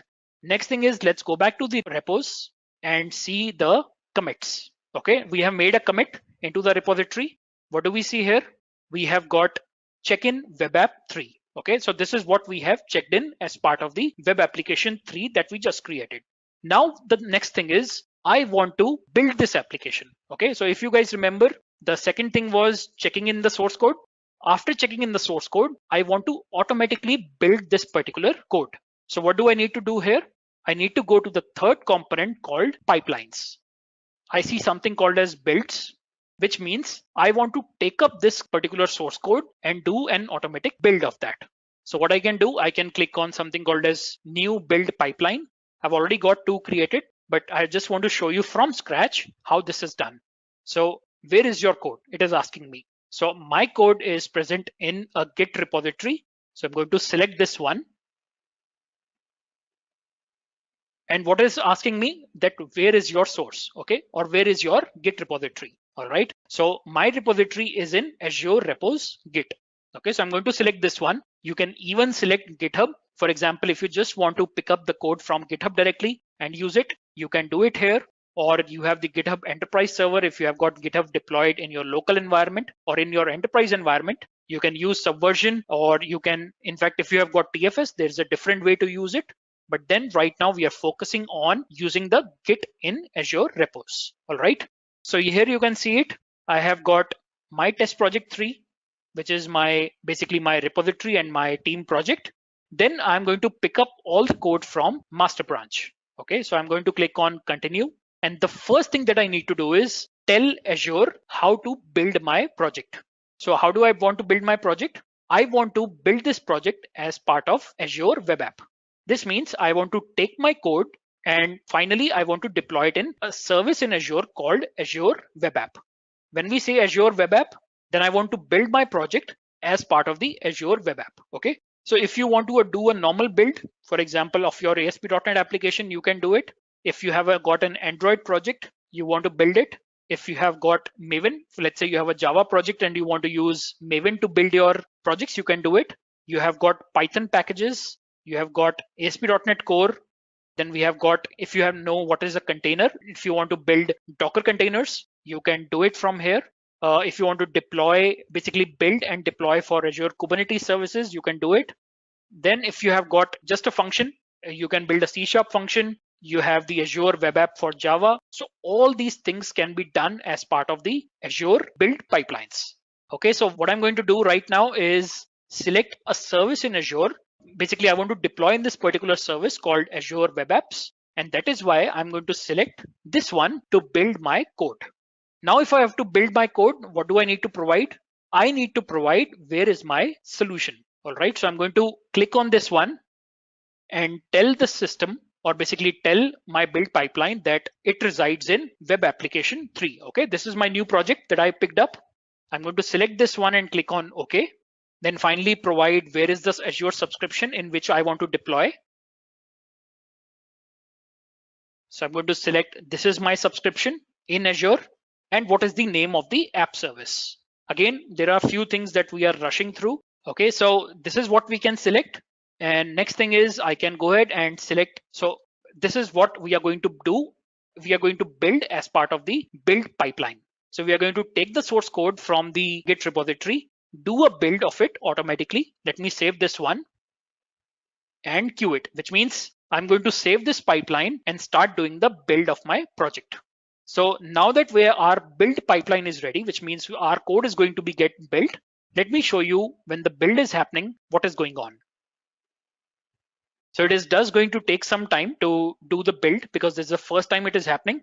But I'm going to show you that I already have one pipeline which is already built for my web application 2, which was very similar. So while this is running, let me go to builds. And this was the pipeline which was completed successfully. So let me select this pipeline So this is how the build happens. So if you open up anything, it is going to give you the detailed logs of how the build happened. So it picked up the code from your source control, it did a build, and you can see all the build activities which happened as part of this pipeline. So you can see here it picked up the web application 2 project and it started doing the build. It did all the copied files to output directory and cleanup and all that stuff. And finally, it did a build of my project. Now, once I did a build of my project, what next? So you can see here, it approximately took 5 minutes to do the build. So what you can do as part of your Azure DevOps, as soon as somebody checks in the code, it will automatically trigger a build pipeline using which your application will be built. And if there is a failure, then the person will be informed back using a mail that your code is not correct. Okay, so you have to rectify your code as soon as possible. Now, once we have done all this build activity, what next do we need to do? We need to release it to a production environment or maybe to a UAT environment. How do we do that? We do it using something called as releases. So now that this one is ready, either I can click on release and build up a new release pipeline. So let me click on this one. And I'll say I want to create a new release. So I'll click on release 2. And what you will see here, now that the complete build which happened, now it is asking me that where do you want to release it? So I've already created a release pipeline. In fact, let me click on this and let's create a new one as well. Releases, new pipeline. And it is asking me where do you want to do the deployment? So I'm telling Azure that I want to do the deployment in Azure App Services. You can deploy a Java application. You can deploy a Node.js application. You can install it in Service Fabric. You can install it, deploy a Rails on Ruby application on app service. You can deploy an IIS website. All right. So all these things you can do. And I'm going to deploy in Azure App Service. All right. So once I select this, I just need to provide what is the application basically which I want to build and what is the Azure subscription in which I want to deploy the application. Let me select this one. So there is one I've already created, my test app service. Once I've done this, I can save it. So this is my release pipeline is ready. So now my code has gone into source control. My build pipeline, which is picking up that source code and building it, that is ready. Now this is my release pipeline, which is going to take that build code and going to do the deployment. Okay. So I can click on here and say create a release and that's it. Or in fact, one more thing I can show you. If I go back to the main pipeline, I can even set up who will approve it before it goes into a particular environment. So I can click, for example, pre-deployment conditions and say who is going to do the pre-deployment approval. If your team lead needs to approve the overall release before it goes into UAT or production, then you can specify who is the approver. So in this case, I'm going to put in my name. All right. And I'm going to save this one. So this means as soon as the deployment will start happening, it is going to ask me for the approval. I'll get an email that please approve the release deployment. Then only it can go to production. So I'm going to click on now create a release and click on create. So go to the release which has been created now. And you can see it is saying pending approval. What I can do is, because right now I am the owner, so I can click on approve and say, yes, I want to basically approve this particular release. And then it will continue further to do the deployment. Now you can see here the approval is done. And right now this is under queue, which means as soon as the resources are available in Azure, it is going to start the release deployment. And while this is right now, it's in a queue state, I can show you the one which I deployed for web application 2. So I'll go back to the releases. Okay, so this one is already done. In fact, not this one, just give me a second. Okay, so this one is already done. So what you will see here, after basically everything is done, or basically the release starts and it starts deploying, you can see the logs here. If there is a failure in your pipeline, it is going to inform you that there is a failure in the release. You will get email so you can quickly act on that. Otherwise, it will download all your build artifacts. In our case, it was a web application. So it downloaded all the artifacts of my web application, and then it is started deploying it to the Azure App Service. Okay, so you can see all the logs. In fact, you can even write custom logs here. that this is what we are doing as part of the release deployment on Azure App Service. All right. So you can see here, successfully updated the deployment history. App Service application is running at this particular URL, and then you can use this URL. Now, once this release completes, this means our code which we created has been deployed into production. Let me go back to Azure now. Okay, and I'm right now into Azure portal, which you can get from portal.azure.com. You can click on My Test App Service, which we are using for deployment. And if I run this particular app service, which is basically a platform for hosting the websites, or in fact, platform for hosting different websites, APIs, mobile applications. So I can click here and see my application is successfully deployed. So just to summarize all this stuff, now you can see here the application is ready.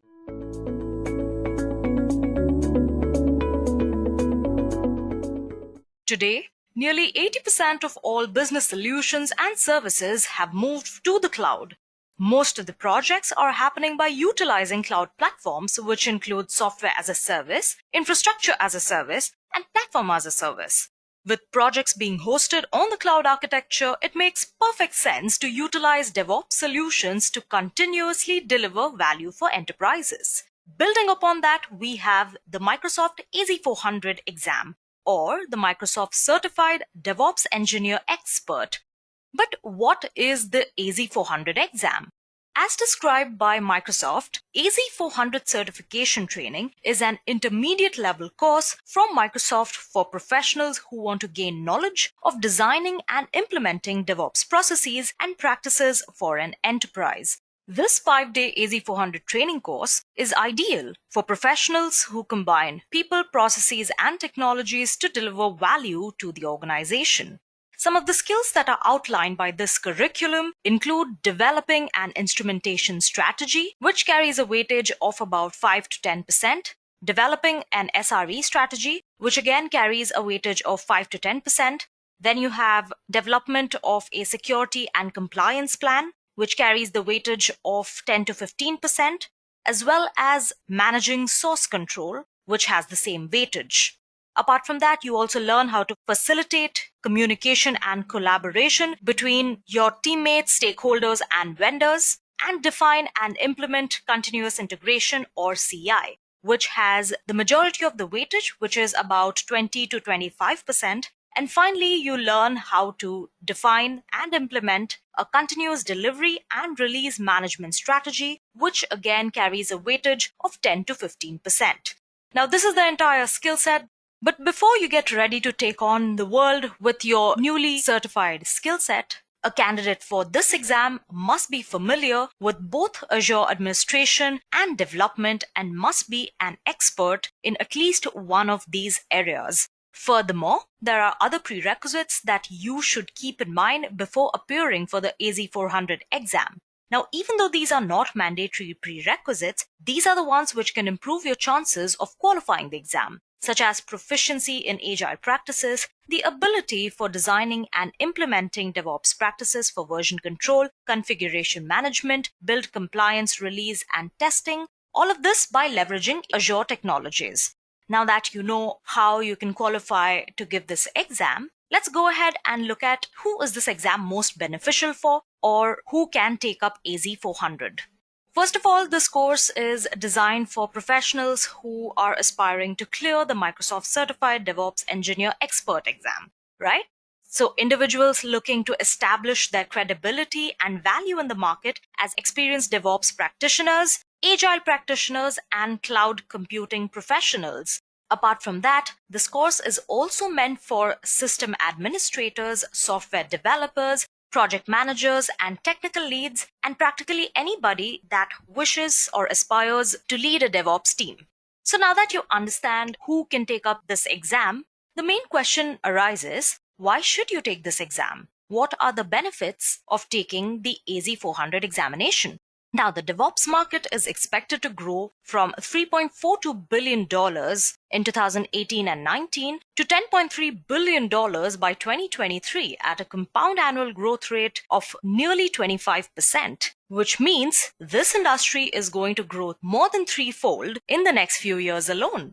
out of which Azure holds 19% of the total global cloud infrastructure market, which automatically qualifies you for a majority of the MNCs in the industry today. Not just that, this also has proven to give you a huge boost in your salary, as a mid-level Azure DevOps engineer earns on an average of $145,000 per year, whereas a senior level Azure DevOps engineer can make up to $185,000 per year. Apart from that, the Azure infrastructure is very ideal for DevOps, which is why a lot of companies are quickly moving to DevOps, which makes you a front runner in the race for all of these companies.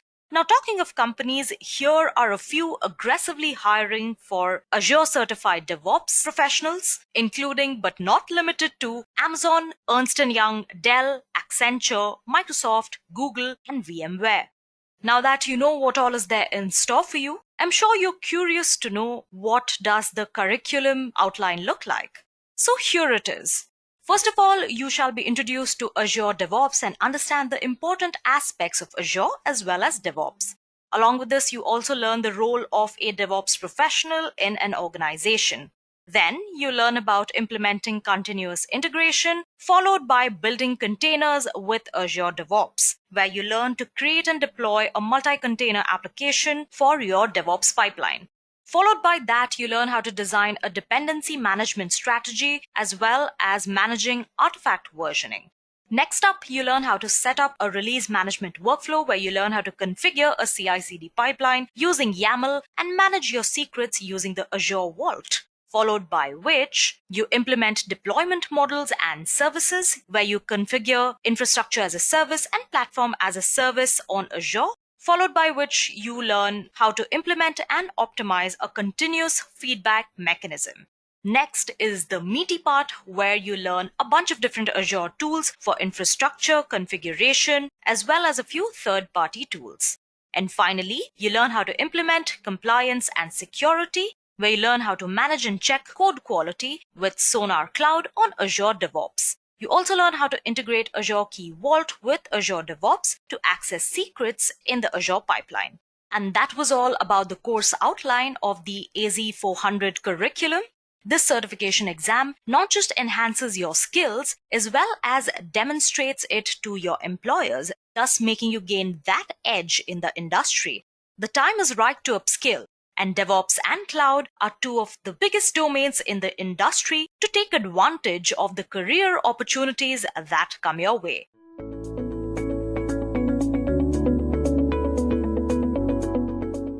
Let's move on and compare AWS DevOps versus Azure DevOps. So let's talk about the services that it provides.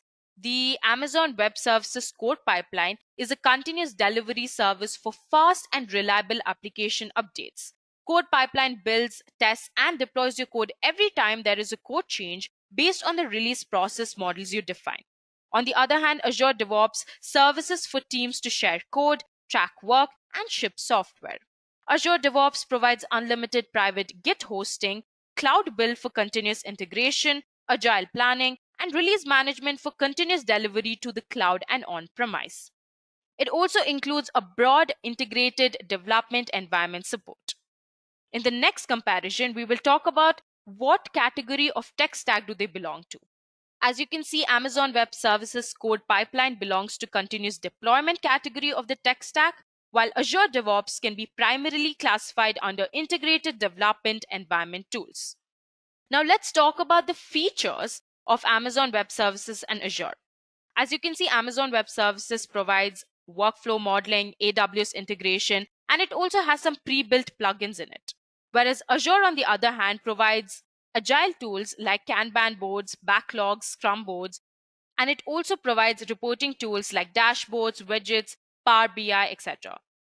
And it also allows you to integrate with Git, which provides free private repositories and pull requests.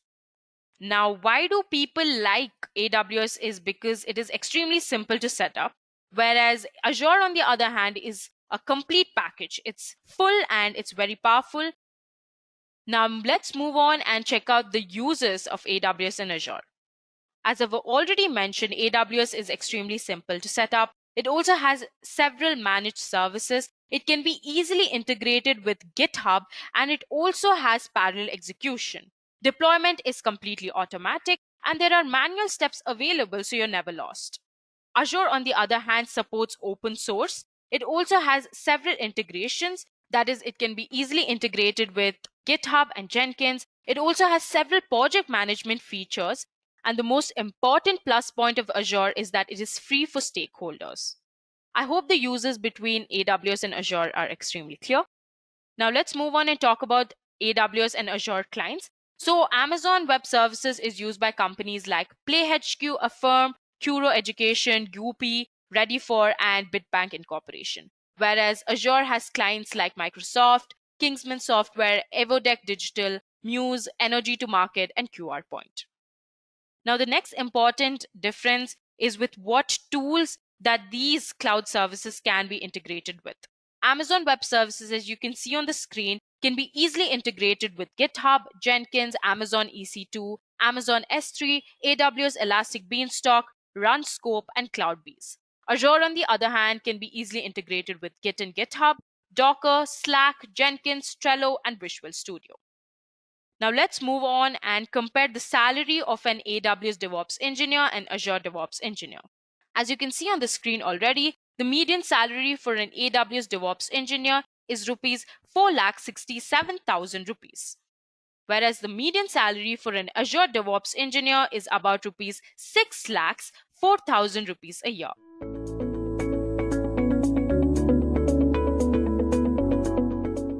So the first question is, what is DevOps? Of course, this is one of the first Microsoft Azure DevOps interview questions that you will be asked.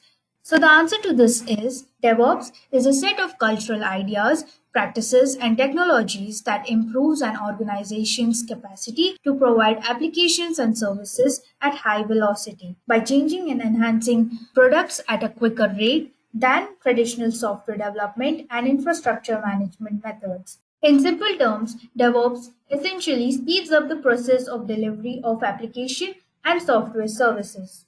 Coming with our second question, why use DevOps? So this is a common Azure DevOps interview question. So how do we answer it? DevOps is significant because it is a software development and operation methodology that allows for faster product creation and simpler maintenance of existing installations. When problem arises, the DevOps team is able to listen to the user and provide the necessary features and repairs. It also facilitates the delivery of smaller features to clients in a quick and efficient manner and allows seamless software delivery. So this was the answer to why use DevOps. Let's quickly move on to our next question. How does DevOps work? So DevOps is about breaking down barriers between previously compartmentalized departments such as development and operations. These development and operations teams collaborate across the whole software application lifecycle from development and testing to deployment and operations under the DevOps paradigms. Going ahead, what is Azure DevOps? So as I said before, Azure DevOps is a Microsoft application as a service platform that offers an end-to-end DevOps toolchain for building and distribution software. It also interfaces with the majority of the market's main products and is an excellent choice for coordinating a DevOps toolchain. This process includes testing automation, continuous integration, as well as continuous delivery.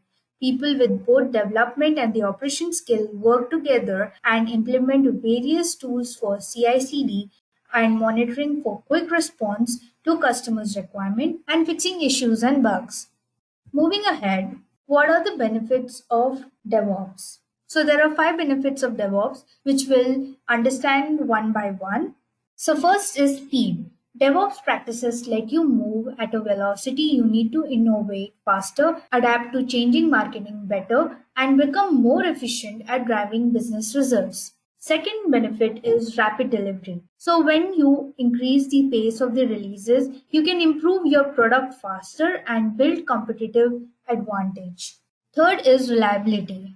In this, DevOps practices like continuous integration and continuous delivery can ensure the quality of application updates and infrastructure changes so you can reliably deliver at more rapid pace while maintaining an optimum experience for end users. At number 4, improved collaboration. Under DevOps model, developers and operation teams collaborate closely, share responsibilities, and combine their workflows. This reduces inefficiency and saves time as well. And finally, number 5, we have security. So you can adopt a DevOps model without sacrificing security by using automated integrated security testing tools. So these were the 5 benefits of DevOps which makes it more demanding. Let's move on to number 6. So the number 6 question is name a few DevOps tools. So the answer to this is some of the popular DevOps tools are Git, Selenium, Jenkins, Puppet, Chef, Ansible, Negios, Docker. So you can answer any of the 4 DevOps tools which are easy to remember. Moving ahead with the next question. What are the popular DevOps tools for continuous integration and continuous deployment? So Azure Pipelines support macOS, Windows, and Linux. So some of the popular DevOps tools for continuous integration and continuous deployment are Jenkins and TeamCity. These two are the DevOps tools which provide you both continuous integration and continuous deployment. Quickly moving ahead with the next question. Question number 8, that is, what are Azure boards? So Azure Board is a user interface that allows you to keep a track of tasks, defects, and features in your software project. It enables you to monitor all your ideas to each development stage in order to keep your team on track with all the essential code modification related to your work procedure. Azure boards include features like boards, sprints, work items, dashboards, backlogs, queries, etc. Going ahead, what is Azure Repos? This is a basic Azure DevOps interview question, but it can be difficult to answer. So, the answer to this is Azure Repos is a collection of version control tools for managing your code. Using version control as soon as feasible, whether your software project is huge or little, is a smart idea. Version control systems are a piece of software that allow you to keep a track of changes to your code over time. Azure Repos offers centralized version control system as well as the distributed version control system, that is Git. At number 10, what are containers? Containers are software packages that include all the components required to execute in any environment. Containers virtualize the operating system in this fashion, allowing them to operate anywhere from private data center to a public cloud or even a developer's own laptop. Containers also provide the means to package software code, its configuration, dependencies, and packages into a single unit or object. Multiple containers can run on the same machine or share OS with containers for running fast, reliable, and consistent deployment anywhere. Moving ahead, what containers does Azure DevOps support? So Azure DevOps support the following containers such as Docker, Azure Kubernetes Service, ASP.NET with containers, Azure Service Fabric application with Docker support. So these are the containers which are supported by Azure DevOps. Moving ahead, what are Azure Pipelines? Azure Pipeline is a cloud service that allows us to automatically create and test our code projects. The Azure Pipeline includes several features such as continuous integration and continuous delivery that allow us to test and build our code on regular and consistent basis and ship to any destination. It automatically develops and tests the code projects. It is a service on the Azure cloud that offers well with most project types and languages. Going ahead, at number 13, what is the use of Selenium in DevOps? Selenium is widely used browser automation technology, and testing teams heavily rely on it in DevOps pipeline. It is an open source solution that saves money for testing teams and functional testers that are in charge of UI testing. It specializes in the form of regression and functional testing. At number 14, what are Azure test plans? This is another one of the popular interview questions asked in Azure DevOps. So the answer to this is Azure Test Plans is a service provided by Azure DevOps that offers a browser-based test management solution for exploratory, scheduled manual, and user acceptance testing.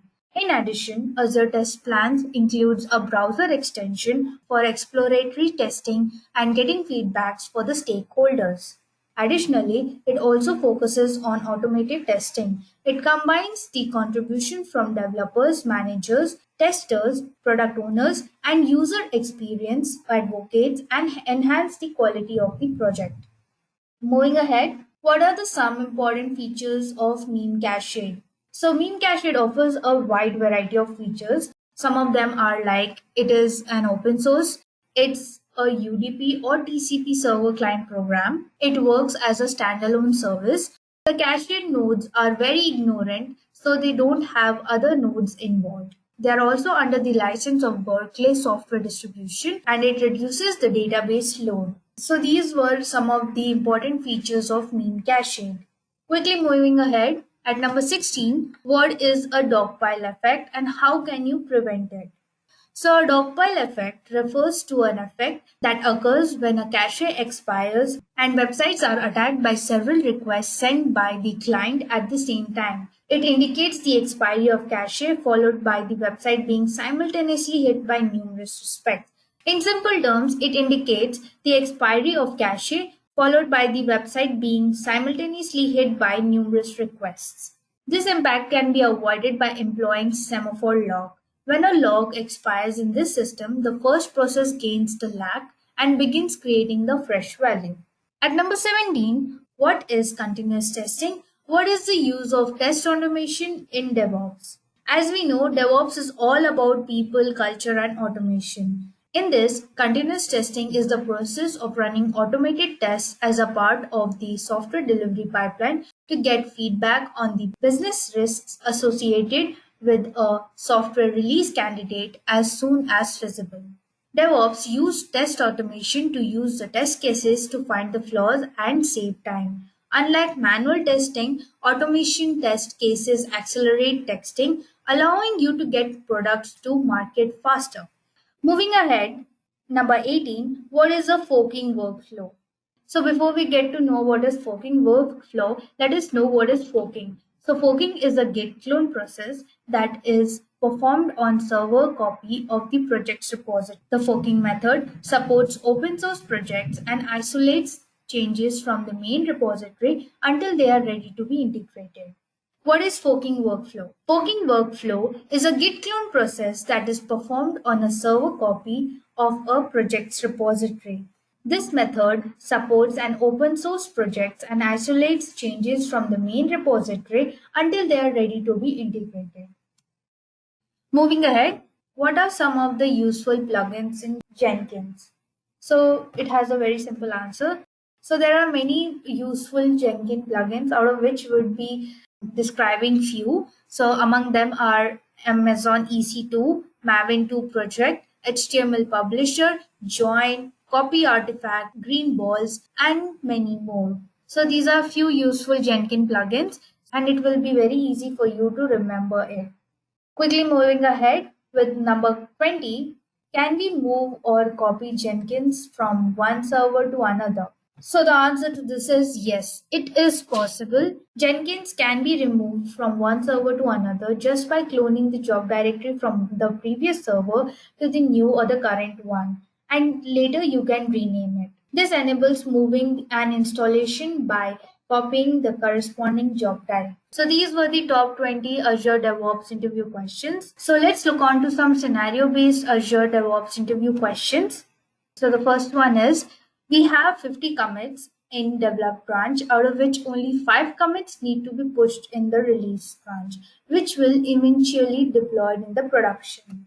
Okay, so the question is, we have around 50 commits in the develop branch, which is mostly used for development activities. So in that we have multiple commits, and the release branch is used to release your changes into your proper environments like your stage production. So here, out of 50, only 5 commits need to be posted into the release branch. So the best way to achieve it is through Git cherry picking. Git cherry picking is the act of picking a commit from a branch, applying it to another. Git cherry pick can be useful for undoing changes. For example, say a commit is accidentally made to the wrong branch. So what you can do, you can switch to the correct branch and cherry pick the commit to where it should belong. More simply, it would be like a box of cherry in which you have to pick 5 best cherries out of it. So you start picking the best cherries, and if you want to run this cherry picking, you need to use the Git console. So using the getLine command, you can initiate the cherry picking. So let's move on to our second scenario. So in the second scenario, a developer has created an ASP.NET Core application, and now he wishes to automate the entire build and release process through Azure DevOps. Guide the developer with the entire end-to-end process and deploy the application on Azure Web App using IAC methodology. Okay, so guys, as you can see that we have multiple questions, and in this entire scenario which we are talking about, the first question is that there is a developer which is very much new to DevOps, and he has reached out of the reaches of DevOps engineer, and now he asks how to automate the entire build and release process. And in the another scenario, we need to deploy this on the Azure web app using the IAC methodology. So the first step is to be taken by the developer to build the application locally. After that, we create a Azure repos and push the source code in the remote repository along with the IAC configuration file. And lastly, we create a build pipeline, classic or YAML based, in which we can build the solution using MS Build or VS Build, run the code analysis through SonarQube, Veracode, etc., run code coverage, copy ARM or Terraform configuration files, also publish the artifacts either on FillerShare or Azure Pipeline drop location. So this was the answer to the scenario.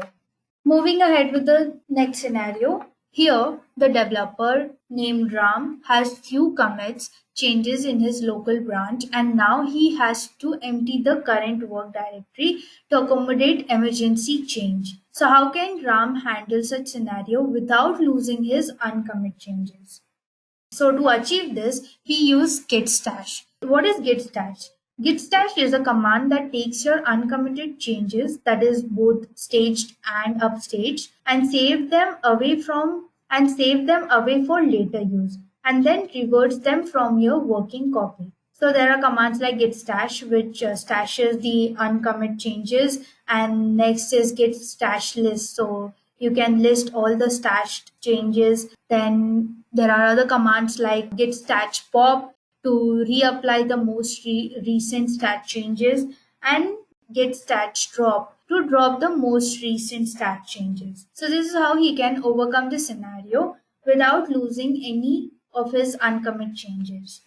Let's quickly look on to our next scenario. That is, a developer has developed a microservice application, that is ASP.NET Core, and it automates the entire end-to-end process to deploy the application on Azure Kubernetes service. Make sure to use pipeline as a code methodology for the entire build and release. So for this, the first step to be taken is by the developer to build the application locally. Then he needs to create an Azure repos and push the source code in a remote repository along with the IAC configuration file. Then again, he needs to create a build pipeline, classic or YAML based, as we had discussed in the previous scenarios.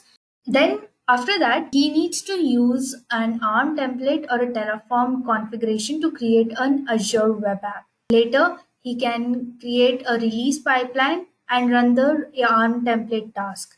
And post web app creation, he can run ASP.NET application deployment task.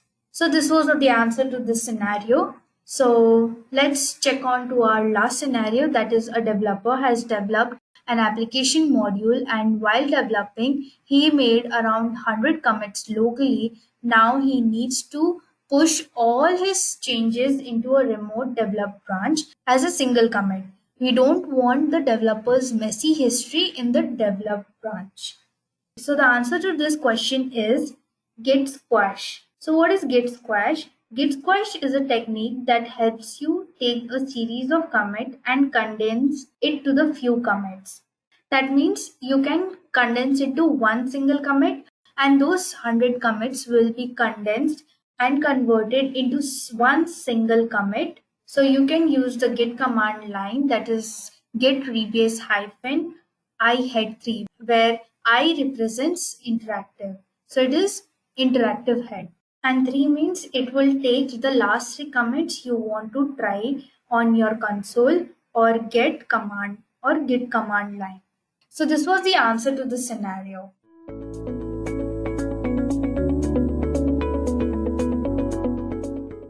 So when we talk about Kubernetes, or maybe it may be GCP or Google Cloud Platform, see, first of all, the very first thing what you need to understand is what exactly is a cloud. First of all, if you want to discuss, either it may be Kubernetes or a Docker or about containers, anything you want to learn, the very first thing you have to understand is what exactly is a cloud.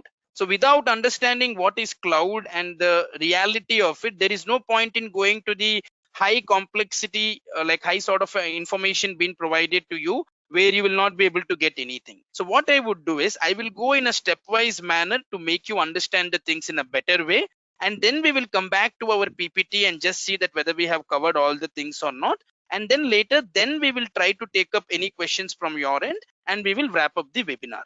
Okay, so let me go ahead and try to first make you understand like what is a cloud, and inside this cloud, why are we trying to focus on the GCP part, which is a Google Cloud Platform, and why it is important, what are certain things which are being present as part of it. Okay, so let me just go and try to show you all this important information. Okay, so first of all, if you could see my screen over here, I want to make sure that I give you an introduction to GCP. So when I talk about GCP and all these things, right, first of all, what exactly is a cloud? So when I talk about the cloud over here, okay, so cloud, what exactly is this? Previously, what used to happen, and right now why cloud is playing a vital role. For example, see, here we have a lot of data. Okay, so now what am I trying to make you understand is, so let me say you that you are there on one end, who is a user. Okay, user wants to access a particular website, just for an example. Okay, website can be anything, it may be Amazon, or it may be Flipkart, or whatever a user wants to access. So what is going to happen? User would request, okay, user would request whatever site it may be.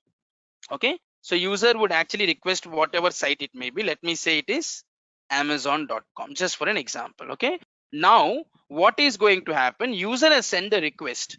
So basically this would be present inside a particular server. Now server will go ahead and try to take the request from the user, and then the response would be provided by the server. Whether it is a failure or whether it is giving the amazon.com, it definitely the server will give a response. That what response it is, if everything goes fine, definitely it will give amazon.com site what you expected. But if something is wrong, either it will say a 404 internal error, or the site can't be reached due to some issues, if that is present. But generally the point which I want to make you understand here is, this is how a request and response model is being present in reality. This is also called as your client server model. Okay, client is here your user, and then server is other end, like where the data is present. So this is also a client server model, we call it as. Now let me say if it is an Amazon or a Google, whatever the data which is present with them, you are able to access that data. Now today when I go to google.com, so you will be able to see a Google page. Inside this Google page, I want to go for some information which I want. Now once you click on that, you are able to see that information. Now everything is happening in a very smooth and in a proper way. Why this is happening? Because at the back end, Google is able to manage a huge amount of data for you, so that anybody who wants to access any data, they would be able to give them up, because they have a huge server and everything, and that's where everything they are trying to store, right? This is one of the important point which all of us actually need to consider.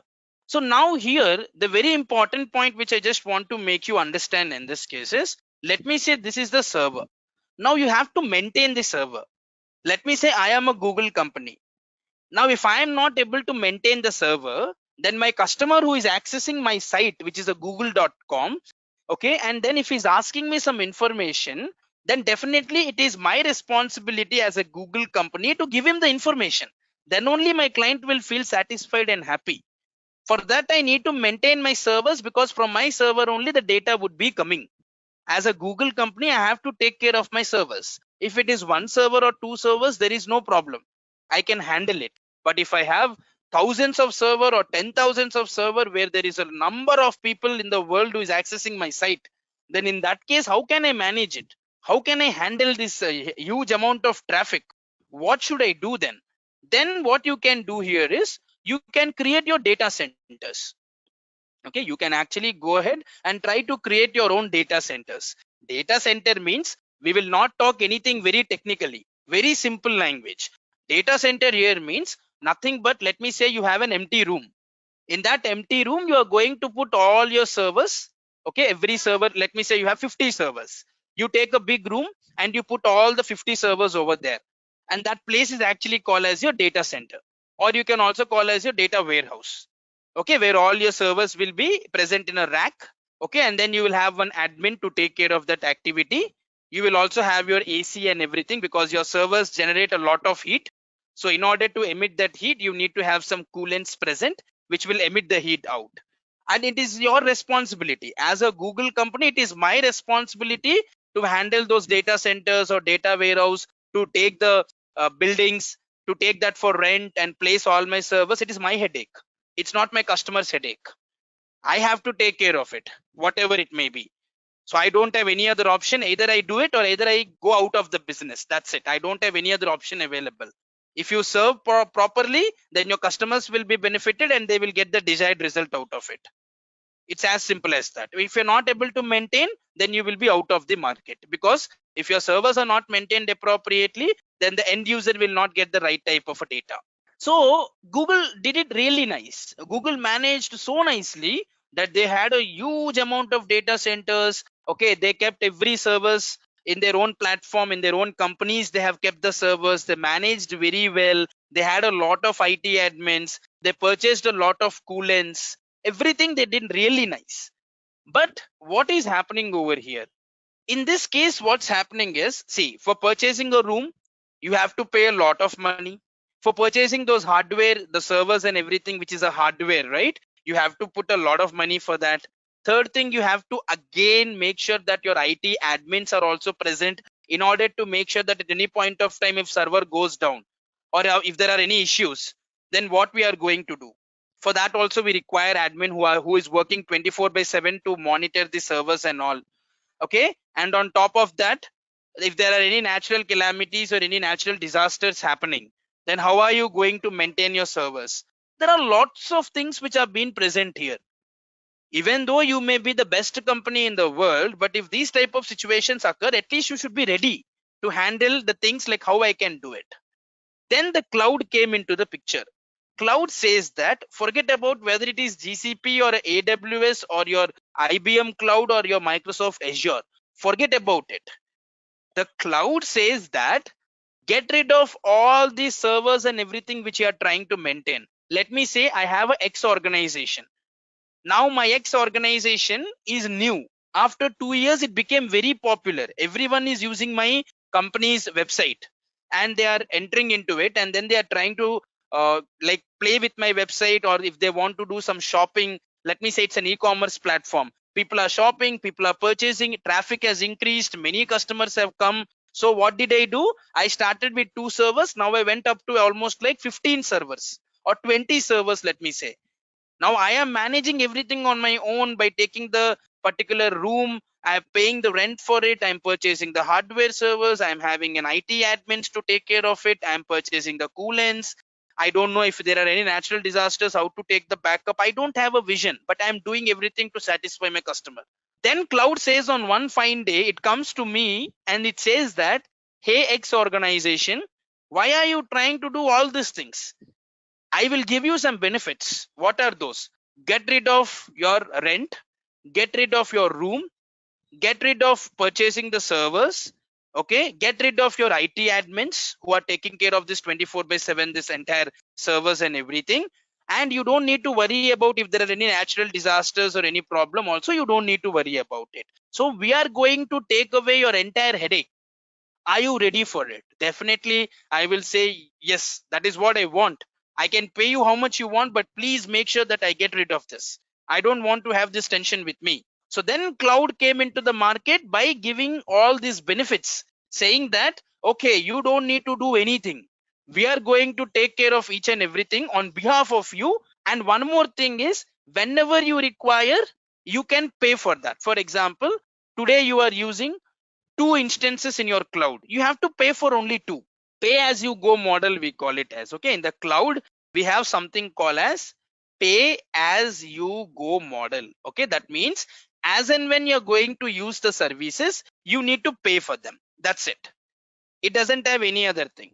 So let me say you are using 2 instances, you'll pay for only 2 instances. If you are using 10 instances, you'll only pay for 10 instances.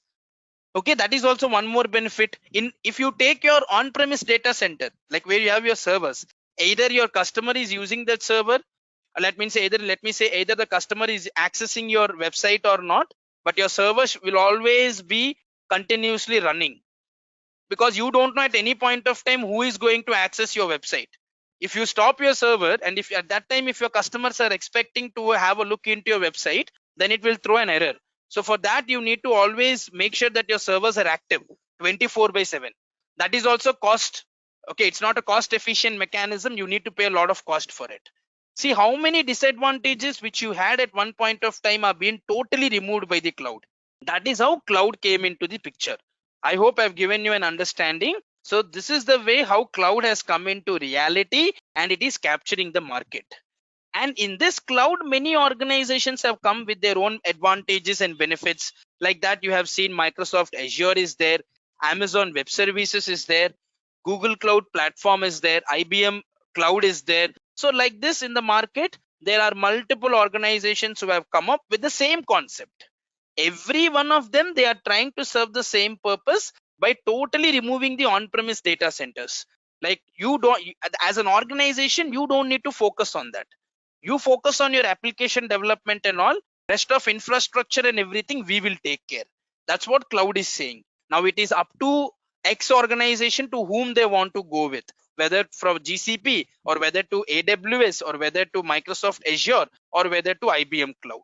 It is up to that organization like what they want to prefer. But this is how in reality this concept is all together. That's how the on-premises data centers are being replaced totally by the cloud concept. Okay, so now our focus is all towards the Google Cloud, right? So let's first understand what exactly is this GCP, Google Cloud Platform. Okay, so as part of this, let's go ahead and try to focus, because as we got to know like what is cloud and how cloud is playing a vital role. So if you see here, cloud computing is actually nothing but it is breaking apart the key functions of your computer and laptop and then offer them as a service. Like what does that indicate?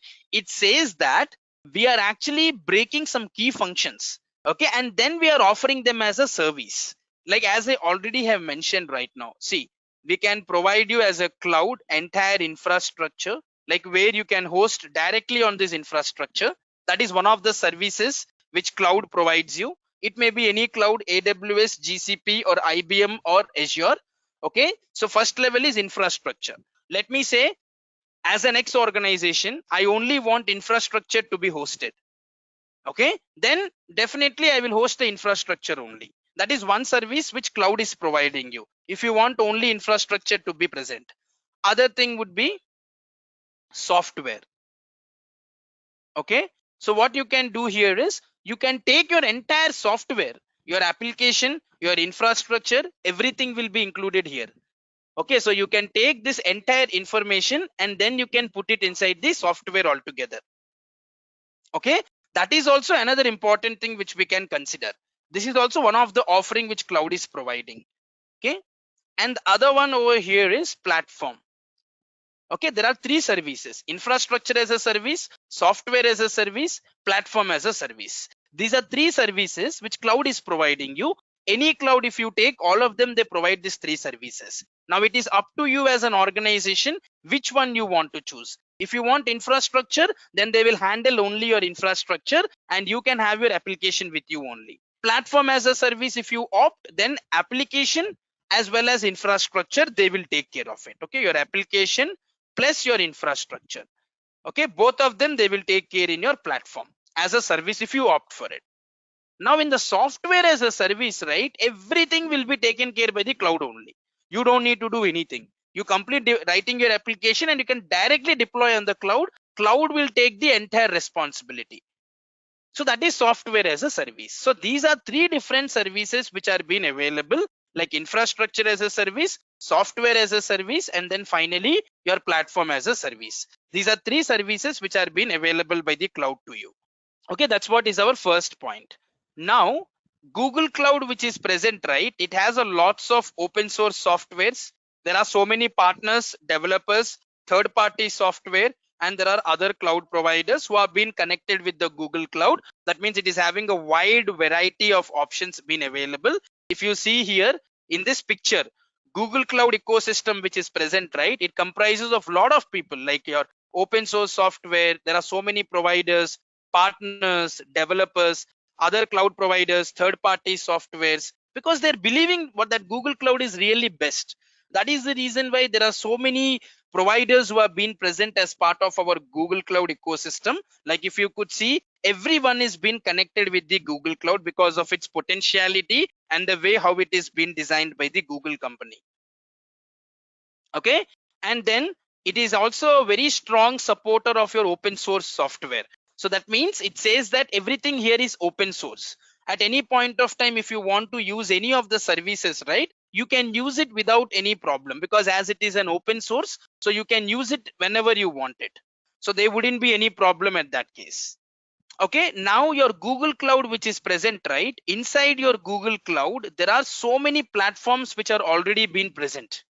Now what are those? If you see here, Chrome, Google devices, your Google Map, your Gmail, your Google Analytics, Google Search, and your G Suite, all of them are being hosted directly on the Google Cloud itself.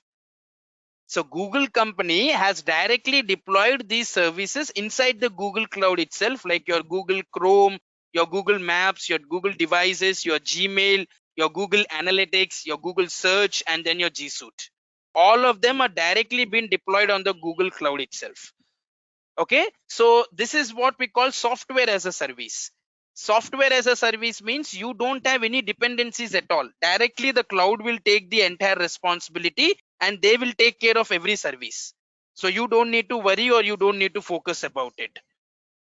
Okay, so this is a very important point which we need to consider when we talk about the Google Cloud. Here, the other option which is been mentioned here in the fourth point, right? It is very clearly said that everything, your infrastructure, your platform, your software, whatever you consider, right? Now Google Cloud is actually taking care of whatever I have highlighted right now. Okay, so all of this is actually called as software as a service because everything is taken care by the Google Cloud itself. So we don't need to worry about it. Okay, this is the entire Google Cloud, how it is being structured and it is being functioned. Okay, so now if I just go one step further and try to show you like what are the different regions like where it is being hosted. Okay, so I'll just show you over here, which is very easier for you to understand. Okay, if I just zoom it over here and if I show you the world map which is related to the Google Cloud, if you observe in India, there are two different data centers. One is in Mumbai and other one is in Delhi. Okay, so Mumbai and Delhi are two different places for the GCP. Okay, whatever is present, right? It is been hosted in two different data centers. Okay, now this is what we call as the backup. Okay, whenever if there is any backup or any failures happen, right? So you can get protected out of it. If you remember, I said one of the points when you're hosting your data centers on your own, then if any natural disaster or any unforeseen situation happens, then how are you going to protect out of it? So it will be very difficult. But whereas cloud takes care of that responsibility here, it says that you don't need to worry, that already there are data centers. We are going to ensure that your data will be replicated to multiple nodes in your country, as well as we will also try to replicate the countries which are near to you. Okay, it may be Indonesia or Singapore or maybe Melbourne or Sydney, like whatever is near to our country, it will also try to ensure that the replication would happen to the nearby countries' data also. So that what is going to happen at any point of time, if there is any natural disaster in our country, then if anything goes wrong, at least the data will be replicated to other country wherever the node is present or the data center is present, right? From there you can actually capture the data. Okay, so that there wouldn't be at any point of time a failure problems. If any customer or if any of your client accesses any data, it should not create any issues for them. That's how this regions concept and zones concept have come into the picture. This is how GCP is also taking care of ensuring that all your data is being replicated to multiple nodes by not creating any problems or issues.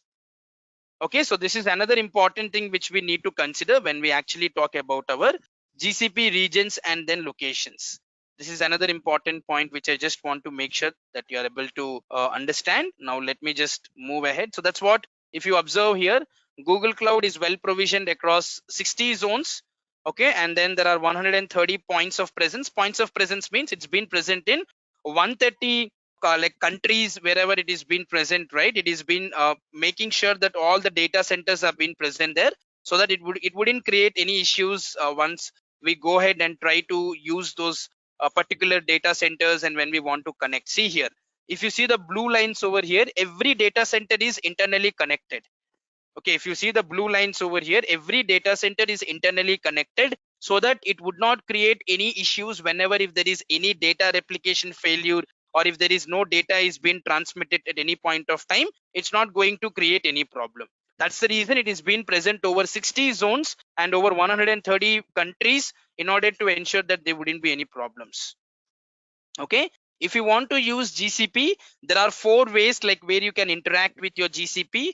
One is using the console directly. Console means using your Google Chrome or any browser it may be. You can access from there directly, or either you can actually go with your Cloud Shell or your Cloud SDK, or either if you have your API readily available, you can use your API and access your GCP, or otherwise you have your Cloud mobile app, which is for both iOS and Android. So here using the Cloud mobile app also, you can go ahead and try to interact with your GCP.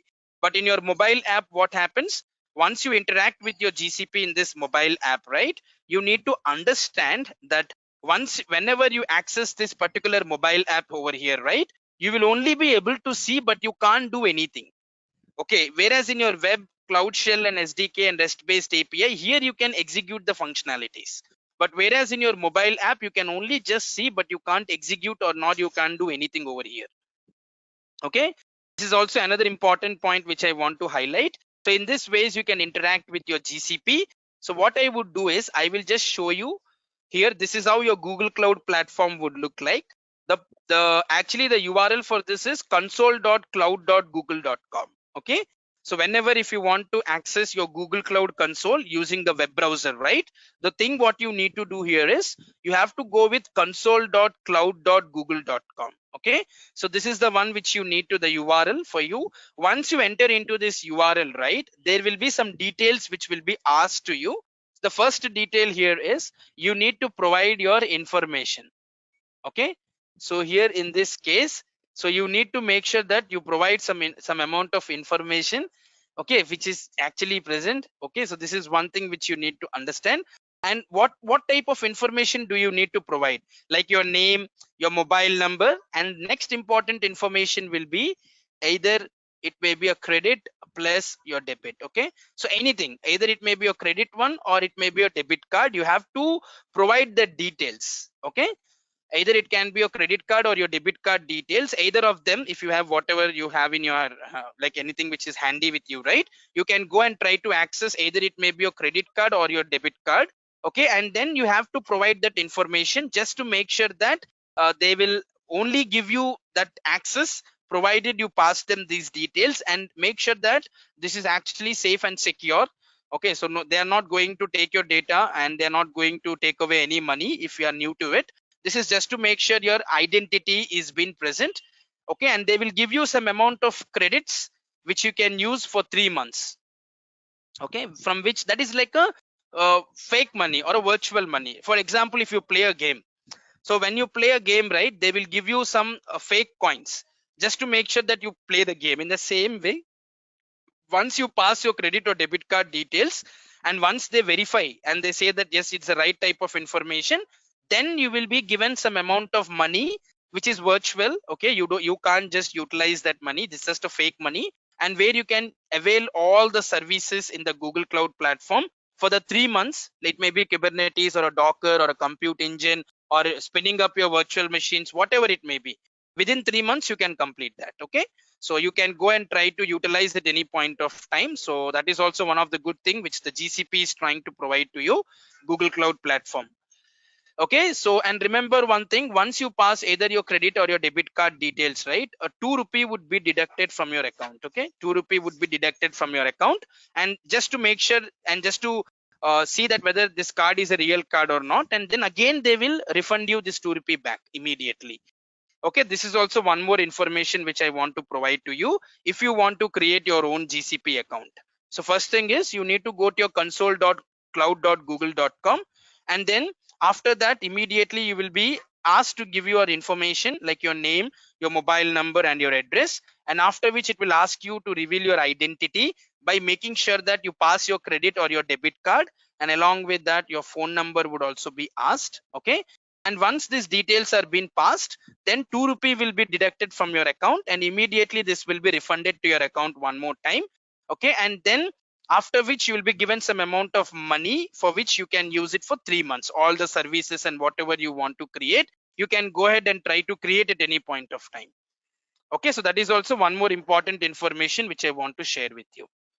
Okay, so this is how your GCP account will be created. Once you're able to create your GCP account successfully, so here you will be having your projects. Okay, so you can create a new project. Like for example, you can just click on a new project and you can create your own project. Okay, you can just put any project name on your own. You can just customize your project name. Like for example, I will say here in this case, it is my Edureka project. Okay, and then you can just go ahead and try to create. So once it is being created, right, you will be able to see. So it's just creating. You'll get a notification over here saying that whether the project has been created or not. It's done. Okay, so select the project. Okay, I can just select the project over here, and then what I would do, see all the activities. Okay, yeah, I will go back one more step. Here is my Edureka project. Okay, so I have been in my Edureka project over here. Okay, and then if you just click on this 3 bars towards the extreme left hand side, you will be able to see all the services which GCP is trying to provide, like billing, APIs and services, support, IAM and admin. Okay, here compute engine means it is your VM. If you want to spin up your virtual machines, you can use your compute engine, Kubernetes engine, VMware engine, distributed cloud, and there are so many serverless like cloud functions, app engine, in order to store your files and everything, cloud storage, file store. Okay, big table, like if you want to deal with the large amounts of database, like you have your big table, data store, spanner, SQL. Okay, so many things, application integration. If you want to access with networking, VPC network, networking services. If you want to observe like how the things have been behaving, then monitoring, logging, profiler. Okay, so many things are being present. If you go ahead, this entire 1 hour will be less for us to understand, because every cloud services provide a lot of things as part of it. If you observe the GCP over here, there are lots of things which you can actually try to access from here. So these are all other services which are being available for us. Okay, so this is how your GCP looks like, and this is your console. Okay, if you want to activate your Cloud Shell, you can just click on the button over here beside your search bar. There is something called as Cloud Shell. So if you click on it, your Cloud Shell will be activated, and you can also run the commands from here directly, and you can also access some of the resources inside your Google Cloud Platform. Okay, even that facility is also being provided to you. At any point of time, you can also connect with your Google Cloud Shell. And if you want to search anything, okay, if you also want to search anything, you can search from here directly. For example, if I want my compute engine, so I can just put compute here. I got an option. I can just click on the compute engine and I can enter into it. So there is also a search bar. If you don't want to go through all this list which has been present, if you know that what you need to do, you can go to the search bar and directly click on it and ensure that you'll get that services available to you. Okay, and here this is your Google Cloud Shell, like where you can pass any information or any commands and you can interact with it directly. Okay, this is how basically your GCP altogether looks like. This is your Google Cloud Platform. Always remember one point: whenever you completed creating your console by passing your credit and debit card details, either of them, okay, not both the things, either it may be credit or debit, whatever card you have. Okay, once everything is being done successfully, First step is you need to create a project. Without creating a project, you will not be able to host any resources on it. Everything will be hosted on your project what you created. Okay, you need to create your project, and on top of that you need to host all your resources whatever is present. Okay, so this is the important point which you actually need to consider whenever if you want to work on this GCP platform. Okay, so I have given you an understanding like how the GCP looks like and what exactly is a GCP cloud and what are different services available by the cloud in terms of infrastructure, software, and then the platform. Okay, so now as we got to understand like all these concepts, so now I will go one step further, like what is Docker and what is Kubernetes. Let's understand these two things. Okay, and then we will see like where these things will actually play a very vital role. Okay, so let me just go and try to just make you understand like what exactly is the Docker concept first, and then later we will go ahead and try to understand the things in a better way. Okay, so let me just take you to the Docker concept then, as we are already into it. Okay, let me just go to our whiteboard. Okay, so right now what I'll be explaining to you here in this case is Docker. So what exactly is a Docker? Okay, so before you understand what is a Docker, right, I want to first make you understand what is a container. Okay, without understanding this container, right, it will be very difficult. Everything is interrelated. Here Docker, why I'm saying, you may think that okay, we need to discuss about Kubernetes, but remember one thing, the Docker and Kubernetes which I'm going to explain to you right now, which we also call it as K8. Okay, Kubernetes can also be called as a K8 also. Okay, Docker and Kubernetes both work hand in hand. So if you are applying for any of the jobs, right, definitely if you are applying for any Kubernetes role, it will be very clearly mentioned that you should have an idea of the Docker. In the same way, if you're applying for any Docker and anything which is related to DevOps role, right, it will also ask you that you should have a Kubernetes understanding. So these both work hand in hand. You have to know, in order to understand Kubernetes, you should know what is a Docker. Without understanding that, you can't understand what is Kubernetes.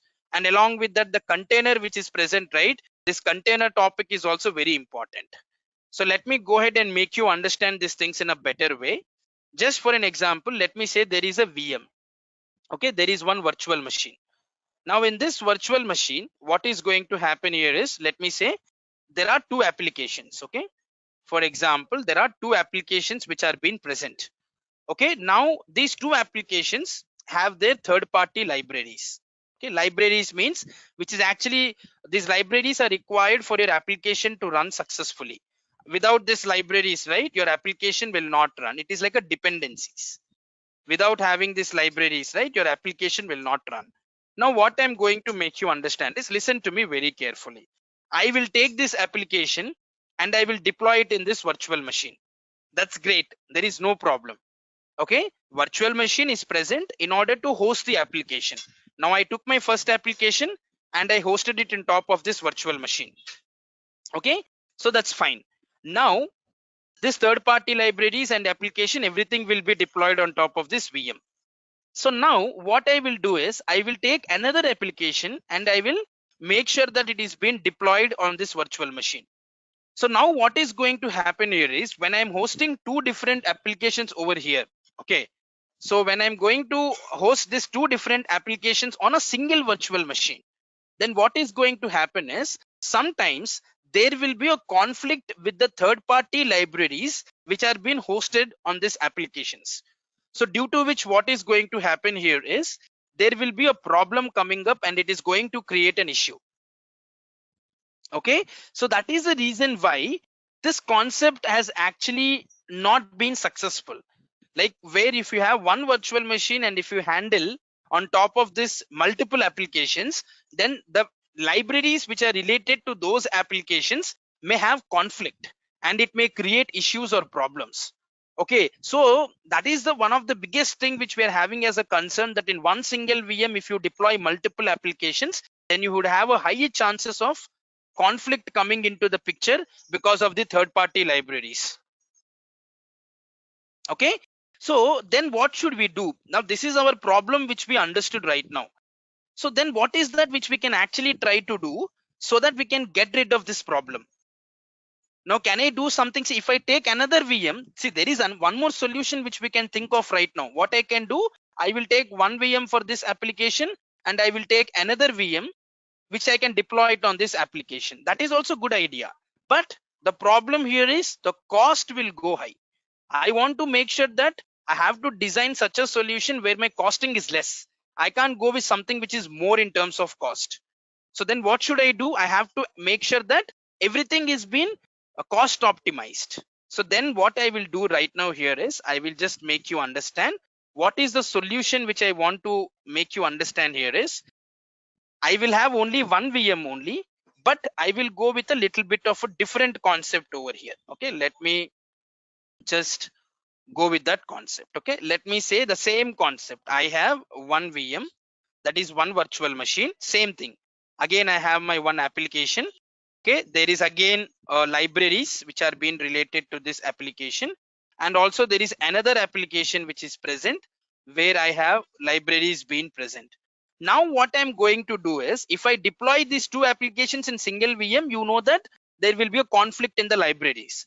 So what I will do is I will segregate these two applications. Okay, and that's when the container comes into the picture.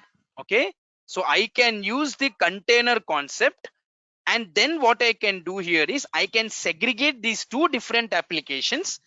Okay, so that what is going to happen is these containers will directly be deployed on top of the VM.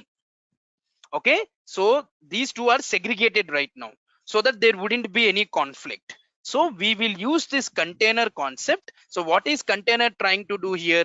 Container is helping us to package this entire application along with their libraries. Okay, and if there are any dependencies which are being present, what it is trying to do, it is trying to package this application as a single unit. So that is the benefit of this container. Container will package this entire application where you will not have any conflicts with the other applications if you try to deploy in terms of any libraries. So in a single VM, now you can take multiple containers and you can deploy it on top of it. And in your container, you can have your application and libraries being present. Okay, so that is how basically your container concept has come into limelight, and this is the problem which we have actually tried to remove.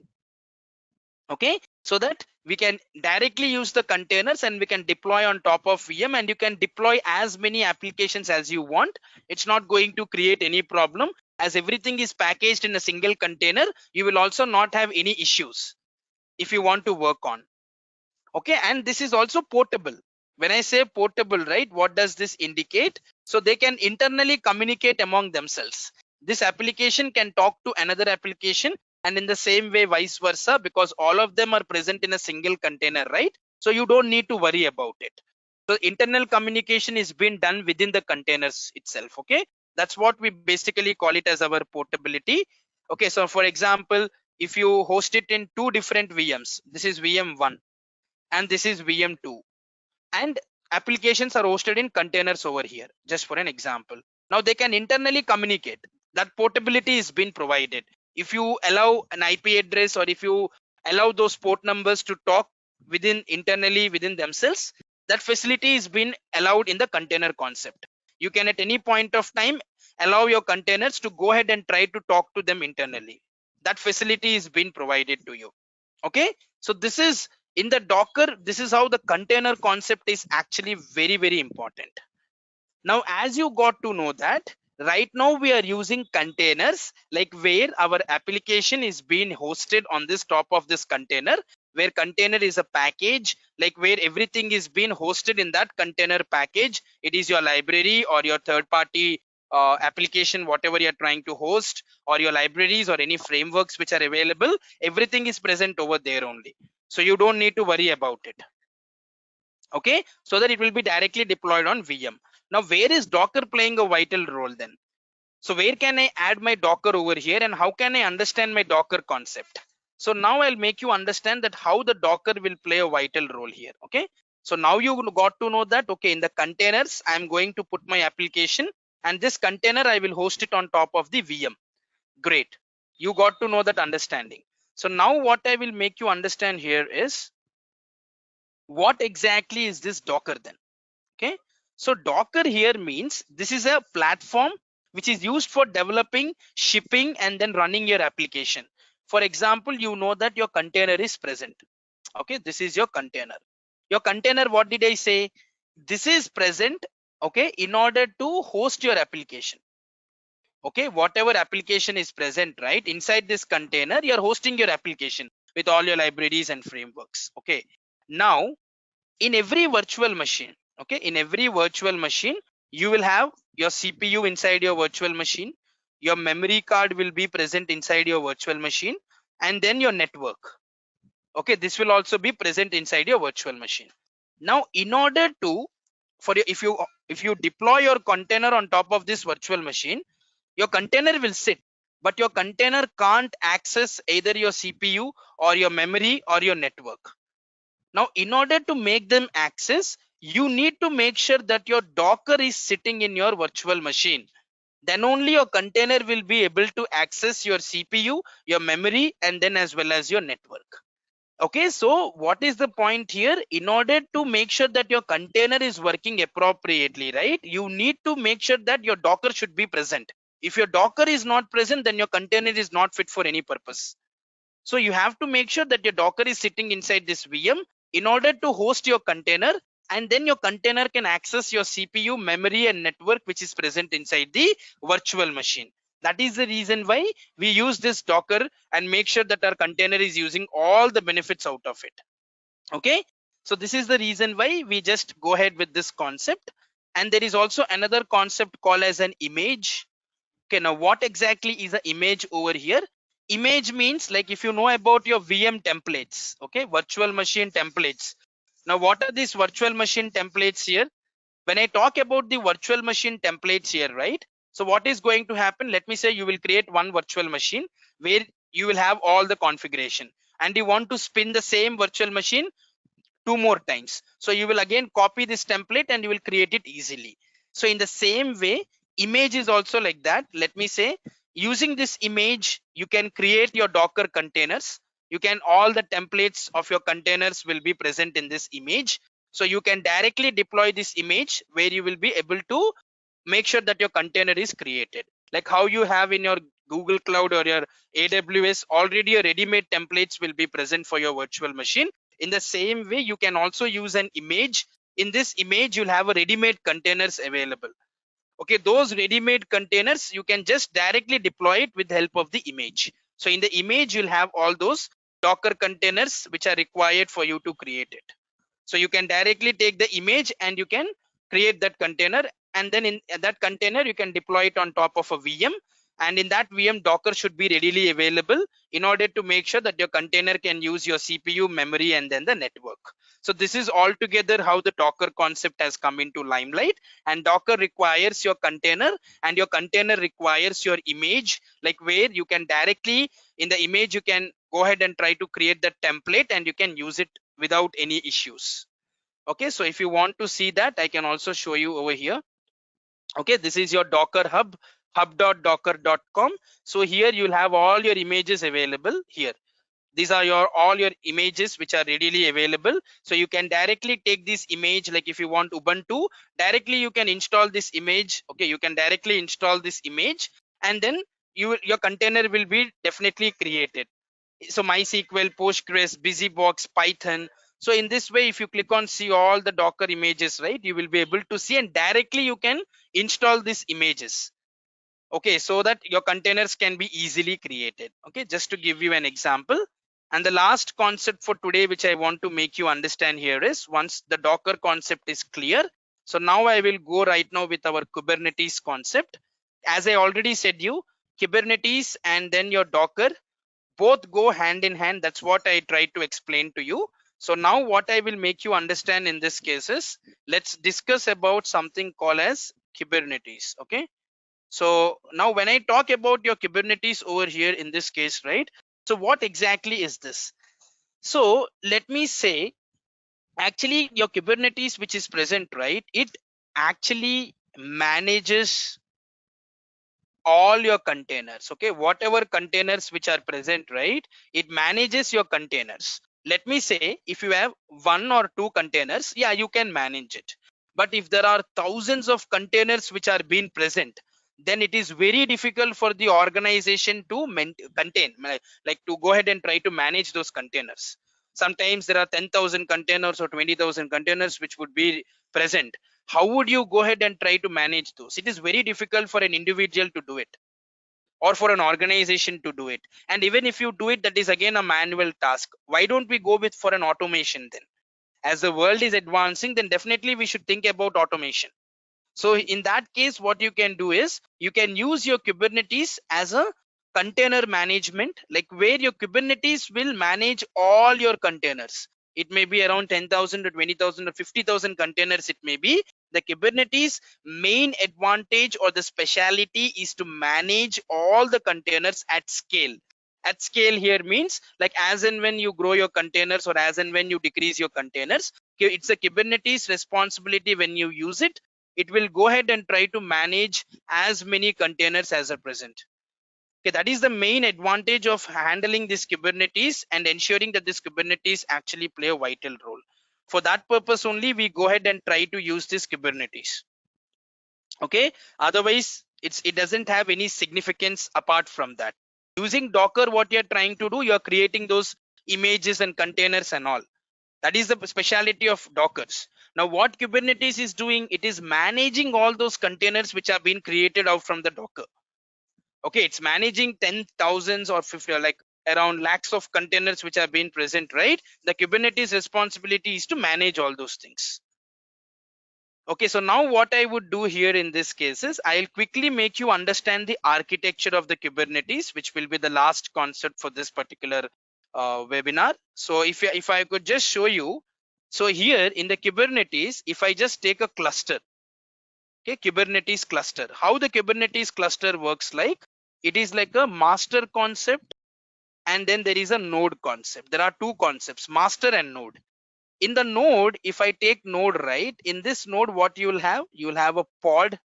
Okay, this is a pod actually, and then you have something called as a kube proxy. I'll explain to you the functionalities, like why it is and for what purpose it is been designed. And inside your master, right, what are the things which are available? So in your master you have something called as your API server. Okay, and then you have something called as etcd. Okay, and then you have your control manager. So in the master you have again your control manager is present, and then you have something called as your kube scheduler. Okay, so totally there are 4 over here in the master node, and then you have other part which you have a node here, right? They have kube proxy and pod. These two, master and node, both of them in combination is called as a cluster. Okay, it is a Kubernetes cluster.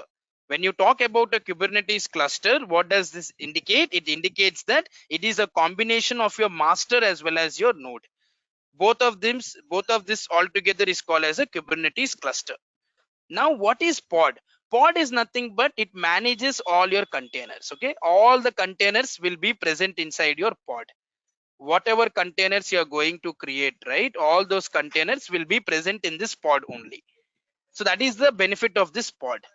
And the kube proxy which is present here, right, it is basically meant for your networking, like what IP addresses should come in, to filter all your IP addresses, to make sure that only certain IP addresses are coming and certain IP addresses which you think it is harmful or malicious, you can use your kube proxy and make sure that only right type of networking is coming into the picture.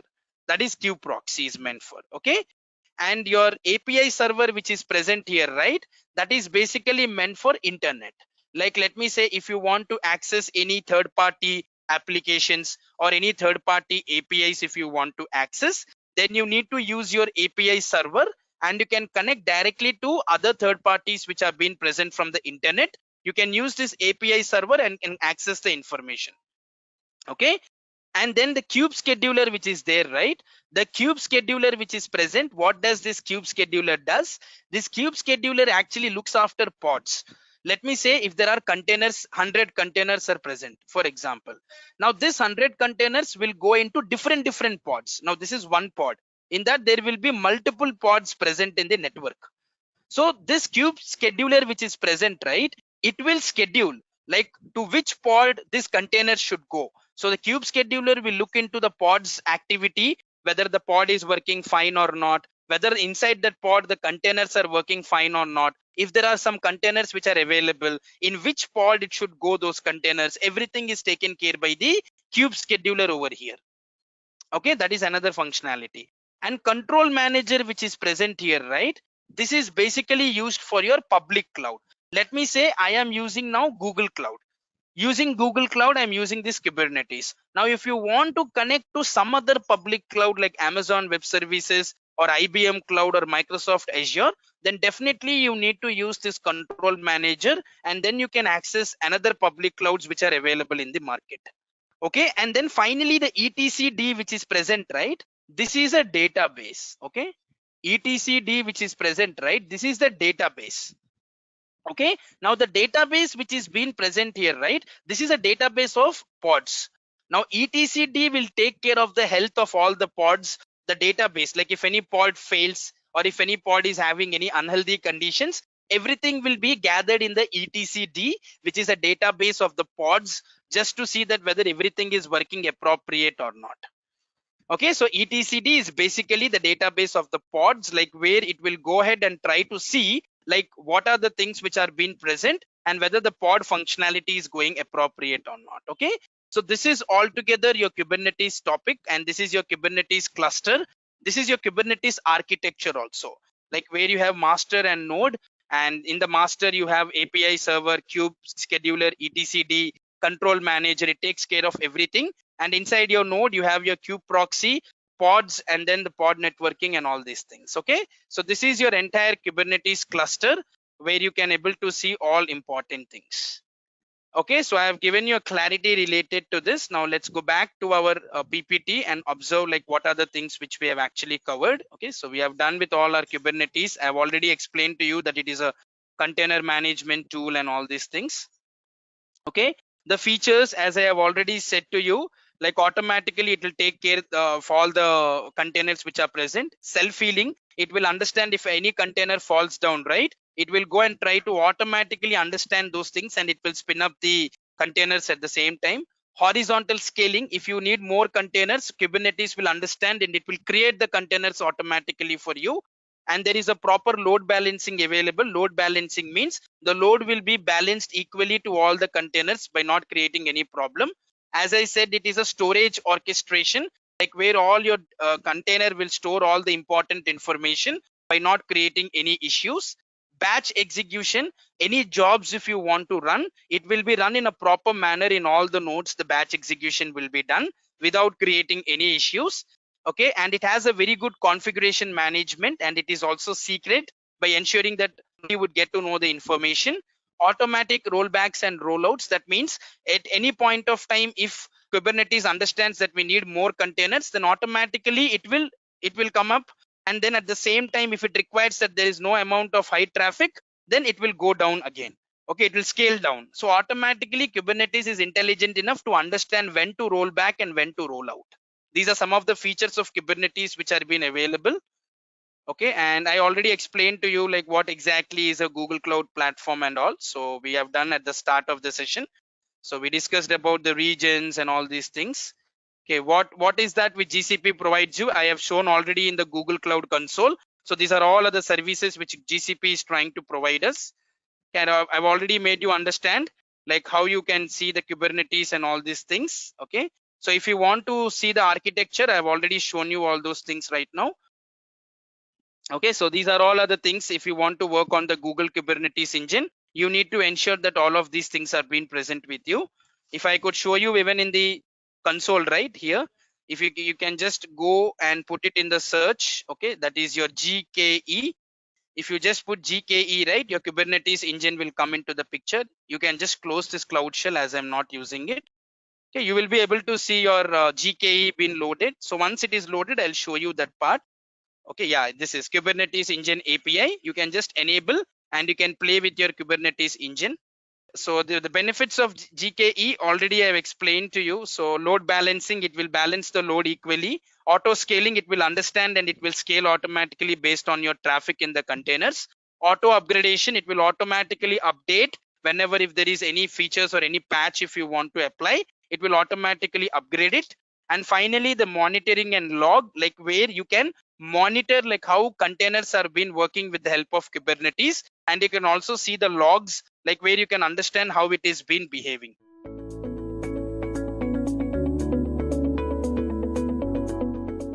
Let us now see the reasons why one should consider Terraform. So Terraform lets you define infrastructure in configuration code and will enable you to rebuild and track changes to infrastructure with ease. So Terraform provides a high level description of infrastructure, which means it's infrastructure descriptive. Second, it has a lively community and is open source. There is a massive community developing around this tool. Many people are already using it, and it's easier to find people who know how to use it, like plugins, extensions, professional support, etc. This also means Terraform is evolving at a much faster rate. They do releases very often. So third is like speedy operations. So Terraform's speed and operations are like exceptional. One cool thing about Terraform is its plan command lets you see what changes you are about to apply before you apply them. Code reuse features and Terraform tends to make most changes faster than similar tools like CloudFormation. Also, it is like the right tool for infrastructure management, as many other tools have a severe impedance mismatch from trying to wrangle an API designed for configuring management to control an infrastructure environment. Instead, Terraform matches correctly with what you want to do. The API aligns with the way you think about infrastructure. Also, like Terraform is the only sophisticated tool that is completely platform agnostic as well as supports other services, while there are a few alternatives, but they are focused on a single cloud provider. There's a declarative code. So Terraform enables you to implement all kinds of coding principles, like having your code in source control, the ability to write automated tests, etc. Now that we have understood why one must choose Terraform, now let's briefly understand what Terraform actually is. Terraform is a configuration orchestration tool designed to provision the servers themselves. It refers to arrangement and coordination of automated tasks resulting in a consolidated process or workflow. So it is also an like open source tool, means open source software tool created by HashiCorp. So HashiCorp created Terraform to manage present as well as popular service along with the custom in-house solutions. So Terraform lets you provision Google Cloud resources with declarative configuration files, resources such as virtual machines, containers, storage, and networking. Terraform's infrastructure as a code, that is, IAC approach, supports DevOps best practices for change management, which lets you manage Terraform configuration files in source control to maintain an ideal provisioning state for testing and production environments. Terraform manages external resources with providers, external resources like public cloud infrastructure, private cloud infrastructure, network appliances, software as a service, and platform as a service. HashiCorp maintains an extensive list of official providers and can also integrate with community developed providers. Users can interact with Terraform providers by declaring resources or by calling data sources. Rather than using imperative commands to provision resources, Terraform uses declarative configuration to describe the desired final state.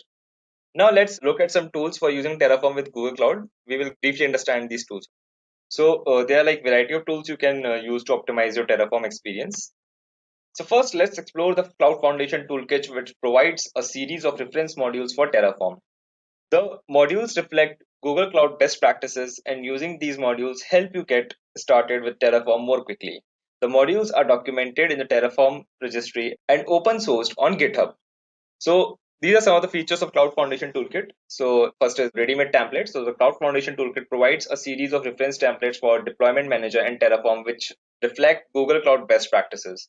These templates can be used off the shelf to quickly build a repeatable enterprise-ready foundation in Google Cloud. This frees you to focus on deploying your applications in this baseline secure environment, and with infrastructure as a code, you can easily update the foundation as your needs change. Second, like you can treat your infrastructure like software. So through the open source templates, you can automate repeatable tasks and provision entire environments in a consistent fashion. Plus, your teams can collaborate on the infrastructure by participating in code reviews and suggesting source code changes. Third, it's like built for enterprise. So the Cloud Foundation Toolkit is designed especially to meet the compliance and security needs of enterprises.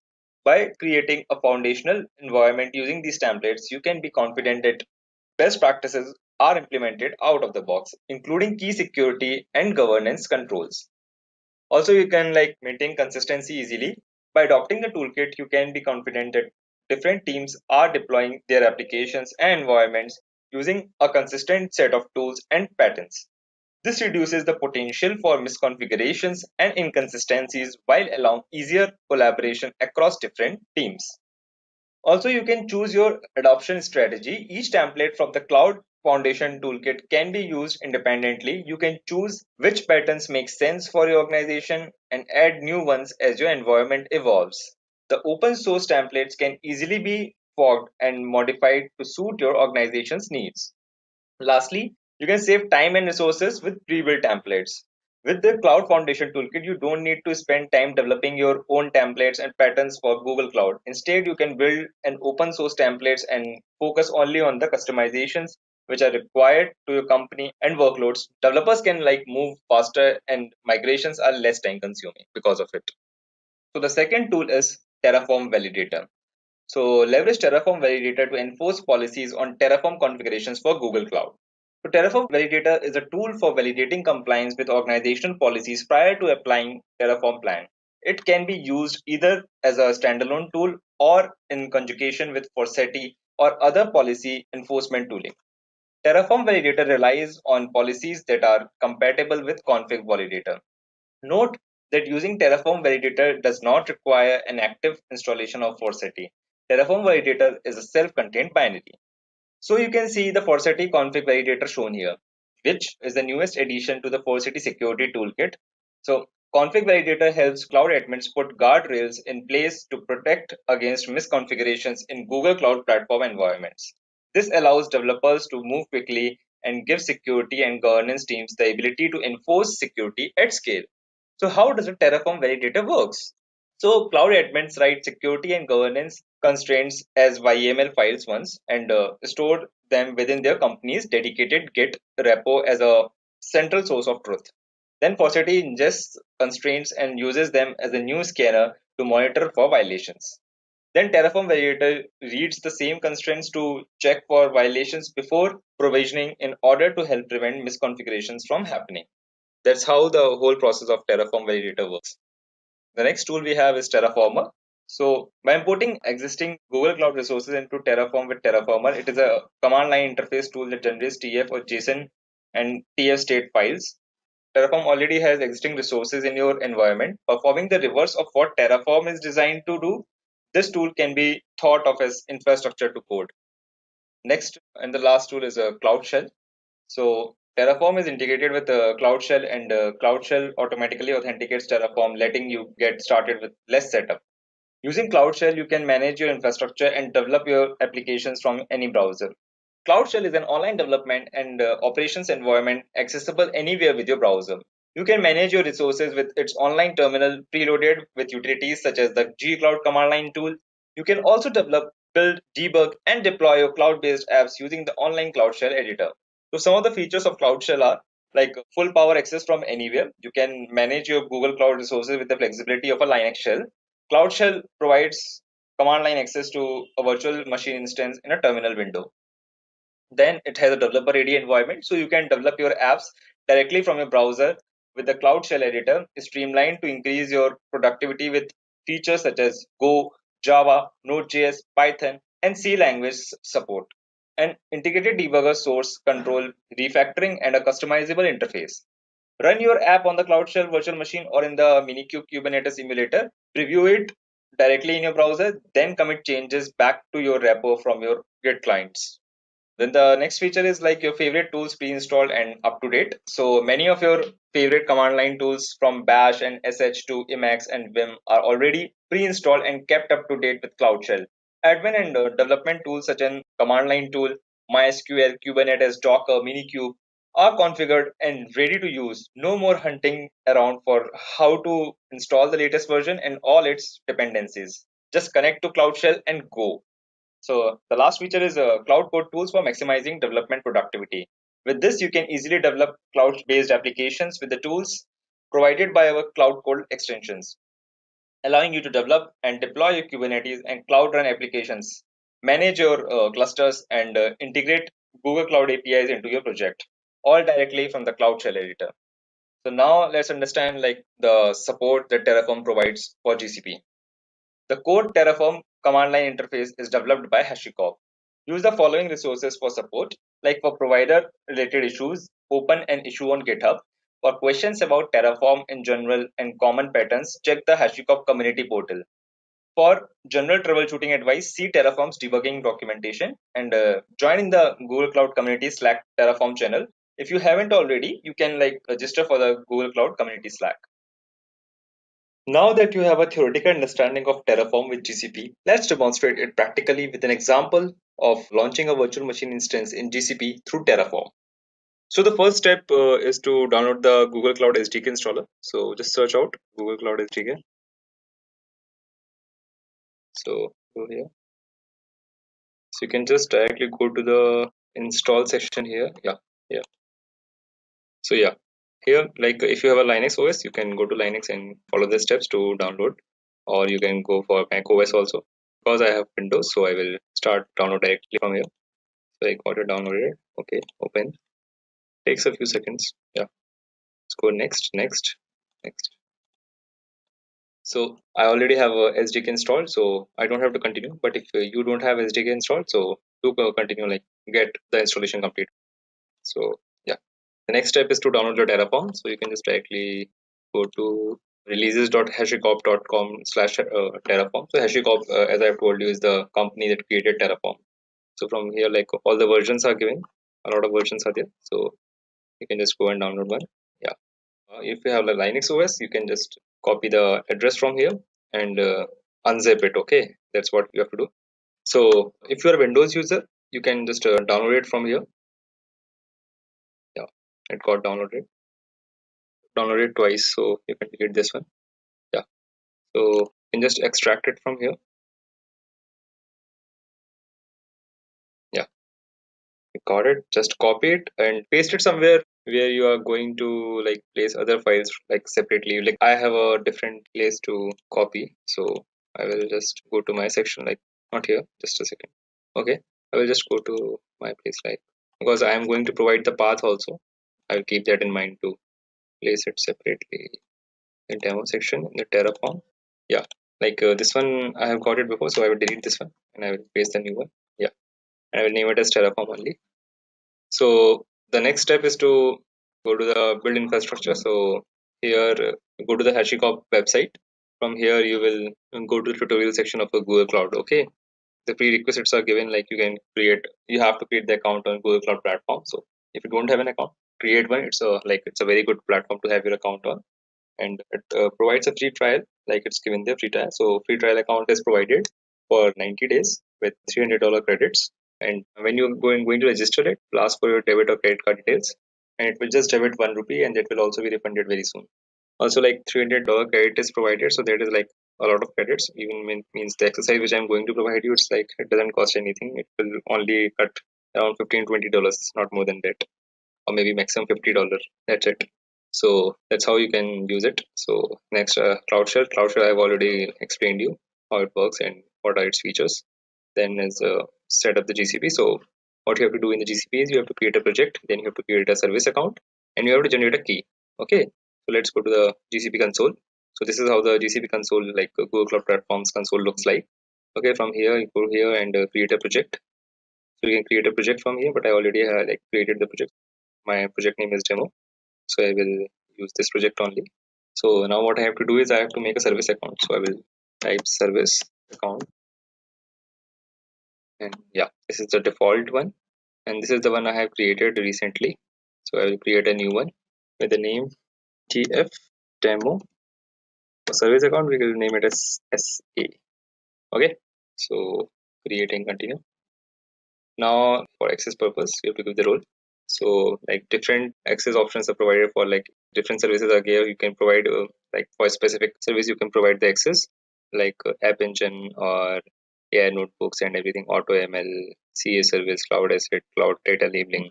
For a specific service, which for whatever purpose you want to give, you can give it specifically. For this service account, I want a complete access, so I will just go to the project, and in project I will give the owners to get the complete access. So yeah, continue. Done. So yeah, the service account is created for TF demo SA. Okay. For the next step, you can go to the registry Terraform that I've already opened. Okay, in this way you have to go to the getting started with Google Cloud Provider. You will get the code for here, the basic code for virtual machine launching the instance. It's simple, this one. And it's the basic code of Terraform. Okay, so if you're going to use AWS now, so in AWS you will just use, instead of Google, you will use AWS. That's it. All the things will be same. And similarly, the provider code is provided below. So just copy this code also and make a provider file. And for this, create a VM file. Like I have created one. So this is how I have copied it here. Like this is the VM, the basic codes, and then the provider code is provided here. So you can see in VM, like the credentials are given, project and then region is given, everything. And similarly, like the provider in this, the name, like with the virtual machine instance that will be created now, that will be named by Flask VM, and whatever the ID it will be there. So in that name, the virtual machine will be created. Similarly, machine type is given and zone is given. Also, one more thing. So I have to generate a key in this, like this I have created now. I have to generate the key. I have, like, remember I told you in this, like the third step is to create a service account key. So you can go here, like the service account we have created. In that we have to create a key. So manage keys and add key, create new. So in JSON file you have, will be created from here. So yeah, got created. So we can just go to downloads. Yeah. So it is here. So we can just copy here and you will just paste it where we have all the Terraform files and name it as tf underscore authorization underscore tf underscore demo underscore authorization.